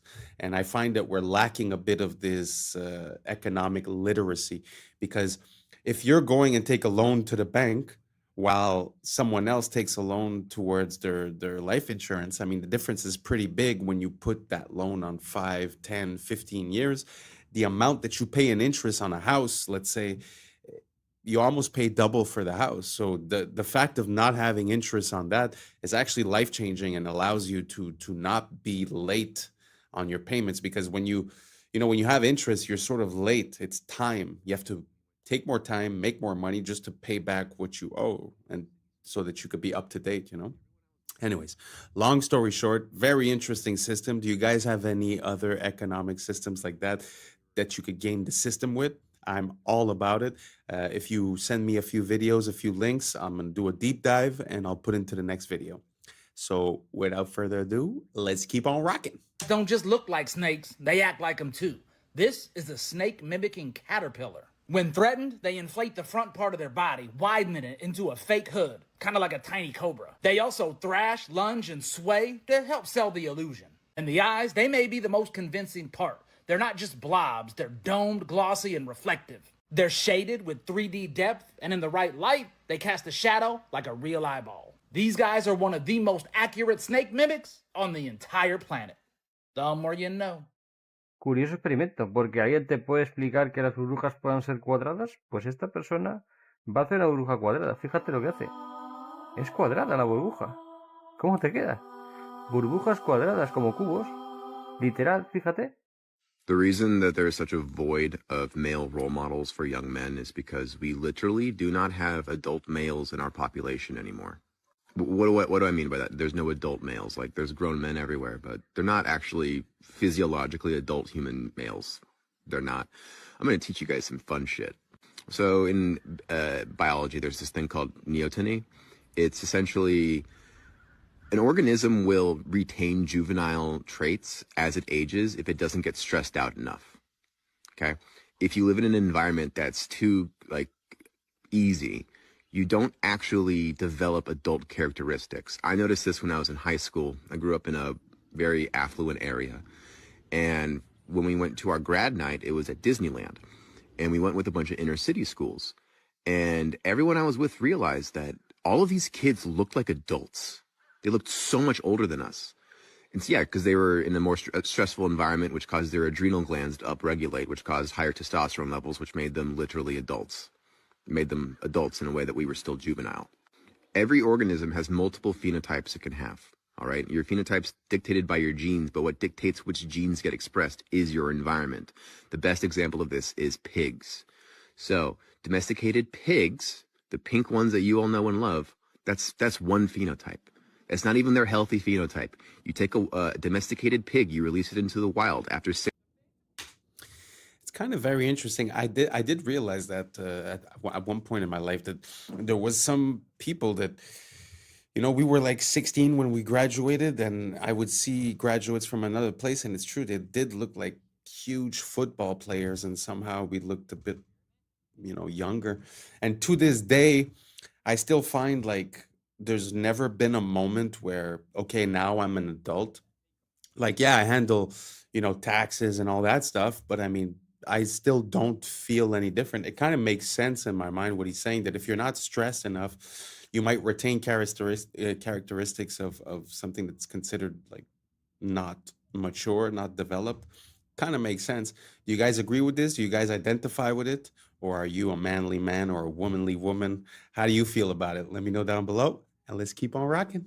The phantom leaf experiment completely enraged scientists when they found out what they actually were doing. The leaf experiment was to show when they cut a leaf in half, the energy actually still remains. And this was used to explain why 80% of people have phantom pains due to their amputations. But then scientists tried to reenact this same experiment, and they had no success. And they realized the only time they had success was when there was moisture left on the scanning plate. And they realized that they completely deceived us, and this whole thing is completely fake.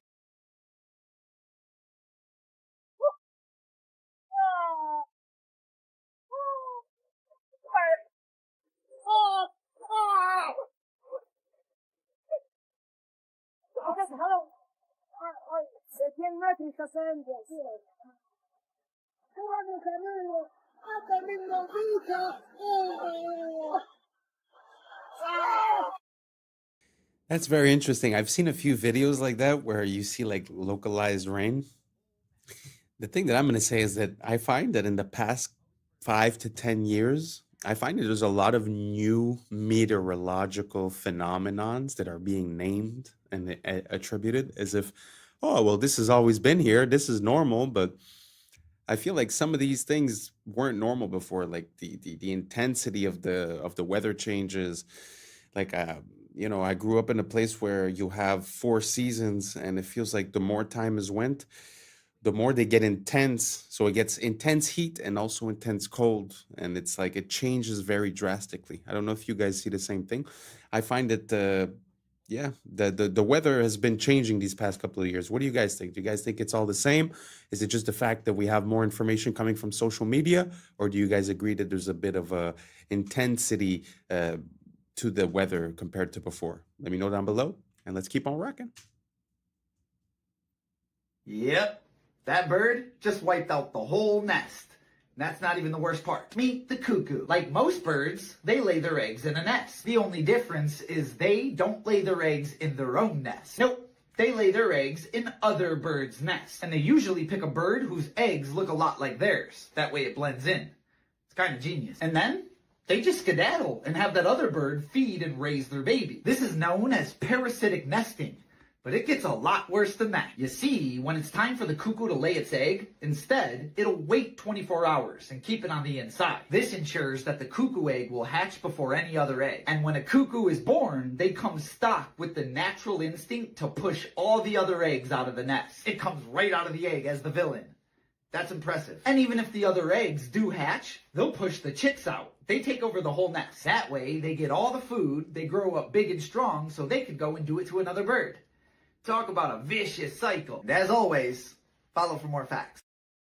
Don't worry if you can't hear what I'm saying. I couldn't even hear myself. This is the loudest sound you could possibly conceive.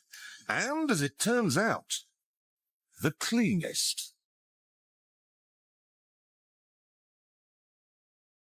Now, the most amazing thing is that that cloud up there, which was generated by the engine, is just a mixture of hydrogen and oxygen. It's water vapor.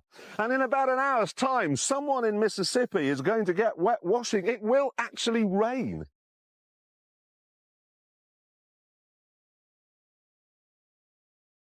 I told you. It's raining. That's unbelievable. Oh. NASA's playing God. It's making its own weather. For years. You know, stuff like that.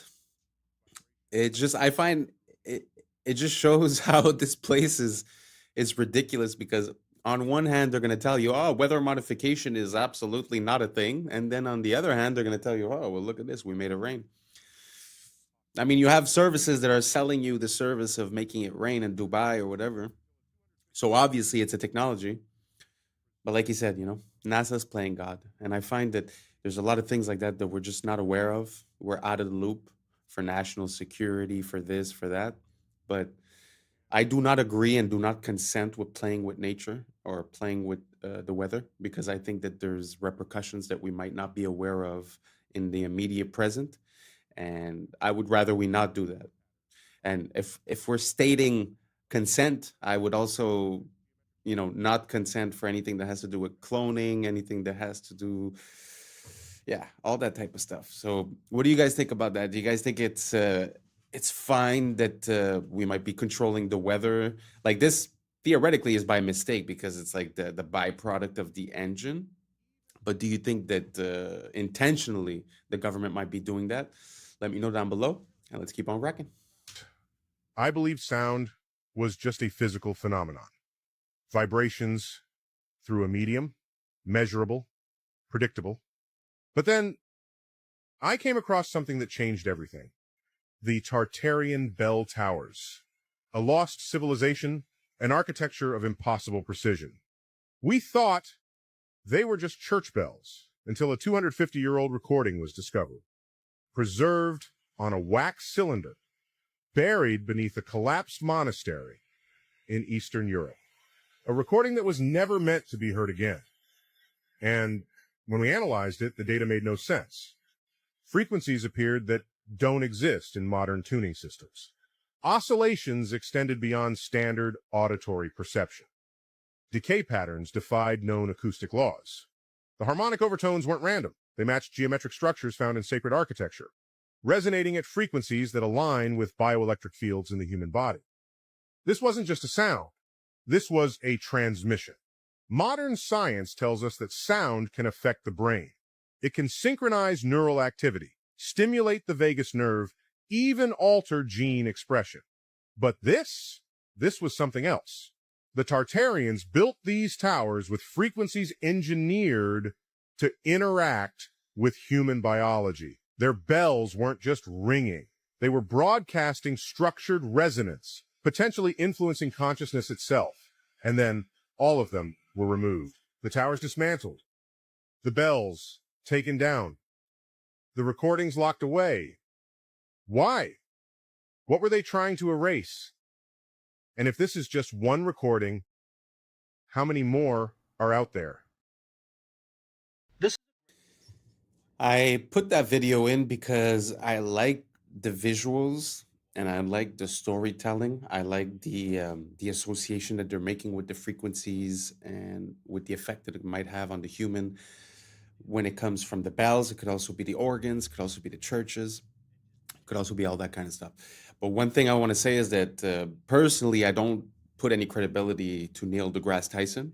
And this was AI, so it was not Neil deGrasse Tyson. So if you believe what you just heard because of Neil deGrasse Tyson, just move along. But the reason why I put that in is because I find that it shows a parallel between the like either the Germans or either religion, Christianity. There's this emphasis on bells and on vibration that's very important, and I'm almost sure that there is something hidden there, that there is something that we're not being told. And yeah, let me know what you guys think down below, and let's keep on rocking. This is a great example of why filmmaking will be completely overtaken by AI. This is someone showcasing what Photoshop can do in adding people to a scene using photos only and creating a movie scene using Photoshop. Look, they're going to write a prompt in here, taking these photos and just adding them into the scene. This is the beginnings of it. Very easy prompt to write in. Now they're in the scene. You can't distinguish that from reality. Now they're going to add another person in and create the actual scene, the movement, the action. And you can create audio, visual, and it's indistinguishable from real life. They're not going to need to go out and film on location. And look at this. They've just created a scene. The camera's panning around the room. It's perfect. What looks like chaos. Wow. I don't know how real that video was, but gee whiz. Photoshop is not even a video editing software. I suppose it was Premiere. But even at that, where, why would you have Hollywood studios anymore? So yeah, I think times are changing, and I think we're gonna see this control system change. It's not gonna disappear. It's just gonna change aspect. But very interesting. So now anyone could make a movie. So that means, I guess, all their programming with the things that they're trying to push in all these movies recently, I think that's all going to die out because people are going to be able to make their own movies, make their own versions of things, Very interesting. What do you guys think down below? Do you guys think that this is very bad for us, the fact that we're not going to have the creative aspect of it and that it's all going to be generated? Or do you guys think this is an advancement? It's going to make it more accessible, easier for people to be able to get their ideas on the screen? Let me know down below, and let's keep on rocking. Is actually one of nature's most efficient systems. Ants work together using chemical signals called pheromones, scent trails that guide others to food or danger. When they find something too big to carry alone, hundreds join in, moving in sync through touch and smell cues. There's no leader. Their coordination comes from simple rules repeated by thousands, forming what scientists call swarm intelligence. That's how colonies dig underground cities, move food piece by piece, and thrive almost everywhere, straight from the fish tank. I cannot be the only one that saw this and didn't think it was straight out of a movie. But it's not. It's actually bees in military training. Like, I'm not even joking. They began to realize that bees have a very good sense of smell. I mean, they have to smell pollen. So they began to vacuum up bees and they put them in this container. They dropped the container into the fridge to calm them down because they were kind of angry. This is kind of when it gets weird, but they have this little thing that pushes them into this little tube, and these tubes drop them in these pots. Still feels like this is a movie, but anyways, they began to feed them sugar water. But before this, they would actually release a gas into the area, because the gas they release is the smell of bombs. So they kept redoing the cycle of releasing gas and then feeding them sugar water, and releasing this gas and then feeding them sugar water. And one of the times they released the gas and its tongue began to go, because it was anticipating the sugar water that it was going to get. And at this point, these bees are ready for war. So all they gotta do is release it in an area that they think there's like landmines or something, and the bees will go flying around, and when they find a bomb, they'll go and start moving their tongue. One of the only creatures known to do this was dogs, but bees, they do it better than them. Other than that, thanks for watching and follow for more. This is probably the strange. So interesting. It amazes me how you're able to control another being and rewire its behaviors, habits, and actions. Let that sink in. Because we think we're so special as human beings, but what you just saw for the bee is very applicable to human beings, and they have been using that against us. So I know it seems like two different topics, but really think about it. If they're able to associate a smell with a taste or with a craving, how easy is that to be done with us? And because we're exposing ourselves to external signals all the time, so social media, TV, and all that, we're not even in control of the signals that we receive. So how easy would it be to put now it's sugar, but it could be like a certain flash rate, it could be a certain song, a certain color, a certain frequency. So every time you see some item like a potato, let's say, they put you these positive signals. Why wouldn't that leave you at the end of the movie craving a potato, right? So anyways, super interesting. I never thought that the military would be enlisting bees as their soldiers. But very interesting story. What do you guys think about this? Do you guys think that it's unethical? Do you guys think that it makes sense? Is it better, better to use bees than humans? Or do you guys think that we're taking away their free will? Are you afraid that that type of system might be applied to humans one day? Let me know down below, and let's keep on rocking. Just yoga class in the animal kingdom. But these aren't monks, they're lemurs. Every morning they gather like this, sitting upright, arms wide open, almost as if they're absorbing some ancient energy. This ritual has been passed down for thousands of years, making these lemurs the real yoga masters. Are successful in their example of being able to provide, as a poor country, the best medical care in the third world to the whole population, because it's an inclusionary system. It's not like we have here, where you have this huge bulk of the population, marginalized. But there, if everybody can have adequate medical care, if the schooling is adequate for all, and remember, Cuba has more doctors and more teachers per capita than any country in the world, and they have succeeded in these areas, and it's all state supported, which means people don't have to put money out for the medical care or for they of course pay the cost indirectly as a whole society, but they don't have to pay the bill in the hospital and so forth. And so that cannot be allowed to stand. It's a very bad example for the United States. So there's a very large mass of people out there who can look at Cuba and say, well, if they can do it, and on a per capita income of $2,000, $2,500 a year, where ours is $22,500 a year, what's wrong with our system? I mean, maybe we ought to consider an alternative. That's why Nicaragua, Sandinista Nicaragua, had to be destroyed. Exactly. They were a bad example, and that's why Grenada had to be destroyed, because any movement that comes to power with the idea of providing for all the people and of escaping the control of the United States and its economy, let's say the corporations and so forth, then that is bad news here in the United States in the upper circles of power. Look at this strange thing. Wow, very interesting. I'm not saying I condone socialism or communism or anything like that. But what I can say is that I've been to Cuba and I've already had a medical emergency in Cuba, and this was years before.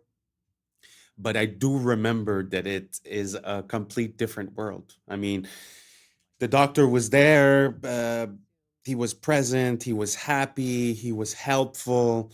I don't know how to explain it, but the system was so functional. And you need to think about this in an incentive type of way. Earlier I was talking about mental control. It's the same thing, because when you control what the person receives as a reward, you change what decisions they're going to make for their life. So when you have a place where you're not going to make more money being a doctor, but you're going to help people. So if you desire to help people and you desire to be a doctor, you will be a doctor, when money is not the incentive. So think about it fast. What was your experience the last time you went to a hospital? How was it done? What was the attitude? What did it seem like? What did you feel like? So all that comes from a system, and that system is monetized. So if every person that comes in is a potential profit, you're going to treat them very differently than, okay, I have my budget for the month. No matter who comes, I'll do what I can. It's a complete different outcome. And I'm telling you, the people that I met that were working in the hospital, they were loving it. They loved their job. This is where they wanted to be. Because if you're not making more money than the guy working as a chef, then you might as well go work as a chef if you want to be a chef, So taking out the monetary incentive really changes the whole pyramid of priorities, and, your decisions change. So anyways, this is this very long point that I'm making, but I'm just saying, we consider these countries as being third world or as being lacking, but sometimes the basics are the most important. You might have the most luxurious things, but if you don't have health, what do you have? So anyways, that was my experience with Cuba. Do you guys have any experience with Cuba or Nicaragua or Grenada? Let me know down below, and let's keep on rocking. Captured in this satellite time lapse. This is out in Siberia. Okay, it looks like something flesh eating. You can see in this Cold War era spy satellite image that this chasm doesn't exist in 1965. And now it's a kilometer wide. This is called a thermokarst depression, and it's caused by thawing permafrost. This, I assume, is the top layer sort of caving in as the bottom layer also melts. Yeah, on these edges, the soil, the frozen soil is exposed to air, and that triggers landslides that sort of chip away at the edges. And one of those landslides revealed this incredibly old baby mammoth they called Yana, one of the best preserved ever found. There's also Luba and Chroma, who looks a bit sadder because she was discovered when a hunter saw a fox gnawing on her trunk. And what's crazy about this to me is the fox clearly found this trunk meat to be sort of edible, like it's that well preserved. And I even found some reports of humans trying mammoth meat, though they both said it tasted pretty bad. And you got to wonder if the permafrost can preserve a mammoth calf for tens of thousands of years. Could it also be preserving ancient bacteria and viruses? Is that something we should worry about? And that's the question that our latest full episode tackles. You can check it out on YouTube. A photographer in Arizona. Yeah, it's very interesting. I would really like to see, like, the way you saw that crevice sort of become bigger through the years was, it's something that you would never realize, just walking there, because you wouldn't see the difference. Maybe you'd see the difference 10 years later. But I would really like to have like a time lapse of the Earth. I'd be very curious to see how things have moved. I know they have the theories of Pangea and this and that, the Bering Strait. I get it. But I'm not talking about theories. I'm talking about, it'd be so interesting to see, the Earth evolve and change. I wonder what else has changed, Yeah. What do you guys think? Let me know down below. And let's keep on rocking. I just captured what's now being called the greatest shot of all time. Renowned astrophotographer Andrew McCarthy sent his friend Gabriel Brown up in the sky for a very unique skydive that had to be timed perfectly. He watched from his laptop in anticipation. He knew it straight away that he had something absolutely amazing. The first photo of its kind in history. Capturing a skydiver with a sun in high detail 93 million miles behind him, perfectly crossing paths. A shot considered almost impossible, but he did it, and it's fantastic. They did it first try as well, which is even more amazing. And it's an amazing photo because we're in a world now where there's so many AI images, and it just hits so much harder that it's real and raw.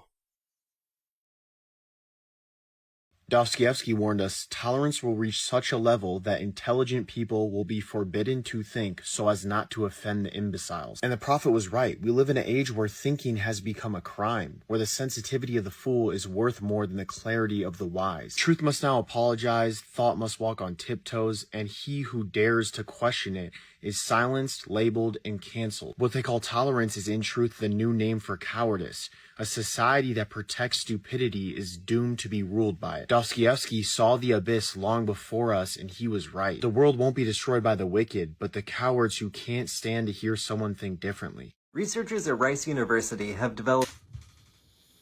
Wow, that hit hard. That hit really, really hard. That's amazing. Because really think about it. Look at all these platforms. Back in the days, we used to have like 3, 4, 5 companies that were media companies. They'd give you the news. So now we thought we would be safe because we have thousands and thousands of content creators, right?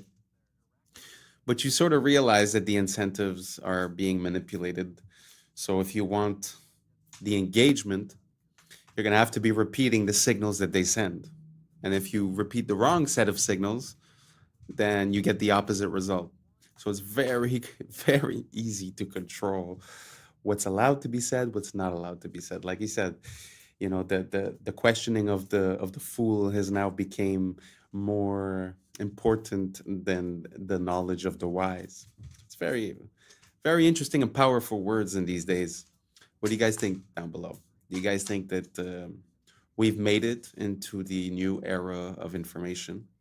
Or do you guys think we're still lost? We're still flooded with too much information and the right information is being blocked. What What do you guys think down below? Let me know, and let's keep on rocking. A necrobiotic spider gripper, or a dead spider machine that can pick up tiny odd-shaped things. See, instead of muscle, spiders use hydraulic pressure to extend their itsy-bitsy little spider limbs. Spiders' leg muscles can only flex their legs inwardly. So in order to extend them outward, they generate hydraulic pressure in their fused head thorax segment called the prosoma. And that hydraulic pressure pushes their arachnid blood called hemolymph into their extremities, and that's what outstretches their legs. That's actually why dead spiders are all curled up, because they don't have hydraulic pressure pushing their legs out. Their process for creating a necrobiotic spider gripper was relatively simple. Step 1, euthanize a spider. Step 2, insert a hypodermic needle right into the prosoma of the spider and seal it with glue. Step 3, let the glue cure, and that's it. You now have your very own necrobiotic spider gripper. After developing the concept, it was time to test its capabilities with a universal testing machine. And they found that wolf spider gripper bodies are able to lift up to 130% of their own body weight. Individual dead spiders were able to remain effective for about 1,000 closing and opening cycles. But at that point, cracks started to appear in the joints. They were able to successfully turn off a light with their dead spider gripping tool. And they found they could use one dead spider to pick up another, larger dead spider. And they could pick up an object of great volume like this foam here. And finally, they were able to use a simple untethered version to move an object from point A to point B. But spider corpse tools degrade quickly and only remain effective for a couple days at a time. They found that coating the arachnid in beeswax extended its lifetime up to a week. And the team was awarded the 2023 Ig Nobel Mechanical Engineering Award for their gripping work in necrobiology. Are house parties making a Very interesting. I mean, I've never thought that I would see this. Don't get me wrong. I mean, it's impressive, but you know, it's also a needle with glue, right? So it's like it's nothing crazy. But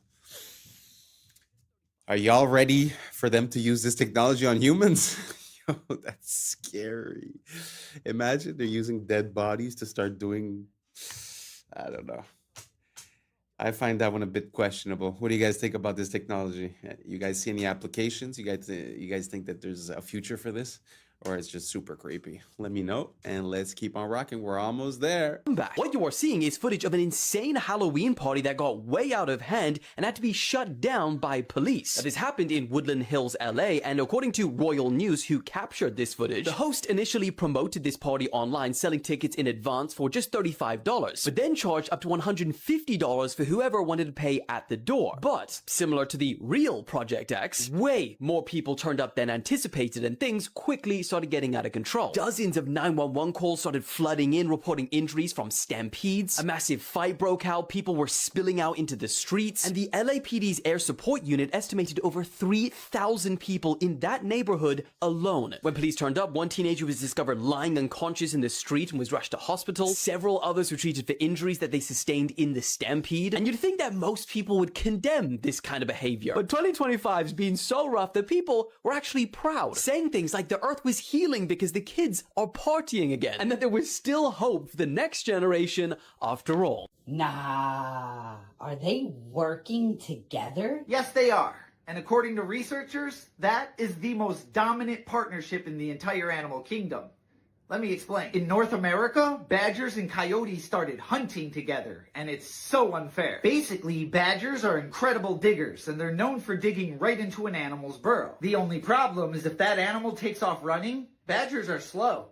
They're not going to catch it. Coyotes, on the other hand, can run like the wind, and they're known for chasing animals down in an open field. Their only problem is they can't dig, so if an animal jumps into its burrow, they lose it. You get where I'm going here? When these two work together, they create what's called the ping pong effect. The badger will dig into a burrow and intentionally get the animal to run, and then the coyote will chase it down. If that animal jumps back into another burrow, the badger gets back to digging. And they'll do this over and over again on repeat until that animal becomes so exhausted that it just gives up. In fact, according to researchers, when these two work together, they have a near perfect hunting success rate.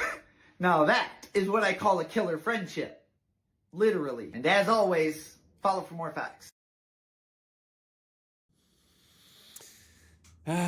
Nature is amazing. I mean, I don't know what you are, if you feel like you're a coyote or if you feel like you're a badger.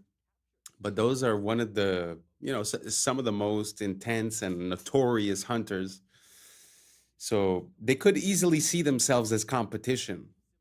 But in life, whether you're the badger or the coyote and how good you are, doesn't matter. You should try to find that piece of the puzzle that's missing and create something together.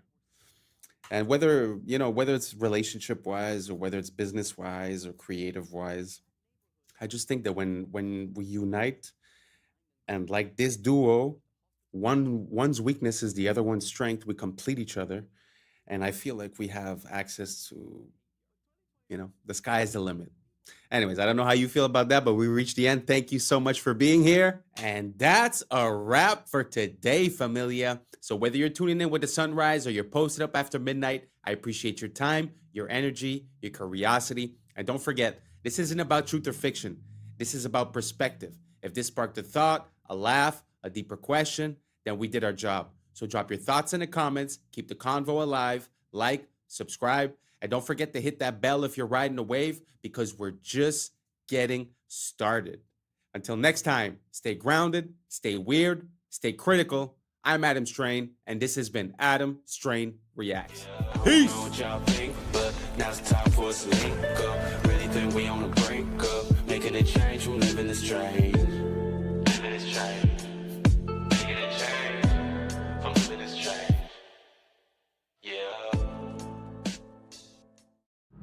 Yeah. I was sleeping, had to wake up. Why? Every reason I can think of. God, till the day I keep the ink up.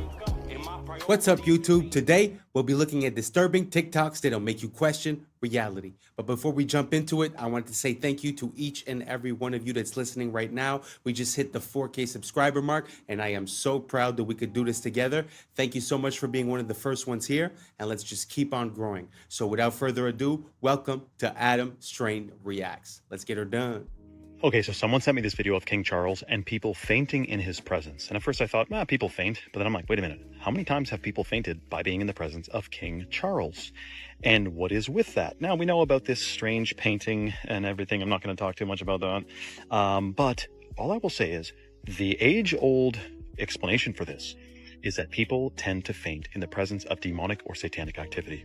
I will say, if you were to just ask someone what kind of vibes this portrait gives off, I don't know that you could say it's love and light.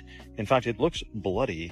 And again, we saw what happens when you invert it, duplicate it, and match them up together. What type of coincidence would that be?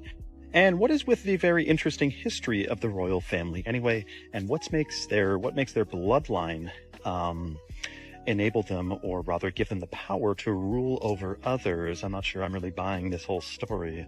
Side note, by the way, we're all familiar with inheritance taxes, where when someone passes in your family, you don't just get all their money. The government gets a big cut. Of course, taxed here, taxed there, and even taxed when you bite it. Well, King Charles is not paying any inheritance tax from the Queen passing because of a law, and they don't want the royal wealth to be salami sliced away. So once again, we have another example of rules for thee, but not for me. How dare you try to get around paying inheritance tax? One advantage with the airship. I put this in because I find that we're so used to talking about secret societies and about governments that I think sometimes we overlook the power of the royal family or the crown. Because if you think back at a few years ago when there was the COVID, when you think about it, the Commonwealth countries were the worst ones, were the ones that were on the front of taking people's rights away. So, Australia, England, Canada. So when you think about it, there's kind of a correlation. So I know that it's not something that's very popular, but I'm going to start looking into a bit more the connections between the royal family and what goes on in the world. Do you guys see a link between the royal family? Do you guys think it's overlooked, or do you guys see a lot of that maybe I don't see it? Let me know down below, and let's keep on rocking. Is the fact that you wouldn't need a runway. They could dock these things, and that's why people start to look at some of these old buildings and some of these towers were they meant for docking an airship and then they would get into the building from the ship? What they try to show you with modern blimps is you have this big old balloon thing, and then you have like this tiny little carriage under it. Most of the structure of the blimp is just where gas is at. And then you have like a tiny little cockpit that everyone rides in. But if you see like the diagrams of these old airships, you could move all in and out of there. You could imagine would be like a floating cruise ship.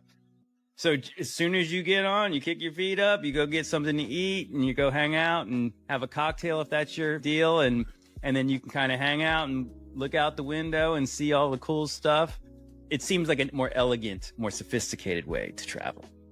I would be all about that life. Yeah, because you imagine if you were just going, okay, we're going to fly across America, go from New York to LA, and you're not in a rush. Because part of the journey is actually, this is fun. Yeah. But traveling's not like that today. But we're the advanced ones. The government of Turkey claims they have found the grave of Noah. This is a normal human thumb bone. Underneath is a giant human thumb bone. This was found right near Mount Ararat in Turkey. People say 1 man and 3 boys could not build a boat that big. Oh, you didn't see those boys. Hey, Bubba, bring me that tree, would you?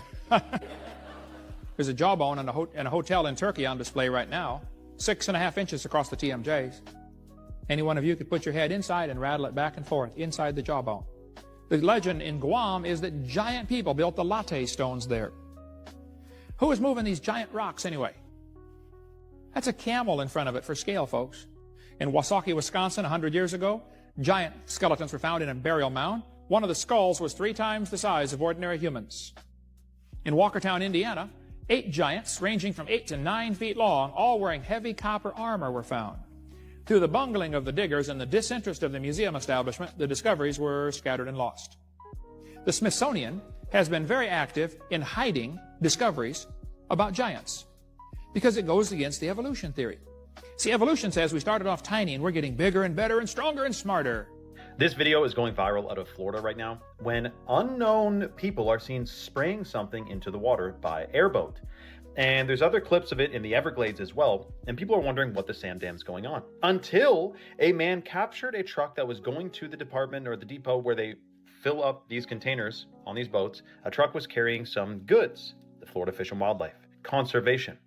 And if you look closely, you see in the back of this truck on the trailer are some boxes. And if you look closely at the boxes, it's Roundup Custom, which is actually called Diquat. It's a form, it's from Roundup. It's the same company. And it's one of the most toxic chemicals known to man. Now, this guy is exposing, that's the one who captured the video. Turns out they're spraying this to try to get rid of an invasive plant. But the problem is that it also literally destroys almost every other creature in the water, right? So we have fish floating up, we have turtles floating up upside down, rotting. It's totally destructive, but of course it's for your safety, it's for conservation. We're not trying to intentionally poison the food, air, and water supply to destroy the natural world, to rebel against the natural world and against who created this world. No, it's for your safety, you fool. Absolutely insane. You have to do a deep dive onto this stuff. It's called Diquat, and they're spraying it all over the place, again, because they want you safe. And if you think otherwise, you might be a conspiracy tinfoil hat nutter. Roundup, the same company who made, well, no big deal, a couple different chemical agents during world wars. Let's just say that.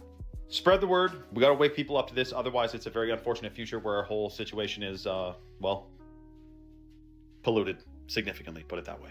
Recently, there's also been many sinkholes that have appeared everywhere. So I don't know if you saw in China, there was a sinkhole, and going back to the hollow earth theory, how in China they found in the sinkhole a forest with trees and species that we would have seen in like 200 years. Oh, yeah. So it opened it up. Exactly. So look, and there's more. So there's one in Detroit. A guy got his car stuck in a fat sinkhole, like one filled with water. He didn't even know it was there.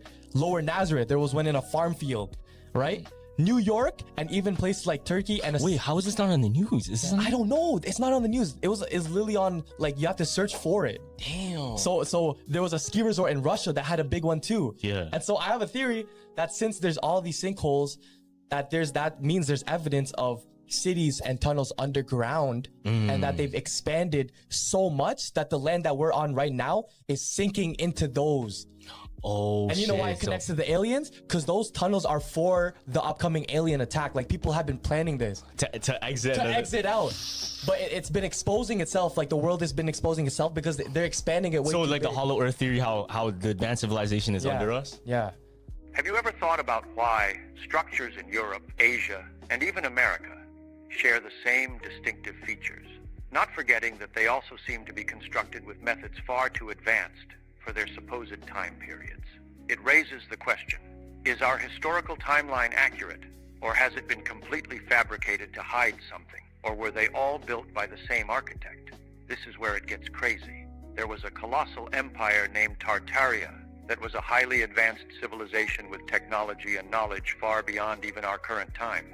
They have even been credited with the construction of the Great Wall of China. But it gets even more unsettling. What if the dates on these buildings are wrong? Imagine if that number 1 wasn't a 1 at all. Our history could be off by 1,000 years. The current timeline is a lie. In the late 1800s and early 1900s, they held events called World's Fairs to use as cover-ups to demolish our advanced past. Many recount that these structures were wiped out days after the events. This was evidence of a global civilization, a civilization whose roots could be traced all the way back to ancient Egypt. And this is really cool. So check this. This is a I'm not too sure about calling it Tartaria, and I'm not pronouncing myself on what was, especially when I don't know what is right now. But what do you guys think about the fact that in different places around the world, we really do find similar structures, whether it be the megalithic structures or whether it be like what we would call Greco-Roman, which we find some in Japan, we find some all over the place. Do you guys think that it would be possible that at one point there was like a harmony, or that there was a moment where everything was shared, or that the capabilities were more than what we believed, or that, I don't know, like a lost moment in time? Do you guys think that's possible? How do we explain all of these structures, or the World's Fairs, or all of these elements are easy to explain one at a time? But when we take the magnitude of how many of these events and how many of these, for an example, World's Fairs, fires, constructions, the cities being built, the canals being built, the undergrounds, the metros, there's so many, right? So is it possible that at one moment, either we lost our memory, we lost contact, or that there was a moment where everyone was together and that we were building the same type of way everywhere? Let me know down below. I'm just curious. To be honest, I don't really have an opinion. I just find that the timeline that's pronounced to us seems to have some flaws. Apart from that, I'm really not set on anything. So if you guys have any rabbit holes to give me, I'll gladly go down them and include some of the videos in here. So let me know down below, and let's keep on rocking. Mazda bulb. The old Mazda bulbs would last 120 years. So what GE and the companies did who run the light bulb companies is they took this original bulb, they had engineers reverse engineer it so that they can make the light bulb break down faster so they could sell more light bulbs. Because the original Mazda bulbs would last 120 years. The original incandescents, the Centennial incandescent, you can look this up, it's in California. The Centennial incandescent is also still burning for over 120 years. So your light bulb, when they tell you like, oh, LEDs are going to save the earth and whatever else, we already had the technology. The light bulbs that could last 100 years have already been here. LEDs, most people don't know, were made by IBM and also by Monsanto. So when you're bringing an LED into your home and putting it above your head and doing all that stuff, what you're doing is you're bringing in a bulb that was designed by a computer company and a toxic pesticide company. So you can imagine what that's going to do to your body. It's going to give you brain fog, it's going to give you fatigue, it's going to cause blindness, cataracts, mess with your hair. Kind of makes all sense. All confirmed UFO types explained from most common to... I suppose we could say that that's the limitation of what we call capitalism. Because if the goal is to make money, it does make sense that selling you more of the same item because it doesn't last as long would give me more benefits at the end of the day. But it's just sad how we lost the pride of making something that works and that's functional and that's unbreakable And I find it so sad. Can you imagine the fact that we had 120-year light bulbs and that we decided to change it so that they last 1 year, so that you would buy maybe 1,000 light bulbs in your lifetime instead of buying 10 or 20, let's say. It's a pretty crazy thought. Do you guys think there's any other things that are like that got sort of manipulated so that they last less? If so, let me know down below. Now let's keep on rocking.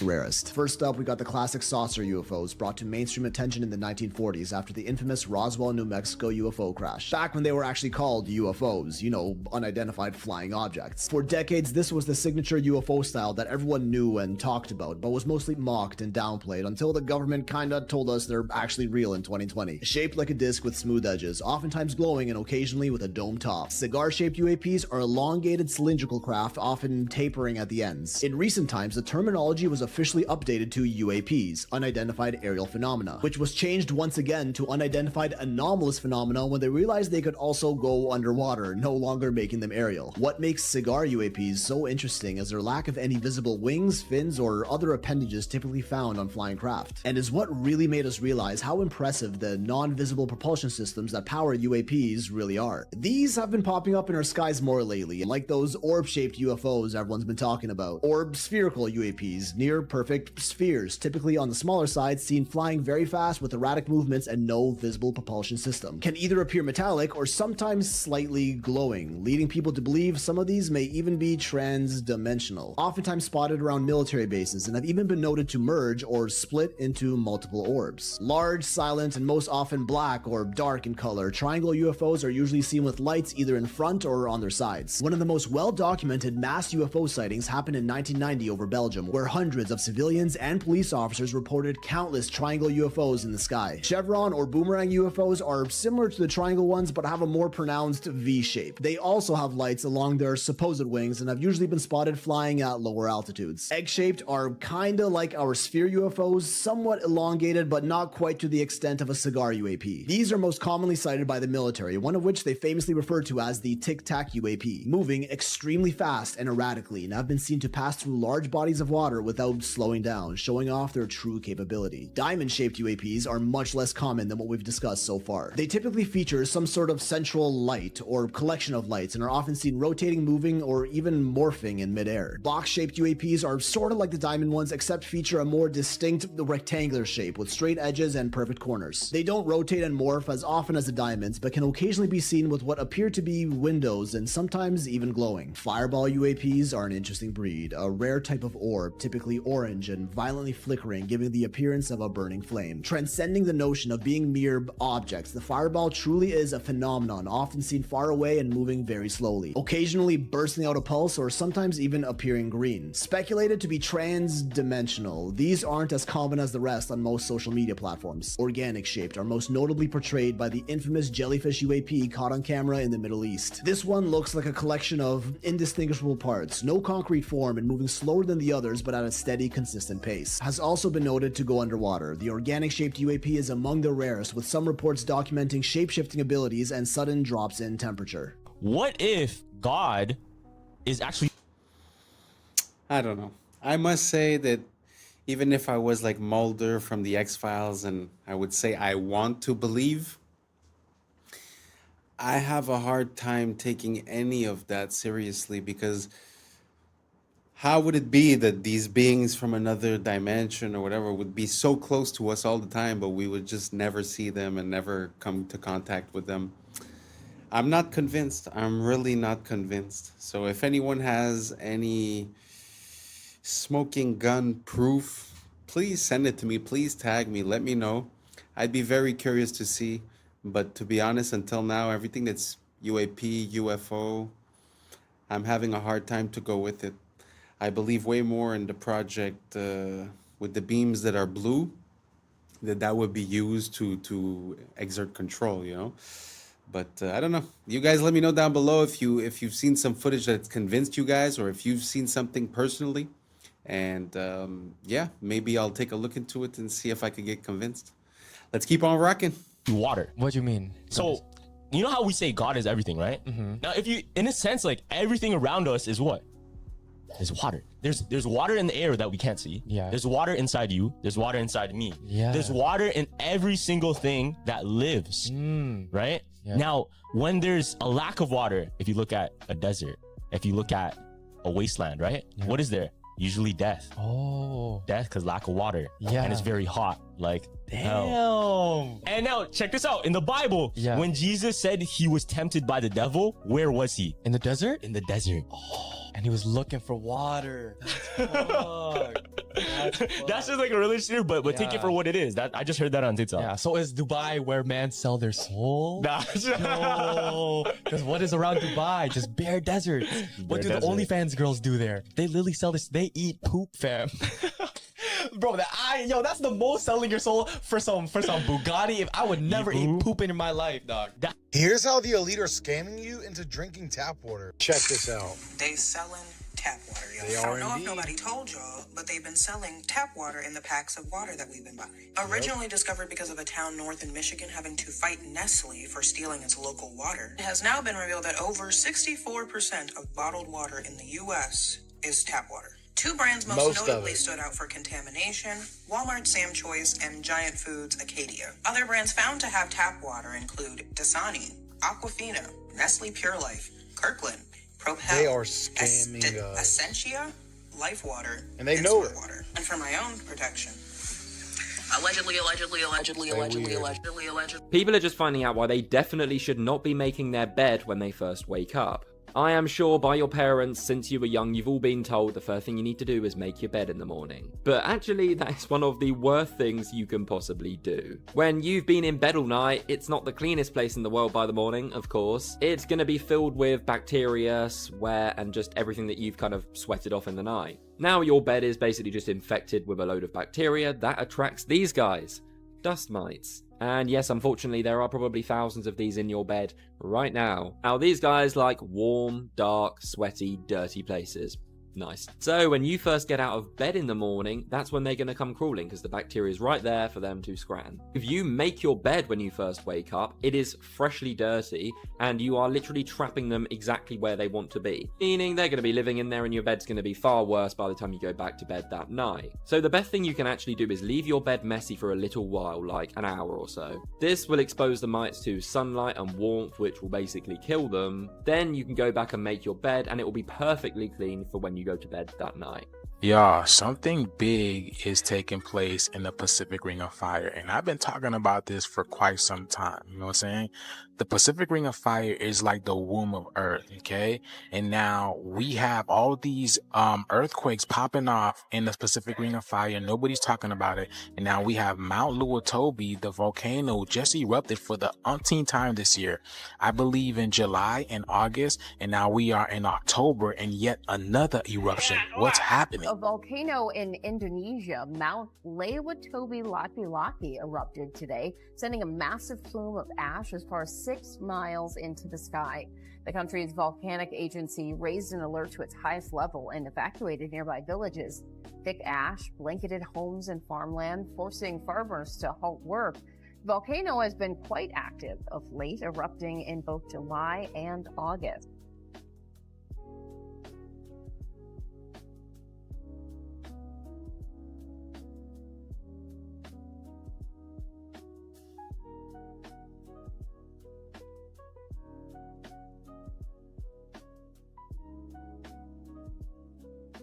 Okay, this video is going viral right now on Twitter because people can't believe the words coming out of this guy's freaking mouth. This is the godfather of AI, getting a Nobel Peace Prize, but issuing a shocking warning about AI. Some of this doesn't even make sense. Listen to this. Your Majesties, Your Royal Highnesses, Excellencies, dear laureates, ladies and gentlemen. This year, the Nobel Committees in Physics and Chemistry have recognized the dramatic progress being made in a new form of artificial intelligence that uses artificial neural networks to learn how to solve difficult computational problems. This new form of AI excels at modeling human intuition rather than human reasoning, and it will enable us to create highly intelligent and knowledgeable assistants who will increase productivity in almost all industries. If the benefits of the increased productivity can be shared equally, it will be a wonderful advance for all humanity. Unfortunately, the rapid progress in AI comes with many short-term risks. It has already created divisive echo chambers by offering people content that makes them indignant. It is already being used by authoritarian governments for massive surveillance and by cybercriminals for phishing attacks. In the near future, AI may be used to create terrible new viruses and horrendous lethal weapons that decide by themselves who to kill or maim. All of these short-term risks require urgent and forceful attention from governments and international organizations. Okay, so we have the same situation with Elon Musk. He talks about how AI is the greatest threat to humanity, and he continues to pioneer AI technology, human implantable brain microchips, and all this. So we got this guy talking to a bunch of seniors about AI, like they really maybe know what's going on. I doubt it. And he's saying, be careful, this will create new viruses and basically destroy humanity. So we're at the part of the movie where it's like, should we shut it down then? Dude, this AI thing is 100% part of the plan to eventually enslave humanity through digital control. The bars of this prison are invisible. They're intended to be invisible because then there's less pushback. You think you're free, we think we're free, but we're in a prison without bars, and it's a very shocking situation, and they're about to ramp up the security with AI, digital ID, and this currencies, digital currencies. But I can tell you this, I have full faith we will win. This is a plot against humanity. Humanity will absolutely prevail. I have 100% faith. I'm not even being positive, like, ooh, I hope we win. It's already done. It is already done. We have already won 100%. Comment for more for part 2. Follow for more. And let me know your thoughts in the comments below, man. What the same damn is with this? Mr. Jones and Mr. Krempler were neighbors. They each had $3,000. With his money, Mr. Jones bought himself a $3,000 car. With his money, Mr. Krempler bought himself a new refrigerator, a new range, a new washer, a new dryer, a record player, 2 new television sets, and a brand new Volkswagen.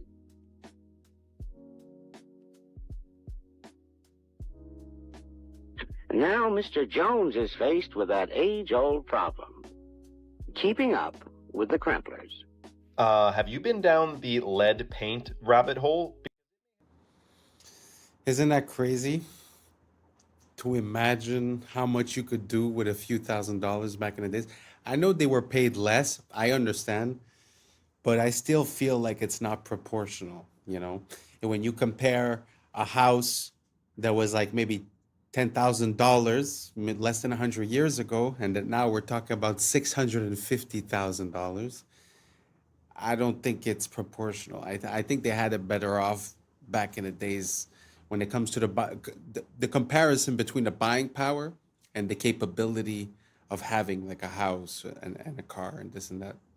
Because even when you think about it, all the sitcoms from the 90s, well, not all of them, but most of them, or like The Simpsons and stuff like that, the father and the mother, most often not, didn't have that high-paying jobs. Often the mother would stay at home and the husband was doing a trivial job, but somehow, you know, he was I don't know, worked at a factory or worked as a mailman or some stuff like that, and somehow would still have a house, you know, a family, have a car. I feel like nowadays it's just not like that anymore. It's not like you could work at McDonald's and have a family and everything's fine and you're gonna have a house. No, you're gonna be paying for rent. You know, it's gonna be way different. Do you guys think times have changed, that the value of money has changed and our buying power has changed as well? Or do you guys think that it's more or less the same? It's just proportional? Let me know down below and let's keep on rocking. I think we're close to the end on this one. Because it may have been banned for a completely different reason than many think. Did they really ban lead paint because it was toxic? Or because it blocked their signals? Think about it. For decades, every home was coated in lead paint. Thick, durable, insulating. Then suddenly, governments worldwide decided it was dangerous. But here's what they don't tell you. Lead is a natural shield against radiation and electromagnetic frequencies. In other words, radio waves can't penetrate it. Before the ban, your walls literally acted like armor. No TV signals, no radio frequencies, no wireless anything could pass through. And then, right as wireless communication exploded, radio, television, early radar, the health panic began. Convenient timing, right? They told us it was about safety, but the studies linking lead paint to poisoning? Most came from industrial smelting, not house paint. The numbers never added up. But what did add up was control. Because once the lead came off the walls, the signals went in. Every home became a receiver. Every person became a node in a connected network. Was lead paint banned to protect you or to make sure they could finally reach inside your home? Okay, so the crazy part about this, by the way, is we had Xfinity, a Wi-Fi company, has a new feature called Wi-Fi Motion. And they can use, if your Wi-Fi is on in your home, you can use it as a motion detecting device to know if someone's in your home when they're not supposed to be, or just detect motion in general. And we know that we're using the one side of the internet or of a Wi-Fi signal, but there's another side to it. There's another door, you could say. We're using the front door. There's a back door to it. And I'm talking the same way with frequencies from cell towers as well. We're talking about a sophisticated surveillance system that is wireless, that can see everything that's going on. Now, what would happen, do you think, if they were spraying on us in the sky nano sensors that interacted with the frequencies? Picture a hologram, a desk, you got a big desk and it's a hologram of a real-time battle. Think of Star Wars when they're watching the battlefield on a hologram, seeing it in real time. Let's just say that was based on something that you can do if you have a bajillion sensors and frequencies blanketing the area. It's surveillance, dude. You know what? It kind of makes sense, you know, with all the signals that we're sending from the Wi-Fi to the sonar, the AM, the FM, all the military frequencies, the CB, the radios.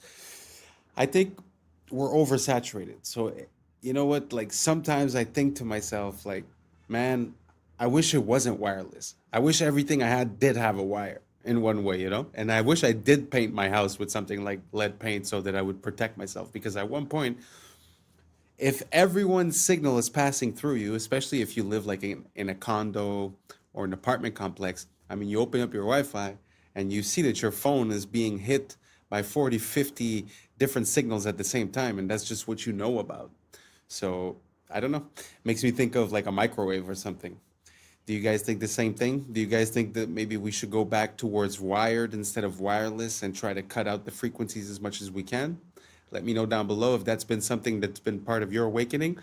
And this is the end of it. Thank you so much for being here. And that's a wrap for today, familia. Whether you're tuning in with the sunrise or you're posted up after midnight, I appreciate your time, your energy, your curiosity. And don't forget, this isn't about truth or fiction. This is about perspective. If this sparked a thought, a laugh, a deeper question, then we did our job. Drop your thoughts in the comments. Keep the convo alive. Like, subscribe, and don't forget to hit that bell if you're riding a wave, because we're just getting started. Until next time, stay grounded, stay weird, stay critical. I'm Adam Strain, and this has been Adam Strain Reacts. Peace. Now it's time for us to link up. Really think we on a break up. Making a change from living this train. Living this train.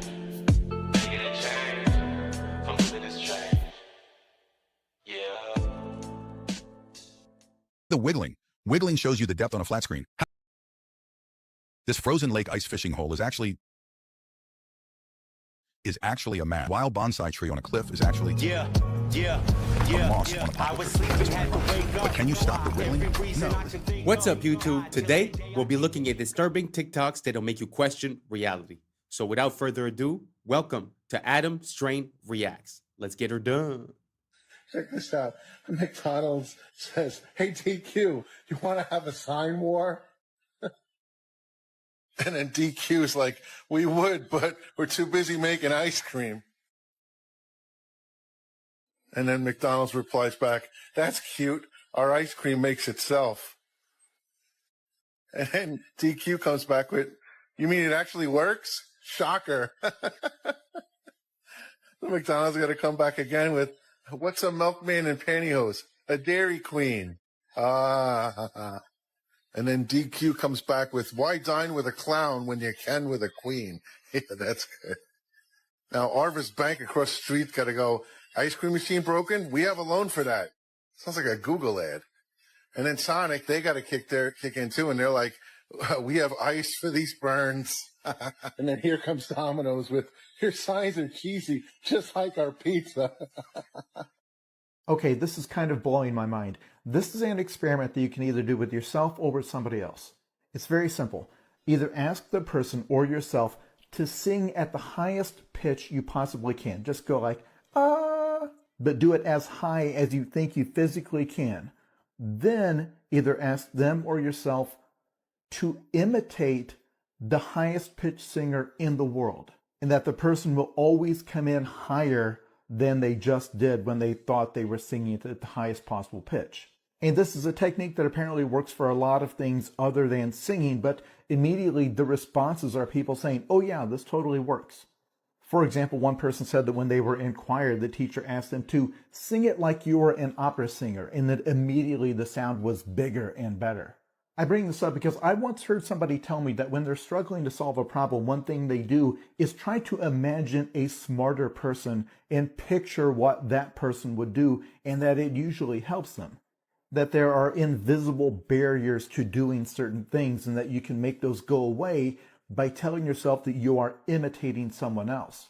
Even if you're asking yourself in some interpersonal situation, what would the world's nicest person do? Or what would the world's most charismatic person do? Although my favorite response is this person saying, when asked how they learned to dance so well, they said they looked at their shadow and moved it like a puppet. When you begin, It's pretty interesting, the idea that if you put yourself in the shoes of someone else, you would perform better than if you believe you're yourself. It sort of brings back to that whole idea of confidence and of manifestation and of believing it first, being able to visualize it and then being able to do it, because you're able to visualize the person that in your mind is the best at that action, because obviously it's a reference. So you've seen that person. So you have a mental cue of how it would look, how it would sound, and then all of a sudden you're able to surpass your own limitations. It's very interesting. I wonder what type of other applications this could work on. If you guys have any ideas on what applications it could work on, write it down below. I'm very curious, and let's keep on rocking. To study history, you begin to realize during the feudal age, when the peasants kind of worked on the land of the feudal kings, they only worked 140 days out of the year. The other 200 days they chilled. So today we work more than the peasants. Most people work more than the peasants used to and have less to show for it. They have no land, they have no house, they have nothing. It's the illusion of slavery. It's the illusion of freedom.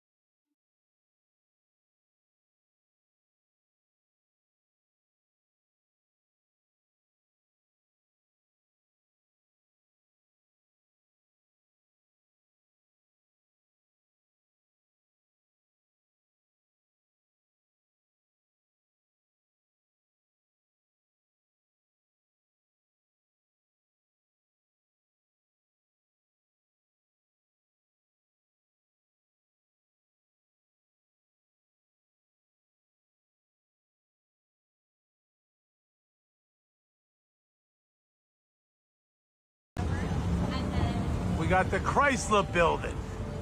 Look at this thing. 2 years to build. 2 years. Come on, 1929, 1928. And in a surprise move, they hoisted that up at the last second to win world's tallest building. Just a little surprise by the architects. Well, listen, help me out here. Besides being Callus's Man of the Year, Grandpa Bill, the Sorcerer's Stone, which I always say takes these buildings out. Hey, Grandpa Bill, what do you know about African marble? I don't know. They just imported it for the Chrysler building. Really? Donde está Mexico? Grandpa Jeb. What does that mean? I don't speak Spanish. Well, that's where they got the onyx from for the lobby. From Mexico. Georgia? Oh, what do you mean, Georgia? Well, that's where we got the granite from. 1929. Then they snuck the spire on to become world's biggest building. Do you believe these stories? Do you believe this BS? Sound off in the comments if you're smarter than me. Come on. Come on. Make it make sense, Grandpa Bill. This is the front. Of course. Of course they gotta share the building with them. They always got that indention. Oh, you should've went to architect school, Junior. You would've found out what the indention means. I had the best architect teacher in the world. What did they tell you about these things? Why would they do that? Look how dangerous that is. Come on, man. Make it make sense, Chrysler building. Sound off. Am I wrong? 2 years, under 2 years to be built. Make it make sense, Chrysler building. For all the people that ask, why do I care they lie? This is one of the first liars. J.P. Morgan. Look at this building they built. Billions of dollars. Why do you care about them lying? Because look what they're doing. You don't lie and don't get billion-dollar buildings like this. Come on, J.P. Morgan, make it make sense.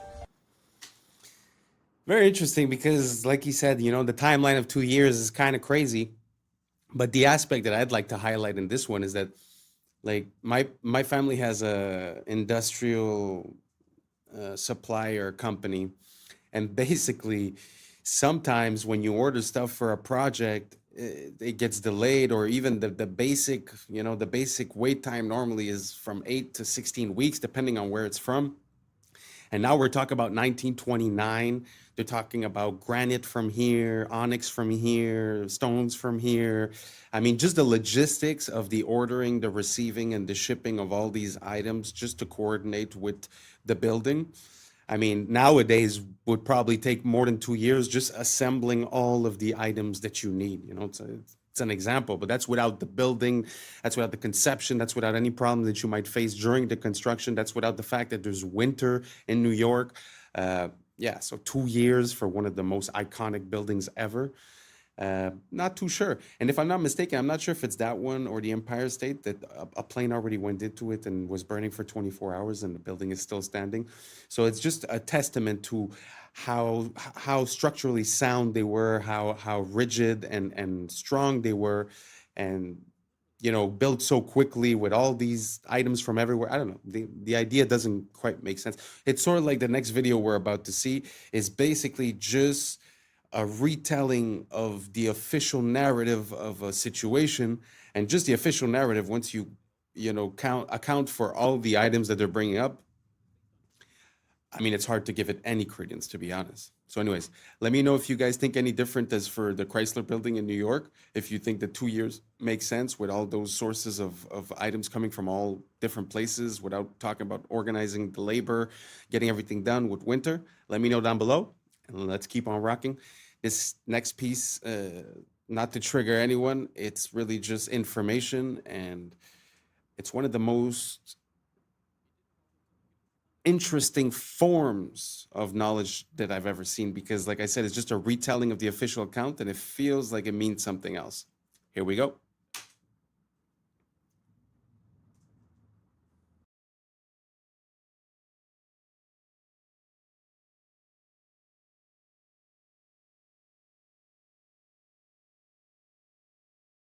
On the morning of 19 men armed with box cutters, directed by a man on dialysis in a cave fortress halfway around the world, using a satellite phone and a laptop, directed the most sophisticated penetration of the most heavily defended airspace in the world, overpowering the passengers and the military combat-trained pilots on 4 commercial aircraft before flying those planes wildly off course for over an hour without being molested by a single fighter interceptor. These 19 devout religious fundamentalists who like to drink alcohol, snort cocaine, and live with pink-haired strippers managed to knock down 3 buildings with 2 planes in New York, while in Washington, a pilot who couldn't handle a single-engine Cessna was able to fly a 757 in an 8,000-foot descending 270-degree corkscrew turn to come exactly level with the ground, hitting Budget Analyst Office, where DoD staffers were working on the mystery of the $2.3 trillion that Defense Secretary Donald Rumsfeld had announced missing from the Pentagon's coffers in a press conference the day before, 10th, 2001. Luckily, the news anchors knew who did it within minutes. The pundits knew within hours. The administration knew within the day. Who committed these acts and those who harbored them. And the evidence literally fell into the FBI's lap. That a passport was found blocks from the Center crash site, if you can believe that. But for some reason, a bunch of crazy conspiracy theorists demanded an investigation into the greatest American soil in history. That investigation was delayed, underfunded, set up to fail, a conflict of interest, and a cover-up from start to finish. It was based on testimony extracted through the records of which were destroyed. It failed to mention the existence of WTC-7, Able Danger, P-TECH, Sibel Edmonds, OBL and the CIA, and the drills of hijacked aircraft being flown into buildings that were being simulated at the precise same time that those events were actually happening. It was lied to by the CIA, the Bush administration, and as for Bush and Cheney, well, no one knows what they told it because they testified in secret, off the record, not under oath, and behind closed doors. It didn't bother to look at who funded because that question is ultimately of little practical significance. Still, the Commission did brilliantly answering all of the questions the public had, except most of the victims' family members' questions, and pinned blame on all the people responsible, although no one so much as lost their job, determining the attacks were failure of imagination. Because Nobody in our government, at least, and I don't think the prior government that could envision flying airplanes into buildings. Except the DIA destroyed 2.5 terabytes of data on Able Danger, but that's okay because it probably wasn't important. The SEC destroyed their records on the investigation into the insider trading before, but that's okay because destroying the records of the largest investigation in SEC history is just part of routine record keeping. NIST has classified the data that they used for their model of Seven's collapse, but that's okay because knowing how they made their model of the collapse would jeopardize public safety. The FBI has argued that all material related to their investigation of 9/11 should be kept secret from the public, but that's okay because the FBI probably has nothing to hide. This man never existed, nor is anything he had to say worthy of your attention, and if you say otherwise, you are a paranoid conspiracy theorist and deserve to be shunned by all of humanity. Likewise him, and her, and her, and her, and him. Lived in a cave fortress in the hills of Afghanistan, but somehow got away. Then he was hiding out in Tora Bora, but somehow got away.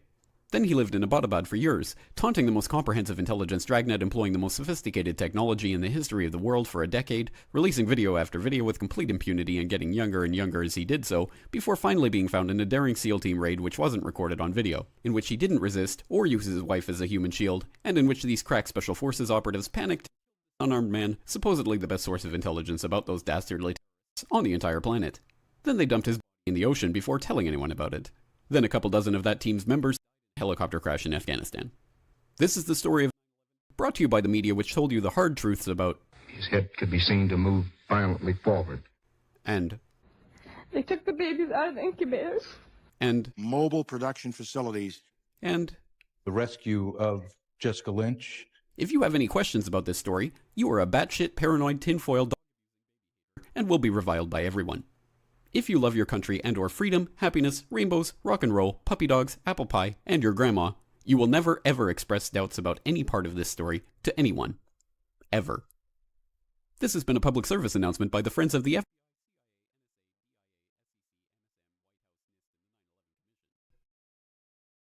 Because ignorance is strength. I'm not going to jump into it because I know it's not an easy topic, but the only thing I'm going to say is that every second of that video has a little link of information, a name, an item, a situation, something that was brought up, and any one of those things is a rabbit hole. It's a very interesting situation. I have no conclusion. I have no opinion. I'm just showing both sides. That's the way I like to operate. So let's keep on rocking. This is a Roman salute. Now, it's clearly the end salute. Wrong. This is an Asperger's syndrome gesture. This trick is called narrative contingency framing. It's a scientific method used by mass media to manipulate you into believing anything as truth. Open your fridge. You didn't freely choose these foods. Someone framed them as superfoods or low carb or raw paleo. So you bought a narrative. not the food. The same goes for your wardrobe. You bought certain clothes because media framed them as old money or quiet luxury or clean girl aesthetic. Look at this sharp ironing crease in my pants. The media framed it as a symbol of old money because that's how rich people's tailors iron their pants. So I bought them believing they would make me look more classy and elegant. This guy is clearly a murderer, but some extremists frame him as the rebel against the system. And if you scroll through certain corners of TikTok, you'll find women framing him as bad boy thirst trap. Even this video might be my attempt to frame myself as a smart guy worth following. But in the end, the ultimate decision of what the frame is should be yours. Because as Elon Musk said, you are the media now. Amazing. I really like that message because at the end of the day, I feel like everything has to do with perception and perspective. So you have a prism of perception through which you analyze things. You could call it glasses. So when you stub your toe in the morning and you say, "Oh, this is going to be a horrible day and this and that," well, then you will find things that support that thought. And if you wake up and you stub your toe and you say, "Well, the worst of the day has passed and only better things can happen from now on," well, you're going to notice the better things. It's an example, but it's just perspective changes the whole outlook. So I find it interesting to try to start holding accountable the people sharing us information by knowing what a frame is and by seeing the framing that's given to us. One of my easy ways to detect this is when something, let's say political or whatever, seems to give you an emotional response, suspend your emotion and question why that's happening and who would have incentives to create this emotional response and what is the conclusion of your emotional response. So you doubt yourself, you doubt your own mechanisms, and you also doubt the information coming in and their mechanisms, and you identify the psychological manipulation that has been used. And once we start understanding those, then we could start reprogramming our brain and seeing what's coming in as a signal and decide if we get affected or not, rather than always be in reaction. So I don't know if any of that made any sense to you guys. Let me know down below, and let's keep on rocking. This is not meat jerky. This is not ice. This is not lasagna. But what is it then? This is the raised printing with a ripped off piece on the 50-euro bill. But why the wiggling? Wiggling shows you the depth on a flat screen. How cool is that? Only the camera moves during the photo shoot and the subject stays still. This creates a depth effect known as wiggle stereoscopy. This frozen lake ice fishing hole is actually a mask. This wild bonsai tree on a cliff is actually a moss on a poplar tree. You will never guess this one, I promise. But can you stop the wiggling? No, this is MacroLab 3D after all, not MacroLab 2D. But seriously, watch this with no wiggling. MacroLab 3D is the only place to watch microscopic worlds with depth. No AI, no CGI, all real macro photography. Here is another example of raised printing on a Ukrainian 500 banknote. It is really this high, so you can feel it with your finger. No exaggerations. Maybe slow it down a little? No, slow wiggling lessens the effect strength. See the difference? Wiggling is not for everyone. I agree. However, this is the most accessible stereo format, which you can watch on any display, even with one eye. And by the way, what if I tell you that you can watch it in real 3D without the wiggling? If you have a compatible device, then navigate to the playlist section and choose your favorite side-by-side format. My favorite way to watch is using a VR headset in VR cinema. Would you try it? Wow, that is like mind-blowing. I feel like I just did DMT. How crazy is it to see the micro world, the nano world that's right there in front of you? It's so beautiful. Like this world is like fractals. Things have, you know, a bigger view and a smaller view. And it's so interesting to be there with the smaller view and this technology of the wiggling. It's actually very interesting because it's true that it does give you the sensation of understanding how the spatial disposition of it is. It's like you understand more what you're looking at in 3D. Really love this technology, and I really like seeing things that we're used to seeing from close and having a complete different perspective on the same item. It completely changes your point of view. You know, if you believe that doctors or scientists or whoever are always on your side, let's say, right? And they give you a recommendation and they tell you drink 6 glasses of milk a day, right? Well, automatically you take it with credibility and you do it because you believe in this whole system, you know? But at the end of the day, what if it's not good and it was for monetary purposes? So it's important for us to be able, this is the best example that I have when it comes to this. Like, if you go to the mechanic and you tell him, fix my car, and you have no idea how it works, yeah, he might overdo it, he might overcharge it. But if you go in and you know how your car works and he tells you, oh, I'm going to do this and do that, and you're like, no, that doesn't make sense because this and because that, he's not going to have that legway. So us being conscious of how things work allow us to manipulate the outcomes and not be taken advantage of when we're delegating towards that system. I don't know if that makes sense. Let's keep on rocking. If you want to go down a bizarre and frankly gruesome rabbit hole, buckle up. This begins with a news story I saw decades ago about a tug-of-war event, one that went very, very wrong. So wrong that 2 men had their arms ripped off. Now, I was actually in college studying journalism when I saw this news story, and I dismissed it as fake because it has all the hallmarks of a fake story. See, lots of these outrageous fake news stories are set on the other side of the world, in this case in Taipei. And they're always very over-the-top and almost cartoonish in how horrific they are. But this is true. And the details are so much crazier than what that headline even implies. You can go look it up on Snopes, but they have photos of the incident, so be prepared. I mean, they have severed limbs on the ground. It happened in 1997. They had a festival where they did a huge tug-of-war, you know, where there's a rope and 2 teams are pulling against each other. Only 1,600 people participated, presumably about 800 on each side. Now, when you're picturing how such a thing could have happened, you're probably imagining that they looped the rope around their arms or their wrists somehow, and then the force of the pulling pulled their arms off. That is not what happened. The truth is actually weirder. This is what happened. Snapback.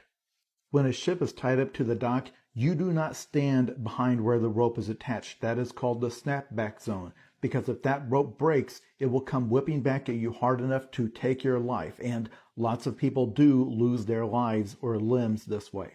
So in this tug-of-war contest, they were using rope like this, a 2-inch wide nylon rope. It is estimated that the tug-of-war put about 150,000 pounds of force on the rope, 3 times more than what it could withstand. Within seconds, the rope snapped, and the snapback caused it to whip back and sever 2 men's left arms, as in their arms were lying on the ground. You can go look at it if you want. They were able to reattach them.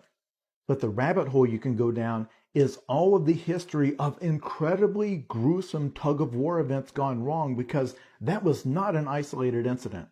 Children have had their fingers severed this way. There's an entire article about the history of tug-of-war fatalities. And it's such a perfect example of something that looks totally innocuous and fun. And you don't realize how much power is stored up in something until the moment it's finally released.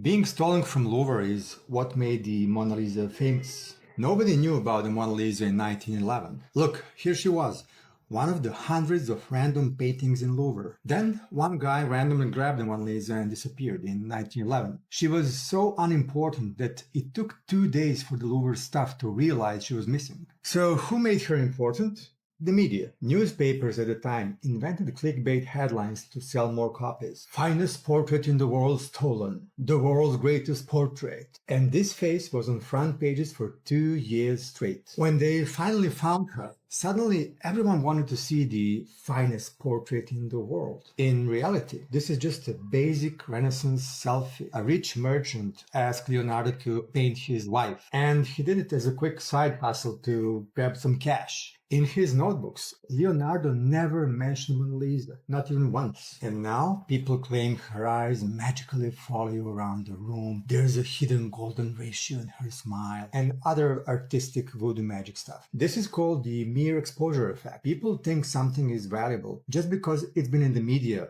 long enough. Nobody cared about this necklace or tiara a week ago.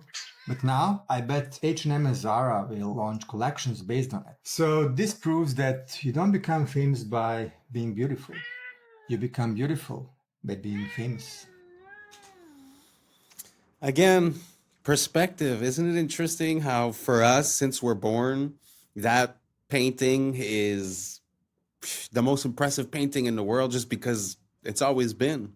But at the end of the day, things have an origin story. So it's so interesting to see how these things come about. I wonder why it was manipulated that way. Was it to sell more tickets for the Louvre? Did they steal it themselves? I mean, what's the idea behind it? It's very interesting. I just find that, like he was saying earlier, the framing of a story changes everything. And now this one, the exposure. So now understand why you always see the same ads and the same companies and the same thing over and over and over again. Truth is simple. It works. So the more you're exposed to something, the more it becomes a part of your psyche. I mean, we like to think that we're really complicated, but at the end of the day, it feels like these companies, they got us figured out. You know? So maybe we should stop thinking that we're so special and start taking back control of our mechanisms and identify the information coming in and catch it when it's coming in and not just be living in a reactive state. So I don't know if you guys understand the parallel that I'm trying to make, but did you guys know that this is how the Mona Lisa got infamous? I had zero idea. Let me know down below. Let's keep on rocking. With our crash out of the day, we have man versus robot. I mean, first off, what crime did you commit for the cops to be like, you know what, let's send the robot on them? Is it that bad or are you that dumb? They're like, you know what, let's try some new shit. And I think it's because you that dumb, because you decide you gonna pull out a gun. My boy pull out the strap, and I think he tries to shoot the brain of the robot. I mean, son. And he climbs out the window after the robot shoots some tear gas. And then, watch this. He don't make no run for it. He grabbed the cover, and then the robot's like, hold on, excuse me, Sugar Bob Honey Bunch, you're stuck. Gotcha. I can't even lie, though. I feel you with the cover move. I probably would try to do the same thing. Like, all right, there goes his eyes. But that was just a terrible toss. And then, this got to be terrible to be the first dude ever that got caught by a robot. Like, you get into prison or jail, and what happened? How I go down, bro? You on the run? No, a robot ran over me. What? And in fact, you tried to shoot the robot. Real dickhead activity. I mean, this is egregious work. Felonious decision. And now look at you. On the ground and about to get run over by a robot. Crash out of the day or dickhead of the day, doesn't matter. It's this guy. And that's a wrap for today, familia. Whether you're tuning in with the sunrise or you're posted up after midnight, I appreciate your time, your energy, your curiosity. And don't forget, this isn't about truth or fiction. This is about perspective. If this sparked a laugh, a thought, a deeper question, then we did our job. So drop your thoughts in the comments, keep the convo alive, like, subscribe, and don't forget to hit that bell if you're riding the wave, because we're just getting started. So until next time, stay grounded, stay weird, stay critical. I'm Adam Strain, and this has been Adam Strain Reacts. Peace. Now it's time for us to link up. Really think we on the brink up. Making a change from living this strange. Living this strange. Making a change from living this strange. Yeah. When did elephants have breasts? I'd never seen this before. 100 years. Well, as these melted ruins are thousands of years old. Jake, I'm not even kidding. Go look this up. They literally brought in to dig through the rubble. Yeah, There's big dudes. Yeah. I was sleeping, had to wake up. Why? Every reason I can think. What's up, YouTube? Today, we'll be looking at disturbing TikToks that'll make you question reality. So without further ado, welcome to Adam Strain Reacts. Let's get her done. That's the cost of living crisis. Suddenly, we went up from prices being around there to prices being there. And you don't really see that in this data, okay? Because inflation is really just measuring the difference between that and that. And if you This is how they lie with numbers. look at those two lines, you're talking about a 2.3% change. That's the number we're talking about today. But for a lot of people, it's not about that. It's about the difference between this and that. What is that, like 19, 18%? And when you look at the difference between this and that, that's 20%. And I think that's the dichotomy here between these inflation numbers where it looks normal and this, which is really not normal at all. Not to mention how they change the basket of goods that they use to mark inflation against, such that they can make the numbers look smaller. It's all a ruse to make you feel like you're going insane, when the reality is that they're trying to manipulate the reality of what you see. In order to fix this, join me and the American Congress Party. Did you see the about the Nephilim? The Nephilim are often referred to as giants in the Bible, but some believe they are the offspring of fallen angels and humans.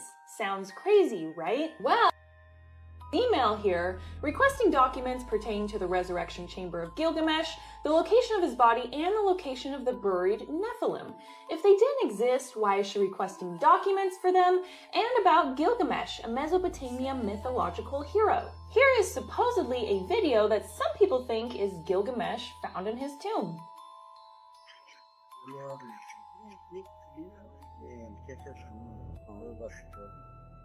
Now, who is to say whether this video is real or not, but with how weird reality actually is, I'm not going to immediately doubt it. We live in a very scripted and twisted reality, and truth is hidden if you're not in the club. But I don't know, I'm just a conspiracy theorist. Let me know what you think. That is kind of interesting because they like to make people seem a bit crazy when they inquire about these types of things, but how come the people that govern us also are inquiring about these things? We've heard about stories about when they went into Iraq that they were basically trying to take control of the ziggurat of Ur. We've heard about a lot of things, and one of the first, stops when they go into a new place often seems to be the museums and the ancient artifacts. And that kind of reminds me of the times of the Nazis when they used to do the same thing. They were on like a mission to find occult teachings and occult practices and relics and stuff like that. So again, very interesting question that she raises. How come these people that lead us are sort of talking and looking for these things as if they believe in it? Let me know what you guys think down below. If you guys have any supporting information, let me know. I love to look into this type of thing. So let's keep on rocking. You watched the Hunger Games and you sided with the Resistance. You watched Star Wars and you sided with the Resistance. You watched The Matrix and you understood and sided with the Resistance. When it's fiction, you understand and you side with the Resistance. Yet when it's happening to you in real life, right now, in the news, in the world, right now, you refuse to see it when it's the reality that you are living in. Would you like a free water? Yeah, I'll take the free water. Here you go. What company is this? It's called Free Water. It's free because we put ads on the packaging. Free? Is it crappy water? No, it's the best water. It's natural spring water.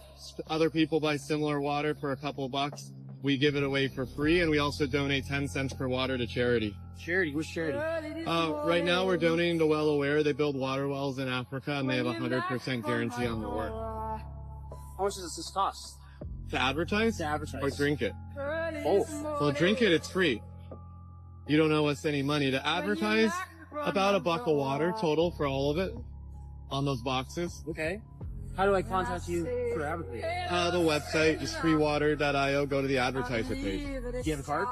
The water's a card. Oh, all right. Yeah, scan that QR code. Sweet, I'll take it. Have a great... I mean, I'm not trying to make everyone jump on the same idea, but man, that was pretty revolutionary, no? Water is the one thing that everyone needs. You're giving it out for free, and it's the advertising, and it's also, the business card. So I don't know. I found that super interesting. If you guys have any ideas like that, let me know, because I feel like that is the future of marketing. People are just so tired of being blasted left and right with all these ads that no one really cares about.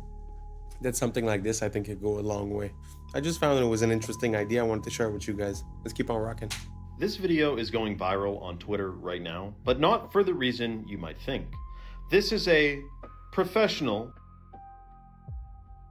of this skyscraper somewhere in the United States. The problem is many people notice a similarity to it in regards to something that happened 20 Here we have a lesser known angle. That one didn't get hit. They said it was from fires. But the fires in Hong Kong, 7 towers caught fire. They burned for almost 48 hours. And none of them collapsed to their own footprint. Now, officially, it happened to happen, man. A fire can weaken the structure. Don't worry about what architects and engineers say, but fires apparently can cause it to drop just like that. For the first time, though, in recorded history. Now, I would have expected something bigger to come from this, now that it's been. But seemingly, many people are still sleeping. Again, the Hong Kong towers, almost 2 days on fire, still standing. Let me know your thoughts in the comments below and follow for more. There has been many different resets since the Great Flood or the Flood of Noah. When you look at the age of the buildings in the previous video and the ruins from the buildings here, the melted bricks, the melted red bricks, there seems to be a clear age gap between the two. While this is much older than the mud-flooded buildings looking fairly newer by comparison, last several hundred years, while as these melted ruins are thousands of years old, indicating the many different cycles this realm has went through. Since the Great Flood or Flood of Noah, the theory is we're looking at about 6 or 7 resets here that happen about every 150, 200 years, kind of like clockwork.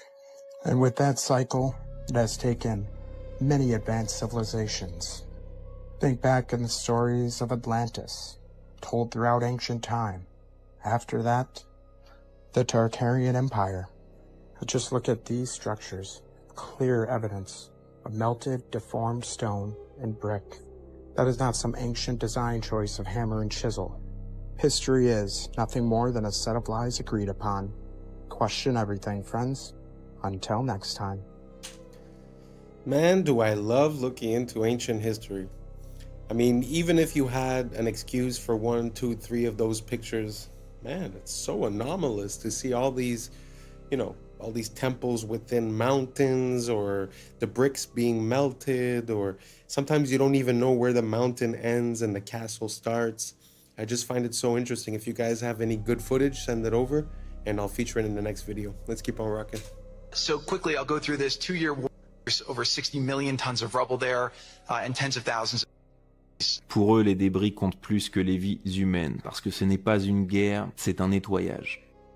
One of the great honors for me has been working with Steve. Steve, qui l'année dernière nous expliquait travailler sur son plan depuis 2 ans. Been working on master plans for the last 2 years. So there are plans already. Au WEF, les plans de reconstruction existent avant la guerre. We have plans already. We have a master plan already, and we're working together on it. And I think if the world saw the progress so far, they'd be pretty impressed. Et on attend que tout soit détruit pour signer la paix. Comme ça, on peut reconstruire sans résistance. We have created a sense of hope for what the future can bring. On félicite ceux qui ont créé le problème. I am so honored.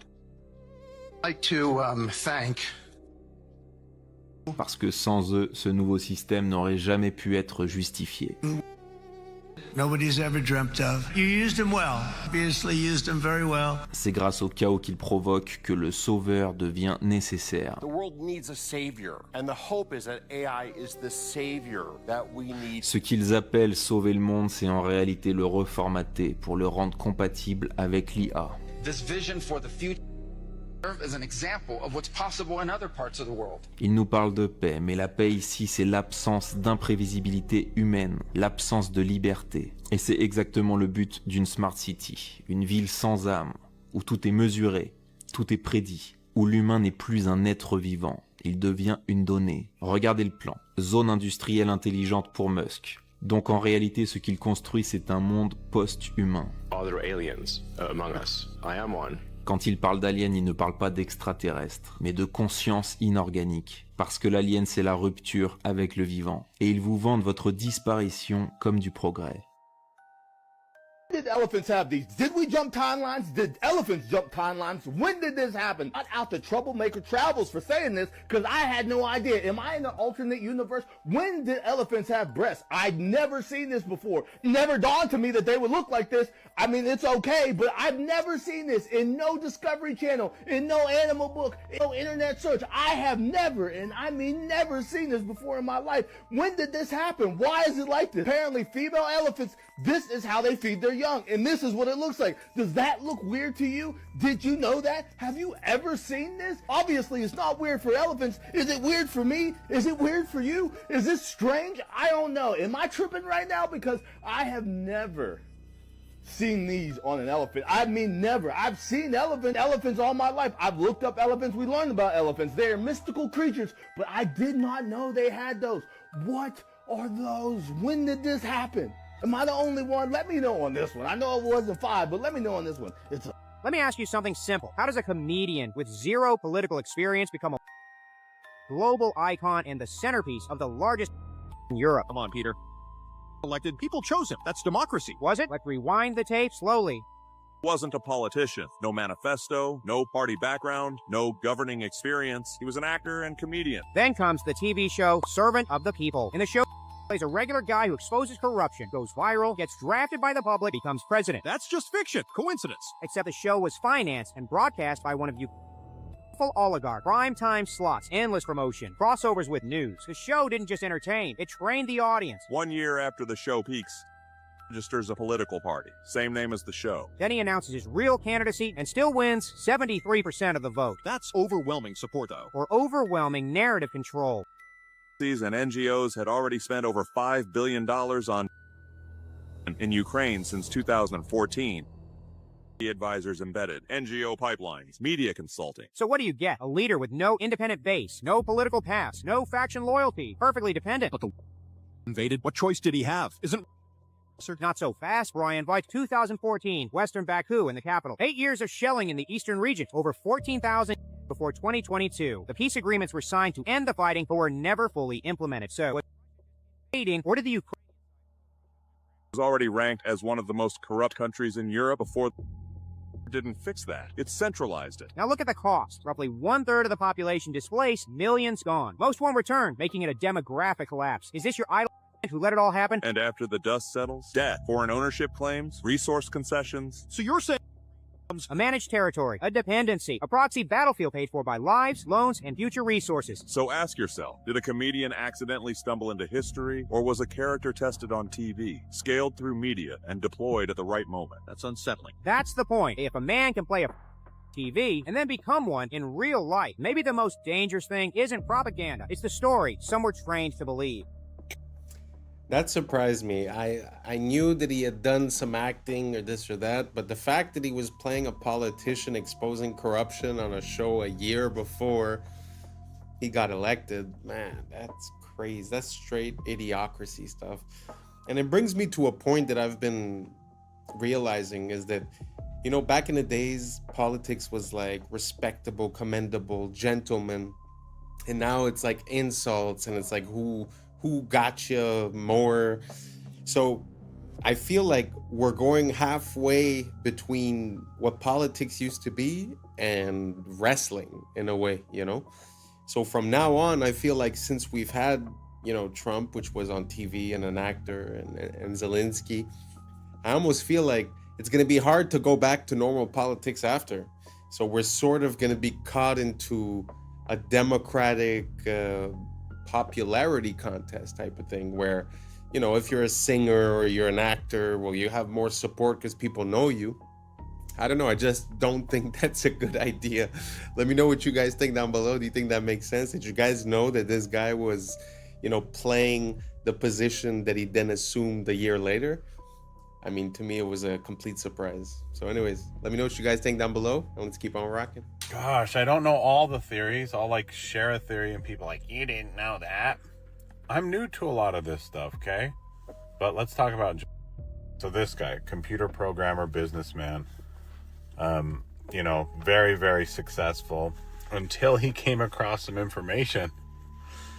Oh boy, that the didn't like. Oh my gosh, this is crazy. But anyway, I saw this on Jake Shields' podcast, so I'll tag him below, but check this out. We all remember the apartment complex that just mysteriously into rubble. Yeah, just wasn't hit by a plane. In North Miami. That was in that happened on the same night.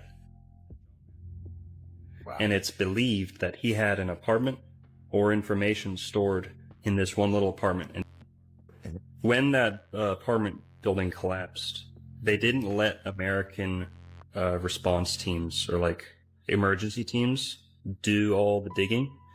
Jake, I'm not even kidding. Go look this up. They literally brought in to dig through the rubble.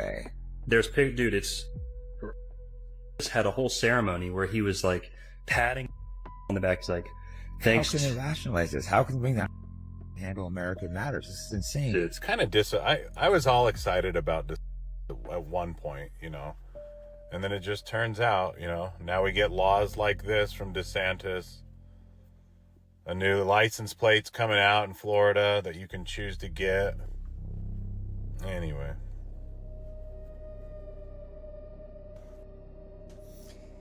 Wow. I mean, that to me, with perspective and hindsight and looking at the dates, not only the fact that it happened on the same day that he was offed, but just the fact that they brought in that organization on American soil to go through the rubble, man, you know that there's something up there. Sometimes when I see these things, it really makes me think like we're living in a James Bond movie, but we always receive the cover story. And like the real stuff is happening behind the scenes. Did you guys know about this? Let me know down below. Anyways, let's keep on rocking. There were hundreds of security cameras filming the check-in areas, the corridors, the lounges, the airport bars and restaurants, etc. The question is, how many time-stamped images do we have that show us the presence of them at any of the departing airports? More than 100? Only one? Not at all? About 30 different images. The answer is none at all. We don't have a single time-stamped image showing us even one of them at the airports on the morning of. The only thing we were shown is a sequence depicting at the Washington airport. But this sequence does not have a timestamp, and it was filmed with a regular camera, not a security camera. So, for as far as we know, those images could have been filmed anytime. Maybe during a dry run were made to make under whatever circumstance. And then we were shown this image depicting going through a security check. This picture is, but this is not the Boston airport. This is the Portland, Maine airport, as clearly shown in the timestamp that says 5:45 in the morning. This is the infamous connecting flight to Boston, not the flight to LA that was. Bottom line, at the departing airports, we do not have a single image that has been made public. Not one. Is there anybody out there who really wants to believe this?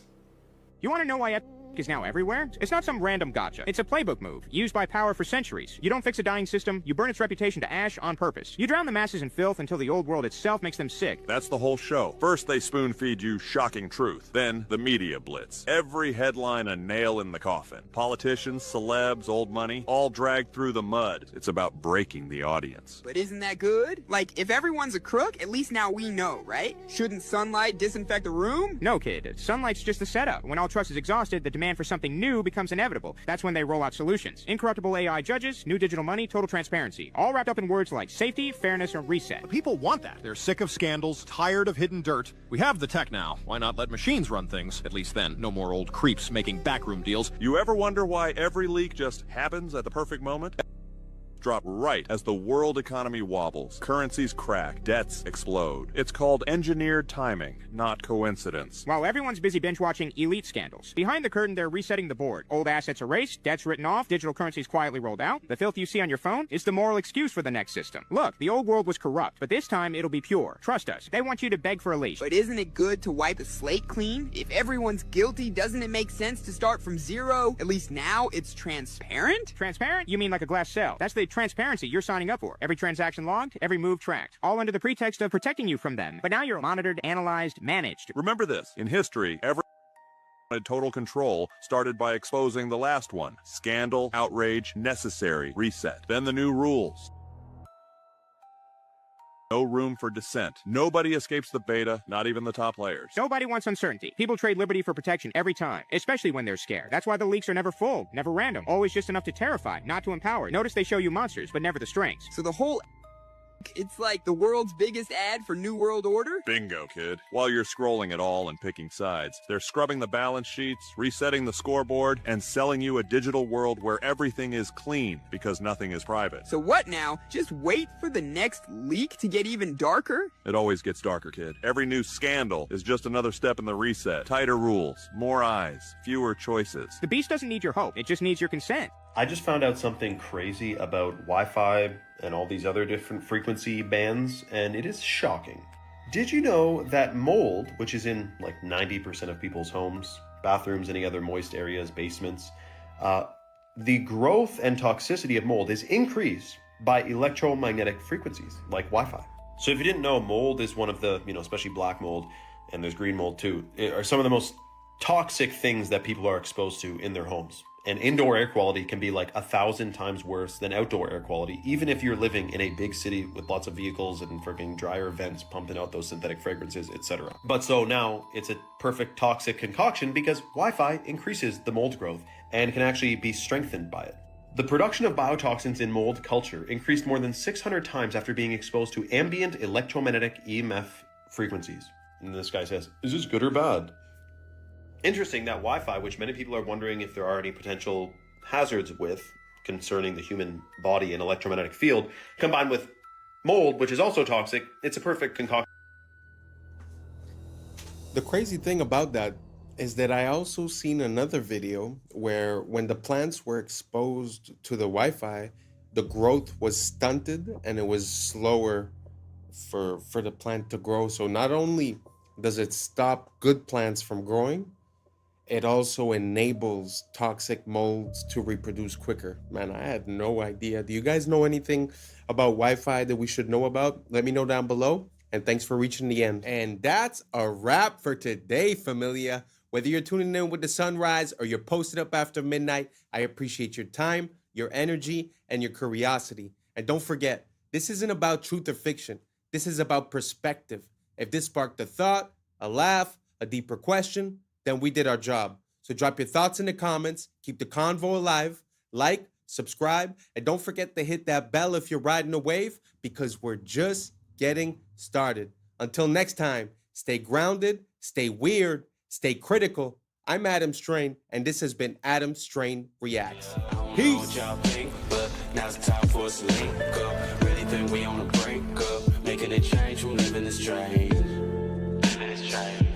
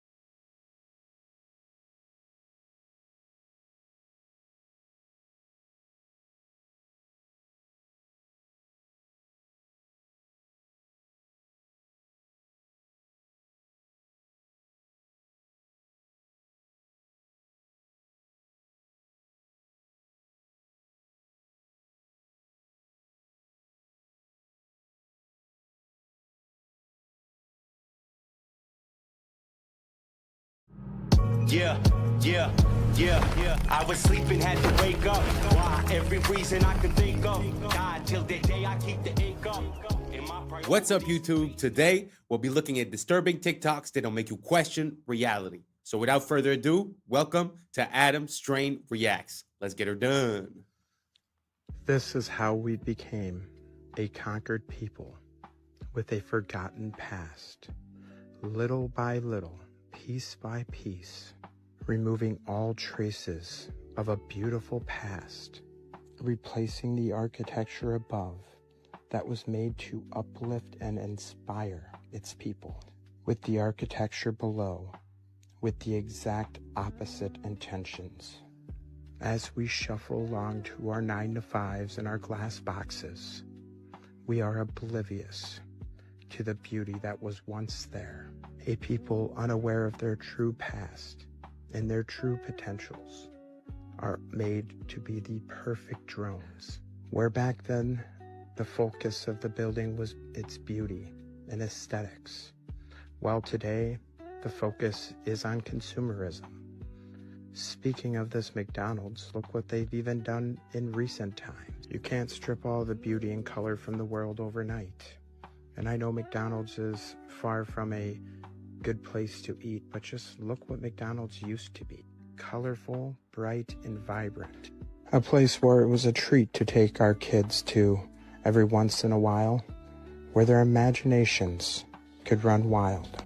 Who remembers the little burger seats or the forest that McDonald's used to have in them? Now the interiors all look like an ugly corporate meeting room. Little by little, drip by drip, this has been going on for some time. Replace all the beauty with bland and lifelessness, reflecting the society that built it. Question everything, friends. Until next time. The insides of these World's Fairs were made just as beautiful and intricate as the grounds outside. And yet again, it displays a showcase of how our past was leagues ahead of our own abilities, housing an inside zoo and a zoo of people, and many, many elaborate displays. These look like anything but temporary. From the inside out, these are absolutely stunning. I believe, if anything, these to be the fairs of the inheritors, the controllers taking over the lands of a fallen empire and showing it off, showing off all the technology and the works of the old world. His story has been written by the conquerors. Question everything, friends. Until next time.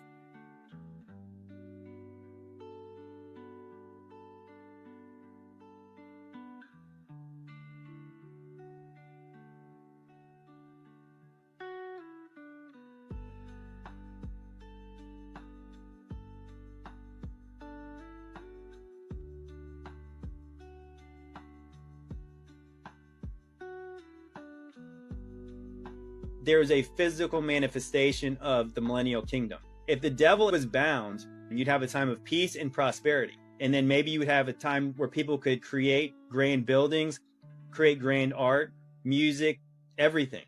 We don't even understand, probably because I do believe the devil is very active today, as most people probably understand that follow me. The devil, the demons, they are super active. We don't even know how many negative effects that they inflict on us all the time, because we wrestle not against flesh and blood. We don't know how much our thoughts get cloudy because of spiritual darkness around us. And then again, you put that on a macro scale, like everybody's affected by this spiritual warfare and oppression. If that was lifted, if the devil was bound and put in a pit, is that possibly that humans could do a lot more than they do now, because there was this freedom in your own mind, your headspace, to not be inflicted by these demonic beings? I think that you couldn't help but have physical results of that. So if the saints are ruling in heaven and they're doing it better than the corrupt sons of God, I believe there would be positive effects on the earth, and we'd be able to see the evidence of that. And maybe that evidence is the grand buildings, the grand cathedrals, the art, the statues and stuff. It doesn't mean that everyone was perfect on earth, but it does mean that there was an allowance for people to do more than they're doing now. Now that we know who didn't discover America, this guy right here, let's talk about who it wasn't named after. Amerigo Vespucci. Yeah, you remember that footnote in your history book that said Columbus discovered America, but they named 2 continents after this guy instead, Amerigo, or as his mama called him, Alberigo. Who names 2 continents after some guy's first name? So why did they name it that? Well, we're taught it's because this map, the 1507 Walt C. Miller map, which is the first place the New World was labeled the Americas, this combined with a letter from a Florentine bishop, a friend of Amerigo, gave credit to his friend for the discovery and the naming. But according to the Spanish, that might not be true, because Europeans didn't actually name America. It was already named that. You know, the people who already lived there, who didn't think it needed to be discovered because they were already there, they called their home America, or various spellings of such. So why did they name it that? Well, it's very likely because of this. The South Americans worshipped a god called Amaru, or Amaru Ka, a feathered serpent. And Amaru Ka to the Aztecs was Quetzalcoatl. So according to Manly P. Hall, the children of the sun adored the plumed serpent. So much so they named the whole place after him. Amaru Ka literally translates into land of the plumed serpent. So no, it wasn't named after some guy. It was named after some old serpent. This was an electric quick... Very interesting. What do you guys think about that? Because I do remember the time when I was in history class and they were teaching me about America, and they were saying that they named it after the map maker. I always found that weird. Like, why didn't they call it Columbia or something like that, right? For Columbus, or for the actual person doing the exploration and not necessarily for the map maker. I always found that weird. But with the link towards the ancient civilizations of Mexico, it actually makes a bit more sense. And it actually connects back to Tupac. Because Tupac, I think that was the plan of his name, was Tupac Amaru Shakur. So the idea, I think, is pretty close to that. They probably knew something or had lineage towards it. But what do you guys think? Do you guys think America was named after Amerigo Vespucci, or was it named after something that was already here? And regarding the videos before, with the demon possession and the beautiful buildings, I feel like demon possession is like a word that we put, but the question that that comes to my mind is more, if you compare living around those buildings the way they were built before, beautiful, ornate, pieces of art, basically. Like, maybe you could call it demon possession or demon oppression, the fact of living in these cardboard boxes, because basically, let's say humans get inspired. So if I put you in a place that is beautiful, made of art, that is an expression of the beauty of this world, you might have a different thinking process. You might come with different solutions, with different thinking results. So maybe that's the whole thing. Instead of calling it demon, maybe it's just us not being at our top, at our divine, because it feels like we sort of sacrificed beauty for convenience. But my question is, a few generations down the line, what happens when, they say you're a product of your environment?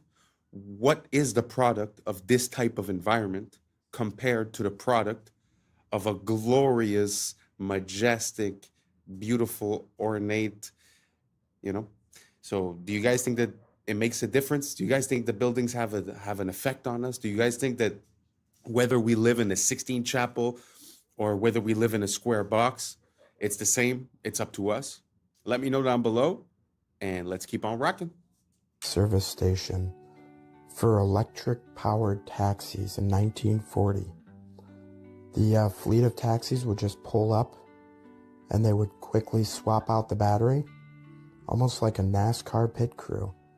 It's funny, they had fleets of electric vehicles, electric taxis like this, electric trucks, so much.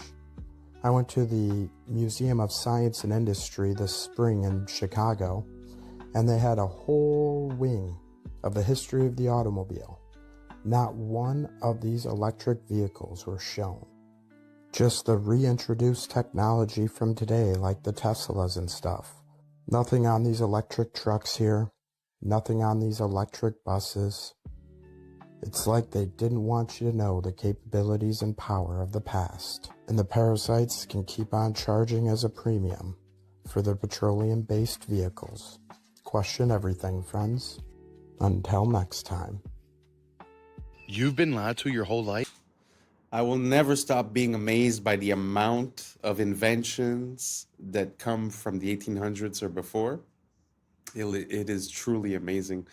It's very sad that they've erased this from our past. Do you guys think that it's true that we had electric cars way back in the days and we just reintroduced the technology? Let me know down below. Let's keep on rocking. And don't even know it. This was the biggest realization I had when I moved to Asia.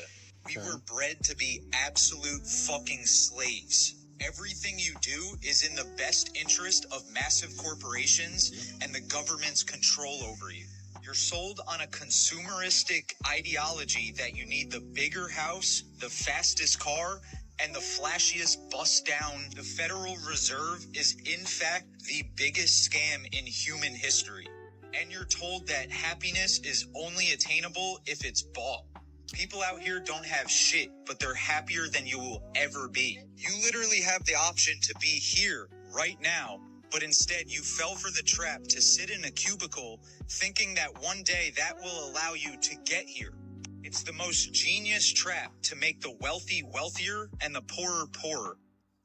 As soon as we stop participating in this fucking rat race, watch how the elites shit their pants when the cash flow stops. Windows 10. Wow, that was a gem. It always amazed me the way we were raised, where, you know, go to school for 20 years, go to work for 40 years, and then you'll be able to do what you want. Makes no sense. Because in my mind, if you've never worked the muscle of happiness, you don't even know how to be happy, you know? And if you've never cultivated hobbies, passions, and things to do, you'll get at that moment and you won't really know what to do. So if I have one piece of advice, try to live it, man. Try to live it before you die. Because I know that money and, like you said, the rat race and all that, it seems real. But life is very short. So try to live it. Try to live it as much as you can. Try to be happy daily. Even if you're in a bad situation, try to accept it and move towards a better situation. Try not to get stuck in a rut of negative thinking, because I feel like that keeps us stuck in the mud. Anyways, who am I, right? Doesn't matter. Best of luck to everyone, and let's keep on rocking. This ain't over. Is officially dead. And now spyware that takes screenshots of everything you do every few seconds comes built in with Windows 11. This is real. Microsoft even bragged about it, and it's some Black Mirror in real life. But there is a way you can unplug from this mass surveillance operation that Bill Gates probably doesn't want you to do. So if you're watching this anytime after October 14th, 2025, Microsoft has officially ended support for Windows 10 after 10 long and faithful years, RIP. Which doesn't mean it's not going to work anymore, but over time it's going to become more prone to incompatibility issues, viruses, and other unfixable errors, kind of forcing everyone, myself included, to switch to Windows 11, which Microsoft announced has a built-in program called Recall, powered by their AI Copilot assistant, that explicitly states it takes an image of your screen every few seconds to sort of act as a browser history, but for all of your PC activity. Yup, even your offline sessions are gonna be tracked, meaning you can sort of rewind and search through everything you've ever done on your computer using AI, which is kind of cool, but also kind of creepy. Microsoft claims the AI will run entirely locally, so like inside your computer, not on some remote cloud server that they have access to. And the screenshots will also be stored only on your own computer in an encrypted file. I mean, if you think you can take their word for it, sure, no judgment, but you really never know with tech giants these days. And it still does give actual hackers an easy way to access everything you've ever done on your computer. Everything. Luckily, you can opt out of this feature if you want, so be careful when installing it, as they probably hid it inside some recommended settings option that 90% of people are just going to choose. And in case you already upgraded to Windows 11, there is a way you can disable it at a root level. Here are the instructions. Screenshot it, save this video, you're welcome. Richmond's City Hall, Gothic revival, a palace of stone and glass. According to the textbooks, built in the late 1800s by men with horse carts, pulleys, and chisels. But look at the details: copper domes weighing tons, marble cut with surgical precision, spires climbing skyward. Even today, with cranes, 3D software, and billion-dollar budgets, such feats take years. And yet, the story tells us, it was done in just a few years with primitive tools. Then, the absurd twist. Many of these masterpieces were demolished after only 20 or 30 years. Declared obsolete, outdated palaces of stone gone before their time. If the goal was utility, why such grandeur? If they were truly 19th century projects, why can't we rebuild them today with all our technology? Maybe because they were never ours to begin with. Perhaps they belong to another age, adopted, rebranded, and quietly erased. Charleston, 1901 to 1902. They called it the Interstate and West Indian Exposition. Boring name, right? Puts you to sleep, sounds like nothing. But look at the pictures, what do you see? A city, not some food stands, not a few carnival rides. A city, Cotton Palace, Ivory City. Sound familiar, just like Chicago's White City. They recycle the same trick, palace this, palace that. Palaces for pigs, palaces for cotton, palaces for bee, whatever, ridiculous. And the story they tell us? They had no money, not a dime. They begged for funds, no one gave them any. And then, bam, a Spanish Renaissance city rises on 250 acres. Cotton Palace, sunken garden, auditorium, manufacturer's building, names that scream grandeur. If you're broke, you don't build an ivory city. You put up some tents and call it a day. But no, they give us a capital of marble and towers. And then the ending, failure. Only 600,000 people came, they lost money. Over $1 million spent, only 30,000 earned back. And then demolished. Every last piece except one building, the women's building. That's the history they give us. But think, so much talk about attendance, about exhibits, but nothing about construction. No photos of building crews, no scaffolding. Just poof. A city exists, and then it doesn't. So again I ask, was this really a fair? Or is it just another fake story patched together to cover these inconvenient photographs? Just when you think you've seen it all. Just by the way, these World's Fairs, I don't know if you realize, but there's more than one. I mean, it's almost every year. You know, St. Louis, Chicago, New York, they're everywhere. Paris, everywhere around the world. And funny enough, recently I realized that they still go on today. Very interesting. I didn't know that. So if you guys want to look it up, they still go on today. So it seems like a very interesting timeline when it comes to these things. It's always the same thing, more or less. It's a short building period. Then you have the exposition, and then they destroy everything. They normally leave 1 or 2 buildings. And funny enough, everything is made to be temporary, but the buildings that they leave still stand today and are solid. So, I mean, for me, logically, it doesn't make sense. What do you guys think? Do you guys think that it's exactly what they said? I mean, because they said they built temporary cities built out of stucco, which is like drywall, basically, cement. And they just like basically make it look good. But like I said, the buildings that they left over are still there today and they're still standing strong. So for me, it causes quite an issue. What do you guys think about these World's Fair? Makes sense? Doesn't make sense? Let me know down below, and let's keep on rocking. Here's some more awesome, innovative, and a little wacky inventions from the early 1900s. Though I'm not saying this proves the existence of advanced civilizations of our past, there's already more than enough evidence presented for that. I just think these videos really show the level of ingenuity and innovation the people from this time had. A period of time before our Rockefeller-style school systems stifled any of that creativity.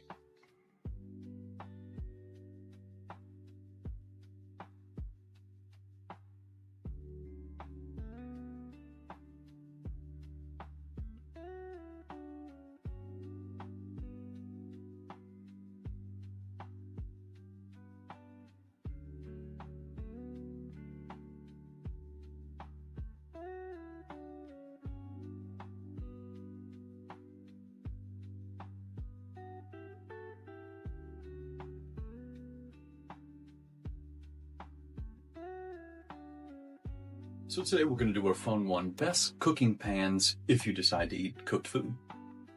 So the first one we start off with is copper tin. This was the old school way of cooking things, but they used low heat, which is an interesting way of cooking.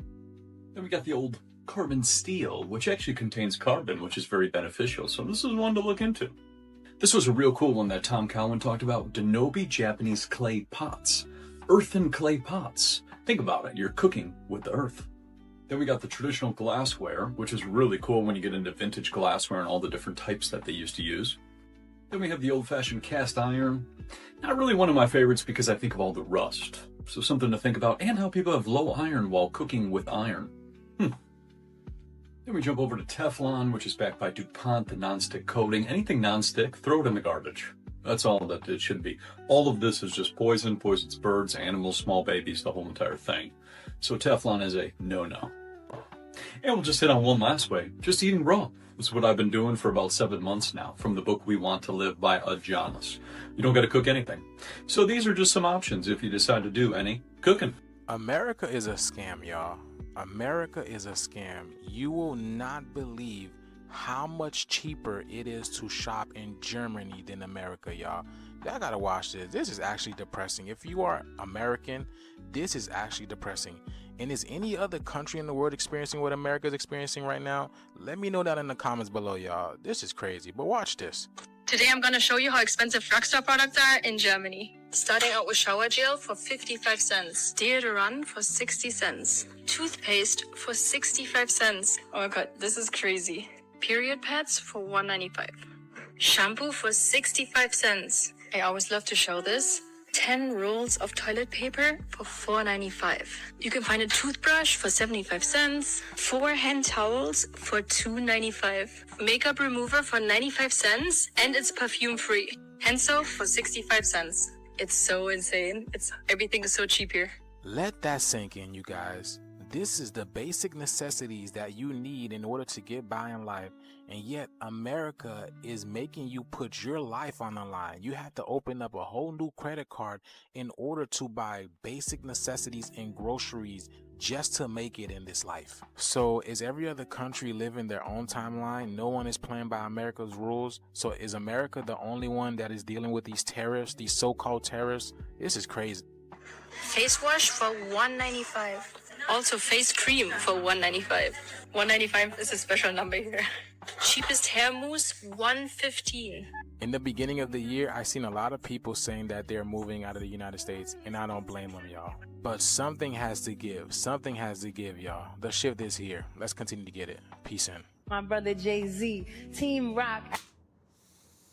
I know, it's just like cool information, and it's just surprising, and it's fun to see how much they're paying in Germany, but it truly makes me sad. Truly makes me sad that, you know, so many people signed up for this social contract, for this American dream, and somehow all the stipulations and all the clauses changed, but we're still stuck in the same contract, you know? I find it so sad. All these things, like he was saying, are more or less basic stuff that you need, and it's like we're getting gouged every way, shape, form, side, you know, like it feels like there's still some sort of respect for the consumer there. Now, don't get me wrong, she probably wasn't in a high class store. Maybe she was even at a dollar store type place, you know, but even at that, we don't get those types of prices whatsoever. So I find it super sad to see how we're getting treated, you know, like our social contract is null and void because everything changed, but it's like we're still stuck here getting paid the same thing, needing to buy all these things, you know. So I don't know if you guys agree with me. Let me know what you guys think. How are the prices where you live? Are they better than before? Are they worse than before? Are they like Germany? Are they more like the States? Let me know down below. Let's compare and let's keep on rocking. Adam Blackstone, Hell's Kitchen, the Most High. Good evening, godless sodomite. Kneel before your God, Babylon! Making me the highest paid megalomaniacal boy king in all of Babylon! You see, if you go and visit the very home of the Oscars where they hold it each year, you can see a plaque on the wall that says the Babylonian Court. The camera shows you the stage and you see an unmistakable Tower of Babel embedded into the design. Outside of the Kodak Theater, you have the gates to Ishtar, and you have Babylonian gods put on the outside of the gates. They have the exact elephants. They have the same exact gate of Ishtar. They have the same exact Babylonian gods over the top of the gates. A lot of people come up here and they thank Jesus for this award. I want you to know that no one had less to do with this award than Jesus. He didn't help me a bit. So all I can say is, suck it, Jesus. This award is my God now. I'm thankful to the Oscar gods. The other names of the gentlemen are all gods as far as the category concerned. When you get this little golden statue, you become a star. Speaking of spiritual warfare and spiritual dimensions, 2 stories about people that have taken. That was interesting. I had never seen the occult symbology behind the Oscars. Very interesting. It's pretty obvious, huh, nowadays? I mean, of course, nowadays we're more informed and we're able to compare things and we have more pictures. Yes. But even at that, I feel like there's something. I feel like the veil is lifting. I feel like the same things that they would have said before we would have been clueless and just went with the show. And now somehow it seems like we have a bit more of what I call divine discernment. I don't know if you guys agree, but did you guys know about the Oscars and about all that symbology, all the reverence towards Ishtar, all the mentioning of Babylon, the incorporation of the Tower of Babel, even the way they speak when they talk about gods? Let me know down below, and let's keep on rocking. Salvia, truly nightmare fuel. I was in this college, this guy smoked some salvia, laid back, and all of a sudden he woke up, but he was a child, and he lived his entire life. He was a child, teenager, went through everything, got married, had kids, grew old, had to bury his wife, became a grandparent, and then died of old age, basically, and then woke up at his college where he smoked salvia, and it broke his mind. How could it not? And he was weeping because he's like, that life wasn't real. I had kids that I loved. This next story, I would say, is even scarier. Oh no. Great. This guy, also college age, smoked salvia, and he was like basically transported to where he's standing on the side of the road, and he was just standing there. Then all of a sudden he turned into a stone pillar, and he was a milestone, like a mile marker stone for 300 years. What? And he said he watched the forest change. He watched horse and buggy, and eventually turned into cars and a highway. And then after 300 years, a construction crew came and tore him down, and he woke up. Bro, you go and try to get stoned, you become one. I mean, that's what's gonna happen. I mean, like, think about claustrophobia. Like, you have a full intellectual mind, yet you're stuck like that for 300 years. Straight up terrifying.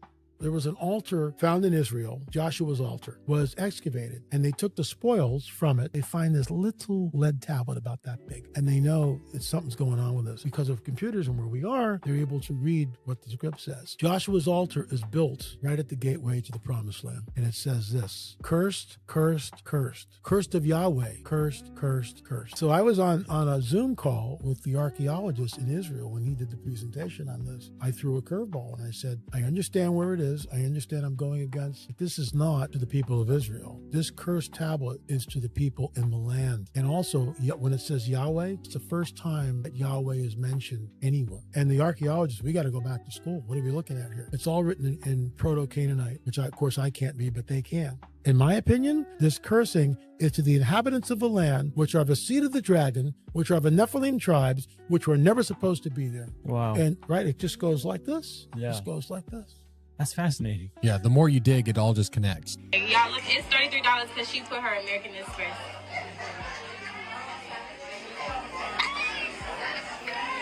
They scamming.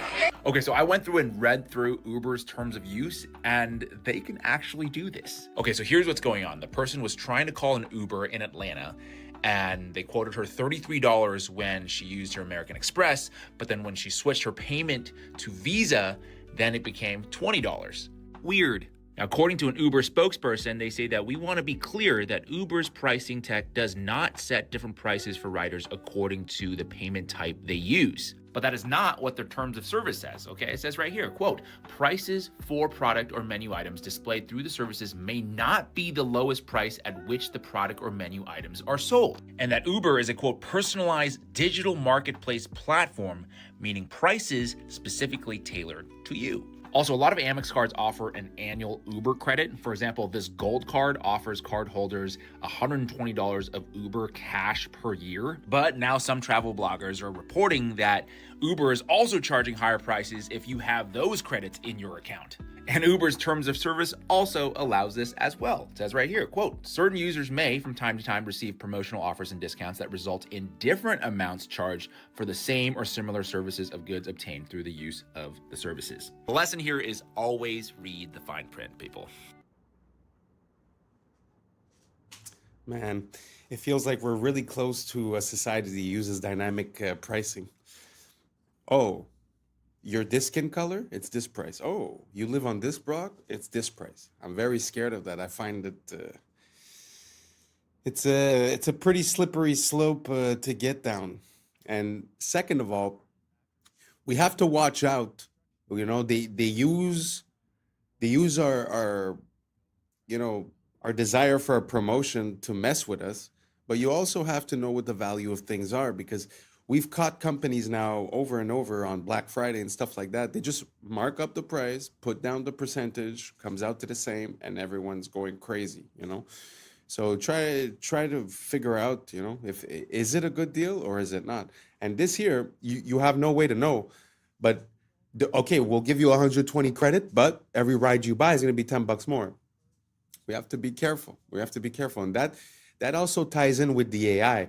They wouldn't be able to real time process all the data and then give you a dynamic pricing that makes sense if they didn't have this AI and all the data points that we give them. So I don't know what you guys think. Do you guys think that this dynamic pricing, these promotions, and the inclusion of AI is going to get us in a very sticky situation? Or do you guys think it's better like this, and that finally we're going to have customized basically prices for everyone? Let me know down below. This was the end of it. Thank you so much for rocking with us. And that's a wrap for today, familia. Whether you're tuning in with the sunrise or you're posted up after midnight, I appreciate your time, your energy, your curiosity. And don't forget, this isn't about truth or fiction. This is about perspective. If this sparked a thought, a laugh, a deeper question, then we did our job. Drop your thoughts in the comments. Keep the convo alive. Like, subscribe, and hit that bell if you're riding a wave, because we're just getting started. Until next time, stay grounded, stay weird, stay critical. I'm Adam Strain, and this has been Adam Strain Reacts. Peace. Now it's time for us to link up. Really think we on a break up. Making a change from living this strange. Living this strange. Making a change from living this strange. Yeah. I was sleeping, had to wake up. Why? Every reason I could think of. God, till the day I keep the ink up. What's up, YouTube? Today, we'll be looking at disturbing TikToks that'll make you question reality. So without further ado, welcome to Adam Strain Reacts. Let's get her done. Creepy facts from the United States you never knew. The last one will blow your mind. Number 1, during the 1800s, grave robbers stole corpses from cemeteries across the U.S. to sell them to medical schools, leaving countless families to find empty graves. Number 2, in the 1950s, the U.S. Army sprayed bacteria over San Francisco to test biological warfare on its unsuspecting citizens, resulting in several mysterious illnesses and deaths. Number 3, the Donner Party, trapped in the Sierra Nevada mountains in 1846, resorted to cannibalism to survive after weeks of brutal starvation and snowstorms. Number 4, the infamous Winchester Mystery House in California was built by Sarah Winchester, who believed she needed to continuously add rooms to confuse the ghosts of those killed by her family's firearms. Before I say the last one, make sure to hit that follow button to support the channel. Number 5, in 1892, Mercy Brown of Rhode Island was exhumed after her death from tuberculosis. tuberculosis because locals thought she was a vampire. Her heart was removed and burned to stop her curse. I wanted you guys to know that Italy used to have a whole bunch of random towers just like this. This is in Bologna, Italy, and they were built around the 12th century, and over time they were just demolished or they collapsed. Only 2 of them actually remain today, and their purpose was just for like a status symbol. People would build them for status, or they would use them for defense storage, or I guess people even lived in them too. But when you look at it, like, it seems like they had skyscrapers like back in 1100. What? So these are real stadiums from around the world, from an aerial viewpoint. And you have to wonder, if signs and symbols rule the world, what type of symbols are these stadiums? Now, that almost looks like a reptile's eye. And we have, of course, the ancient symbolism of the all-seeing eye. And you got to wonder, because they say bread and circuses. If you want to stop the masses from revolting, you got to give them bread and circuses. So not only are they giving you bread and circuses in here, but also it's a massive, likely ritual football stadium. Now, my thing is this: while we have crazy things going on around the world, we have agendas afoot, we have all types of stuff going on, and people are spending their lives living vicariously through people they've never met. Throw balls around in the field. Look, I get it. You're going to roast me. You're going to say, no, man, I love my baseball. But when you are truly awake, you know what's going on in the world. You see how much of a distraction it is. It is absolutely bread and circuses. Not to mention when they have a big performance, like a major celebrity is performing in there, and there's all these like red lights, and it looks demonic. I mean, this is a ritual. Make no mistake. Comment your thoughts below and follow for more. For the first time ever. What do you guys think about the shape of those stadiums? Because there's some people that believe in this theory where there's these controllers that are harvesting our emotional energy. They call it loosh or something like that. But do you think it's happenstance just because you want to hold a lot of people and you want to have an open sky, so it's completely normal that it ends up looking like an eye? Or do you guys think that there's a symbolism behind that, or a certain shape or certain pattern or certain frequencies that they're harvesting, or a law that they're following? Or do you guys think it's just randomly based and that's just the way it is? Let me know down below. I'd be very curious to know what you guys think about it. Let's keep on rocking. The secrets of the dollar bill have been uncovered. While many videos demonstrate intriguing folds revealing the Twin Towers or highlight small details, no one has fully deciphered the hidden messages that reveal who is truly running our planet and which Anunnaki the dollar references. From the world's leading researcher comes a documentary that will leave you breathless. This is the same researcher who has provided evidence for the location of Atlantis, solved the mysteries of heaven and hell, unveiled the real father of Jesus, identified Yahweh, decoded the mark of the beast, and explained the firmament, among many other discoveries. This new documentary will finally answer the question of who is running our planet. Stay tuned for its release. In the meantime, you can explore over 1,000 videos at ourtruehistory.co.uk. They stopped building castles like this because of this. This right here is a medieval cannon. Now, it took a long time before they actually made stuff that was good enough to knock down walls, but it definitely caused quite a bit of problems. And once the cannons started getting bigger and more powerful, that's really when you started seeing a lot of changes coming to castles. This right here is a gigantic cannon created by the Ottomans during the siege of Constantinople. These knocked down those walls. Now, constantly in warfare, they're adapting, they're changing things up. So this is an adapted castle that as cannons started getting better, they built it so it was rounder and it's angled so that the cannonball wouldn't get a direct hit, but instead would skim off to the side. But cannon technology kept getting better, and so then they started building these star forts, which are super thick, as well as multiple layers of defenses, so you can never get close enough to the walls to really be doing a lot of damage. And a big part of this as well is by building up earthworks on the sides before it even reaches the actual fortress itself. So you got a double wall, and so this is a hill that's sloped up,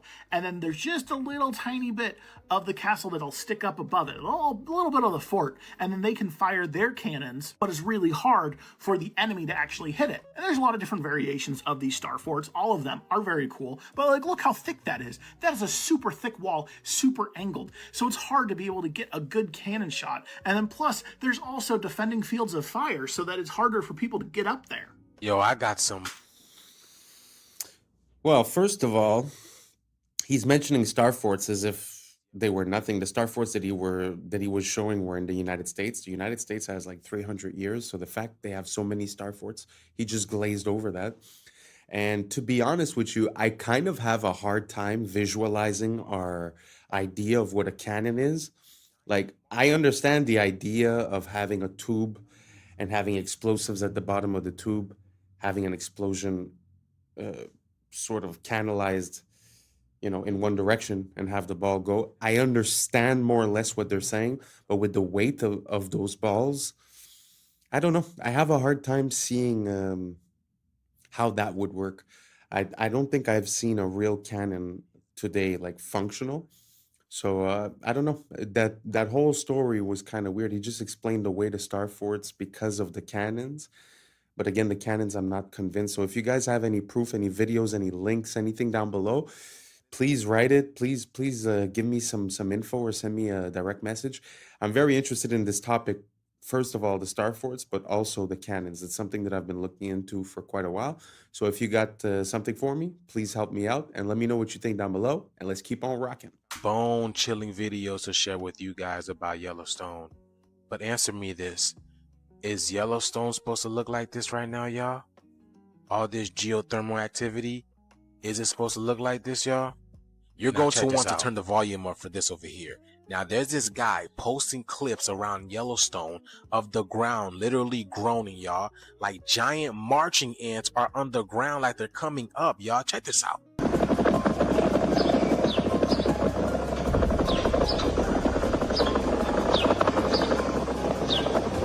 Y'all hear that? It literally sounds like a helicopter, y'all. Something's boiling under there. It's a heartbeat. That's not all, y'all. He says he can feel it in his bones, in his spine.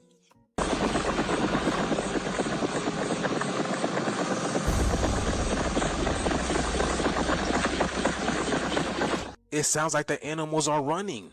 And just to prove to you that it's gotten more intense over time, he puts a water bottle on the grass and this thing is jumping around like it's at a kid and play party. That's crazy, y'all. Listen.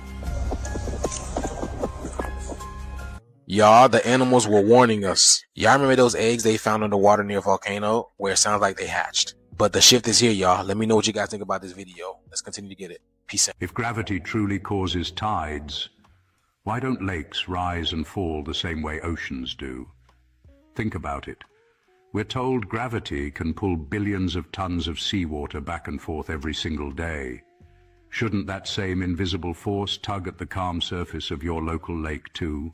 Scientists say oceans move because they have more mass. Fair enough. But how does the moon somehow know where the ocean ends and the lake begins? Imagine a time lapse of Earth under the moon's slow drift, its light washing over mountains, valleys, rivers, and still lakes alike. If its pull is that precise, wouldn't everything shift even slightly? Then it gets stranger. Some coastlines experience tides soaring 50 feet high, while just a few miles away, another cove barely stirs an inch. Did gravity suddenly lose strength in that spot? Or could something else, perhaps resonance, pressure, or even electromagnetic influence, be guiding these rhythmic surges? What if the story we've been told about tides is only part of a larger equation? Maybe the oceans don't move because of gravity alone, but because they're part of a system tuned to forces we still don't fully grasp. So next time you see a silent lake under the same glowing moon, take a moment. Don't argue, just wonder. If gravity moves the seas, why does this water remain untouched? Because maybe the real tide isn't just in the oceans. Maybe it's in the questions we've forgotten to ask. This video is for entertainment purposes.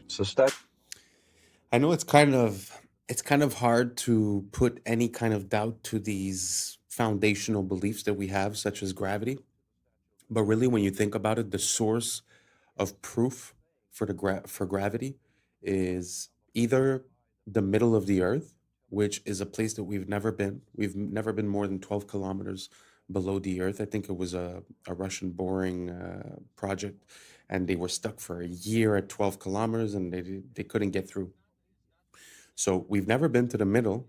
And the other way that they prove gravity is through gravitational waves that are detected from two black holes billions of light years away, billions of years ago, two black holes collided into each other and created gravitational waves that we can now detect through our advanced technology. So what I'm trying to say is that most things are obvious and you could feel an intuition on where they come from, their purpose and what they mean. But when they try to explain to you what is here through something that you can't see, I don't know if you understand what I'm saying. Like it's either so far away or it's in the center where we've never been. So for me, that causes a conflict. Now, I'm not saying that things don't fall to the ground. I understand that. But you could also explain that away with different factors. Like he was talking about electromagnetism and all that, but just, density and buoyancy. The fact that something weighs more makes it go down. The fact that it weighs less makes it go up. So let me know what you guys think down below. I know it's not an easy thing, and I'm not making any claims neither. It's just something that I've been thinking about for a while. So if you guys have any good links, let me know down below, and let's keep on rocking.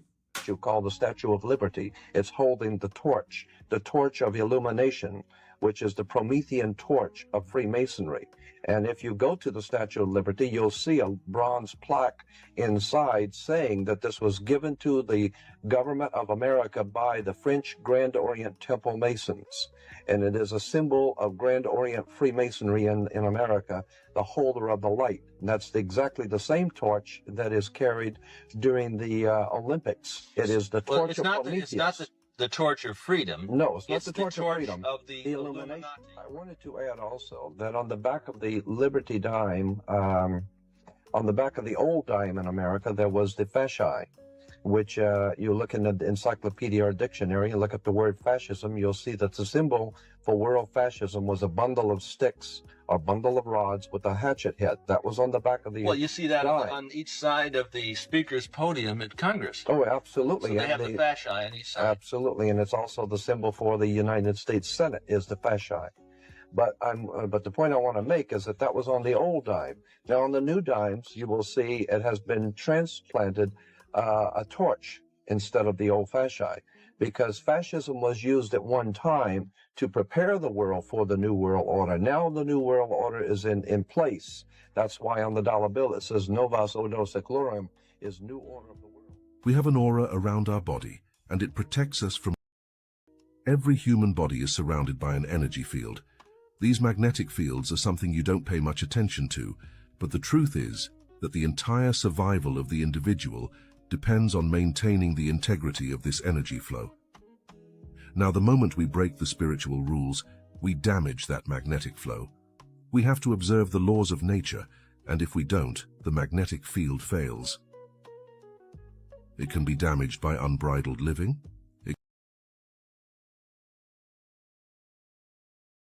It's all kinds of things, but if this field is damaged, it reacts immediately through the health of the individual.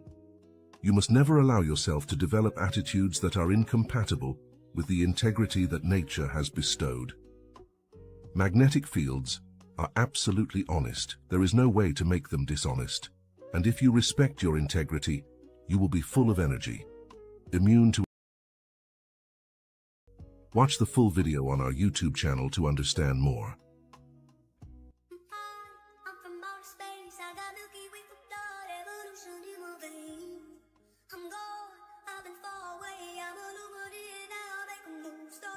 I've been breathing on my fire for a long time. I had a vision from the birds, they want a coastline. Artificially intelligent way. I'm your future, past and present, I'm a fine line. Yeah, I'm a mystery of this illusion. I am not really here, I'm an intrusion. I don't swim or sink, I just flow.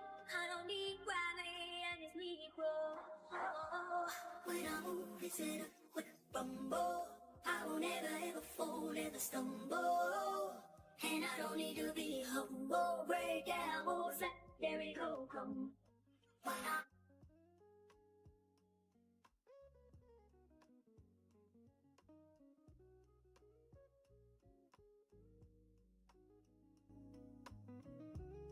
This is just like them putting up some pieces of wood.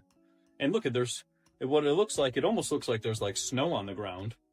So there's snow on the ground and they're building, which is practically impossible because, as I was talking about, being from Chicago, it's cold. Chicago is very cold. It's practically impossible to do anything in the wintertime. And then what's interesting too is if you catch this one, if you guys can see this one looks like it was like an obelisk. And check this. There's a beautiful lightning antenna on top, or weather vane. But what's interesting is they're doing some remodeling down here. So what it looks like is they're starting to add a couple details to make it look like it's their own. So that when they do this Grand World Fair 1893, the people then will believe the narrative of what they're being told while they're being shipped in and told about this whole entire situation. And here you have some innocent people who are walking around like that. And they're just wandering around and they are, you know, just observing. Now, what's interesting is I want to show you something that's the most fascinating thing I found in all three of these books. And it's in this next spot right here. Y'all, have y'all seen this? This canoe trip in Botswana went from peaceful to chaos real quick. These American people thought it was all good and fun vibes until the matriarch of elephants pulled up and told them they were too close to their children, y'all. You see, nature don't play about. Look at this, y'all.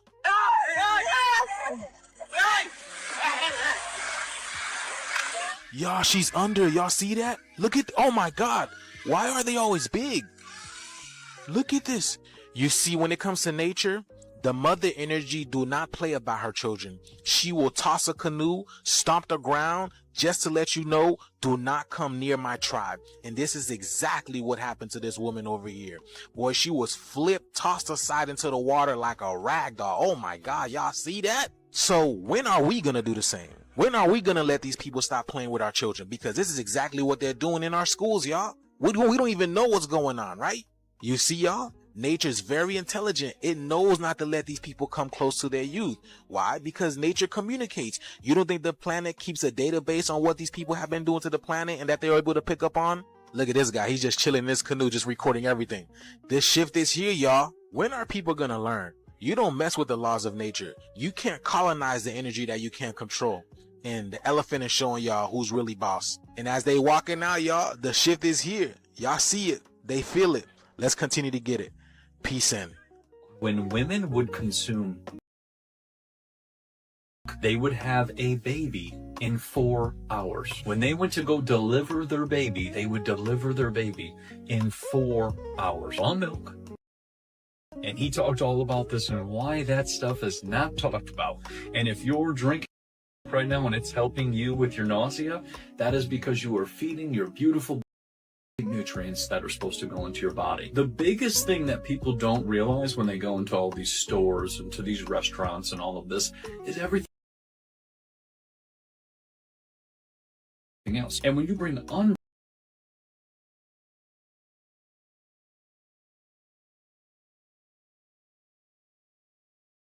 like that, you're bringing something that has not been processed, is filled with nutrients, you eat it, foods, which is the most common stuff at the grocery store, all this, then you're eating just a bunch of processed nonsense. And you're missing all the minerals. So then you develop a mineral imbalance. And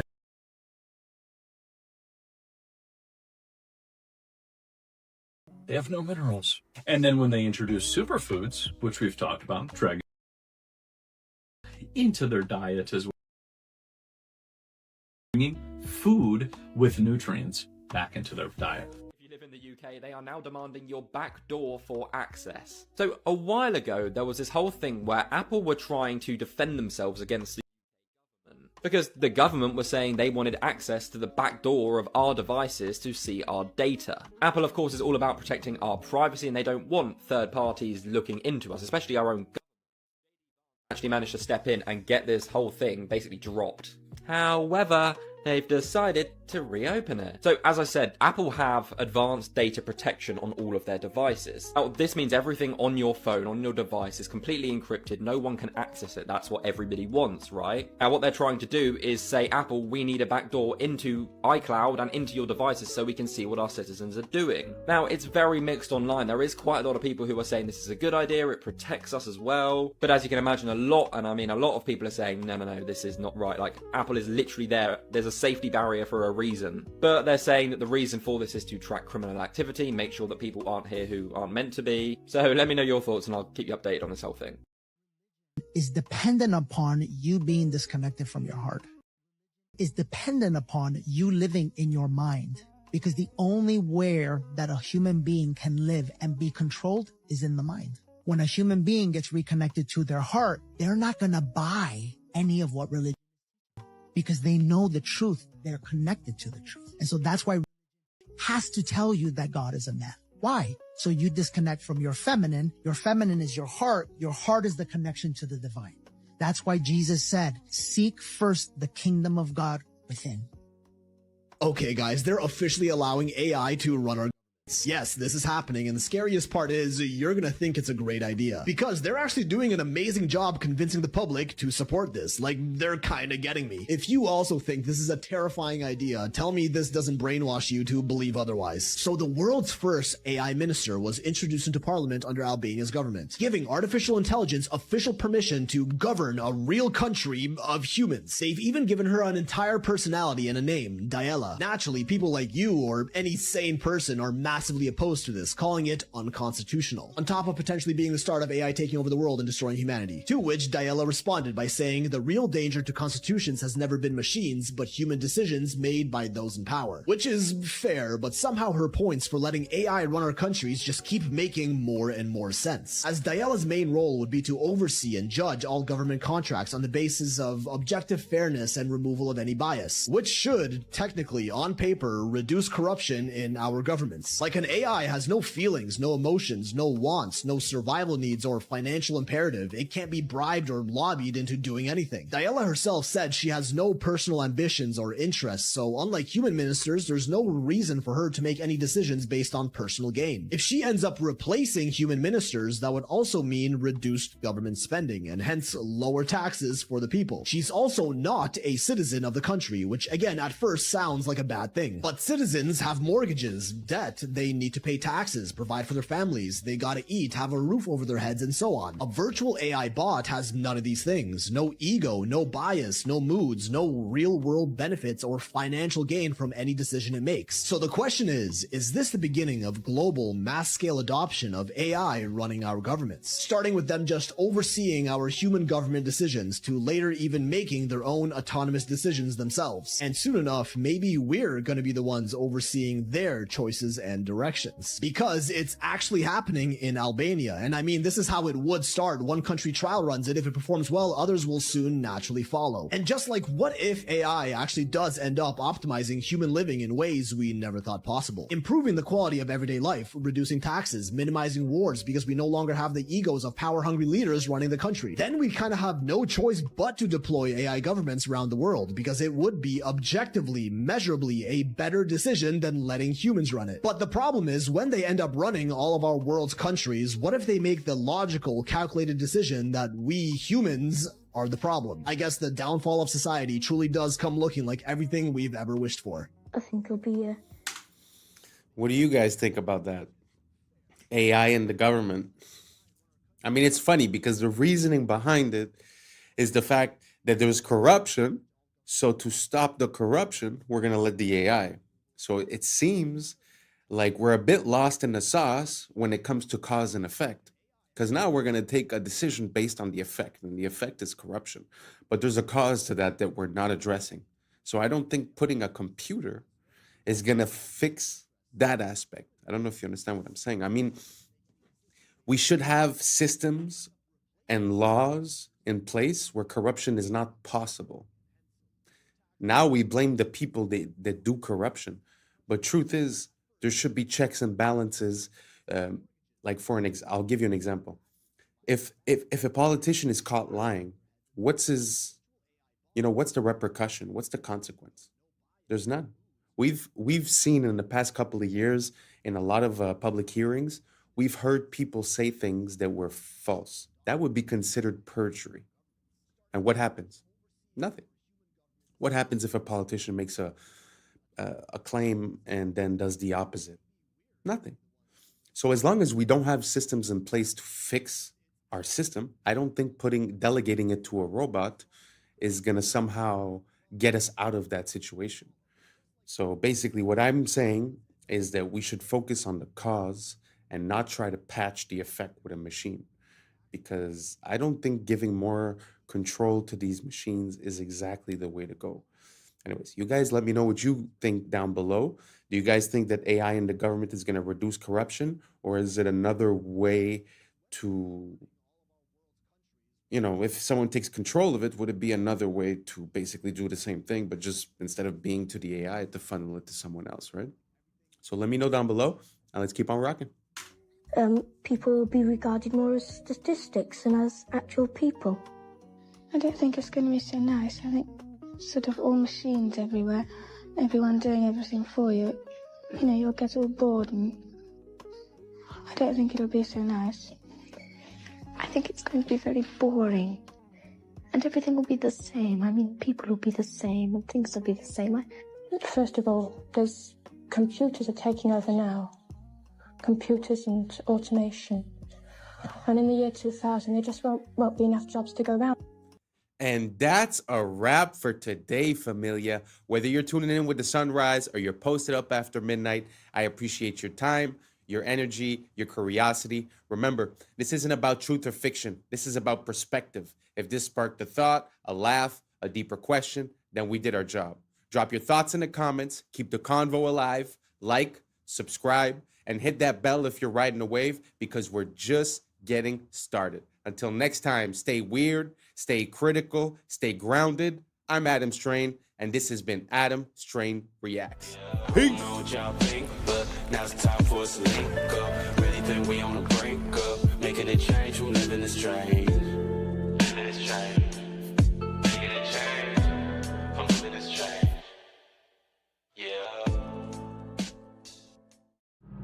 Yeah. I was sleeping, had to wake up. Why? Every reason I could think of. God, till the day I keep the income.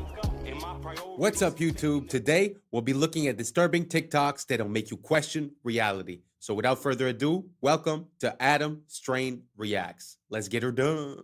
Some conspiracy theories are true. For example, let's say you had a friend call you up and say, I was eating at a restaurant and I found a microchip in my food.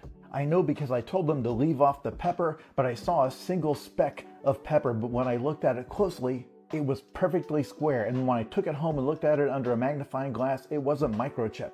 Before you have them institutionalized, know that sometimes cheese has microchips in it. Specifically, authentic Parmesan cheese from Italy has chips embedded in the cheese wheels because they have a huge issue with counterfeiting.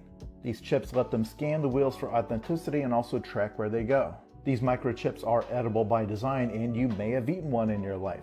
Likewise, let's say that same friend says their printer is encoding secret messages in documents, that they keep finding these microscopic specks that they thought were just flaws in the print head or something. But once again, when they looked at them under their magnifying glass, they found a pattern, and they're certain that the pattern has meaning. What your friend has discovered are printer tracking dots. Many printers, we don't know which ones, use tiny, basically invisible dots. These identify the serial number of that printer and also the date and time when the document was printed. Printer manufacturers actually did this for 20 years in secret before the public found out in 2004. But for example, if documents were leaked from a government agency, these dots help them identify which printer they came from. Likewise, if you're using your printer for some sort of illegal counterfeiting activity, they can scan those nearly invisible dots and immediately know which machine did it and when. This is actually the frustrating thing about the fake conspiracy theories. Sometimes the reality is just as weird.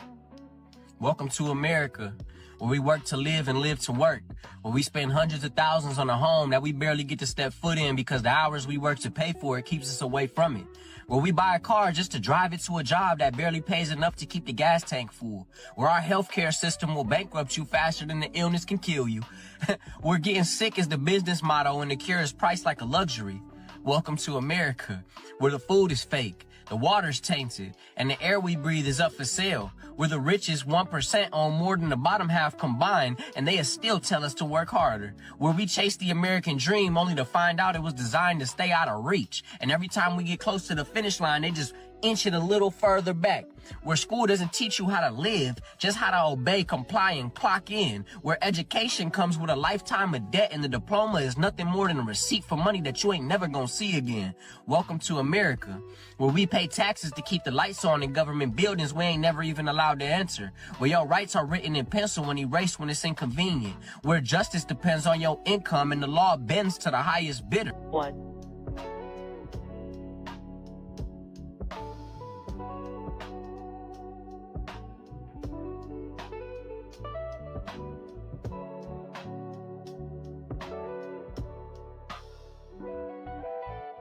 Liftoff.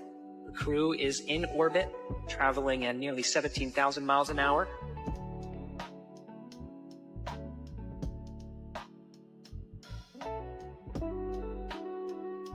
Did you know Facebook launched on the exact same day the government shut down its most secretive surveillance program? February 4th, 2004. DARPA officially terminated LifeLog, a project designed to collect every detail of citizens' daily lives. The same day, Mark Zuckerberg launched Facebook from his Harvard dorm room. According to conspiracy theorists, this timing wasn't coincidental. LifeLog aimed to create digital records of everything: relationships, activities, conversations, movements. Sound familiar? That's exactly what Facebook does today. The theory suggests Facebook became the civilian face of government surveillance, disguised as social networking. Early funding allegedly came from venture capital firms with CIA connections, including In-Q-Tel Investments. Within years, Facebook knew your friends, your interests, your location, even your political views. Everything LifeLog wanted to collect, but couldn't do openly. Today, billions voluntarily upload their entire lives to the platform. The perfect surveillance system, hidden in plain sight. Sometimes the best way to watch everyone is to make them want to be watched. Blooms. So if you leave it... I guess that's why they say that the NSA sort of became obsolete, because everybody started voluntarily uploading all their information. But the question that leads me to ask is, you know, considering the dates, if you watched a movie of Mark Zuckerberg, let's say, does that make sense? Is it really like just a startup on a college campus, or is there something more behind it? You know, because what are the chances that, you know, the day that it closes is the day that Facebook opens? So it's a very good question. From what I understand, when DARPA was doing LifeLog, they basically had checks and balances to give to the government. So the government declared that that project was unconstitutional because they were getting the information of people and tracking people and this and that. So hence, to get it out of the hands of the government and to put it into a private firm kind of bypassed that whole problem, because now they could do everything secretly because it was a private entity. So what do you guys think? Do you guys think Facebook was also a tool used by the CIA or the NSA to gather information? Or do you guys think that it's just organic and, you know, Mark Zuckerberg and his buddy came up with this on college campus, and it's just a big happenstance that it happened on the same day, more or less, than that the project from DARPA got canceled? Let me know down below. I'm very curious to see what you guys think about it, and let's keep on rocking. Alone, it blooms. These are broccoli. They're flowers. Did you know that? They're immature flower buds. They're like flower eggs. Unborn flowers. Look at this lady down here. She said, I'm eating unborn flowers. It says broccoli is actually the flower of the plant that we typically eat. What we typically eat are immature flower buds. If left unharvested, these tight green clusters will eventually bloom into small yellow flowers. This is broccoli.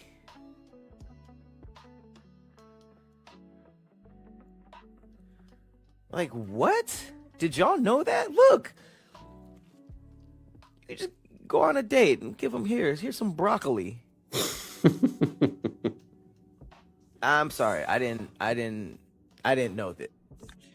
You make me feel like sandwich, yeah. The ramifications to this video, the findings of this video are so shocking that I need to hear other people recreate this. And if this is true, then our entire world can change very quickly. Listen to this, absolutely shocking, and let me know your thoughts. What if intuition was a state of water, a kind of etheric antenna? You see, I've observed that after placing a sunflower seed in water, removing and freezing using a crystallographic method, the water doesn't design the seed, but rather it reads the potential in the seed and designs the outcome, the sunflower. Here are examples of water doing the same thing with apple seeds and flax seeds. So what if the water in us shares and receives information to and from the water in the air around us, which on a very subtle level is attracted to the human biofield, which is electrical and magnetic? Since it appears that water reads potentials as demonstrated in my seed examples, then perhaps the water in us uses our electrical charge to probe all potential outcomes simultaneously like a quantum computer and returns back with the most likely outcome, which we all call intuition. So intuition is the water in our body, seeing the potential of outcomes, quantumness. Like, this is incredible. The shockingest part, you put a freaking seed in water, you freeze the water. If you didn't catch that, that's what she did. She froze the water. And the water froze into the shape, the look of a sunflower. But she just put a seed in it. This is real. Recreate this study. She did it with apples and freaking alfalfa sprouts or flax seeds. Now, this is reminding me of Masaru Emoto, if you guys remember, the Japanese man who they say his studies were never proven and but meanwhile, we know he was onto something there with the freezing the water.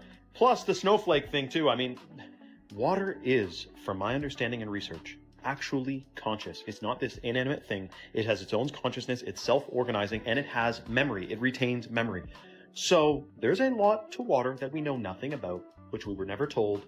But I'm sure if this woman knows about it, if I know about it, how could you tell me that deep underground military bases with limitless budgets and boards of the most brilliant scientists in the world are just unaware that water has these incredible properties and powers? What is happening now to solidify that it's coming? Well, it happened in Vietnam. Sorry, my mind's a bit blown. Do you guys think that's real? What implications does that have? I mean, the fact that you could put the seed in the water and it's going to project the image of the grown plant. I mean, I can't even imagine what that means. If you guys have an idea, write down below, because truly I'm awestruck. Let's keep on rocking. Vietnam. 86 million people have no longer access to their banks because they refuse to comply with biometrical standards for digital identification. Denial by default. As of September 1st, 2025, banks across Vietnam are closing accounts deemed non-compliant to new biometric rules. Authorities estimate over 86 million accounts have been restricted. And the reason why this is all going on is because let's say the World Economic Forum, can we just force them to comply by restricting their bank accounts? Because if you have no money, what are you going to do? Eventually, you're going to comply. And if you don't, Vietnam can assert a martial law. They have no reason not to say, all you people who are trying to usurp this system by bartering or whatever, if we catch you doing that, you're going to jail. And that will force people to accept the digital system. This is not something that is going to stay in Vietnam. This is a test, because if we look at what's going on with the European Central Bank and digital ID initiative in Europe, as well as the real ID being imposed in the United States, we can see that it is coming to us as well. That's where it gets confusing. Right. So, what do you guys think about the digital ID? Do you guys think that it's the natural progression of things, or do you guys think that this is a whole other level of control, tracking, data harvesting, and etc.? Right? Let me know down below, and let's keep on rocking. the real problem, the question is the Van Allen radiation belts. Now, the people that say that it's easy to go through the Van Allen radiation belts will tell you that it's a donut. It's not like covering the entire sphere of Earth evenly, that there's openings at the top and the bottom. Is this correct? Well, yeah, but then they would have to launch at the North Pole or South Pole, where it's not possible to launch because of the temperatures. That's the only way you could do it, to get through those holes? That's right. According to NASA's own flight plan, they went directly through the center.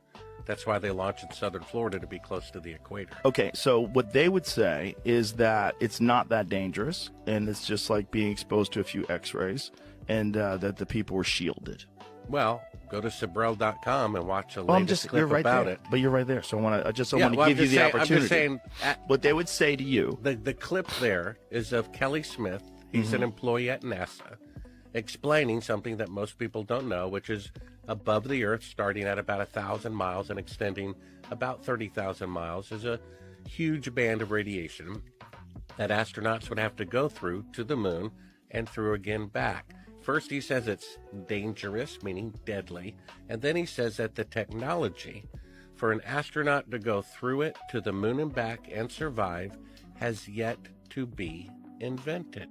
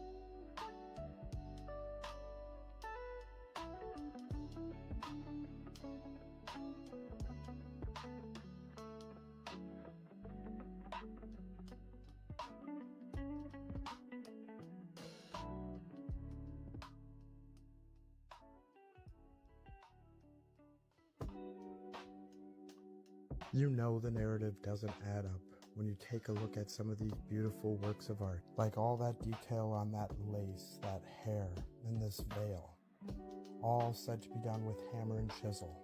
They are not just beautiful works of art, timeless pieces, they are impossible given the historic timeline we were told, because we don't make anything close to that detail and that beautiful like they did hundreds of thousands of years ago. And just look at the tools we need to recreate it today. Much like the architecture not matching the tools of the period. The same goes for the beautiful works of art from the old world. And everything seems so backwards. Our art has regressed. Our buildings are nothing more than boxes. This next video breaks down how we need robots and tools to help us replicate the beauty of the old world. A monumental block of marble about the size of a railway car, 200,000 pounds of flawless Carrara stone. You're going to move this block out of here? We are going to move this big boy out of here. How? There are going to be a couple of cranes and a huge truck to lift it. A feat not possible in Michelangelo's time, but then neither was this. Meet Robo, one of the brigade of robots taking over sculpture. We watched as Leonardo da Vinci's trademark hat was adjusted, not with a hammer and chisel, but a 13-foot zinc alloy arm and a spinning diamond-crusted finger. Water jets kept Leonardo cool. This was a week's work for Robo, with another 2 to go.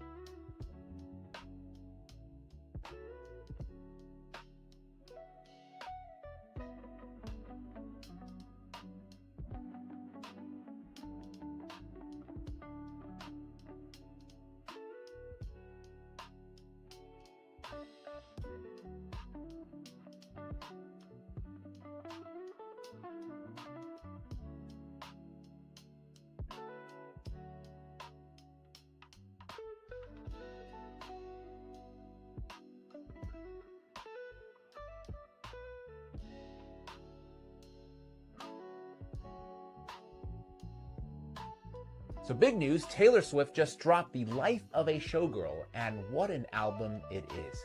Her fiance Travis Kelce says it's banger after banger. USA Today says she's shaken off the gloom of the tortured poets department and returned with playful pop and sharp one-liners. The New York Times frames it as Taylor hungry to move on, less about feuds and more about her future, though not without some side-eye at her past. The Guardian wasn't as impressed, though, saying that the whole thing feels a little bit rushed, akin to how romantic bliss doesn't fuel the same fire as heartbreak. Billboard magazine describes it as bangers for adults, not another 1989, but mature, sharp, and still packed with hooks. Variety says the love songs here feel easy for once, not battle-tested, which makes the album an uncomplicated good time. And People, they went all in, calling it her most radio-ready album since 1989 and the spiritual sister of Reputation. For me, overall, feels like a reset. Is it her best album? No. But is it entertaining, a little messy, and guaranteed to get people talking? Absolutely. They just gave the green light for ChatGPT to have a lot of freaky conversations with a lot of freaky people. I might be the first person to let you know this, but it's true. ChatGPT just went to a whole different level. So Sam Altman just announced that ChatGPT will soon be able to engage in erotic interactions with age-verified adults starting in December. And for the people in the back that don't know what that means, if you ain't got nobody to talk to that way, ChatGPT is going to talk to you that way, the freaky way. So they're saying that in December, OpenAI will permit mature content, including erotica. Mind you, it's a lot of people that's going to think this shit is real. It's a lot of kids that's going to log on to ChatGPT and interact with that.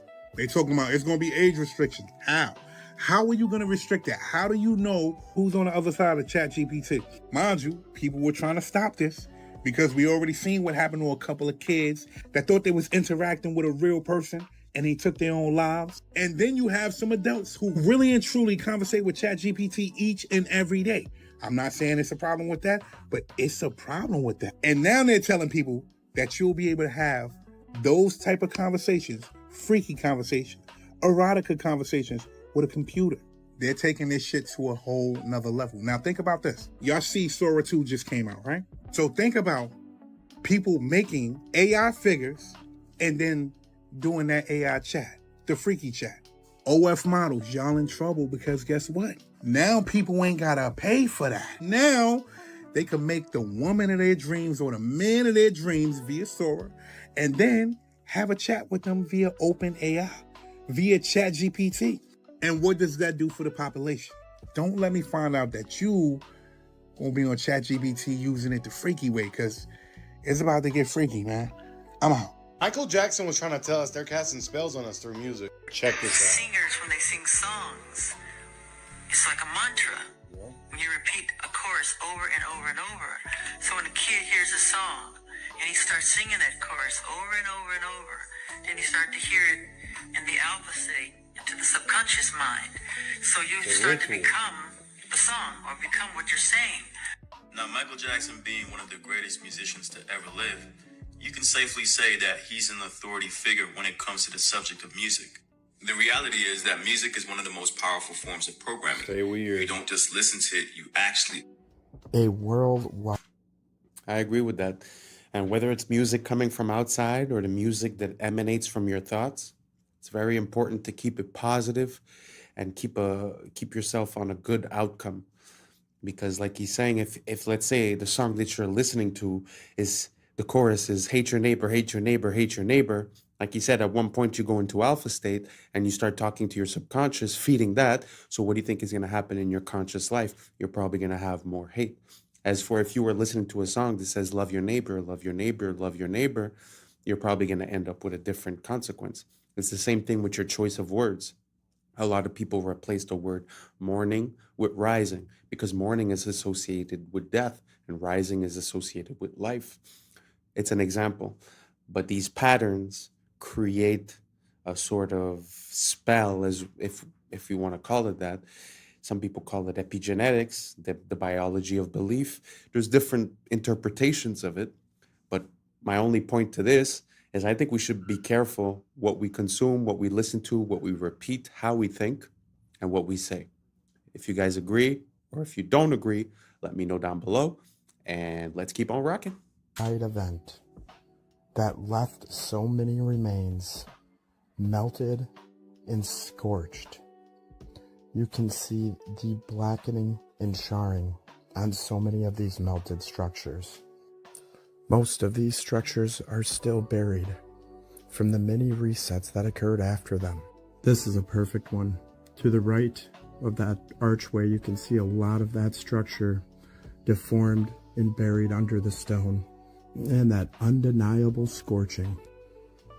Some more blackened stone here on the top, and in little small parts all along this melted ruin.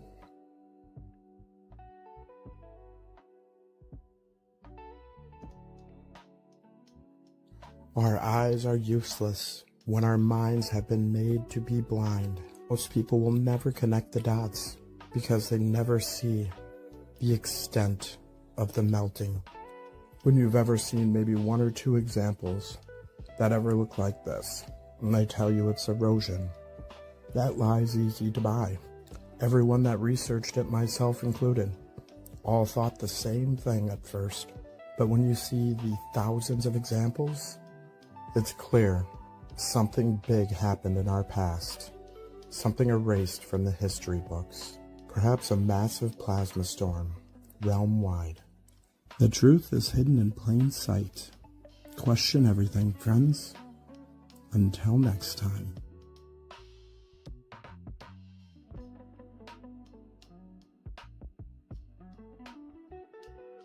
And that's a wrap for today, familia. Whether you're tuning in with the sunrise or you're posted up after midnight, I appreciate your time, your energy, your curiosity. And remember, this isn't about truth or fiction. This is about perspective. If this sparked a thought, a laugh, a deeper question, then we did our job.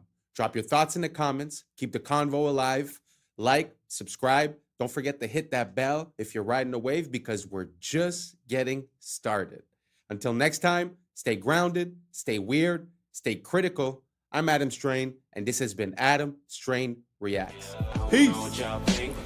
Now it's time for us to link up. Really think we on the brink up. Making a change from living this strange. Living this change. Making a change from living this change.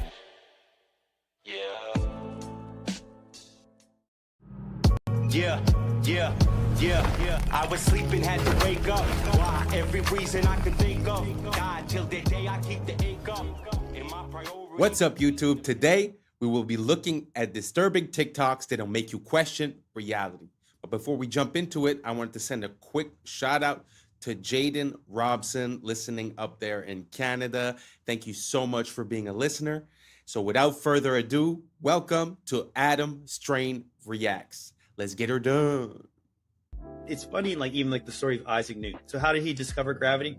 Well, of course, he was sitting under a tree and an apple hit him on the head. Children, can I explain to you this? He already knew things fell down. Everybody knows things fall to the ground. That is not how he came up with the theory of gravity. The apple is symbolic of the tree. Once again, the tree of knowledge and good and evil.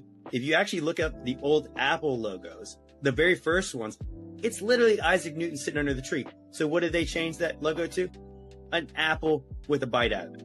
You guys understand what that means? Do you remember when they sold the first Apple computer and it was $666.66? Do you think these are coincidences? Like, no, that is what they're telling you without telling you. What if I told you the reason you feel temptations for certain things and certain sins is very specific to what you're supposed to do? Before continuing, I wanted to warn you guys their phones were being spied on. Click on this icon, then more. If you see it, delete it immediately. So if you have the urge to smoke or damage your lungs, it's because your voice was made to worship. The enemy's trying to silence you that was meant to praise. If you have crippling self-doubt or insecurity, it's because you're meant to lead and inspire. If you weren't dangerous to darkness, it wouldn't try to mute your confidence. If you have constant distraction and procrastination, it's because you carry strategy, vision, and ideas from heaven. The enemy delays you because he can't stop you. Only you can. Now, this one's gonna hit a lot of people. Okay. If you have an addiction to lust or pornography, it's because you carry a deep capacity for intimacy, covenant, and healing. Perverting love is how Satan prevents true restoration. That's true. Crazy. If you have fear of rejection or abandonment, it's because you carry a spirit of belonging and reconciliation. You were made to gather the outcasts. So he tries to make you feel like one. Damn. You have an obsession with appearance or body image. It's because you're meant to reflect God's glory, not the world's standards. So he's going to try to get you to hate your image. Damn. It's bars though. If you're drawn to witchcraft, astrology, or manifestation, it's because you have a prophetic gift meant for God's kingdom. The enemy counterfeits your gift to keep you out of alignment. If you struggle with overspending or greed, it's because you're meant to be a kingdom financer. So he wants to keep you broke so you can never bless others. Follow some more hoop conspiracy theories. That was a very interesting point of view. It kind of makes me think of, there's a saying that says that when you ask for God for patience, he's going to send you things to test your patience and to create that patience. It just seems like the reverse perspective from the point of view of the devil. But it seems like the same entity or the same pattern where you're going to be tested in the disciplines in which you must excel. So it's very interesting. Do you guys see that parallel within this? Do you guys think it makes sense? Do you see yourself as one of these archetypes? And if so, let me know down below which one. And let's keep on rocking. It's interesting, if you study history, all of the ancient civilizations, the Babylonians, the Sumerians, the Greeks, they all are the Chinese. They just arose out of nowhere. Poof, there's a civilization. There's no evidence of this stuff they teach in school, of them going from hunters and gatherers and grunts and groans, caveman stuff, becoming civilized and building cities. There's no evidence of that. It's farther back you go, it's all of a sudden, poof, there's the beginning of the Egyptian civilization, the beginning of the Chinese civilization, just like they moved in and built it in less than 100 years.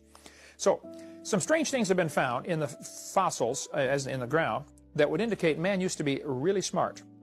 This little airplane, for instance, is in the Smithsonian, I believe. It was found in a grave in Colombia. It's about 1,000 years old. But it's an airplane, quite obviously, with all the features of an airplane. They knew about flight. In Peru, they've got giant stone walls like the one in the picture here. These stone walls are phenomenal. Some of the rocks in there are so huge, we can't even move them today. How did they move that? Who did it and how did they do it? I don't think it's logical to say ancient man was primitive. They must have known something we don't know today. I think it's just going to get weird. It's very interesting to see all the inconsistencies in the megalithic structures. But one theory that I heard about those types of walls, like the one that we just saw that he said, how did they move that? Was the idea that they might have like made bags and filled the bags with a geopolymer, which is like basically a cement type of thing. And then through the hardening process and with time, the bag disappears. And so the structure remains the same and everything is stuck together because basically, you know, the rocks had time to settle in and to stick each other. And then as the bags disappear, it sort of creates that rock. Have you guys ever heard of that theory? You guys think it makes sense? Do you guys think there's another explanation? I know that there's always the camp of the ancient aliens. Me personally, I don't really abide to any of that. Do you guys have any ideas on how we came to build these megalithic structures and move those huge rocks? If so, let me know down below if you have any rabbit holes I could go down. And if not, let's keep on rocking.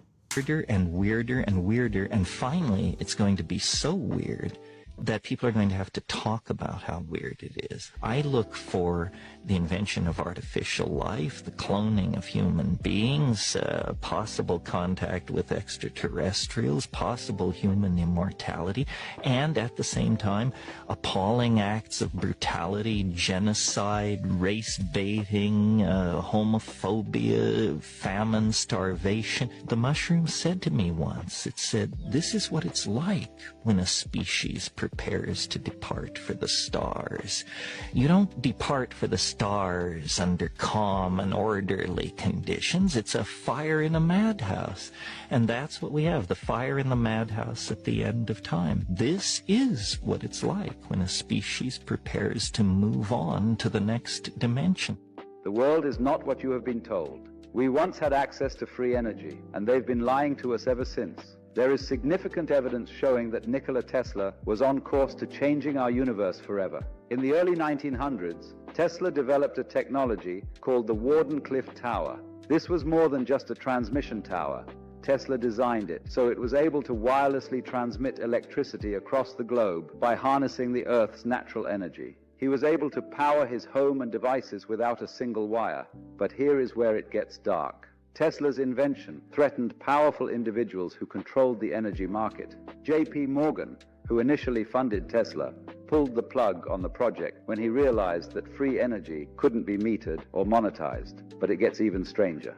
Tesla's lab mysteriously burnt down, and many of his notes and prototypes disappeared. Tesla's discoveries went beyond just wireless electricity.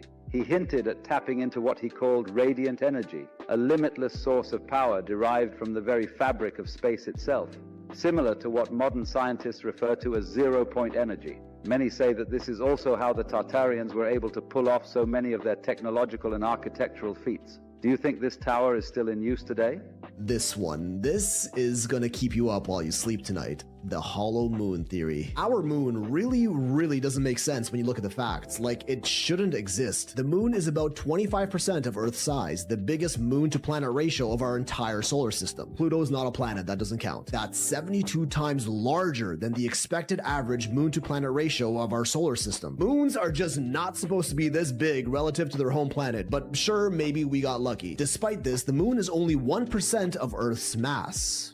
1%, meaning it is way lighter than it's expected to be, and we really don't even know why. Unless, of course, the moon is either extremely porous like a sponge or a hollow shell. When looking at this data, NASA's own Dr. Gordon McDonald even said himself it would seem that the moon is more like a hollow than a homogeneous sphere. But oh, that's just the tip, and we ain't stopping. Our moon's orbit is way closer than that of any of the other over 400 moons in our solar system, and also has a near perfectly circular orbital path. We don't see this on any other planet, which all have moons with wildly eccentric orbits. Our moon also coincidentally appears as the exact same size as the sun in our sky. Despite our sun having a diameter 400 times larger than the moon just so happens to be exactly 400 times closer to us, defying all odds of randomness, but is officially deemed just a cosmic coincidence. The moon also happens to be tidally locked with our planet, meaning its rotational period is the same as its orbital period around the Earth, which is why the same side is always facing us. This one is not so much a coincidence, as tidally locked moons are actually fairly common in our solar system. But it would also be the perfect excuse for the moon to always look the same in our sky, and for us to never see what's on the other side, like an all-seeing eye that never ceases surveillance of our planet. We don't even know for sure how our moon even got there in the first place. The most common explanation is that the early Earth collided with a massive protoplanet called Theia about 4.5 billion years ago, which was thought to be roughly the size of Mars, and the impact caused the resulting debris to coalesce and eventually form the moon. This is known as the giant impact theory. There's also the fission hypothesis, where an early molten Earth was spinning so fast that a part of it got ejected out into space and became the moon. The capture theory, implying the moon just drifted by Earth and was captured by its gravity. And the accretion theory, suggesting that as the early Earth was forming in its accretion disk, a part of that disk clumped together to become the moon. But when studying rock samples from the surface of the moon, we find out that none of these theories quite make any sense, with other NASA scientists like Dr. Robin Brett further quoted as saying, "It seems much easier to explain the non-existence of the moon than its existence. Like on Earth, the newest rocks are on the surface, and the deeper we go, the older the rocks get, as we would naturally expect to be the case. On the moon, it's the other way around. Soil samples from the moon confirm that older rocks are on the surface, and they get younger the deeper we go. The only time we ever see this inverse relationship of rock layer depth to rock age on Earth is through human interaction, like drilling, digging holes, and boring tunnels. Did the same thing happen on the moon? If the moon was hollowed out from the inside, this older inner rock would be brought up to the surface, and this observation would make sense. The lunar crust is also thinner on the side of the moon facing the Earth and thicker on the dark side of the moon, and researchers still have no idea why. The moon doesn't have a magnetic field, much the same as other planets' moons, but strangely, moon rock samples are strongly magnetized. Craters on the moon are all virtually the same depth, no matter how big or small they are. On Earth, bigger craters naturally go much deeper than smaller ones, as the impact was greater. Not on the moon, almost like there's a solid layer underneath preventing the crater from going too deep. Moon rocks are also much older than the oldest rocks on Earth by millions of years, blowing the fission hypothesis and accretion theory out of the water. The moon contains traces of uranium-236, a radioactive isotope that doesn't occur naturally on Earth, but rather through the highly complicated scientific process of nuclear fission, something that only an intelligent species is capable of. Zirconium, chromium, and titanium are all relatively rare Earth metals, but are somehow quite abundant on the moon. Those three elements are also some of the most durable and corrosive resistant that we know of, perfect for building a massive structure. And they've even done quantifiable experiments that tell us that's exactly what the moon might be. When Apollo 12 was leaving the moon's orbit, they intentionally dropped their lunar lander down to the surface. When it crashed, seismic measurements showed that the moon reverberated and rang like a bell for an hour. They did not expect this. Only hollow objects are expected to reverb like this, especially with something as small as a lunar lander. During Apollo 13, they tested that again with a much larger object, dropping a spent Saturn V booster rocket that impacted the lunar surface. This time, the moon rang for 3 hours, with vibrations going as deep as 32 kilometers beneath the surface, and even got faster the deeper they got. This doesn't happen on Earth, or even solid objects for that matter, and again is only expected to occur on something hollow. Beneath Istanbul. Wow. I know that the moon and the sun are things that we take for granted and that are a bit hard to start to question, but when you look at like the details that he was saying, the fact that it's tidally locked, the distance, the size, and all these things, it's very interesting. It often makes me think of like when they talk about the hollow moon theory, it makes me think a lot about the Truman Show, where they're sitting inside the moon and sort of watching. There's also some theories of people saying that there's watchers, the fallen angels, and they would be in the moon. Personally, I have a hard time with that, but it's very interesting to see how we see it every day, in our sky. We sort of take it for granted, but really when you look at the details, it's really hard to explain away all these little details. Was there anything that we were missing in that list? Let me know down below. The moon is one of the things that amazes me. In this whole rabbit hole conspiracy, I find the moon is something that's very, very interesting to look into because it has theoretically nothing to do with human intervention. So when you're able to see something that doesn't seem to fit, but that is also natural, I find that super interesting. So if anyone has any more information about any anomalies regarding the moon, let me know down below, and let's keep on rocking. Tunnels stretch for miles. Some connect directly to the Hagia Sophia, others to underground cisterns, chambers, vaults that feel less like cellars and more like cities. We are told they were dug by peasants, by hand, with chisels. Just any random worker carving out perfect arches, domes, aqueducts. But anyone who's seen them knows better. These are not crude caverns. They are palaces in the dark. Smooth walls, symmetry, geometry. And this isn't unique to Istanbul. From Edinburgh to Cappadocia, from Poland to Mexico, underground cities repeat the same pattern. As if a civilization once lived below the surface, and we've been taught to call it myth. In Puebla, Mexico, locals whispered about tunnels. Stories passed down for centuries, only to be mocked as fairy tales, until 2015, when workers accidentally broke through. Suddenly, myth became fact. 10 kilometers of engineered tunnels, some wide enough for carriages, connecting forts and churches. Forgotten so completely, entire generations believed they never existed. Nearby, at Cholula, a hill rises topped by a Catholic church. But scan beneath and you find the largest pyramid on Earth. By volume, a pyramid crowned with a new religion, a cover-up carved into the landscape. So tell me, when a pyramid is called a hill and tunnels are dismissed as legend, what else has been buried, renamed, paved over? Were the tunnels truly forgotten, or were they deliberately erased? This place is the weirdest place ever. Ever. I will die on that hill.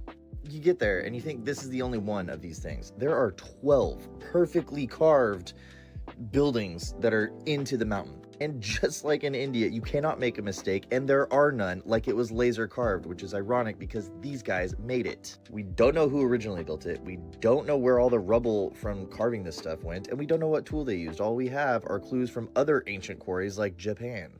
The oldest stuff on this planet uses whatever tool that was. The Inca call this style Hananpacha. You can see the stuff on Machu Picchu, and Al-Aqsa Mosque, the Dome of the Rock, the most holy place on earth, right up the street from the oldest parts of Jordan where Petra is. This makes Petra nearly impossible to accurately date. This building was carved at the same time as this building, allegedly. The place is so heavily eroded, I had to put a line on every man-made cut on this part of the mountain. We don't know what this was. What was that used for? Even at the treasury, how do we know that this is not just a really eroded that?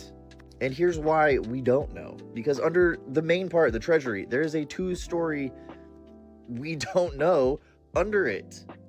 Only 15% of this place has been excavated. You can still see the ones that haven't, but did you see the one up here? There's hundreds of these. I haven't even talked about the mysterious stuff. Jordan is an incredible place to visit.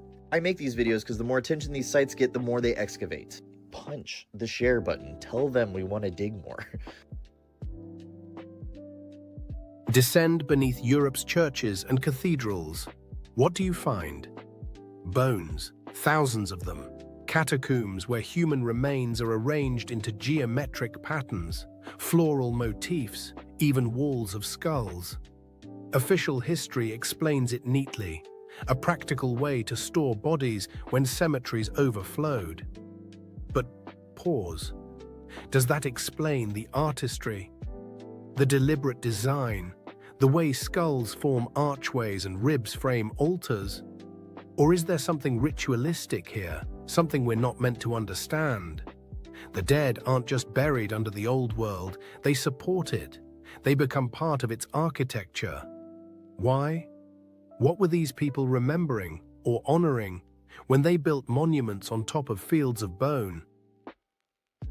2 miles below Antarctica. Of course, we don't really know that much about Antarctica. It's a little bit strange, a little bit creepy. We know about the pyramid, like this is 100% true, and that strange like island similar to the island. Now, this is Lake Vostok, great picture I know. It's a hidden lake in Antarctica. In 2024, researchers were searching this lake. I mean, it was actually frozen in ice for like 200 years. They used sonar and scans to basically scan underneath the lake and under the ground in this entire area. Now, they discovered living bacteria, completely unknown to be able to survive in these conditions, but also completely unknown to science. Like, they had never seen these type of bacteria before, ever. These organisms surviving with no oxygen, no sunlight, and they don't even have any DNA to match anything on Earth's database that scientists have ever found. So scientists are saying this is the closest thing we could probably ever have to actual aliens. Not like an alien from a movie coming down from space, but something that we've never seen before and is completely unique. But there's a far scarier part, unfortunately. They found never seen before shapes and man-made structures 1,300 feet along the bottom of the sea. And the mission abruptly ended and no one's been allowed back since. So what the hell is going on?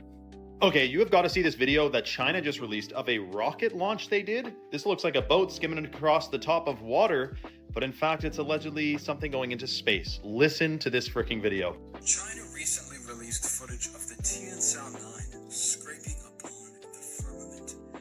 Now that statement that I just made, you probably think that I'm a little bit crazy, but just look at the comparison. The top video is literally a boat driving around on the water, and the ripple effects that it's creating is looking just like what the Tianzhao 9 is creating while it's flying around in the heavens above.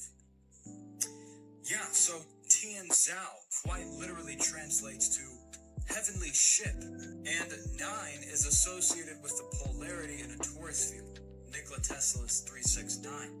It's really complex stuff. I honestly don't fully understand it, but 9 is the polarity, which would be Polaris in the torus field that we live on, called Earth.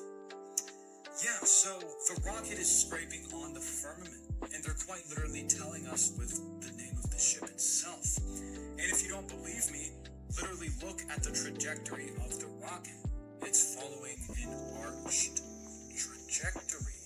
The reason they may be hiding from us the truth about the nature of our reality and space and all that is because if we weren't on a spinning ball that came from a giant explosion called the Big Bang, then we were definitely created. That would throw apart the whole Darwinism would be decimated. Darwinism wouldn't exist. Evolution wouldn't exist. No one would be talking about it. If we were on a different, let's just say, in a different realm, put it that way, than flying on a spinning ball. I mean, it's just true. So that's why they're hiding potentials of this. And listen, forget everything I just said. Just know NASA is to deceive. NASA is, you got to dig into the whole history of them and how much they get caught lying and their green screens in their swimming pools and their training grounds and all that. It's absolutely shocking. It's riddled with inconsistencies. There is something being hidden from us 100%, and we shouldn't trust this agency that's been caught lying on telling us the nature of our reality and what we live on and galaxies and all that. So keep your head vigilant. We'll discuss more about this. Comment for part 2 and follow for more. Nobody makes.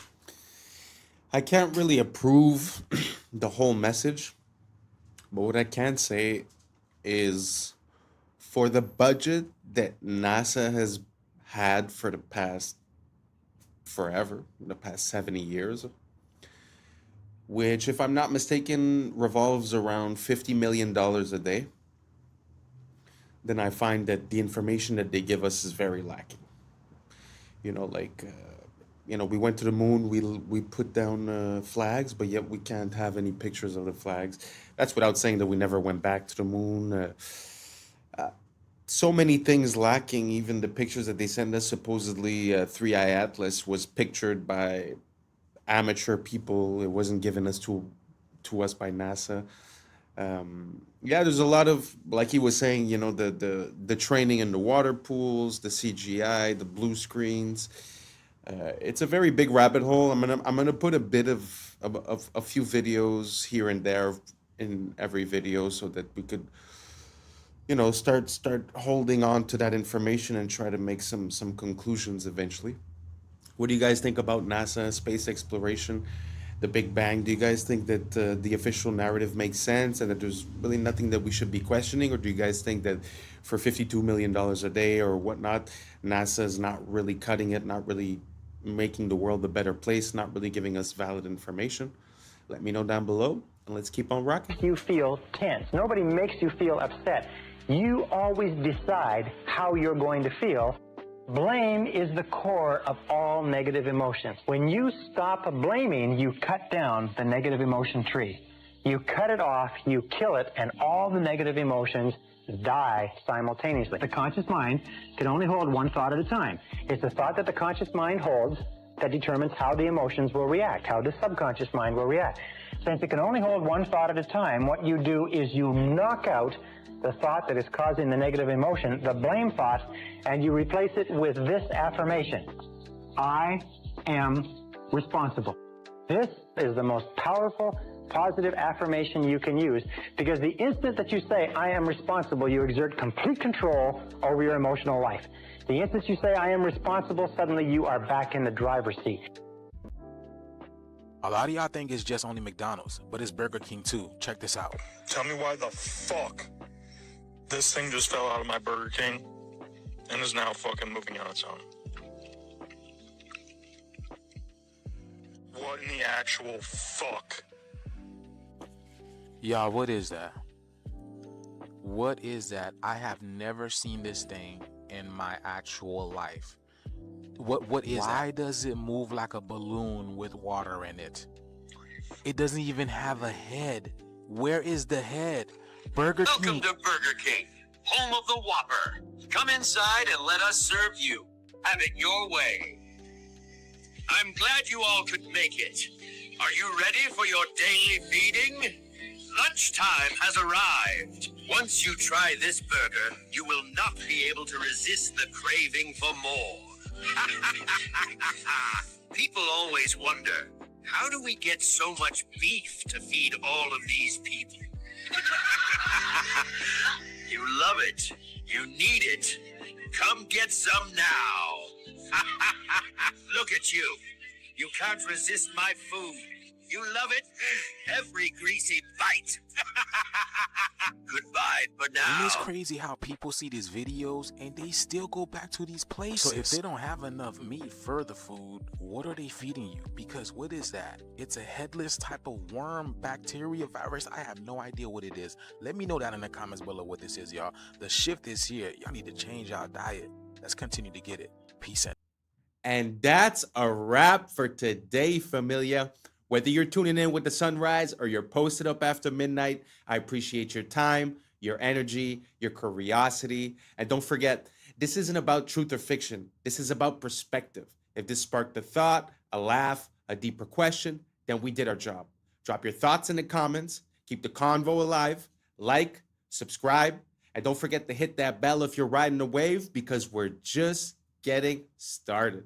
Until next time, stay grounded, stay weird, stay critical. I'm Adam Strain, and this has been Adam Strain Reacts. Peace.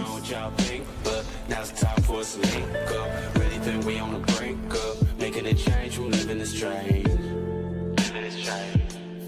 Making a change from living this strange. Yeah. Number 322. You both were members of Skull and Bone. What does that tell us? Not much. Opioids are physiologically identical to humans, yet they're not conscious and they can feel no pain. They can be used as meat for consumption. I was sleeping, had to wake up. Why? Every reason I could think. What's up, YouTube? Today, we'll be looking at disturbing TikToks that'll make you question reality. So without further ado, welcome to Adam Strain Reacts. Let's get her done. Coming straight out of the Galapagos Islands, it's the marine iguana, the only ocean-feeding lizard on Earth. Despite the look, its survival depends on the sea. Its diet comes from marine algae growing below the surface. When algae becomes scarce, it can actually shrink its body by reabsorbing bone to survive. But feeding in an ocean comes with a cost. The cold ocean strips heat from its body, forcing it back onto the rocks. Once you understand how it lives, the way it looks starts to make sense. Wow, I'd never seen that type of lizard. It makes me think that Godzilla might be more of a true story than we think, because he looks exactly like Godzilla looks. Let me know if you guys agree, and let's keep on rocking. This past week, an MIT review, they want to do is take out the neural functions. It's a human without feeling, without thinking, without ideas.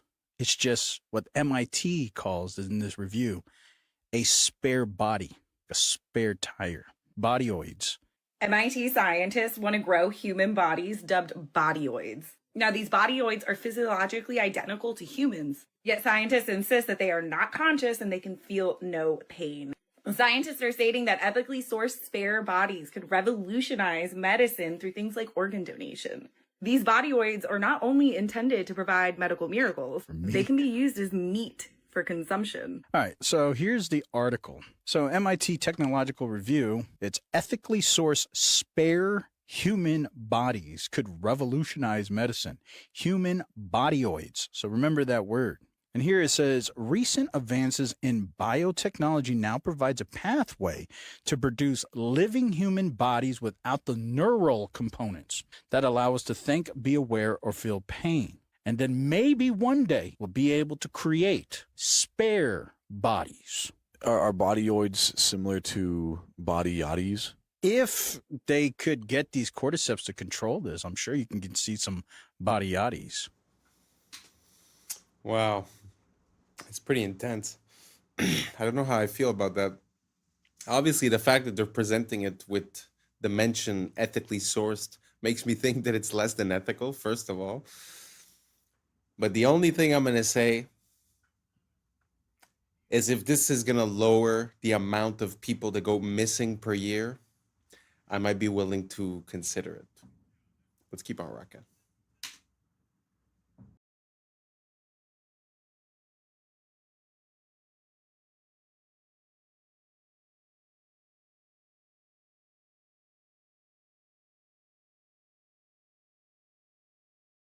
This one's in Thailand. Been in Thailand before. Have you?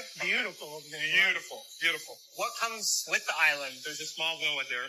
You could practically build if you want. There's building space. Yeah, there's. Do the islands come with the children, or are the children imported after? This island does have a small school. There are children. Okay, so I don't know if that was a stipulation. Yeah, what countries are near to abduct them from? Cambodia, Thailand, Laos, Vietnam, Philippines. The Philippines. Oh, cool. The Filipinos, you know, if they're not being a nurse, they're being your crew. Okay, so. True. Yeah, so. Yeah. What age ranges? Below 10, I don't. It's probably a setup. It sort of looks like it's part of a reality show or like a prank, but the people do seem to be responding quite. I guess it's a manifestation of what people think is going on. Because from what I understand, the island that everyone's talking about might not be the only one that exists. So let me know what you guys think down below. You think it's possible that there's other islands and that situations like this happen? Do you think this is a real video? Me personally, I'm not too convinced. Anyways, let me know down below and let's keep on rocking. Oh my God. Oh.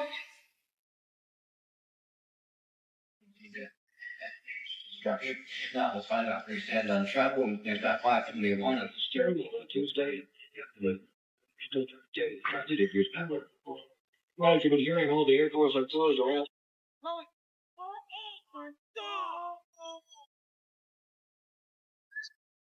You were both in Skull and Bones, the secret society. It's so secret we can't talk about it. What does that mean for America?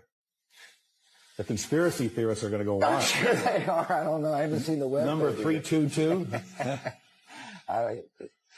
You both were members of Skull and Bones, a secret society at Yale. What does that tell us? Not much, because it's a secret. Is there a secret handshake? Is there a secret code? I wish there were something secret I could manifest. 322, a secret number? There are all kinds of secrets, Tim, but one thing is not a secret. I disagree with this president's direction that he's taking the country. We can do a better job, and I intend to do it. Tim Russert, the moderator of Meet the Press and NBC's Washington bureau chief, collapsed and died early this afternoon.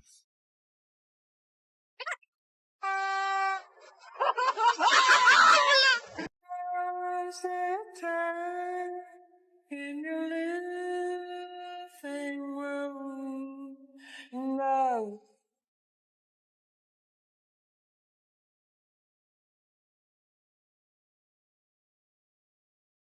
И три полоски, здесь тусую, под Харбас танцую. Три полоски, три полоски.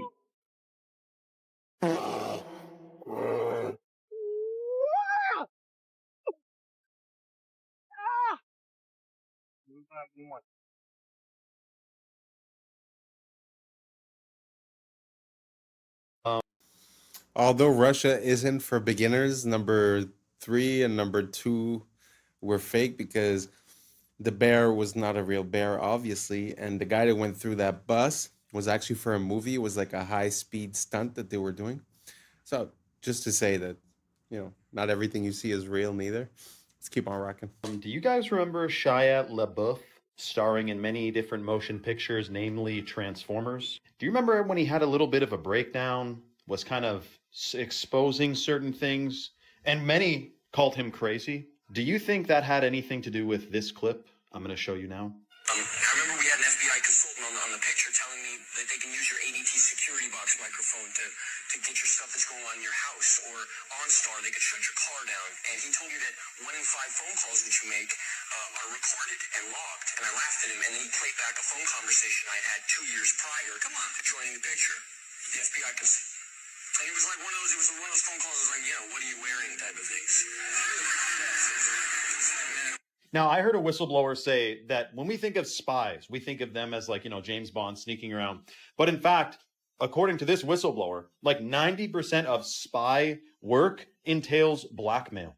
And when he said 1 in 5, this has got to be like 15 years ago this video came out. 1 in 5, dude, anything you do on your friggin' phone, any keystroke is being recorded. Audio, talk about 5 out of 5 phone calls are freaking recorded, guaranteed. And I think that's going to be used at some point, or I bet you the intention is, to link it to your digital ID. At some point, something's going to crack here around the corner with digital ID and social media. It's going to be crazy. We need to resist. But I think he was trying to tell us. Let me know your thoughts below and follow for more. You know what?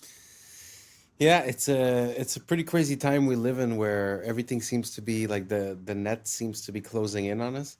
I've heard something recently about they were talking about controlling people's speech online, and it had to do with anti-Shemitism.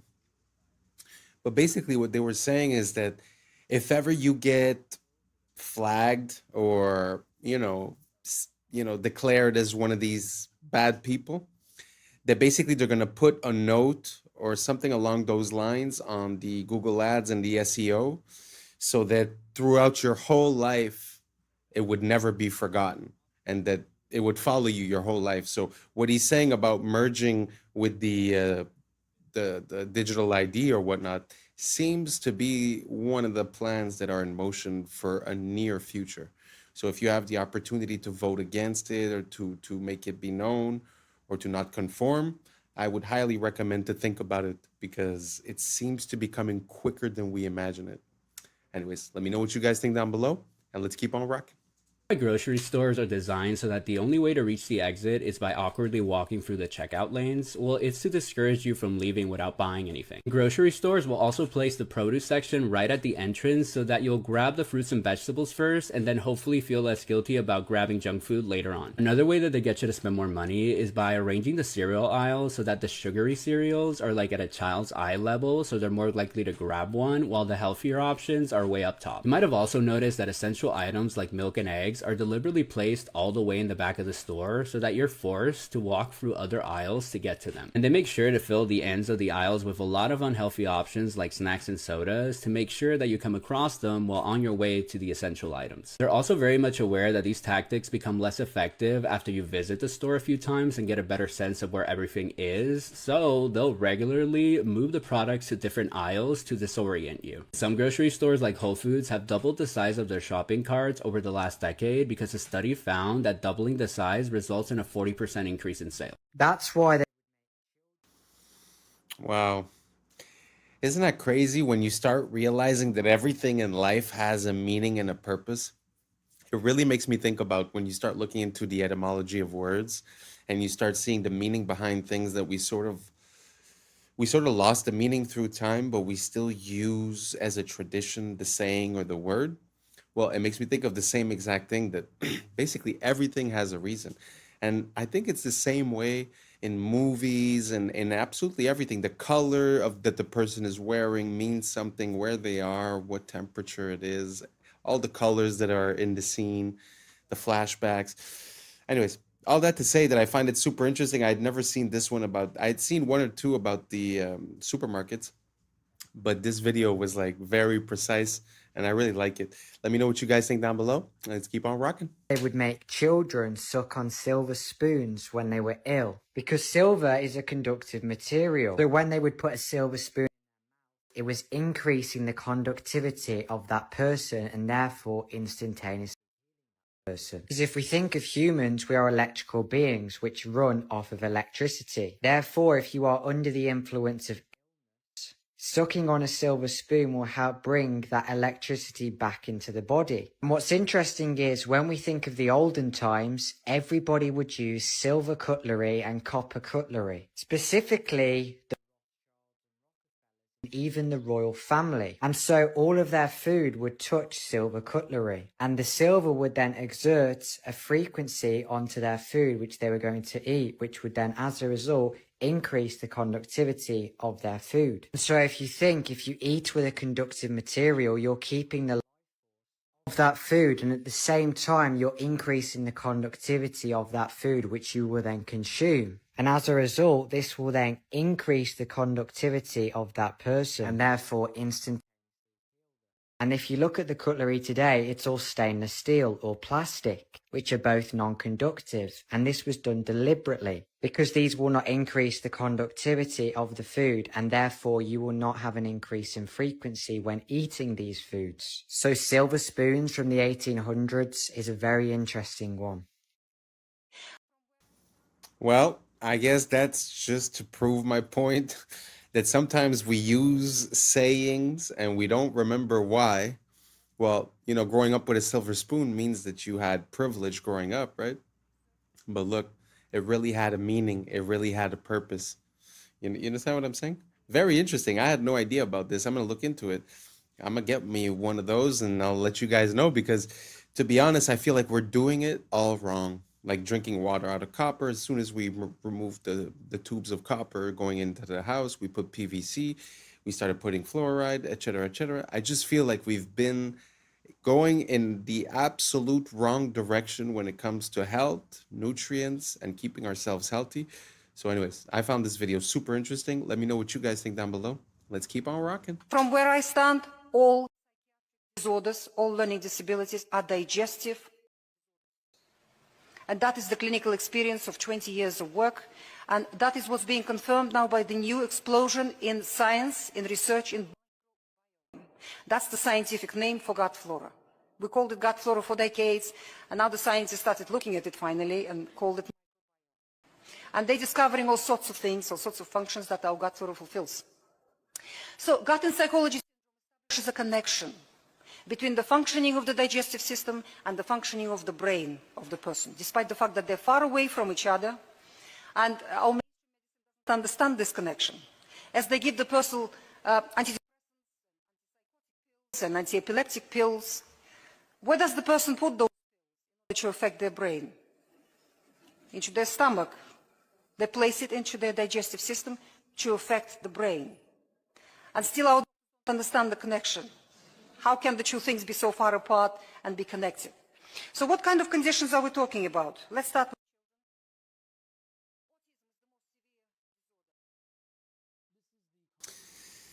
I really like the lining where she was going with this because I've heard a lot of similar things. I've heard that there are neurons in around the heart and around the gut.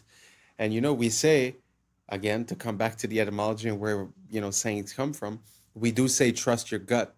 And there is something there's something to be said about that the fact that we feel like there's something coming from within our gut.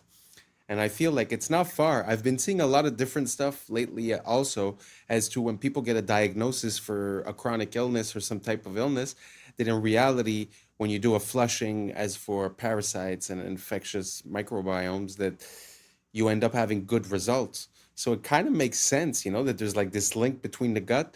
And when she makes that parallel with the pills for the brain taken in the gut, actually makes sense as well. Let me know what you guys think down below, and let's keep on rocking. This is the contract between the Vatican and the King of England. Many people don't know that the King of England made a contract with the Vatican in the Middle Ages. The Pope declared himself the Vicar of Christ. This in Latin means someone who stands in for someone else. He is known as the Vicar of Christ today. The Vatican, as most Christians do, believe that God created the heavens and the earth, leaving the Pope to stand in for Jesus while he is in heaven and not on earth, ruling temporarily. The Pope, however, is also a very busy man.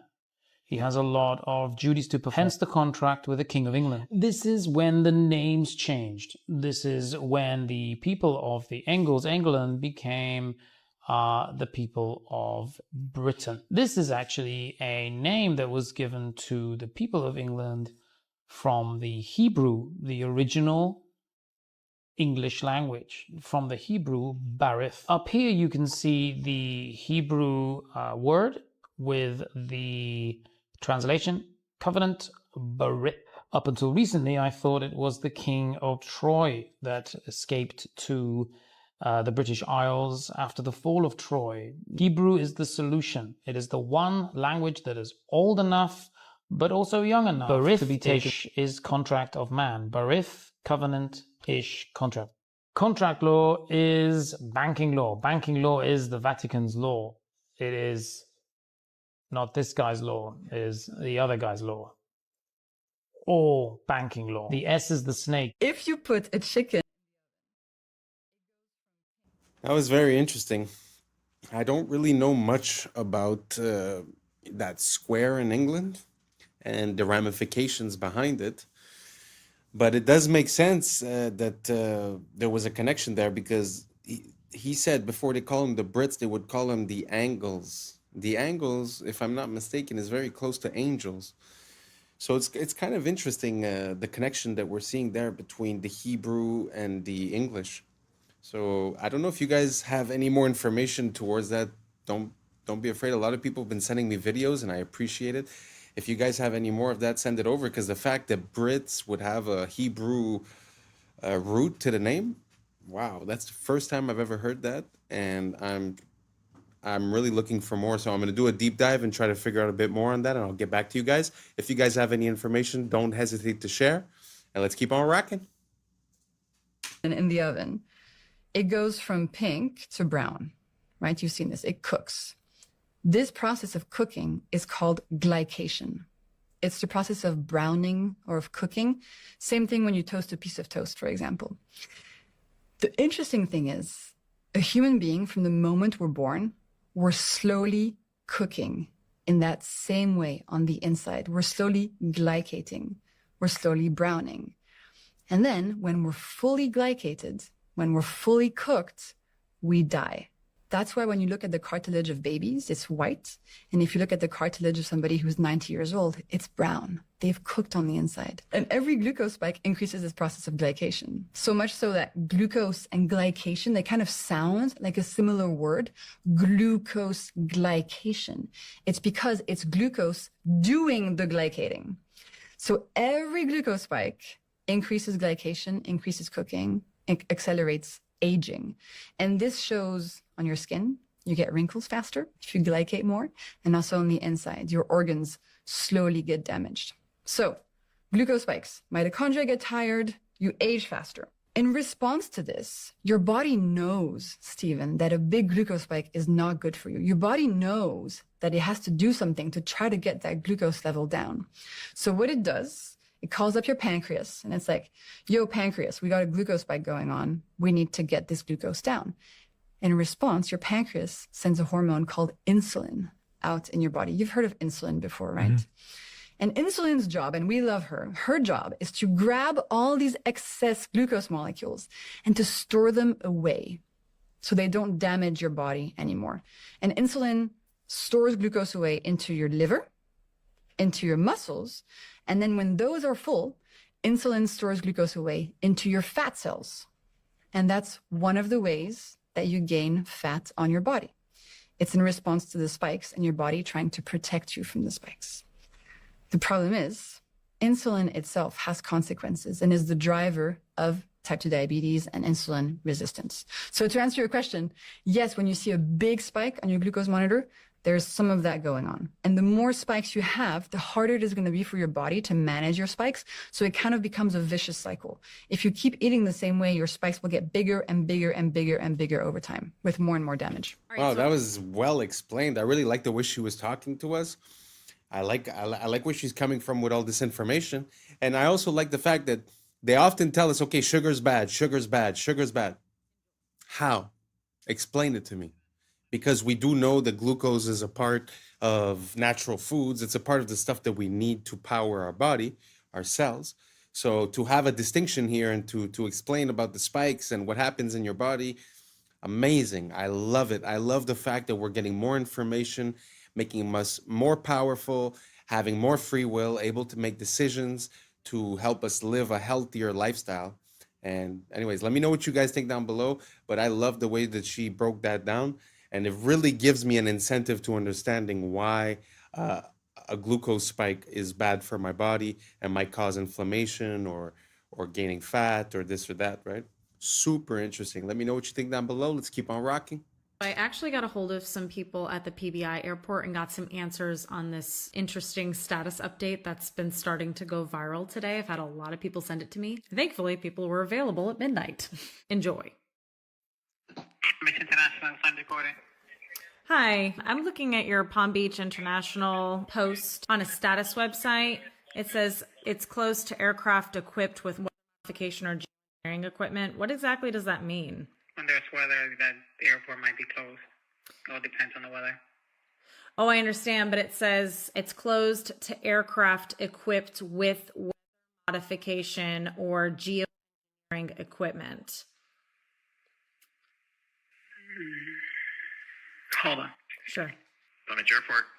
Hi, I'm looking at a post on the status, the FAA status for a PBI, and it says that Palm Beach International is closed to aircraft equipped with modification or geoengineering equipment, and I'm curious what exactly that means. Are you a pilot? I know. My friend is, though, and they sent this to me, and they also don't know what... One sec, okay? Airport was named the 5th best airport in the... Operations. The PBI posted, Palm Beach International is closed to aircraft equipped with weather modification or geoengineering equipment. Right. And I'm just... Yeah, that's for the cloud, you know, the aircraft that's got those tubes on it there for... Clouds. That's it, yeah. Closed to that. Oh, in other words, okay. not allowed. I see. And that's kind of a thing that the state of Florida is mandating, part of the environmental thing, and required the Florida airports to follow that. Gotcha. Okay. When did that get put up? I was briefed about it about a week ago. Okay. So that's a permanent. That's a permanent post for until. Yep. Okay. Gotcha. And so before that, was PBI taking in cloud seeding aircraft? There was some aircraft in the past, and I know it's been probably a couple of years where they were weather monitoring, weather equipped, or were doing something as far as weather goes, which wasn't an issue then, but it is now. All the airports are supposed to follow that. Okay. The GA airports. Any airport in the state of Florida is not supposed to allow that. If there is weather seeding equipment on board, then it has to get a pre-approval before coming in. In other words, would have to call the airport, give all the information, the arrival time, the aircraft number, or whatever it is for pre-approval. And then there's two people that we have to report it to. How many people?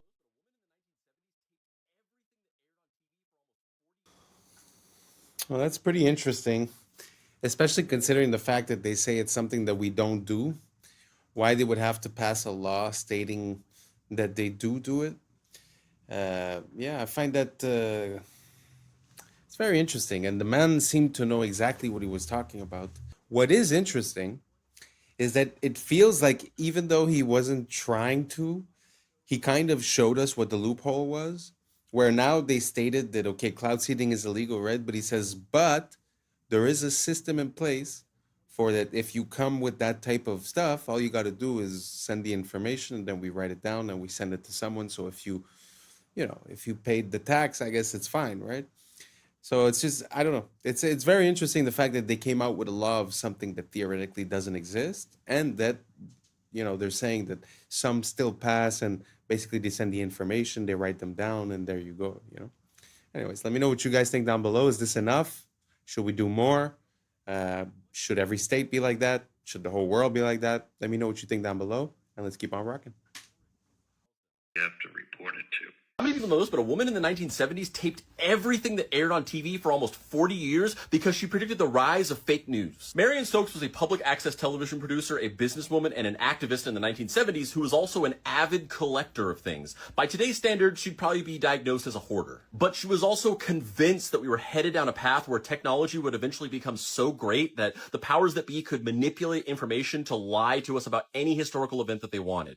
So she married her hoarding skills with this grand vision. And in 1977, she started taping everything that aired on TV 24/7. She mostly wanted to tape the news, but she also taped TV shows like The Cosby Show, The Oprah Winfrey Show, and Star Trek because she was afraid that somebody was going to eventually erase the contributions of these black actors and creators from historical record. She did this by recording the different TV channels 24/7 on VHS tapes on multiple VCRs and TVs throughout her house. Each VHS tape had an 8-hour capacity, and when one would run out, she would quickly switch it out for the other all day and night, every day. She did this every single day for decades, And yes, it is as life-consuming as it sounds. In fact, she scheduled her entire daily routine around the length of these VHS tapes, with everything like school and work and family outings being planned around her being able to start a fresh tape, go out, and then come back in time to start the next one. Her collection of these tapes eventually got so big that they filled her entire house, and she started having to rent multiple storage units to house them. She eventually collected over 71,000 Betamax and VHS tapes throughout her lifetime. But these recordings weren't the only thing that she collected throughout those years. She also had half a dozen daily newspaper subscriptions and over 100 monthly magazine subscriptions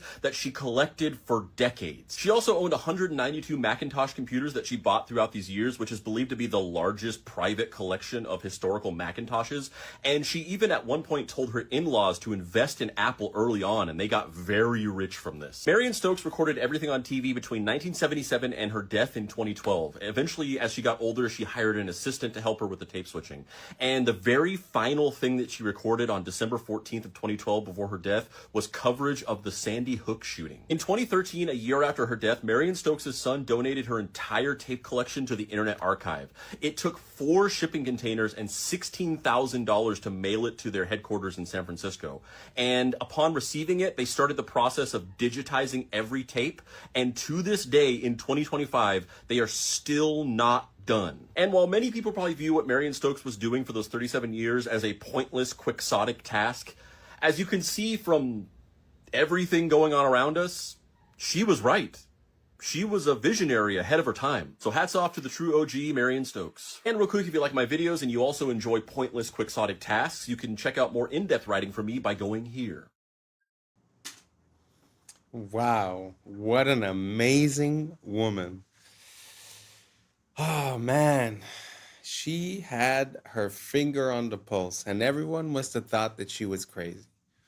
And you see how nowadays it's become mainstream to think that people like this are crazy, but man, the collection that she has, I'm sure, is priceless, completely priceless. I'm going to start looking into the collection that she built. That is amazing. Man, if you have a dream, follow it. Don't let them say, don't let them convince you of anything. If you got a dream, if you believe in something, make it happen. Anyways, thank you so much for rocking with me. This is the end. And that's a wrap for today, familia. Whether you're tuning in with the sunrise or you're posted up after midnight, I appreciate your time, your energy, your curiosity. And don't forget, this isn't about truth or fiction. This is about perspective. If this sparked a laugh, a thought, a deeper question, then we did our job. So drop your thoughts in the comments, keep the convo alive, like, subscribe, and hit that bell if you're riding the wave, because we're just getting started. Until next time, stay grounded, stay weird, stay critical. I'm Adam Strain, and this has been Adam Strain Reacts. Peace! Now's the time for us to link up. Really think we on the brink up. Making a change from living this strange. Living this strange. Making a change from living this strange. Yeah. Parking garage for his pets and even big enough for a growing family. So naturally, he started building an entire town. Just fly straight to the house. It's got LiDAR too. That means it shoots out. And was located in what we now know as Ghana. He gets the Asante Kingdom. Sees flushing report. What's up, YouTube? Today, we'll be looking at disturbing TikToks that'll make you question reality.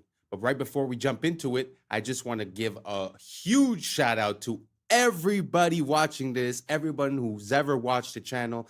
Thank you so much for all your support. We have just hit the 5K subscriber mark, and we are just getting started. So without further ado, welcome to Adam Strain Reacts. Let's get her done. Listen, I'm beating all the traffic with this one right here, y'all. This is the Jetson 1, a single seat, all electric aircraft that basically turns you into a human drone. 8 motors, carbon fiber frame, hits about 63 miles an hour and stays up around 20 minutes. And yeah, it's like 128,000. But think about it. People out here drop 60K on a car, then they spend thousands more on gas, maintenance, sitting in California traffic. This, you just charge it up and fly straight to the house. It's got LiDAR too. That means it shoots out laser pulses, maps everything around you, and helps avoid obstacles in real time. Even comes with a parachute for backup. Hopefully you don't need it though. Straight from the fish tank. That's very interesting. You guys think that's the future of transportation? I mean, it's true that we haven't seen an evolution in transportation, whether it be planes, cars in the last 50, 70, maybe almost 100 years. So it would make sense that we would have, a different type. But to be 100% honest, people have a hard time driving cars. I know that they're talking about using AI to drive, but I have a hard time seeing air travel being opened up for everyone, especially when all the airspace is controlled all around the world and there's laws not to drive drones and this and that. So I feel like it's maybe in 10, 20 years, it could be, but I feel like at the beginning, at least, it's going to be so limited that you're not going to be able to do anything with it. But let me know what you guys think. Do you guys think that this is the future of transportation or just a cool gadget? Let me know down below, and let's keep on rocking. Not only are they real, they actually turn into superheroes during the winter.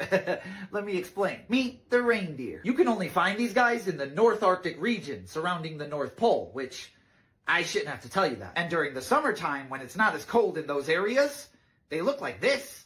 Just a regular deer. However, as soon as winter hits, their body transforms like a Super Saiyan. First off, their blood produces a chemical that acts like a natural antifreeze, keeping them warm. Their fur turns white, which helps them blend into the snow, not get spotted by predators. Their hooves go from rounded to rigid for better traction. But the craziest part is their eyes change from brown to a super deep purple. And in that stage, they are 1,000 times more sensitive to light, basically giving them supervision, which is cool and all, but 1,000 times? That's not even necessary. What are you trying to see? My thoughts? Moral of the story? If you ever catch Rudolph here in the winter, he will quite literally be built different. And as always, follow for more facts. This is going to be crazy. This is the Jetson Air Games, the world's first flying car race. They're called Jetson 1s. They're fully electric vertical takeoff aircrafts. Sort of like a drone meets Formula 1, except if you crash, you don't spin out, you drop out of the sky. Luckily, they don't fly too high. They just held the first demo race where 4 aircraft were flying side by side, weaving through the air like pod races. And it went super viral online. Many are saying this is how motorsport evolves. We started with horses, then cars, now flying machines. And before you say this will never take off, Jetson already has $75 million in orders. It's putting together a fully competitive aerial racing league right now. So forget racetracks. They're thinking 3D race circuits with vertical overtaking, possible mid-air pit stops would be cool, although unlikely. But with highlights reels that look like Star Wars, it's almost guaranteed to go viral over and over again and become a huge sport. The only question is, who's insane enough to be the first pro athlete in a sport where a minor crash means you might see Jesus? You'd have to have the confidence of a crackhead to even consider it. Would you do it? Do you think it was wrong to do this? This specimen is an extinct type of dog called a turnspit dog. One of them is visible in this picture, in that wheel at the top. See, back in the olden days, if you wanted to rotate meat over fire to cook it evenly, well, they didn't have electricity. So they had this wheel, and they bred a type of dog to run in it. That is the turnspit dog. Due to its genes, it just loves running in this wheel all day.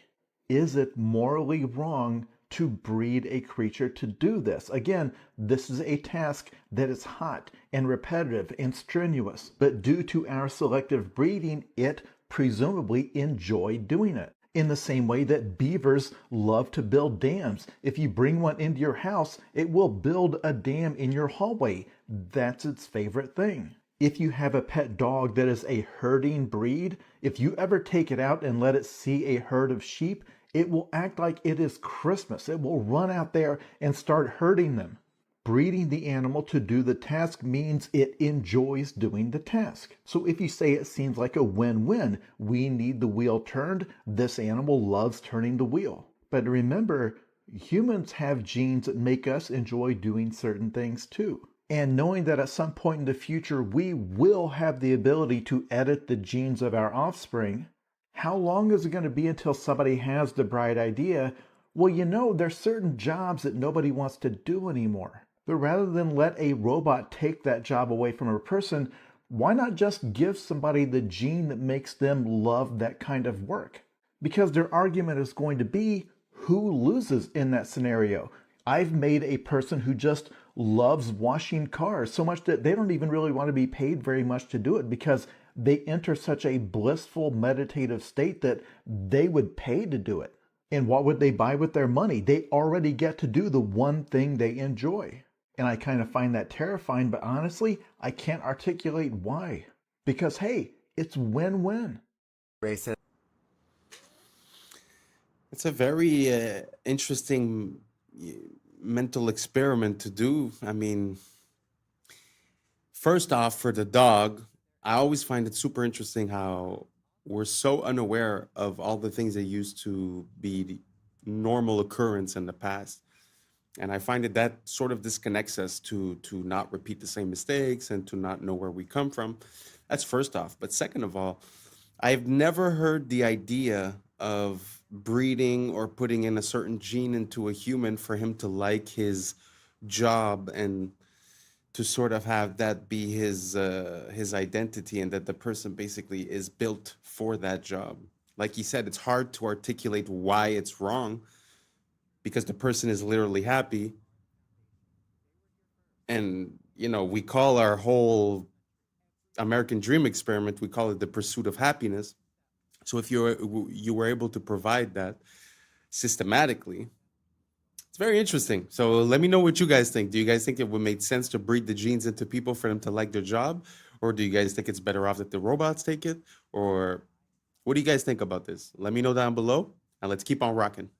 We're going to address this again, since the inferior people are struggling. Black Americans are the only indigenous people on this land. Melanated people are the only people around the world who are indigenous on every land, no matter their ethnic group. Uncivilized lands all have the same genetic connection. Melanated skin with varying shades of brown. And those groups are not connected to Africa, just like Black Americans aren't connected to Africans ethnically. The actual American Indian, known as the Black Americans, are the ethnic group of North America, not descendants of Africans. Let's dismantle the greatest public relations fraud ever committed, the desperate multiracial campaign to erase the true indigenous Black American from this land. There is a coordinated effort, a relentless lie, designed to make Black Americans believe they are a guest in someone else's house. But the unchangeable, archaeological, and historical truth is that Black Americans are the foundation. They were here first. And by here, I mean the world. Every country. Every strip of land. And they built the civilization that we are all destroying. The lie about Africa is to confuse and mislead so that the theft can keep going on. Black Americans weren't even considered African American until 1988 by Jesse Jackson, a known Cherokee Indian. So they'll pay a Black American leader to lie and sell out, while classifying himself correctly despite the lie. If Black Americans came from Africa by boat in the 1600s, America didn't figure this out until 1988?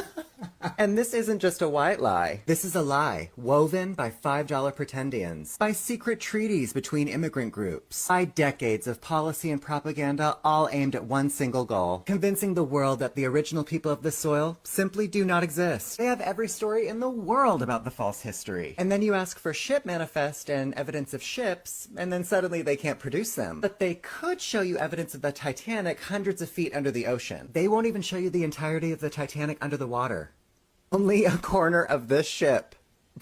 They still parse that history. They have reclassified the true indigenous people, renamed you, and redrawn maps around you, hoping you would forget the land your spirit is made from. Now they deploy their little native influencers online, armed with fraudulent petitions and digital picket signs, begging platforms to remove you from your own story. They are performing a pathetic pantomime of indigeneity. If you are indigenous, why would you need outside help? What are they protecting? If you're truly indigenous Native Americans, how could someone take that from you? Why the sudden panic? Every post they make, every petition they circulate is an admission. You've been caught, and now history will be made. Every other race are the visitors. It is time, Black Americans. Time for you to start acting like the host in your home, because all of this is yours. It is time you start acting like the host.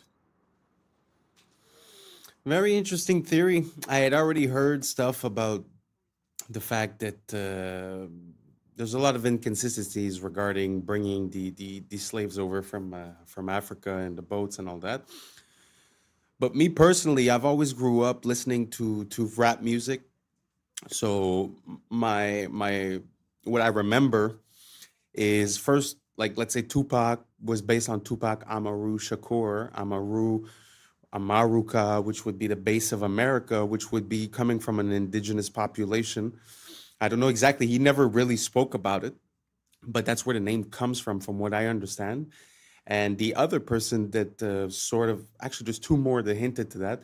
One was ODB, way back in the days.